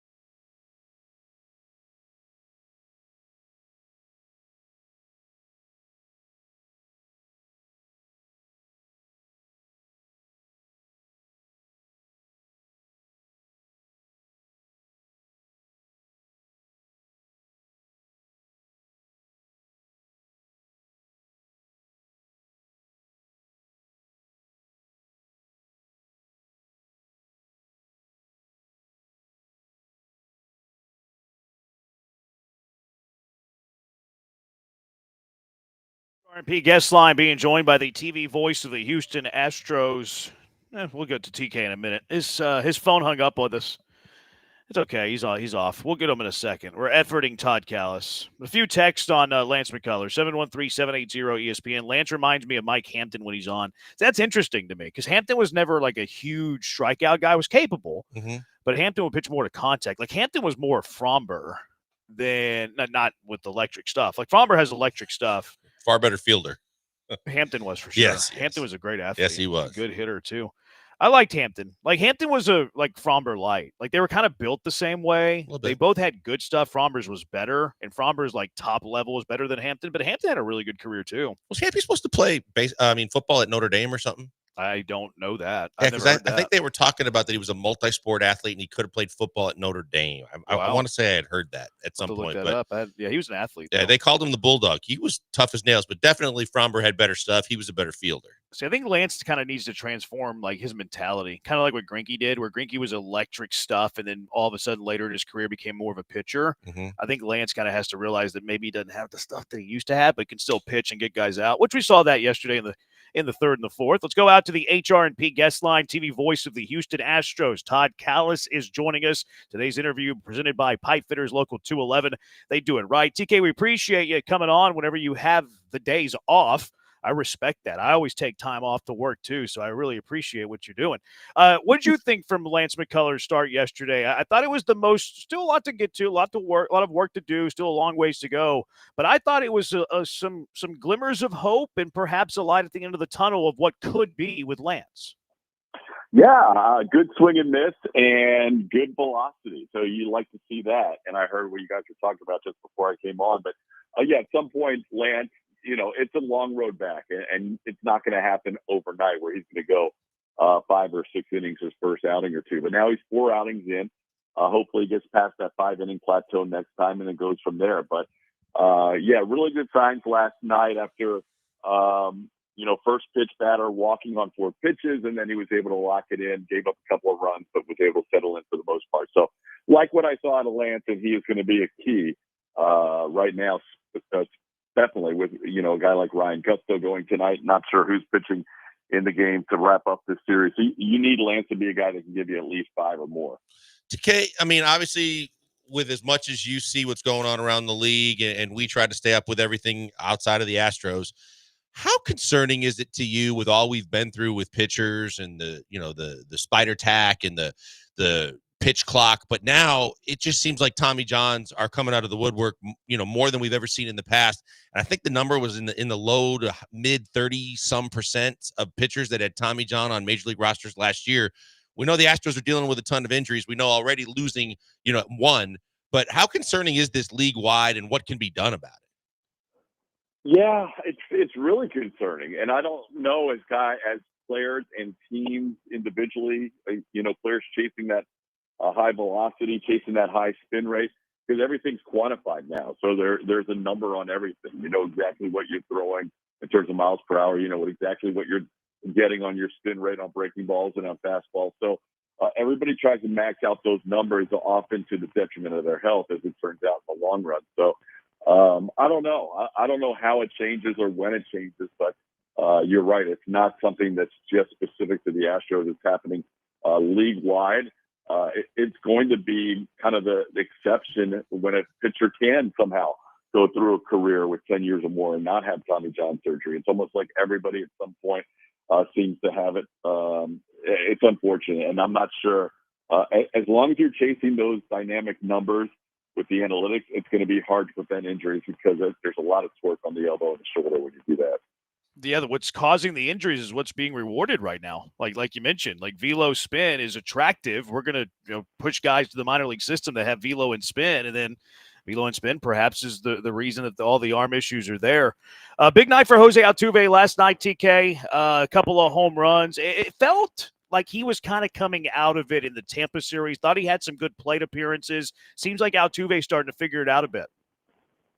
That was a big game for him, obviously, to get the sac fly and then to get a couple of home runs. Been putting the ball on the ground a lot, has not looked great with his timing or he has not looked as comfortable in batter's box as he normally does. So To get an Altuve going obviously would be huge for this lineup.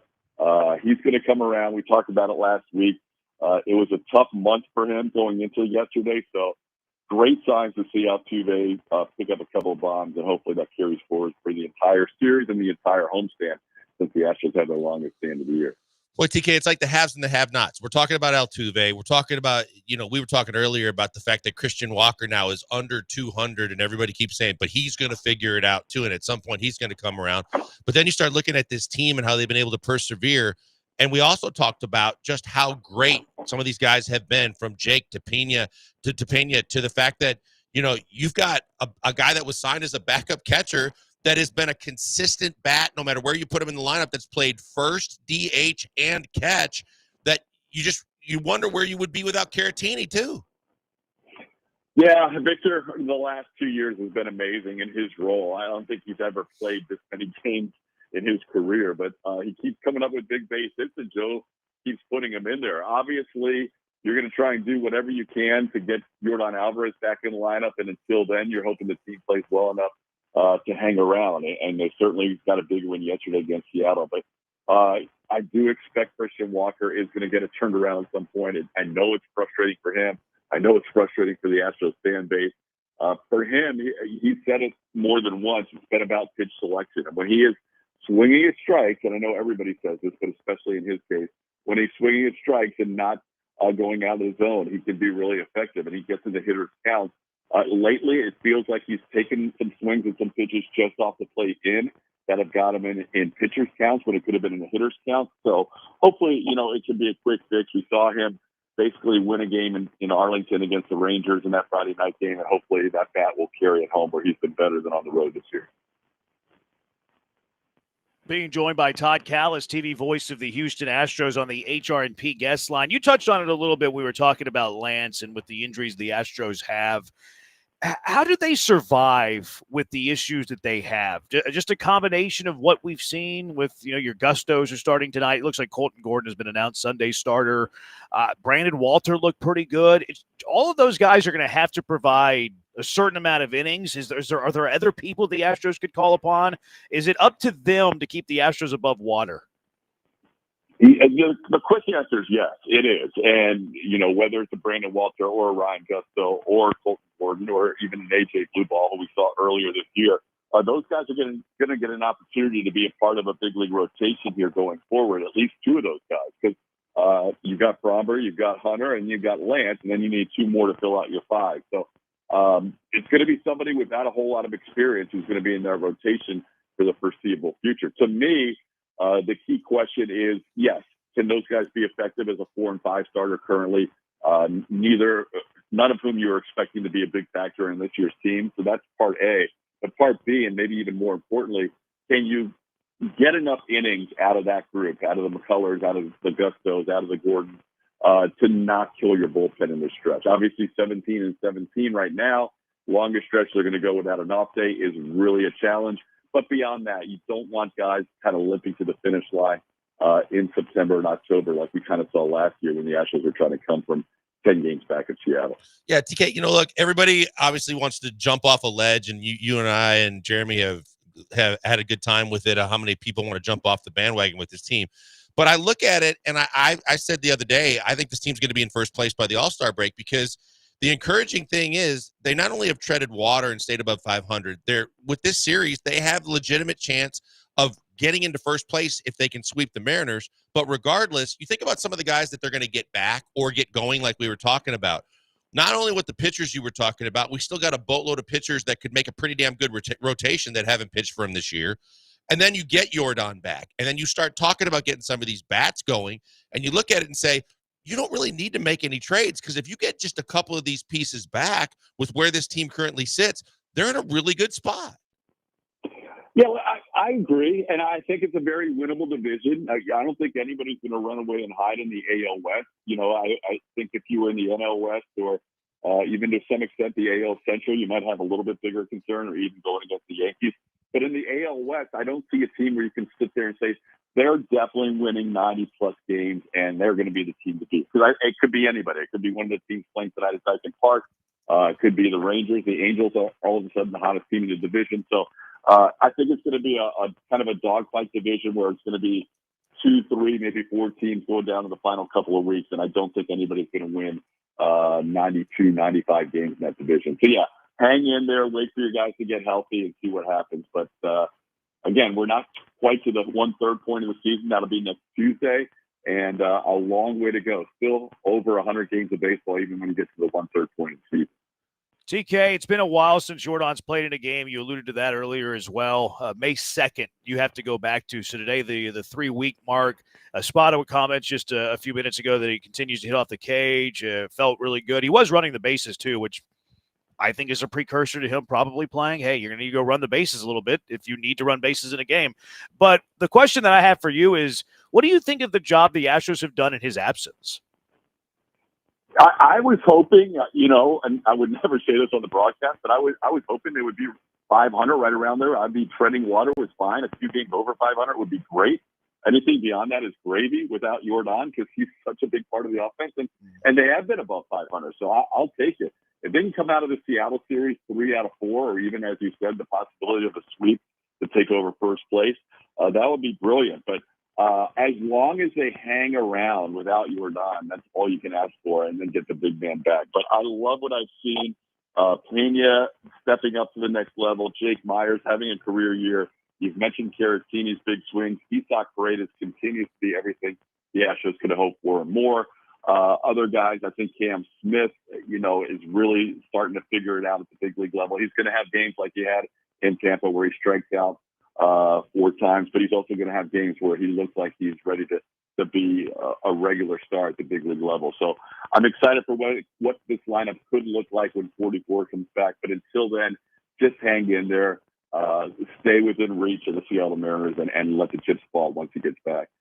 Is this kind of what you expected, TK, in terms of the brother-in-lawing, where you play the hot hand? You're playing the hot hand at second base, obviously, with Dubon, but more importantly, look, Cam Smith, as you just mentioned, he's figuring things out, and that's really good for everybody and all parties involved, especially the organization, with him being up. But DeCenzo kind of pays the price in the process because DeCenzo had been playing really good baseball too. But it seems like the brother-in-law kind of way of using guys right now is really working in Esparza's favor. Yeah, I anticipate that'll be the case the rest of the year. And Joe definitely rides a hot hand. We've learned that about him in now a year and, 50 games at the big league level as a manager. He'll stick with a guy if he's producing at the plate. And we saw DeCenzo get a run earlier. Now we're seeing Cam get a run. Dubon back in the lineup today after some big swings lately. So, yeah, I do see that playing out exactly like you said. The term brother-in-law is a pretty good term to describe that. But it's going to be whoever at that position, and you can maneuver a little bit with left field and second base with Dubon able to float around. But whoever has the hot stick lately seems to be the guy getting in the lineup on a regular basis. TK, the whole weekend off? Yeah, I'm not back until Tuesday. You got Ashton Blummer for the weekend against the Mariners. Well, enjoy the time off. Well-deserved. Looking forward to hearing you again. All right, guys. I'll talk to you next weekend. It's Todd Callis, TV voice of the Houston Astros. Our conversation presented by Pipe Fitters Local 211. They do it right. I mean, 10-9 without Jordan ain't bad. TK's right. Yeah. I mean, that's pretty good. I mean, better than I would have expected because of the fact that it's a combo platter, right? It's the fact that not only is he going to be out, and he's been such a big part of this offense. We've talked about the Jordan rules for a reason because you got to have him. But then on top of it, all the guys that were struggling. And when he went down, Yiner still wasn't figuring it out yet. I mean, Paredes was the guy that had figured out the most, and Altuve actually went down with him out of the lineup, yet they found a way to tread water, and it's been fantastic. Yeah. I mean, if you can rack up a couple more wins before he comes back, it does look like his return is soon. He wouldn't be running the bases if he wasn't about to return. Like that's something that you do right before he's going to play in games. Like, why would he be doing that? If he's not going to play for another 2 weeks, they wouldn't have him run the bases. Like, you don't let Jordan run the bases if he's 2 weeks away from playing. Well, you have him run the bases if he's 2 days from playing. We don't, but maybe they do just to keep his cardio up. But, yeah, you're right. I mean, that's normally one of the last things you go through before you get back, playing Major League Baseball. Let's hope that, again, because you can never know what you can trust and what's actually going on behind the scenes compared to what they tell you. But let's hope that there's been a whole hell of a lot more of the cage work, tee work, and hitting than what they're leading on, and that he's ready to come back sooner rather than later. Yeah, I think it's a good precursor, but you're right. Astros is always mysterious. It could be a month. So we'll hurry up and wait. 713-780-ESPN. Israel, my favorite character of the Killer Bees. I don't feel like most share that sentiment, but my favorite character of the Killer Bees is Israel. Israel called into John and Lance, a couple of Hall of Famers earlier. Maybe Israel belongs with the Wall of Shamers like us, but Israel called into John and Lance today, and they roasted Israel.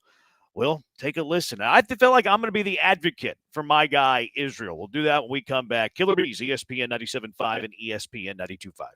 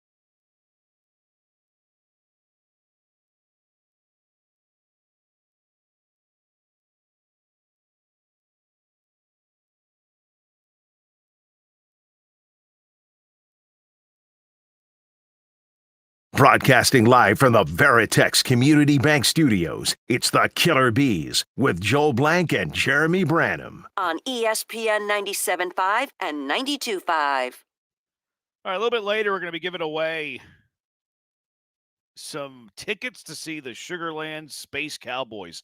Giving away 3 sets of group tickets to I Suck at Fantasy Football Night coming up this Saturday. Brian will be there. I will not. Sugarland Space Cowboys looking for groups of fantasy football players that want to celebrate the winner of their league and punish the loser. Spacers will have a pregame crowning of league winners, and then throughout the game, we'll have the losers of the selected groups participating in between innings with promotions designed as punishment, including one loser singing the 7th inning stretch. So call in. We'll call in later. We're not giving away yet, but we'll get your league name, contact person, all that. We'll get you hooked up. Space Cowboys, I Suck at Fantasy Football Night coming up this Saturday. So that's something to keep in mind. We'll be giving those away in a bit. Not going to tell you when. Can't tease that. All right, here's Israel earlier today calling into the Hall of Famers, John and Lance. Israel's one of my favorite people. He's one of my favorite characters on the show. He's not one of. He's my favorite character on this show. He called into the Hall of Famers, John and Lance, and it didn't go so well. What's up, Israel? Everything's good. Hey, real quick, man. Deion raised them the way a father should. Deion took their little private schools to national champion to play. You know what I mean, for the champion with a high school championship. But let me tell you about Shador. Shador is the story of the draft. Yeah, he fell to the fifth. It wasn't because of his talent. It's because of the talking heads. And the one thing, the GM, he on the hot seat. The GM, the brother did not take him, who drafted that short guy, and they shouldn't have put. Now you used to have the radio. We just listen to people, tell these stories. But when they put the camera on the field doing the rookie mini camp, and that little guy, the reporter in Cleveland was like, he's shorter than me. When I can't even believe this, he made that little guy make the GM and the rest of them look stupid. The owner was at the rookie minutes. What owner goes to the rookie camp? He watching it because he the one who picked Shador. You know what's going to happen? And Pickett, or whatever his name is, Pickens, who they traded a fifth-round draft pick player to get, he got 20 starts. 15 touchdowns, 14 interceptions. So get him out the way. They'll get rid of him. But the little guy, he ain't got it. He ain't got it. And everybody, the whole world seen it. And the old man, Flacco, we already know he's done. He's 41 years old. And Shador jersey is the number one selling jersey among the rookies. And not only that, he's getting the money off the field. You see his new Gatorade commercial? The corporates, just like with Caitlin Clark and Andrew Reese. Andrew Reese is it. She is digital now. Everything is different. Angel Reese can go live right now, and all y'all, she can triple y'all with the people, especially online. And y'all got like 100 people. Man, listen here, bro. If things have changed, man, if y'all can, try to keep these false narratives, but Shador is gonna be starting in Cleveland, and he's gonna win. Where are Lance and John? He turned around Colorado. Yeah, they went forward with whatever. They let him go, and then they just killed him for like an hour. He is gonna So do they kill win. him right And all here, the false or do they let narratives him gonna finish? Make them look like the haters they are, and they should be suing them for collusion. All right, y'all. For collusion. All right, did they say anything at the end, or was that it? No, that was it. And then Okay, it was all then the other cuts are all them just ripping it. Oh, so they didn't interrupt them then? They Oh, gave him his, but Lance they was all gave over him the his- place. Like Lance, here's the funny thing. So Lance listened to all that, and if you're watching online, yeah, he was online, and how we kid him about his headset not being on. His headset was not on the entire time, but then he had more than plenty to say. Yeah. So okay. So they let Israel have his 2 minutes or whatever. So Right. they don't make his point. So I respect that. Like they didn't cut him off or anything like that. They let him have his runway. They let him have his thing. But Lance got back into it later. Here was Lance going back to the Israel's call and having a thought or two. His calls are some of the worst in radio history. I've been doing radio history a while now, and I can say that. And it's not even funny. Like, it's not even fun like we had with Collie would make us pissed off. But then Collie would also say funny stuff, too. Yeah. Israel's just he's generationally terrible. You don't even like using the word generational. I know. And you'll he's use it for him? generationally bad at what he says. Like, I'm surprised he didn't work Cam Smith in there, that the world is somehow against Cam Smith, or we don't even talk about Cam Smith. Oh, how about that, Lance? Oh, okay. Little Cam Smith. I remember Cam. Oh, but he when does Lance was talk coming about at me. Cam Smith. Lance was coming at me for something I didn't even say about Cam Smith at the Mhm. start of the year. Lance is being hypocritical here. I'll stand up for Israel. I don't think that was a terrible phone call. I mean, he likes Shador Sanders. He thinks Shador Sanders is going to be good. How do we know he's not going to be? Like, No, I mean, we'll see. Look, it gets worse because they basically called him out for We'll get to him. the We'll tones. get to I him. know, but I'm saying the funny thing was that we didn't show or bring up the first time was immediately coming out of that, because Dell and John had thoughts that Lance was like, I didn't even listen to him, because he's basically already tuned him out, but he's still ticked off enough that he kept talking about it. Here was more of Lance from the morning show going in on Israel. Just ask Lance about Israel. How he feels about Israel. Oh no A guy respect who for him disagrees with personally or sports wise. come on. Once you become that device, I just tell you this way: if you're an intentionally divisive person, just know that I have no respect for you as a person. That's not fair. I just want you to know that. If you try to divide people by race, if you try to divide them by religion, by anything, if you try to intentionally divide, then I have no respect for you as a person. I He's may not talk dividing. to you. I may, do whatever, but just know that in the background, I think you're one of the lowest forms of people who walk. Jeez. Yeah, no, I feel that way because we all have to live together, and there's no reason to behave like that. There's no reason to hate on somebody as I hate on Israel. He's saying, let's be kind and let's get along. And he's saying he's the worst person ever. I love how Lance is saying, let's be peaceful and kind to one another as he buries Israel in the process. There's nothing left. He didn't hold anything back. He just obliterated him. He's given a speech about how we should be kind and well to one another, and he's killing somebody. I don't think that Israel's thing is race, though. To me, if he's being divisive, it's about a player. Like, he stands up for players he thinks are going to be good. He thinks Shadur Sanders is going to be good. He thinks that Cam Smith's going to be good. Half white guy. He doesn't think that Reed Shepard's going to be good. It's not a black-white thing. He thinks a player is going to be good. He thinks a player is going to be bad. That's his divisiveness, is the quality of the player, not the color of their skin. Okay, you keep thinking that. There are times that he definitely makes it and implies it and talks about it in that way. So you can think that way.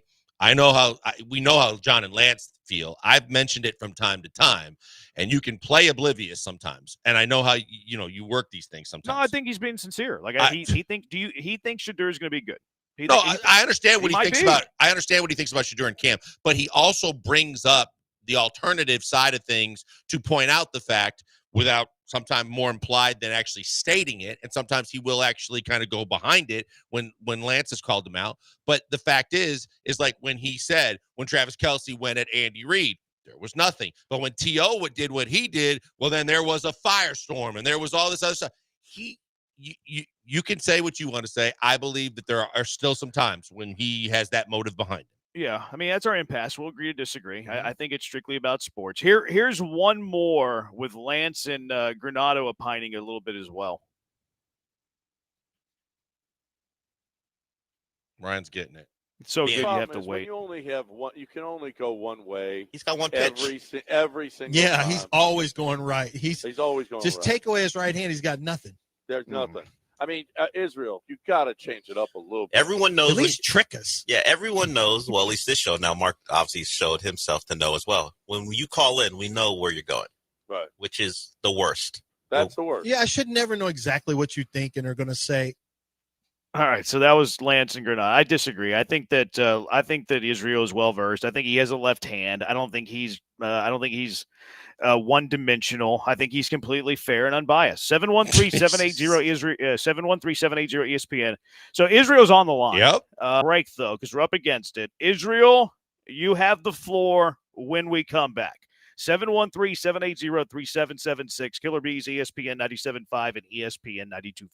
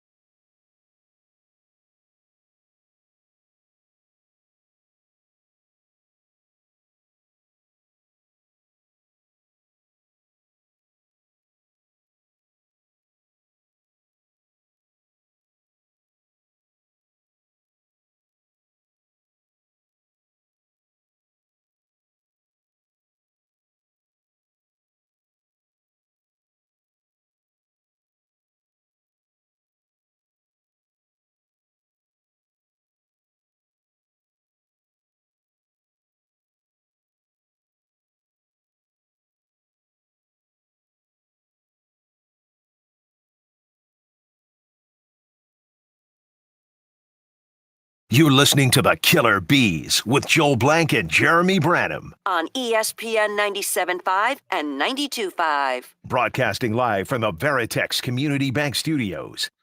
Okay, Lance and John killed Israel because he has sports takes. He has takes about players, and because sometimes those players are black, sometimes they're half black. They think he's one-dimensional. No one calls anybody that bashes Jalen Green one-dimensional or says they're divisive, right? Like, we all have our sports takes about certain players. Israel's on the line, 713-780-3776.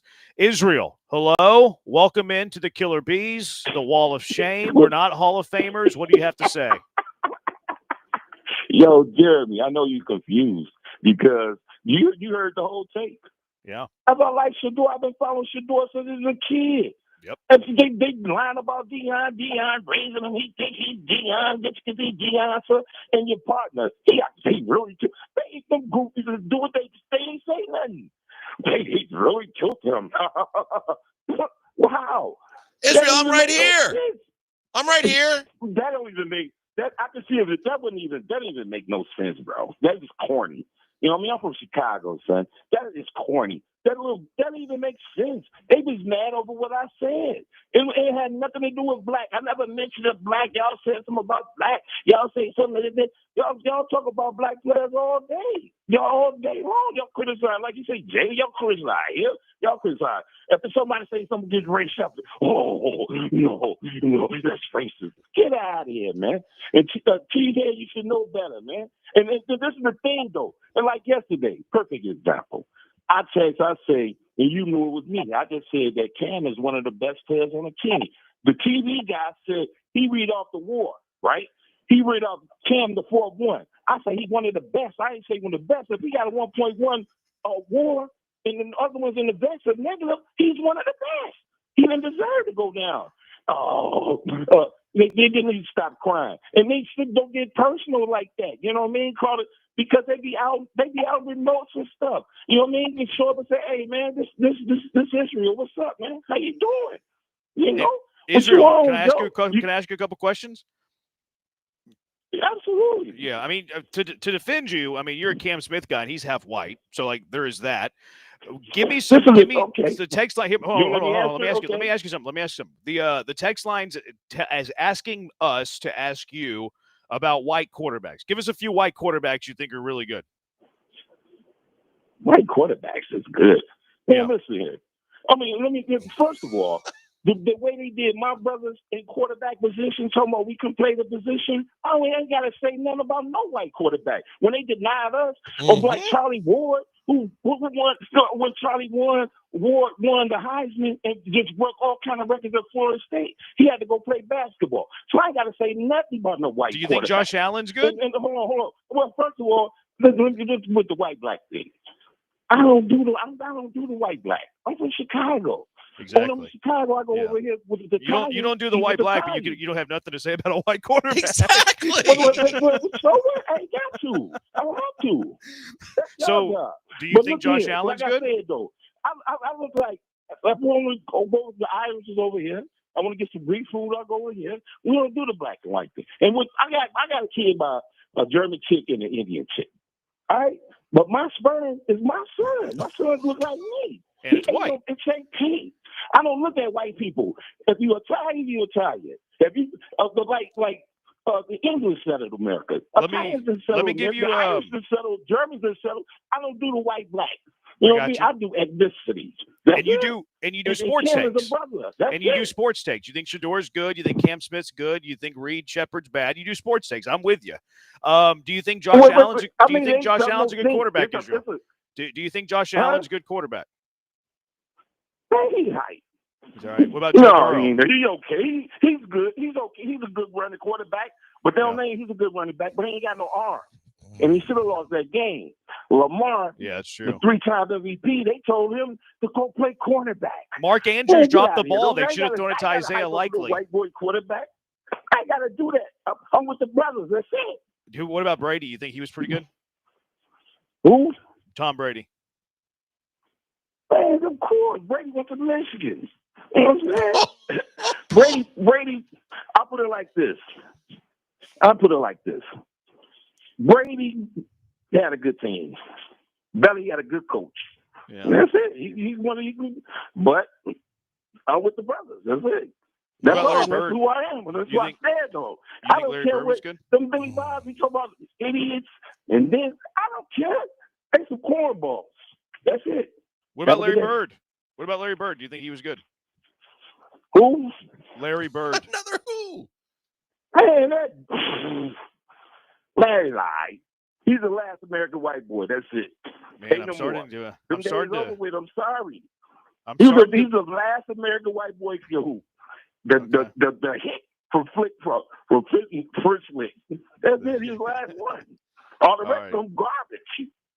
That's All it. right. All the All rest right. of them are Y'all be garbage. cool. You appreciate you, Israel. You can call any time. I don't know if I want to advocate for Israel anymore. You did plenty, buddy. He didn't. He couldn't name one, and everybody was aight. Huh. No, I'll still stand for Israel. Israel's my guy. go right ahead. 713-780. Hey, look. They're all sports takes. He doesn't think white quarterbacks are good because they're not as good.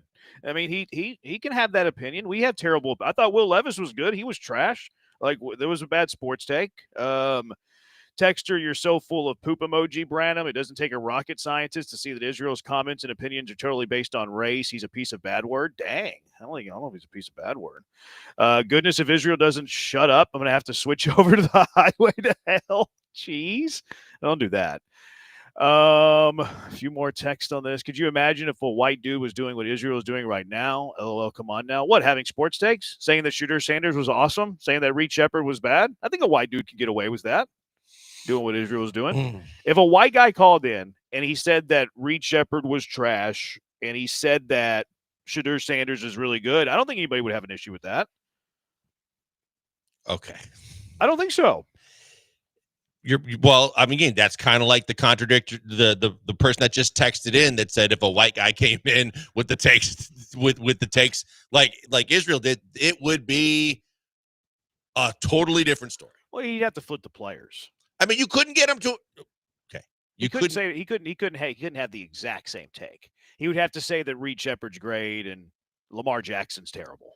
Take Chicago out of it. He just basically admitted it, and towards the end, he was admitting it without admitting it about the fact that every white guy was just and Larry Bird was the last white guy that could play. I mean, he could play though. He was right. Right. But There hasn't been anybody since. He's got good takes. Okay. I mean, there hasn't been a white guy as good as Larry. Okay. Has there? I'm just telling you, man. I know what you're doing, but it's even at that point, it still gets frustrating. I'm being kind of serious with the Bird thing. I don't think there has been a white guy as good as Bird. No, but that tells you to what level Larry Bird was. Larry Bird's one of the greatest of all time. Is Josh Allen better than Shedeur? I'd love to hear him answer that. That's a good question. I'll ask him Look, next we time let he him off calls the in. hook. He said Shedeur was going to be a top 10 pick.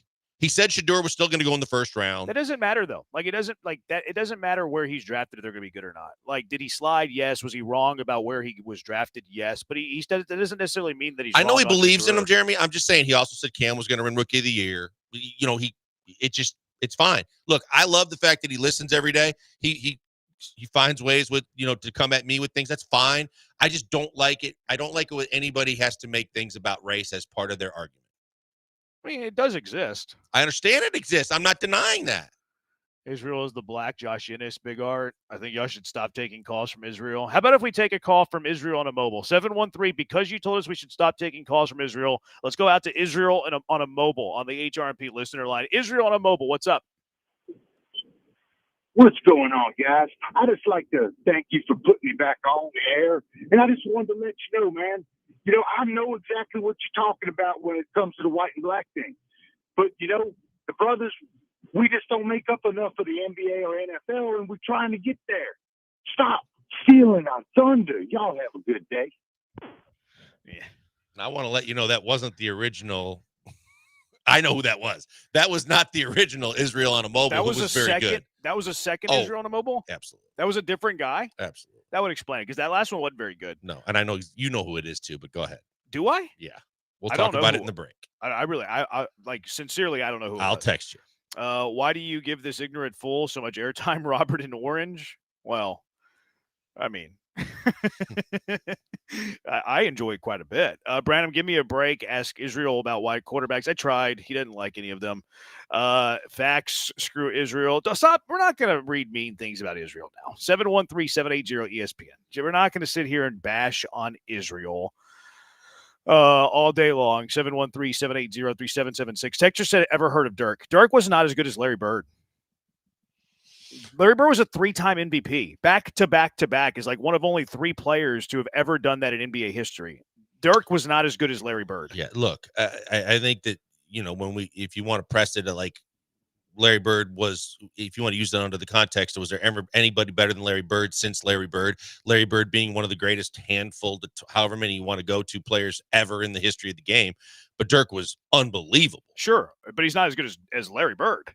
Right, because that's where Larry Bird was more than Larry Bird was for sure. Like was we're having way like a real argument within like a funny argument here. But no, I'm being sincere about Larry Bird. Like Larry Bird to me is unbelievable. Someone said cough cough Josh Beard. Was it Josh Beard? That wasn't Josh Beard, was it? No. Never met a black guy named Israel. I have Israel. He said American white players. I don't know if he said that. Did anybody say American white players? No. Yeah, I don't think so. Oh, he did say that? I don't. Okay. I didn't hear that. Yeah. And I had Whatever. my headset on, unlike Lance. But Lance hears the headset. Sometimes. He hears it. 713-780-ESPN. Back out to the HRP listener line. Eric, you're on the Hive. What's up, Eric? How you doing, guys? Good. Hey, I got a question. What's the name of the station manager of ESPN 97.5? What, Joe George, maybe? Who? Joe George, I think. You don't know who the station manager is? I gave you the name. I said Joe George. Okay, so let me ask you something. When people say, I'm trying to understand something. When people say that certain topics move the needle, does that mean it's advantageous for ratings and therefore somehow that allows the station to that has an effect on advertising costs and so on and so forth? I think you're reaching. We went away from Nielsen, so probably not us as much as other stations. But Israel called us on 2 occasions, Eric. Okay, and this is where I'm going with this. I hear too much lately. Well, it seems constant. Well, this week in particular, there's a lot of this. Well, I don't want to talk about this, but what we're going to talk about this. It seems disingenuous, like as if a station manager is saying, hey, if we can get black, white, anything, it's good for us. So let's say we hate it. Let's say we're above it. But, hey, let's do it as often as we can because it, quote unquote, moves the needle. It Eric, seems disingenuous. Eric, we don't broach the subject. Israel called into the bench and he called into us. We didn't broach the subject, and Israel is always welcome on this station as well. Secondly, the only thing that we get told to talk about is football and Texans, unfortunately. Okay, so here's the thing.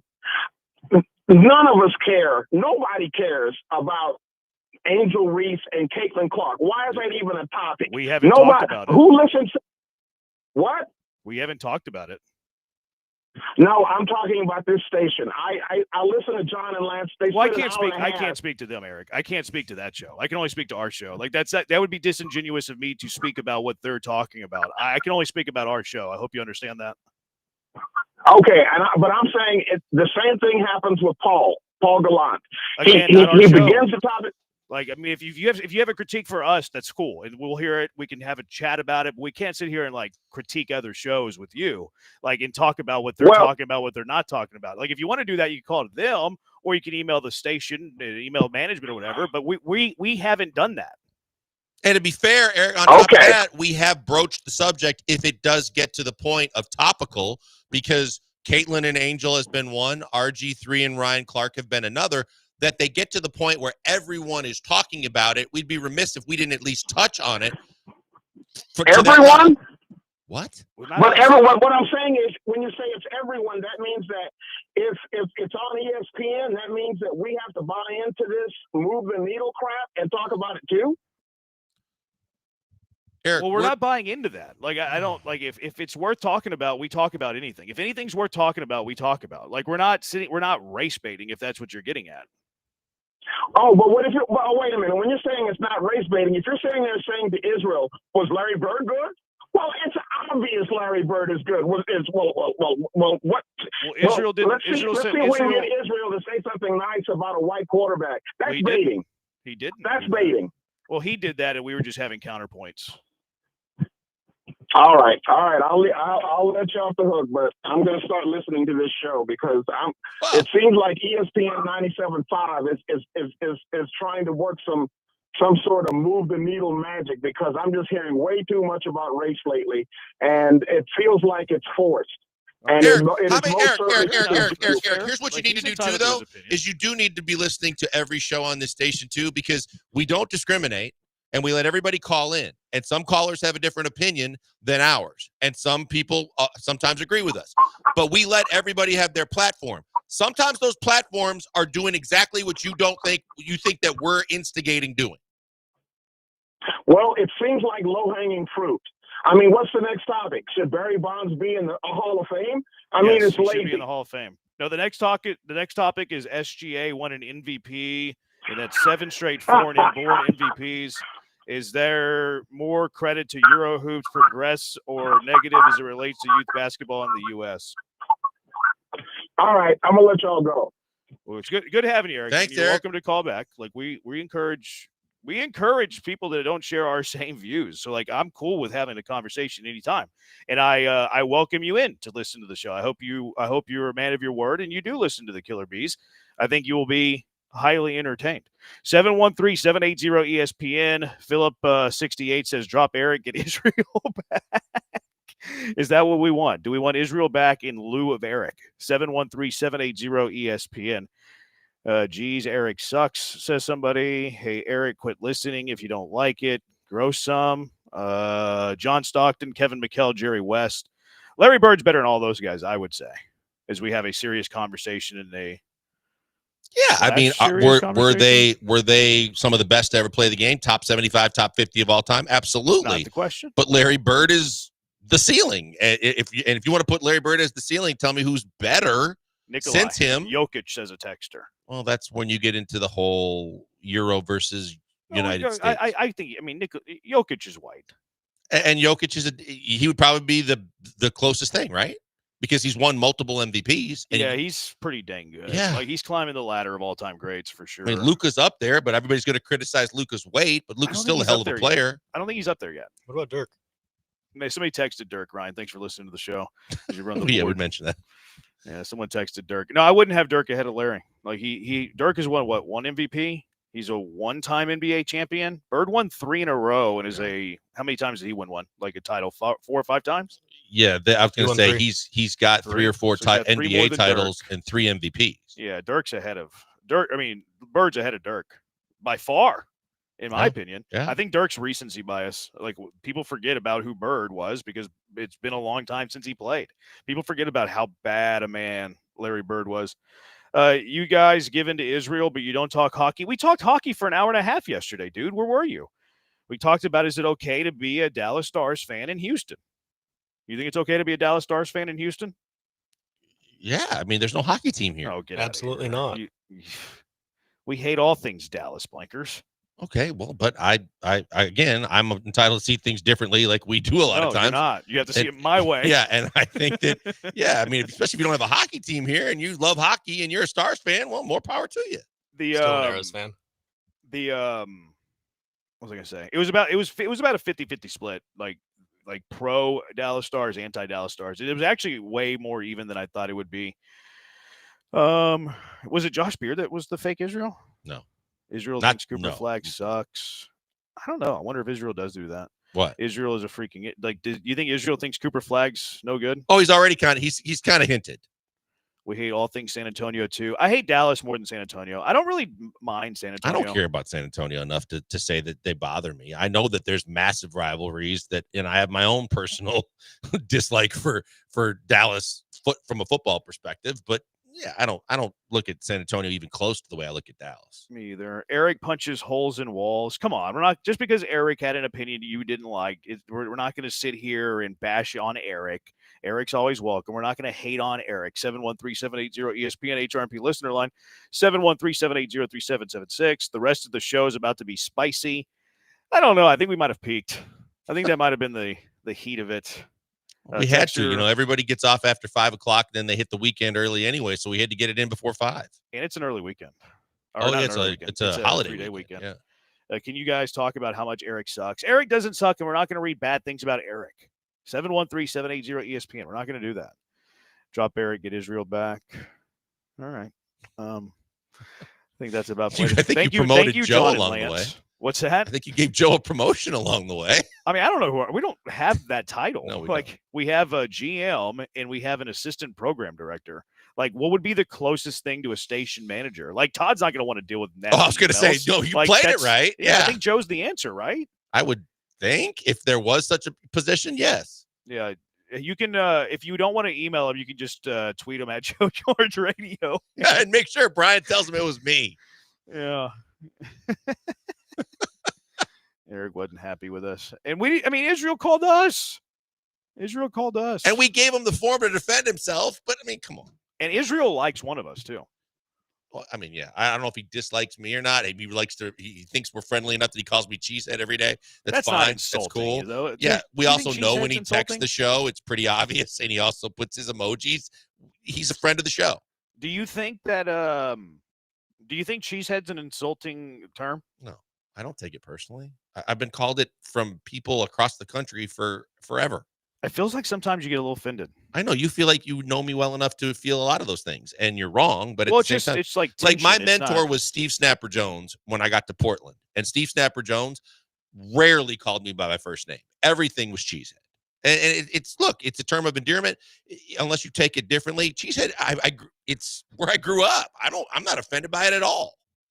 So if I called you cheesehead instead of blankers, you'd be you started calling me blankers before we were friends, and only my closest friends have called me blankers. And I've never said a word about it or been offended by it. Why did you just say we're friends now? I didn't say that either, but just said before we first started. You said I called you blankers before we became friends, which assumes that we're now friends. Okay. Yeah. Yeah. Yeah. We got an hour to go on the week, and now blankers admitted our friendship. This is the best day I've had all year. Thank you for lifting my mood. I appreciate that. On the suck scale, Israel, Gary, Eric. That comes from Phil. We're not going to read bad things about Israel. And you Gary offended and Willie today, too, by the way. I offended Willie today? Yeah. How? I didn't do anything because you anointed Israel your favorite when Willie's been your favorite for far longer. Well, I didn't say that, but that's what I meant. Yep. Israel's my favorite character. Willie's my favorite caller. You know, Willie can still hear this. Duh. Okay. Based on some of your comments and assumptions previously with Willie, I just want to make sure we cleared that up. I've never assumed that Willie had challenges hearing. I understand that, but you also don't know that his level of sight. But I know he's blind. Legally or fully? I don't know that. See, there you go. Yeah, I don't know that, but I know he has no problem hearing. Okay. We should get Israel versus Eric in an argument on the show on race baiting. Kristen Humble. Yeah, it wouldn't be consenting. It wouldn't be like conflicting opinions, though. Like, I think it would be too civil, probably.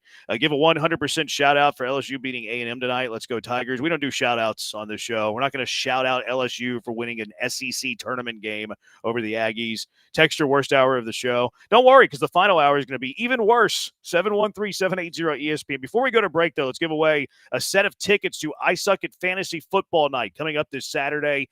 Call now, 713-780-3776. Call number 3, 4, and 5.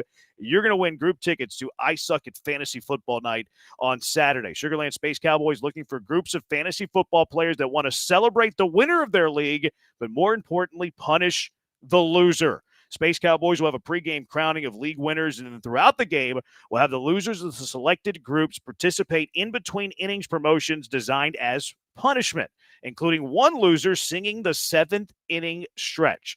So call in 713-780-3776. Call it 3, 4, and 5. You're winning these sets of tickets. Provide your league name, your contact person, and then the Space Cowboys will get to you to set up your entire league to come out to I Suck at Fantasy Football Night coming up on Saturday. 713-780-3776. Coming up next, let's talk about SGA winning the MVP. 7 straight foreign-born MVPs. Are we giving love to the Euro hoops? Are we talking negatively about youth basketball in the U.S.? 713-780-3776. Killer Bees, ESPN 97.5 and ESPN 92.5. If you're in the market for a new vehicle, listen up.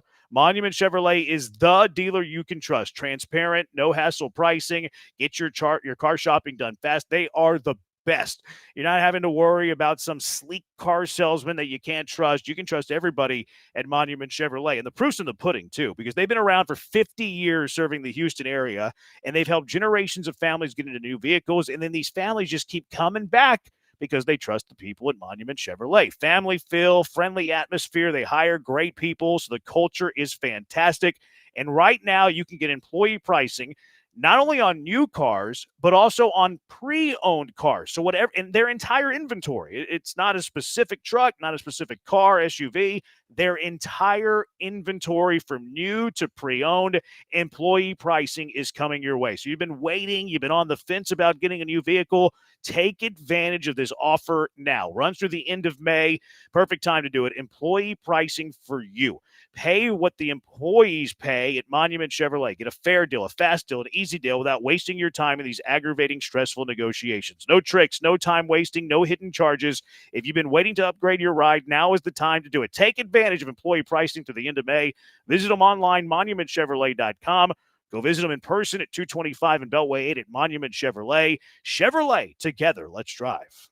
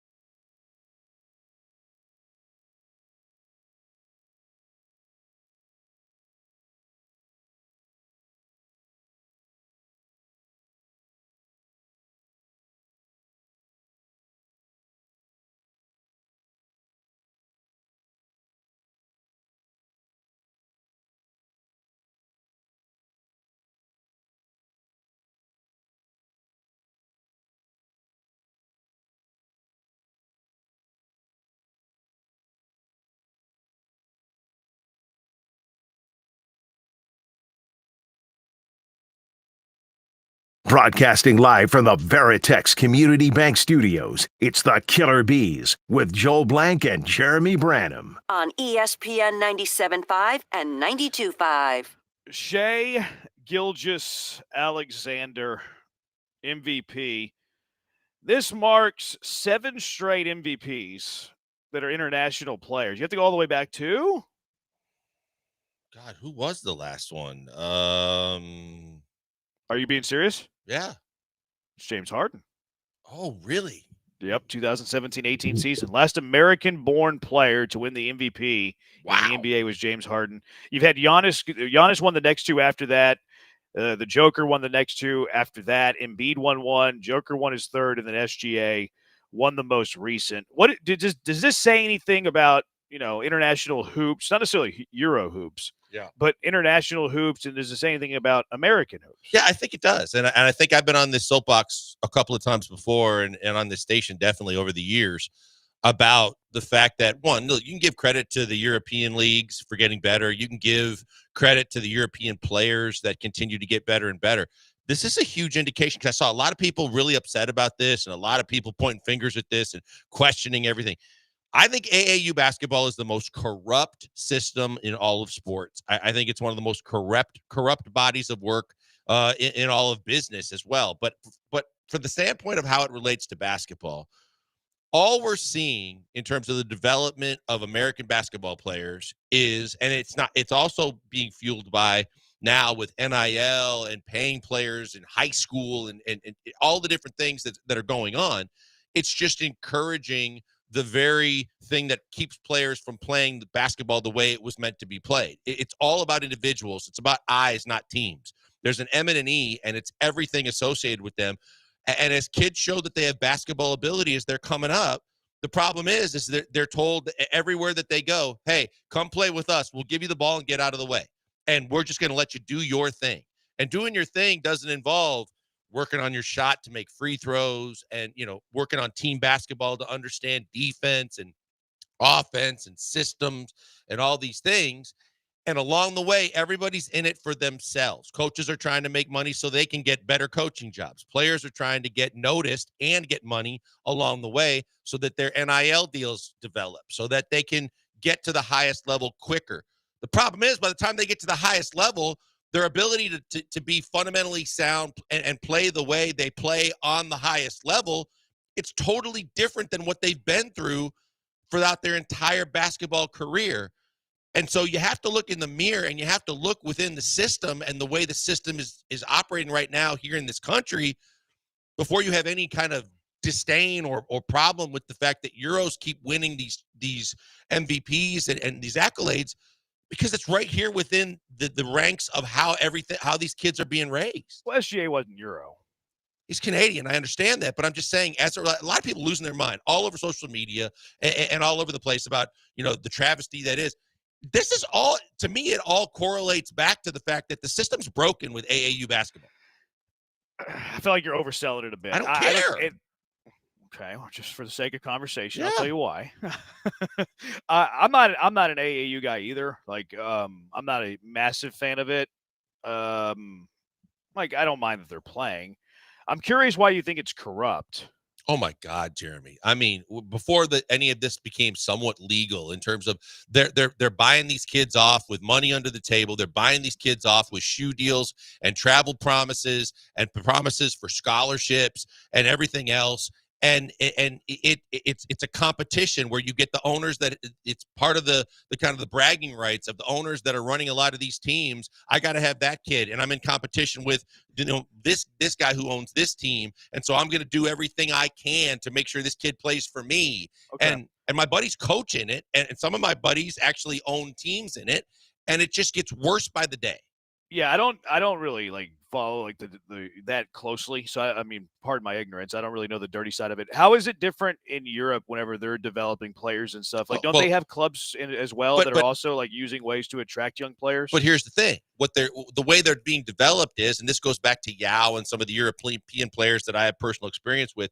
But when players start to get good, the first thing that they're doing is they're spending a majority of their time working on fundamentals, working on not only individual fundamentals from like shooting and shooting technique and free throws and all the things that are essential in terms of the game, but then understanding the game itself from the passing and the cutting and the picking and the running of plays and as you and I talk about things from helping the helper defensively and switches to like the kind of offense that you're running, motion offenses and pick and roll offenses and high picket fence running, high pick and roll screens, things like that.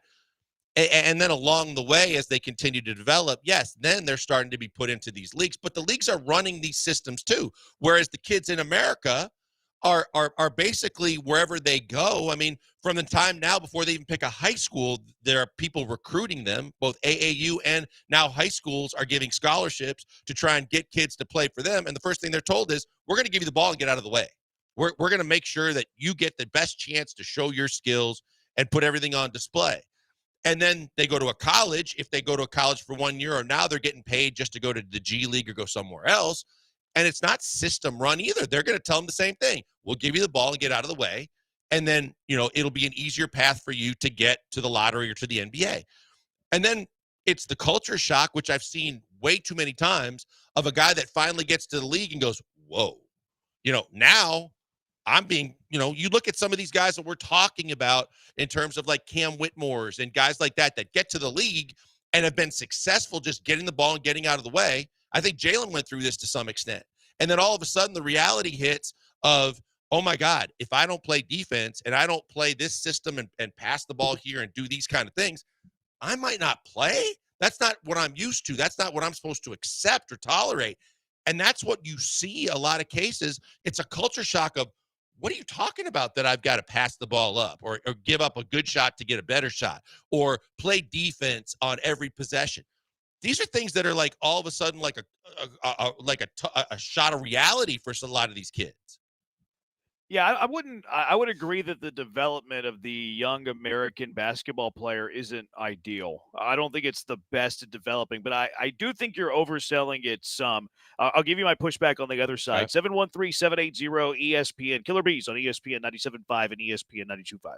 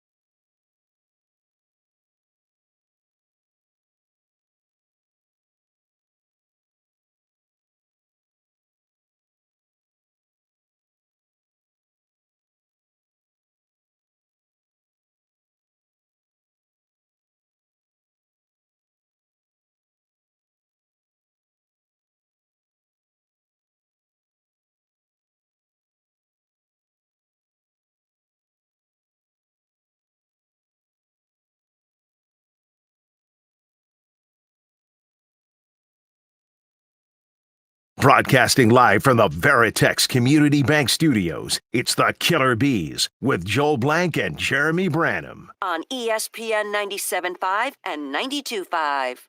Killer Bees, ESPN 97.5, ESPN 92.5. Texture, they can go pro at 14 overseas. That does help the development. You get it with a pro club, that's going to help you for sure. They're giving them the MVP, but how many besides Jokic was finals MVP?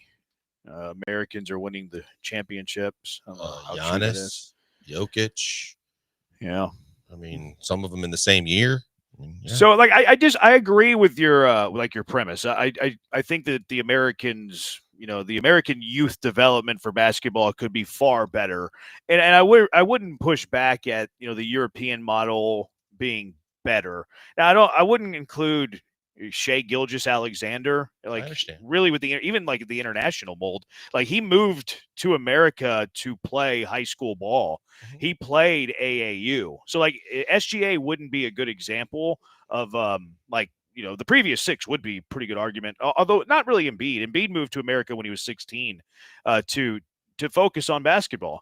And he went to Mount Verde Academy, which is, one of the better basketball high schools, at least it used to be.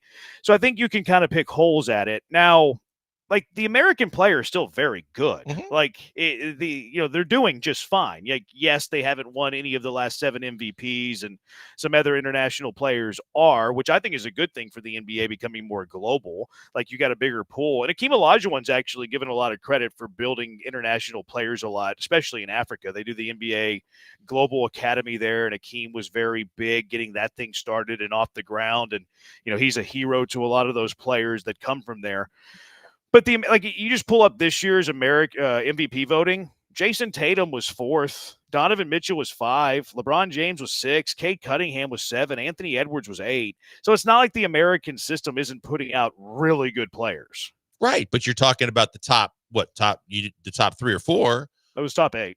I'm saying top 3 were all internationals. Yeah, that's what I'm saying, all internationals. But the reason why this all came up to me and really kind of struck a nerve is because people in the United States are complaining about the fact that and pointing out the fact that this is something, and they don't like the fact that European players are quote unquote taking over the league. I mean, that's what I'm saying. I don't think they're taking over the league, but at the same time, I mean, if you want to point a finger at the problem, I wouldn't be mad at the European leagues and the way that the European players are being developed or where they're being drafted. I'd be mad that my own systems being used and in place to develop my own talent here in the United States is slipping, is depriving these kids of the kind of skill sets that they could be developing if they were coached better, if there was a better system in play to some degree. SGA did the system. You're going to sit on one thing with SGA, but I'm talking no, but you're about sitting overall. on that thing, though. You're sitting on the MVPs. Like, you're pointing at the last Jeremy, you just went to the MVP voting and said you started with Tatum. Finish? Blankers, your argument was MVPs. No, I'm saying that's what triggered me. But then the fact that people are oblivious to the fact or don't want to point out the fact that the crux of this, where the majority of this starts, is with how these kids are being developed. And AAU, like I said, it's the people that own the teams, coach the teams. They're all looking out for themselves too. Now, but why would players move to America to play in AAU in American high school basketball to improve their development then? Because at the end game still is the United States best league, which is the NBA, which is the best league in the world. So of course, no matter what they do in the Euro League, the money is here. Foremost, they're moving whenever they're kids, because they're starting as quickly as they can once they get that first initial fundamentals and skill set development that they get when they're starting out in Europe. And then when they get here, their objective is, I'm going to cash in. I'm going to cash in, and because of the fact that I'm fundamentally sound and I'm developed as well as have skill, that I'm going to be able to leapfrog and or be a key component in being that next wave of up-and-coming basketball players that get noticed, get paid, and get to the league. Okay. Who's complaining about it? I mean, I haven't really seen it. I mean, it's been on Twitter. I've seen it all over Twitter. I've seen people. I mean, even throughout some of the broadcasts that are talking about it, that are saying like, is this a big problem? I don't think it's a big problem from a European perspective. I don't think any of the negativity should be directed overseas. I think it should be more so of a wake up call within the United States to say, look, I get it, and I'm a firm believer that especially like the college kids, when we got into NIL and things like that, that if there's the jerseys that are being sold and they're not getting a penny off of it, and universities are making millions and millions of dollars, then it's broken. But I also think the system currently is broken. And yeah, you can point at colleges with the fact that between NIL and the transfer portal, it's broken. But from a basketball centric perspective, it has been a hot button of mine for years and years, and it's gotten worse about how little talented players are being developed to prepare themselves for the eventual chance to play in the NBA and or even on top college programs, as opposed to just make it all about themselves and be the next version of the Sports Center generation that feel like they're only impacting a game when they score points. And the only way that any team can get them is to give. That's why I commend Kelvin Sampson so much for the way he does it, because he hasn't changed. He's still going to coach them hard. He's still going to have tough love. He's still going to get on them. More coaches than not don't want to offend and are treating kids like superstars, even in junior high school, because it's to their benefit. So they won't do the way that basketball should be done. What's your fix? Well, I think that it's too long to get into, especially where we are. But I think, from an NIL and collegiate standpoint, that's one thing. From an AAU perspective, you have to, maybe some of what you brought up. Basketball without borders has been there forever as the NBA tries to broaden out and get overseas and do more. And it's phenomenal. It's been a great working program. At the same time, maybe it takes the NBA, the end-all be-all for where a lot of these kids want to go, to come in and get in more from the grassroots, from the perspective of, hey, we're going to get involved in some of these leagues. We're going to create our own leagues that maybe are compete with AAU, but in the process, what we're going to do is play the NBA more the NBA style of ball. We're going to teach you to play defense. We're going to teach you some of the things that become bigger as you become better, as you want to get to the league, instead of just giving you the ball, getting out of the way and saying, hey, learn how to play isolation basketball. It's the key to getting everything. Quick question. Do either of y'all think that them using the G League is more of like a minor league system than they have so far? Because, players' ages, they're able to play longer into their careers nowadays. Do you think them leaning more on the G League could help fix this issue? I mean, it's a problem because the G League is understanding and conforming to some degree when you can take your best player on a G League team and pay him $500,000. So I think that it has to start earlier than that. It has to start as you look at where the system is broken and now know that high schools are giving scholarships, NIL is allowing and affording them to pay kids in high school to come play for them, that you've got to nip it from where the system is running amok. And I think that's where it starts. Yeah, it can't be whenever, because Embiid and SGA moved here when they were roughly 16 years old. Mm-hmm. Like, your point is they've already been developed with like fundamentals and stuff before they ever did that. No, I'm with you on that. Like, I do think that the development of what we're seeing with young basketball players is not the best, is not good. Now, the Americans are going to produce players no matter what because they're American players, and it is that. I don't really mind. Like, I didn't even know that 7 straight international players won the MVP. I had no idea because I don't care. Like, I couldn't care less who wins the MVP. I couldn't care less the percentages of international players versus American players. You know what I care about? I care about good ball. Like, I care about watching good players go up against good players. So I don't care about how many Americans, internationals are in the NBA. I don't care about how many Americans are in Major League Baseball. That's never been something that really popped on my radar. No, and I'm not saying I noticed it because it was being brought up on Twitter. Sure. And it was being called out. But I think that it's kind of like, if I can use the analogy of taking you and I back to when we first started the show when Steven Silas was coaching the Rockets. It's unwatchable. If you go to some of these tournament games, sure, if you want to go see one of the next rising prospects in the United States, go. But if you're going to watch quality basketball and you're going to watch basketball the way it's going to be played, at least to a large degree when you get to the NBA, you're not going to see it at AAU tournaments. You're not going to see it in a lot of places because of the fact that everyone's tiptoeing around the fact that they just want to be noticed. They want to get their bag, and they want to make sure they don't ruffle the feathers of anyone that might be their meal ticket. Texter says she always turned into angry black men venting hour. Blankers isn't black. So that would poke a hole in that argument. 8 billion people on Earth, only 340 million are Americans. Of course, there will be great foreign players. Yeah, I mean, now talking through it, Blanker's point is more about young player Yes. development in America. Yep. I'm afraid that there is no fix. I think it's gone too far because, like, you see this in baseball a little bit too, where they have all these select clubs, and that is corrupt as well. Like, and it's daddy ball, and they're not teaching fundamentals, and they care way too much about winning a 10 under weekend tournament than they care about the development of young players. And it's really similar on the basketball side of things. And they try to put in like MLB stuff like throughout some inner cities and around like major cities, and it's just never ever going to gain traction.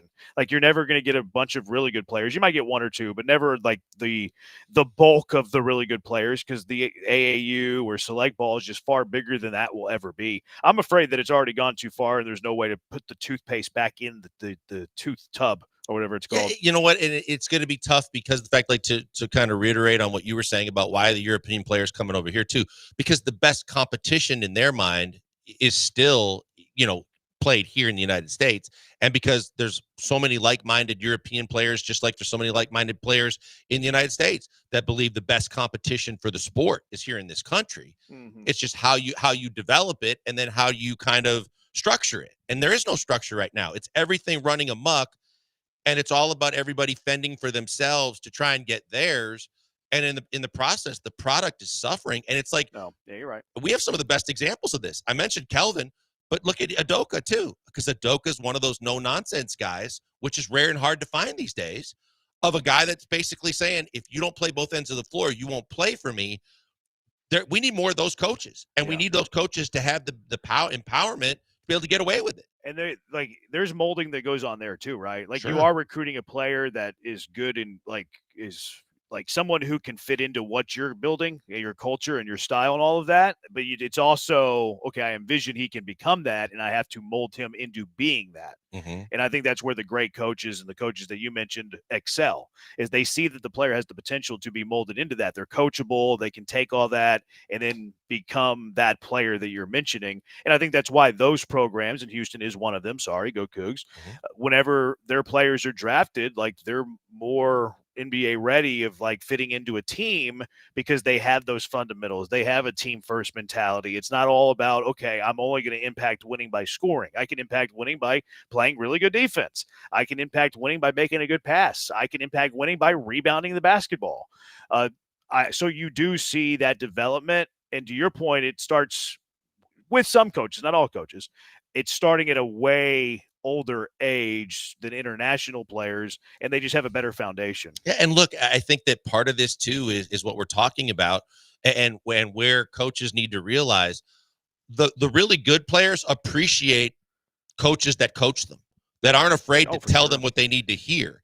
And a lot of cases, look, the players never forget those coaches, and they'll take care of those guys too. The problem is that from a college perspective, a lot of the colleges are going, hey, what are the best AAU programs that are getting these best players in the country, and how are they doing it? Well, if they're doing it there, they can do it for my program, because we can back them financially and give them the means to go out and keep doing this on a larger scale. And now our school can get these players. Yeah.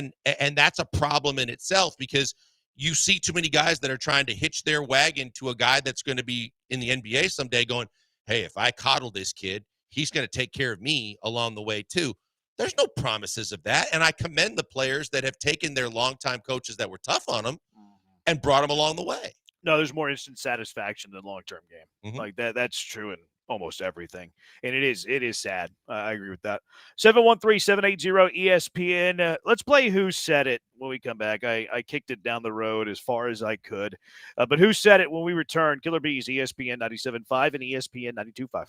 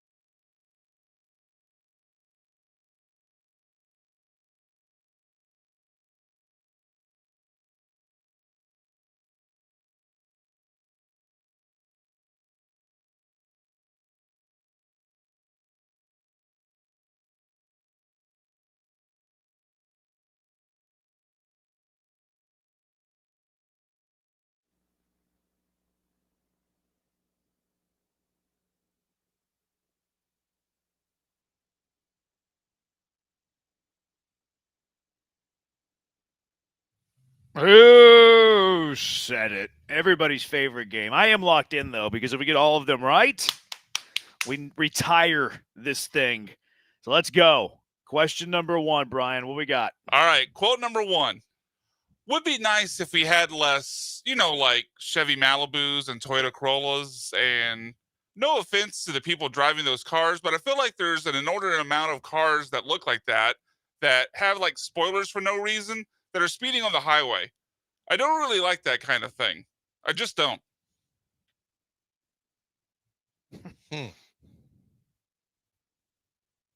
Kind of random. No. First thought was Lance or Dell. I don't know what that takes you to. Trying to think of like the context of where this got started, but yeah, can we have it again? Yeah, one more time, Brian. Sorry. Sure. Would be nice if we had less, like Chevy Malibus and Toyota Corollas. And no offense to the people driving those cars, but I feel like there's an inordinate amount of cars that look like that have like spoilers for no reason that are speeding on the highway. I don't really like that kind of thing. I just don't. I'll say this. I have a late ad based on the second read of it. You ever seen Paul drive? No, but it sounds like Paul to me because it's kind of a pretentious take. And by the way, you want to talk about the 9 and 3 technique on the wheel and the absolute like looking like the only intention possible is to keep my eyes on the road. I've driven back next to Paul on the way from home from a remote, and I was like, oh my goodness, it's like someone in their 70s is driving. He drives like a grandma. Oh yeah. Sometimes he kind of talks like a grandma from like New York. Yeah, I think it's like real high pitched. The second time he read it, I Paul. definitely could hear Paul. Yeah, I'm good with it. All right, let's go. Would be nice if we had less, Boom. Like there you go. Chevy 4 Malibus more and Toyota to Corollas glory. and some, no offense to the people. 4 more to never All right. playing this game Quote ever number again. 2. Quote number 2. I don't like that he's got 2 syllables in his first name and 2 syllables in his last. Colton Gordon. It doesn't sound right. He should be Colt Gordon or Colt Gordinsky or something like that. I heard Lance. Yeah, I heard Lance too. It can't be somebody that I started to think in my head. It can't be somebody who has 2-syllable first name, 2-syllable last name. But we got John, Lance, Dell, and Paul. So yeah, that eliminates that theory altogether because no one has that name. The Gordinsky. I heard the Gordinsky and I could hear Lance saying that. That was my first thought. Let's go. I don't like that he's got 2 syllables. Colton Gordon. Colton Gordon. You're on the right track. But the segment lives. Oh, you're Gordinsky? happy. Yeah. Gordinsky said I definitely. wanted to hear something John Lance would say that. I just couldn't see John saying that. Yeah, hear Gordinsky it. doesn't sound like something he would say. I don't feel like John uses a lot of Z's. I don't know about that. I think I could hear Lance kind of doing the chuckle after the Gordinsky. Lance strikes me I more could as a see Z the guy. way he played on the name does sound like Lance. I can see And then the normally he thought would throw process. some kind of bad impression of a guy that would Right. say right. Gordinsky. 100%. He would have turned it into like a Russian or Yes, something. he would. Yeah. All right. Quote number 3. Why does everyone think that, like, why does Giannis need to go to the Spurs? That's a trash ass city. He doesn't need to go to the Spurs. So many mosquitoes there. The Riverwalk's overrated. Man. I hear Lance and Paul again. Maybe Dell, but no. I think more. No, I don't think it's Dell. You're I think going it's to either bang on Lance or San Paul. Antonio and go to the Mosquitoes? That's why it sounds like a Lance. Yeah. Take. Like it sounds like an old man take. Like I don't think Paul would care about the mosquitoes. Like Paul is pretty might. one-track minded. I think it's between those two, but yeah. If the is good, he doesn't care about the mosquitoes. So you want to go Lance? Yeah, I think so. All right. Why does everyone think Yeah. that? There you go. Okay. Like, why does Giannis need to go to the Spurs? I mean, That's a might as well trash win ass it now that city. we're here. Yeah, I mean, On the line. That'd Get make this me one, happy. and it'll be a win for you guys. All right. Quote number 4. Do you think the Riverwalk's overrated? yes. I see. I like the Riverwalk, I do too. but I can like it, and it could still be overrated. Like I think the food is overrated. I agree with that. I don't think the food's good. I never eat on the Riverwalk. Yeah. But The I problem enjoy is- a stroll around the Riverwalk. The problem is, it's like, no offense, but in San Antonio, that's about the only one of the only things to do. There's not a whole hell of a lot to do in San Antonio that's happening. Sounds pretty offensive. And it used to be a lot more happening than it is right now. But from a touristy standpoint, maybe that's the problem. that's where everybody goes. Well, certainly where everyone goes. Yeah, because I agree with you guys. The food's not great. No, you have to go away from the Riverwalk. There's good food in San Antonio, but it's not on the Riverwalk. Yep. It's good really golf good in food San in San Antonio. Antonio. Yeah. Yep. Yeah, there is. All right, quote number 4. Let's do it. D'Amico spoke and said that Justin Watson was the standout of the new additions. That better change. I know he hasn't had a lot of work with the drafted guys, but that cannot continue. And I don't need for the previews, those magazines for Justin Watson to be a key addition. I don't need that either. I think he needs to be a footnote, maybe. Dell or Paul? He hasn't even seen Justin Watson work. He's seen him in the building. Good point. Good point. He's seen the rookies more than he's seen Justin Watson. Yeah, he hasn't even seen Justin Watson run around on a football field. He's seen him walk through the meeting rooms. Into the gym. They keep bragging about how many guys have been working out there every day. So he gets to see him, what his bench press and squat is. Yeah, I think it's either Dell or Paul, because I think Lance and Granado would be like, whatever, that's not a big deal. Yep. I think they would big league that topic, which I would too. I lean more Dell. I do too. Yeah, I was just gonna say, I think that one, he hasn't used him yet, but two, I kind of felt more Dell than Paul on that one, because Paul's pretty. I mean, that's his A game is football. Yeah. Plus, just like the magazine and footnote stuff, like it sounds Dellish to me. Okay, let's do it. D'Amico spoke and said that we Justin win! Watson was the Congratulations, boys. I don't know if I want to go 4-1 though, because I'm gonna be disgusted. Well, I do. Jeremy's just going to piling on the positives to win is my game. History. Yeah, but if we don't, I really don't care unless we go 5-0. But I understand where you're coming from. I'm very clear on your stance. All right, well, here we go. Let's find out if you guys go 4-1. Quote number 5. I mean, Tiger Woods was cool from this perspective. Tiger Woods was a jack golfer. I mean, we never really seen that before, because every golfer looks like they could be somebody who's 10-year-old's father. But I just got that vibe from every golfer before Tiger Woods. He said he was a what golfer? Jacked. Jacked. Oh, jacked. Yeah, jacked. He was Israel's favorite golfer. Because he was good, not because he was right. Because he's actually half Asian, the Kabbalah Asian. Yeah, that's what the first logo was derived from. I believe that belongs to Pendergast. Yeah, Pendergast was the Kabbalah Asian. He won. How many did he win? 5. He won 5? Yep, 5 smack-offs. I thought it was like 2 or 3. He won 5? No, yeah, 5 times. Nationally? 5 times. Yeah, on for Rome. Jim Rome. The Rome thing? Yeah. So he's the greatest ever, huh? I think someone tied him. I can't. Somebody has 5 with him? I believe so. I'd have to double check it. 5 I didn't is realize so that was many. like the national thing. I thought he won like some local version of it. No. That was with Jim Rome. Wow. That's how he got attracted to or he became attractive to, was it Chance? I Was believe Chance it the was first probably PD of Chance, 1560? Yeah. But that's basically, and that's John, basically what got him the job. I think John had saying it, whether he was or not. Yeah. That's why he became like a focal point for the game. Yeah, 1560. I didn't realize that. Because I didn't realize it was 5 though. Sheesh. The Kabbalah Asian. So good. So good. Yeah. This one, maybe, I think this is Paul. There's a chance. One more time, Brian, please. I mean, Tiger Woods was cool from this perspective. Tiger Woods was a jack golfer. I mean, we'd never really seen that before, because every golfer looks like they could be somebody who's 10-year-old's father.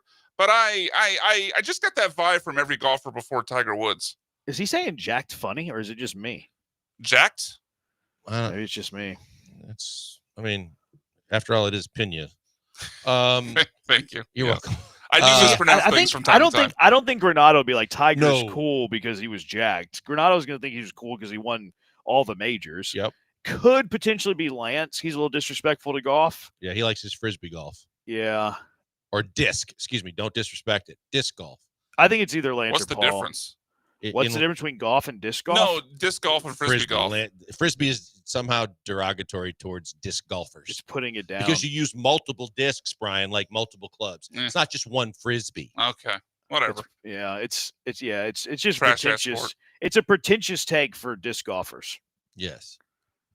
I definitely don't think it's John. I heard either Paul. I don't know that Dell would even care enough to have that much of a take. Same. Yeah, Same. so it's I'm with you on probably that. either Paul or Lance. You call it. Were you leaning in one way or the other?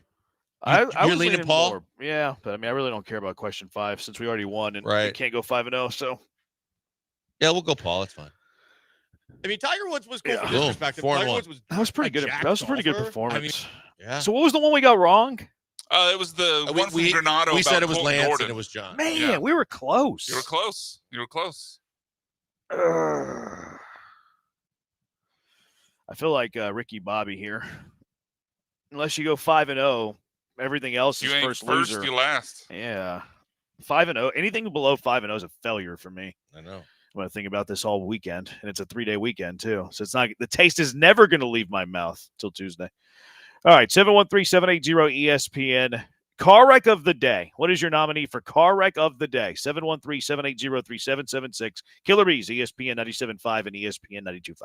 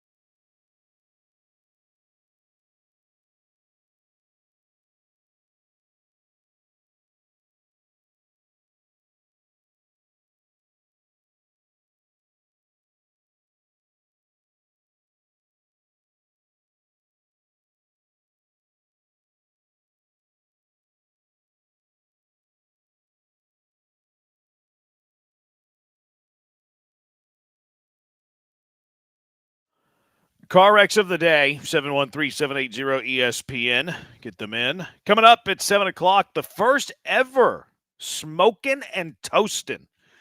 The series premiere of Smokin' and Toastin' coming up at 7 o'clock. So make sure you're tuning into that.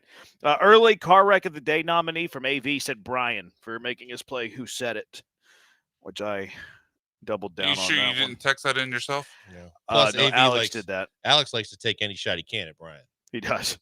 He said you had several nominations, but that's the only one he listed. So, yeah. Man. What do you got? I mean, because you love college baseball. Did you see this collision in the Ole Miss Arkansas game? Actually, I did. Yeah, I was looking at it a little earlier. Oh boy, that was nasty. That is a car wreck, and thankfully, at least to this point, no one was seriously hurt. If you haven't seen it, I retweeted it. But my goodness, that's a scary. The two outfielders going full speed hit each other like a football play. Woo, that was frightening. So you saw it looked like the center fielder lost consciousness. It looked like he blacked out. Well, he was okay.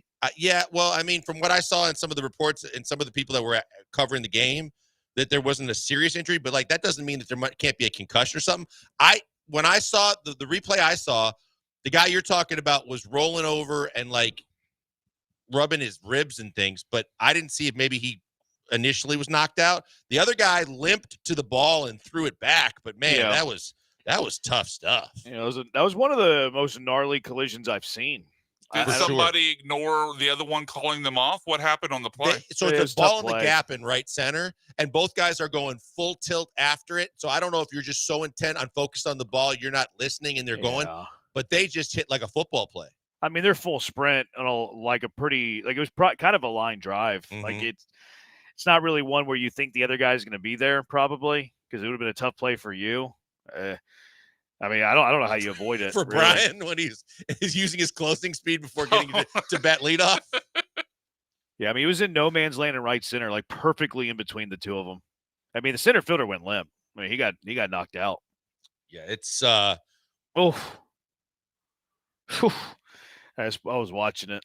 Yeah, you're right. Initially, when he hits the ground, he might be out and then regains consciousness shortly after. But that is a scary collision. Yeah, that's the scariest collision I've seen. I'd agree. The Jordan Pena one was pretty scary, but they were pretty mobile pretty quickly. This guy went out. He went to sleep. Yeah, for a bit. this one, the Jordan Pena one to me, I was kind of like, okay, I guess you got hit in the head or whatever. This one is like I'm a football player going across the middle on a defenseless receiver play. That's in baseball with no pads on or helmet. Wow. Yeah. I want to nominate Britney Spears. What'd she do? It's Britney, bitch. Yeah, I'm going to nominate her.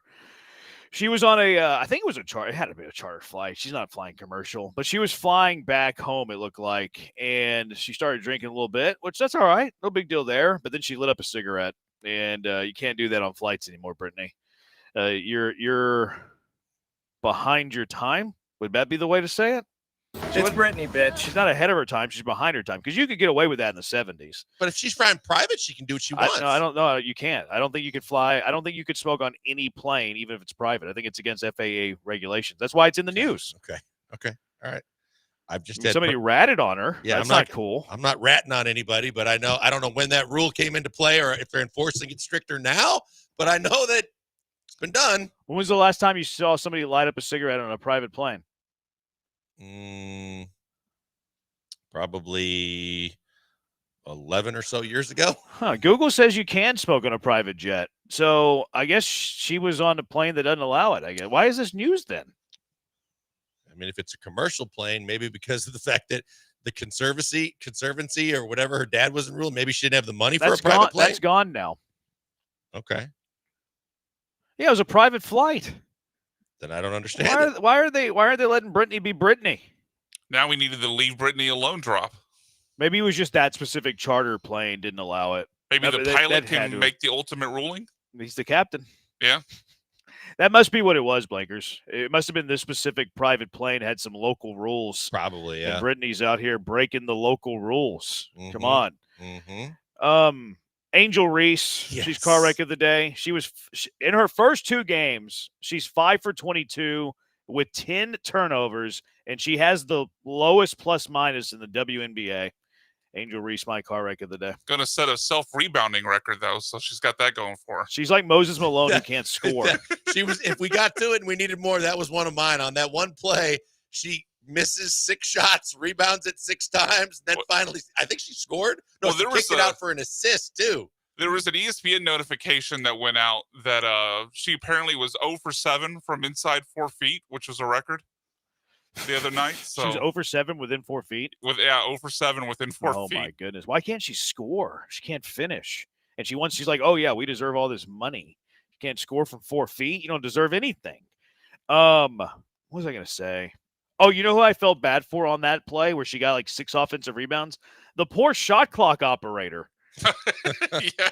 Like you could see it. Like he was like, okay, it's 24. Oh, wait, it's an offensive rebound. I got to click 14. Another offensive rebound, 24. Got to click to 14. Like the dude was overworked. Whoever's She got operating the 6 shot boards clock. and a dime. She got 6 boards and an assist on one possession. That's incredible. and 6 missed shots. 6 chance points. They're big for the. What team does she play for? Chicago Sky. Chicago There Sky. you go. The Chicago Sky are a team that lives with the 6 chance points. Jeez. That's what they say about them. I mean, I've about heard the of Sky. NBA players free throw grifting. I didn't know rebound grifting was a thing, but Angel Reese is putting into existence. Would you say rebound grifting? Yeah, grifting. Like people accuse SGA and other players of free throw grifting, like causing contact and like stealing free throws when they Have shouldn't be you there. heard of this term, Blankers? Never. Grifting? No, I've never heard of not grifting. free throw grifting. Well, I just well, okay. Where do you where have you seen this? Where have you seen grifting? I thought Joel. Are you asking me or Joel? Blankers has never heard it. I didn't bring it up. I've never Oh, heard I of thought it. you. No, I've heard people use it online, and I've heard Dell say it. I've heard What- Paul say it. I've What heard Sean message say it. boards do you belong to? Sorry, What message boards do you belong to? I'm not on any message board. Is I'm this just a talking about Reddit Twitter. thing? No, I mean, Grifting? like I just said, I've heard Sean, Dell, and Paul all say it So you have too. to be under 30 to use this term. Well, Dell and Paul aren't under 30. I've never heard the word grifting. You've never heard the word grifting? Not used in a Was sports. there a movie Okay. called Grifters? Yeah. What? It just means A like movie. you're stealing it. That's all it means. Engage in petty or small scale swindling. Mm-hmm. Rebound grifting. Huh. All right. What is yours, Brian? I'll quickly go with the Eric phone call. That was an adventure. Who is your stage manager? That's not what he said. What do you say? Station manager. Yeah. Station manager, car wreck of the day. Yep. Give me your state. It felt like Chris Everett getting on to Jim Rome. You're going to have to take a station break. Give me your station manager. All right. What's winning? I don't care. You guys call it. Eric's pretty good. That's fine. That's fine. He's a listener to the show. He's got to get the full Well, he's experience. gonna really be now. Eric wins car wreck of the day. Does it for us. Thanks to Brian and Ryan for their hard work. He's Blank on Branham. We'll talk to you on Tuesday. Keep it here, smoking and toasting, coming up at 7. Good night, everybody.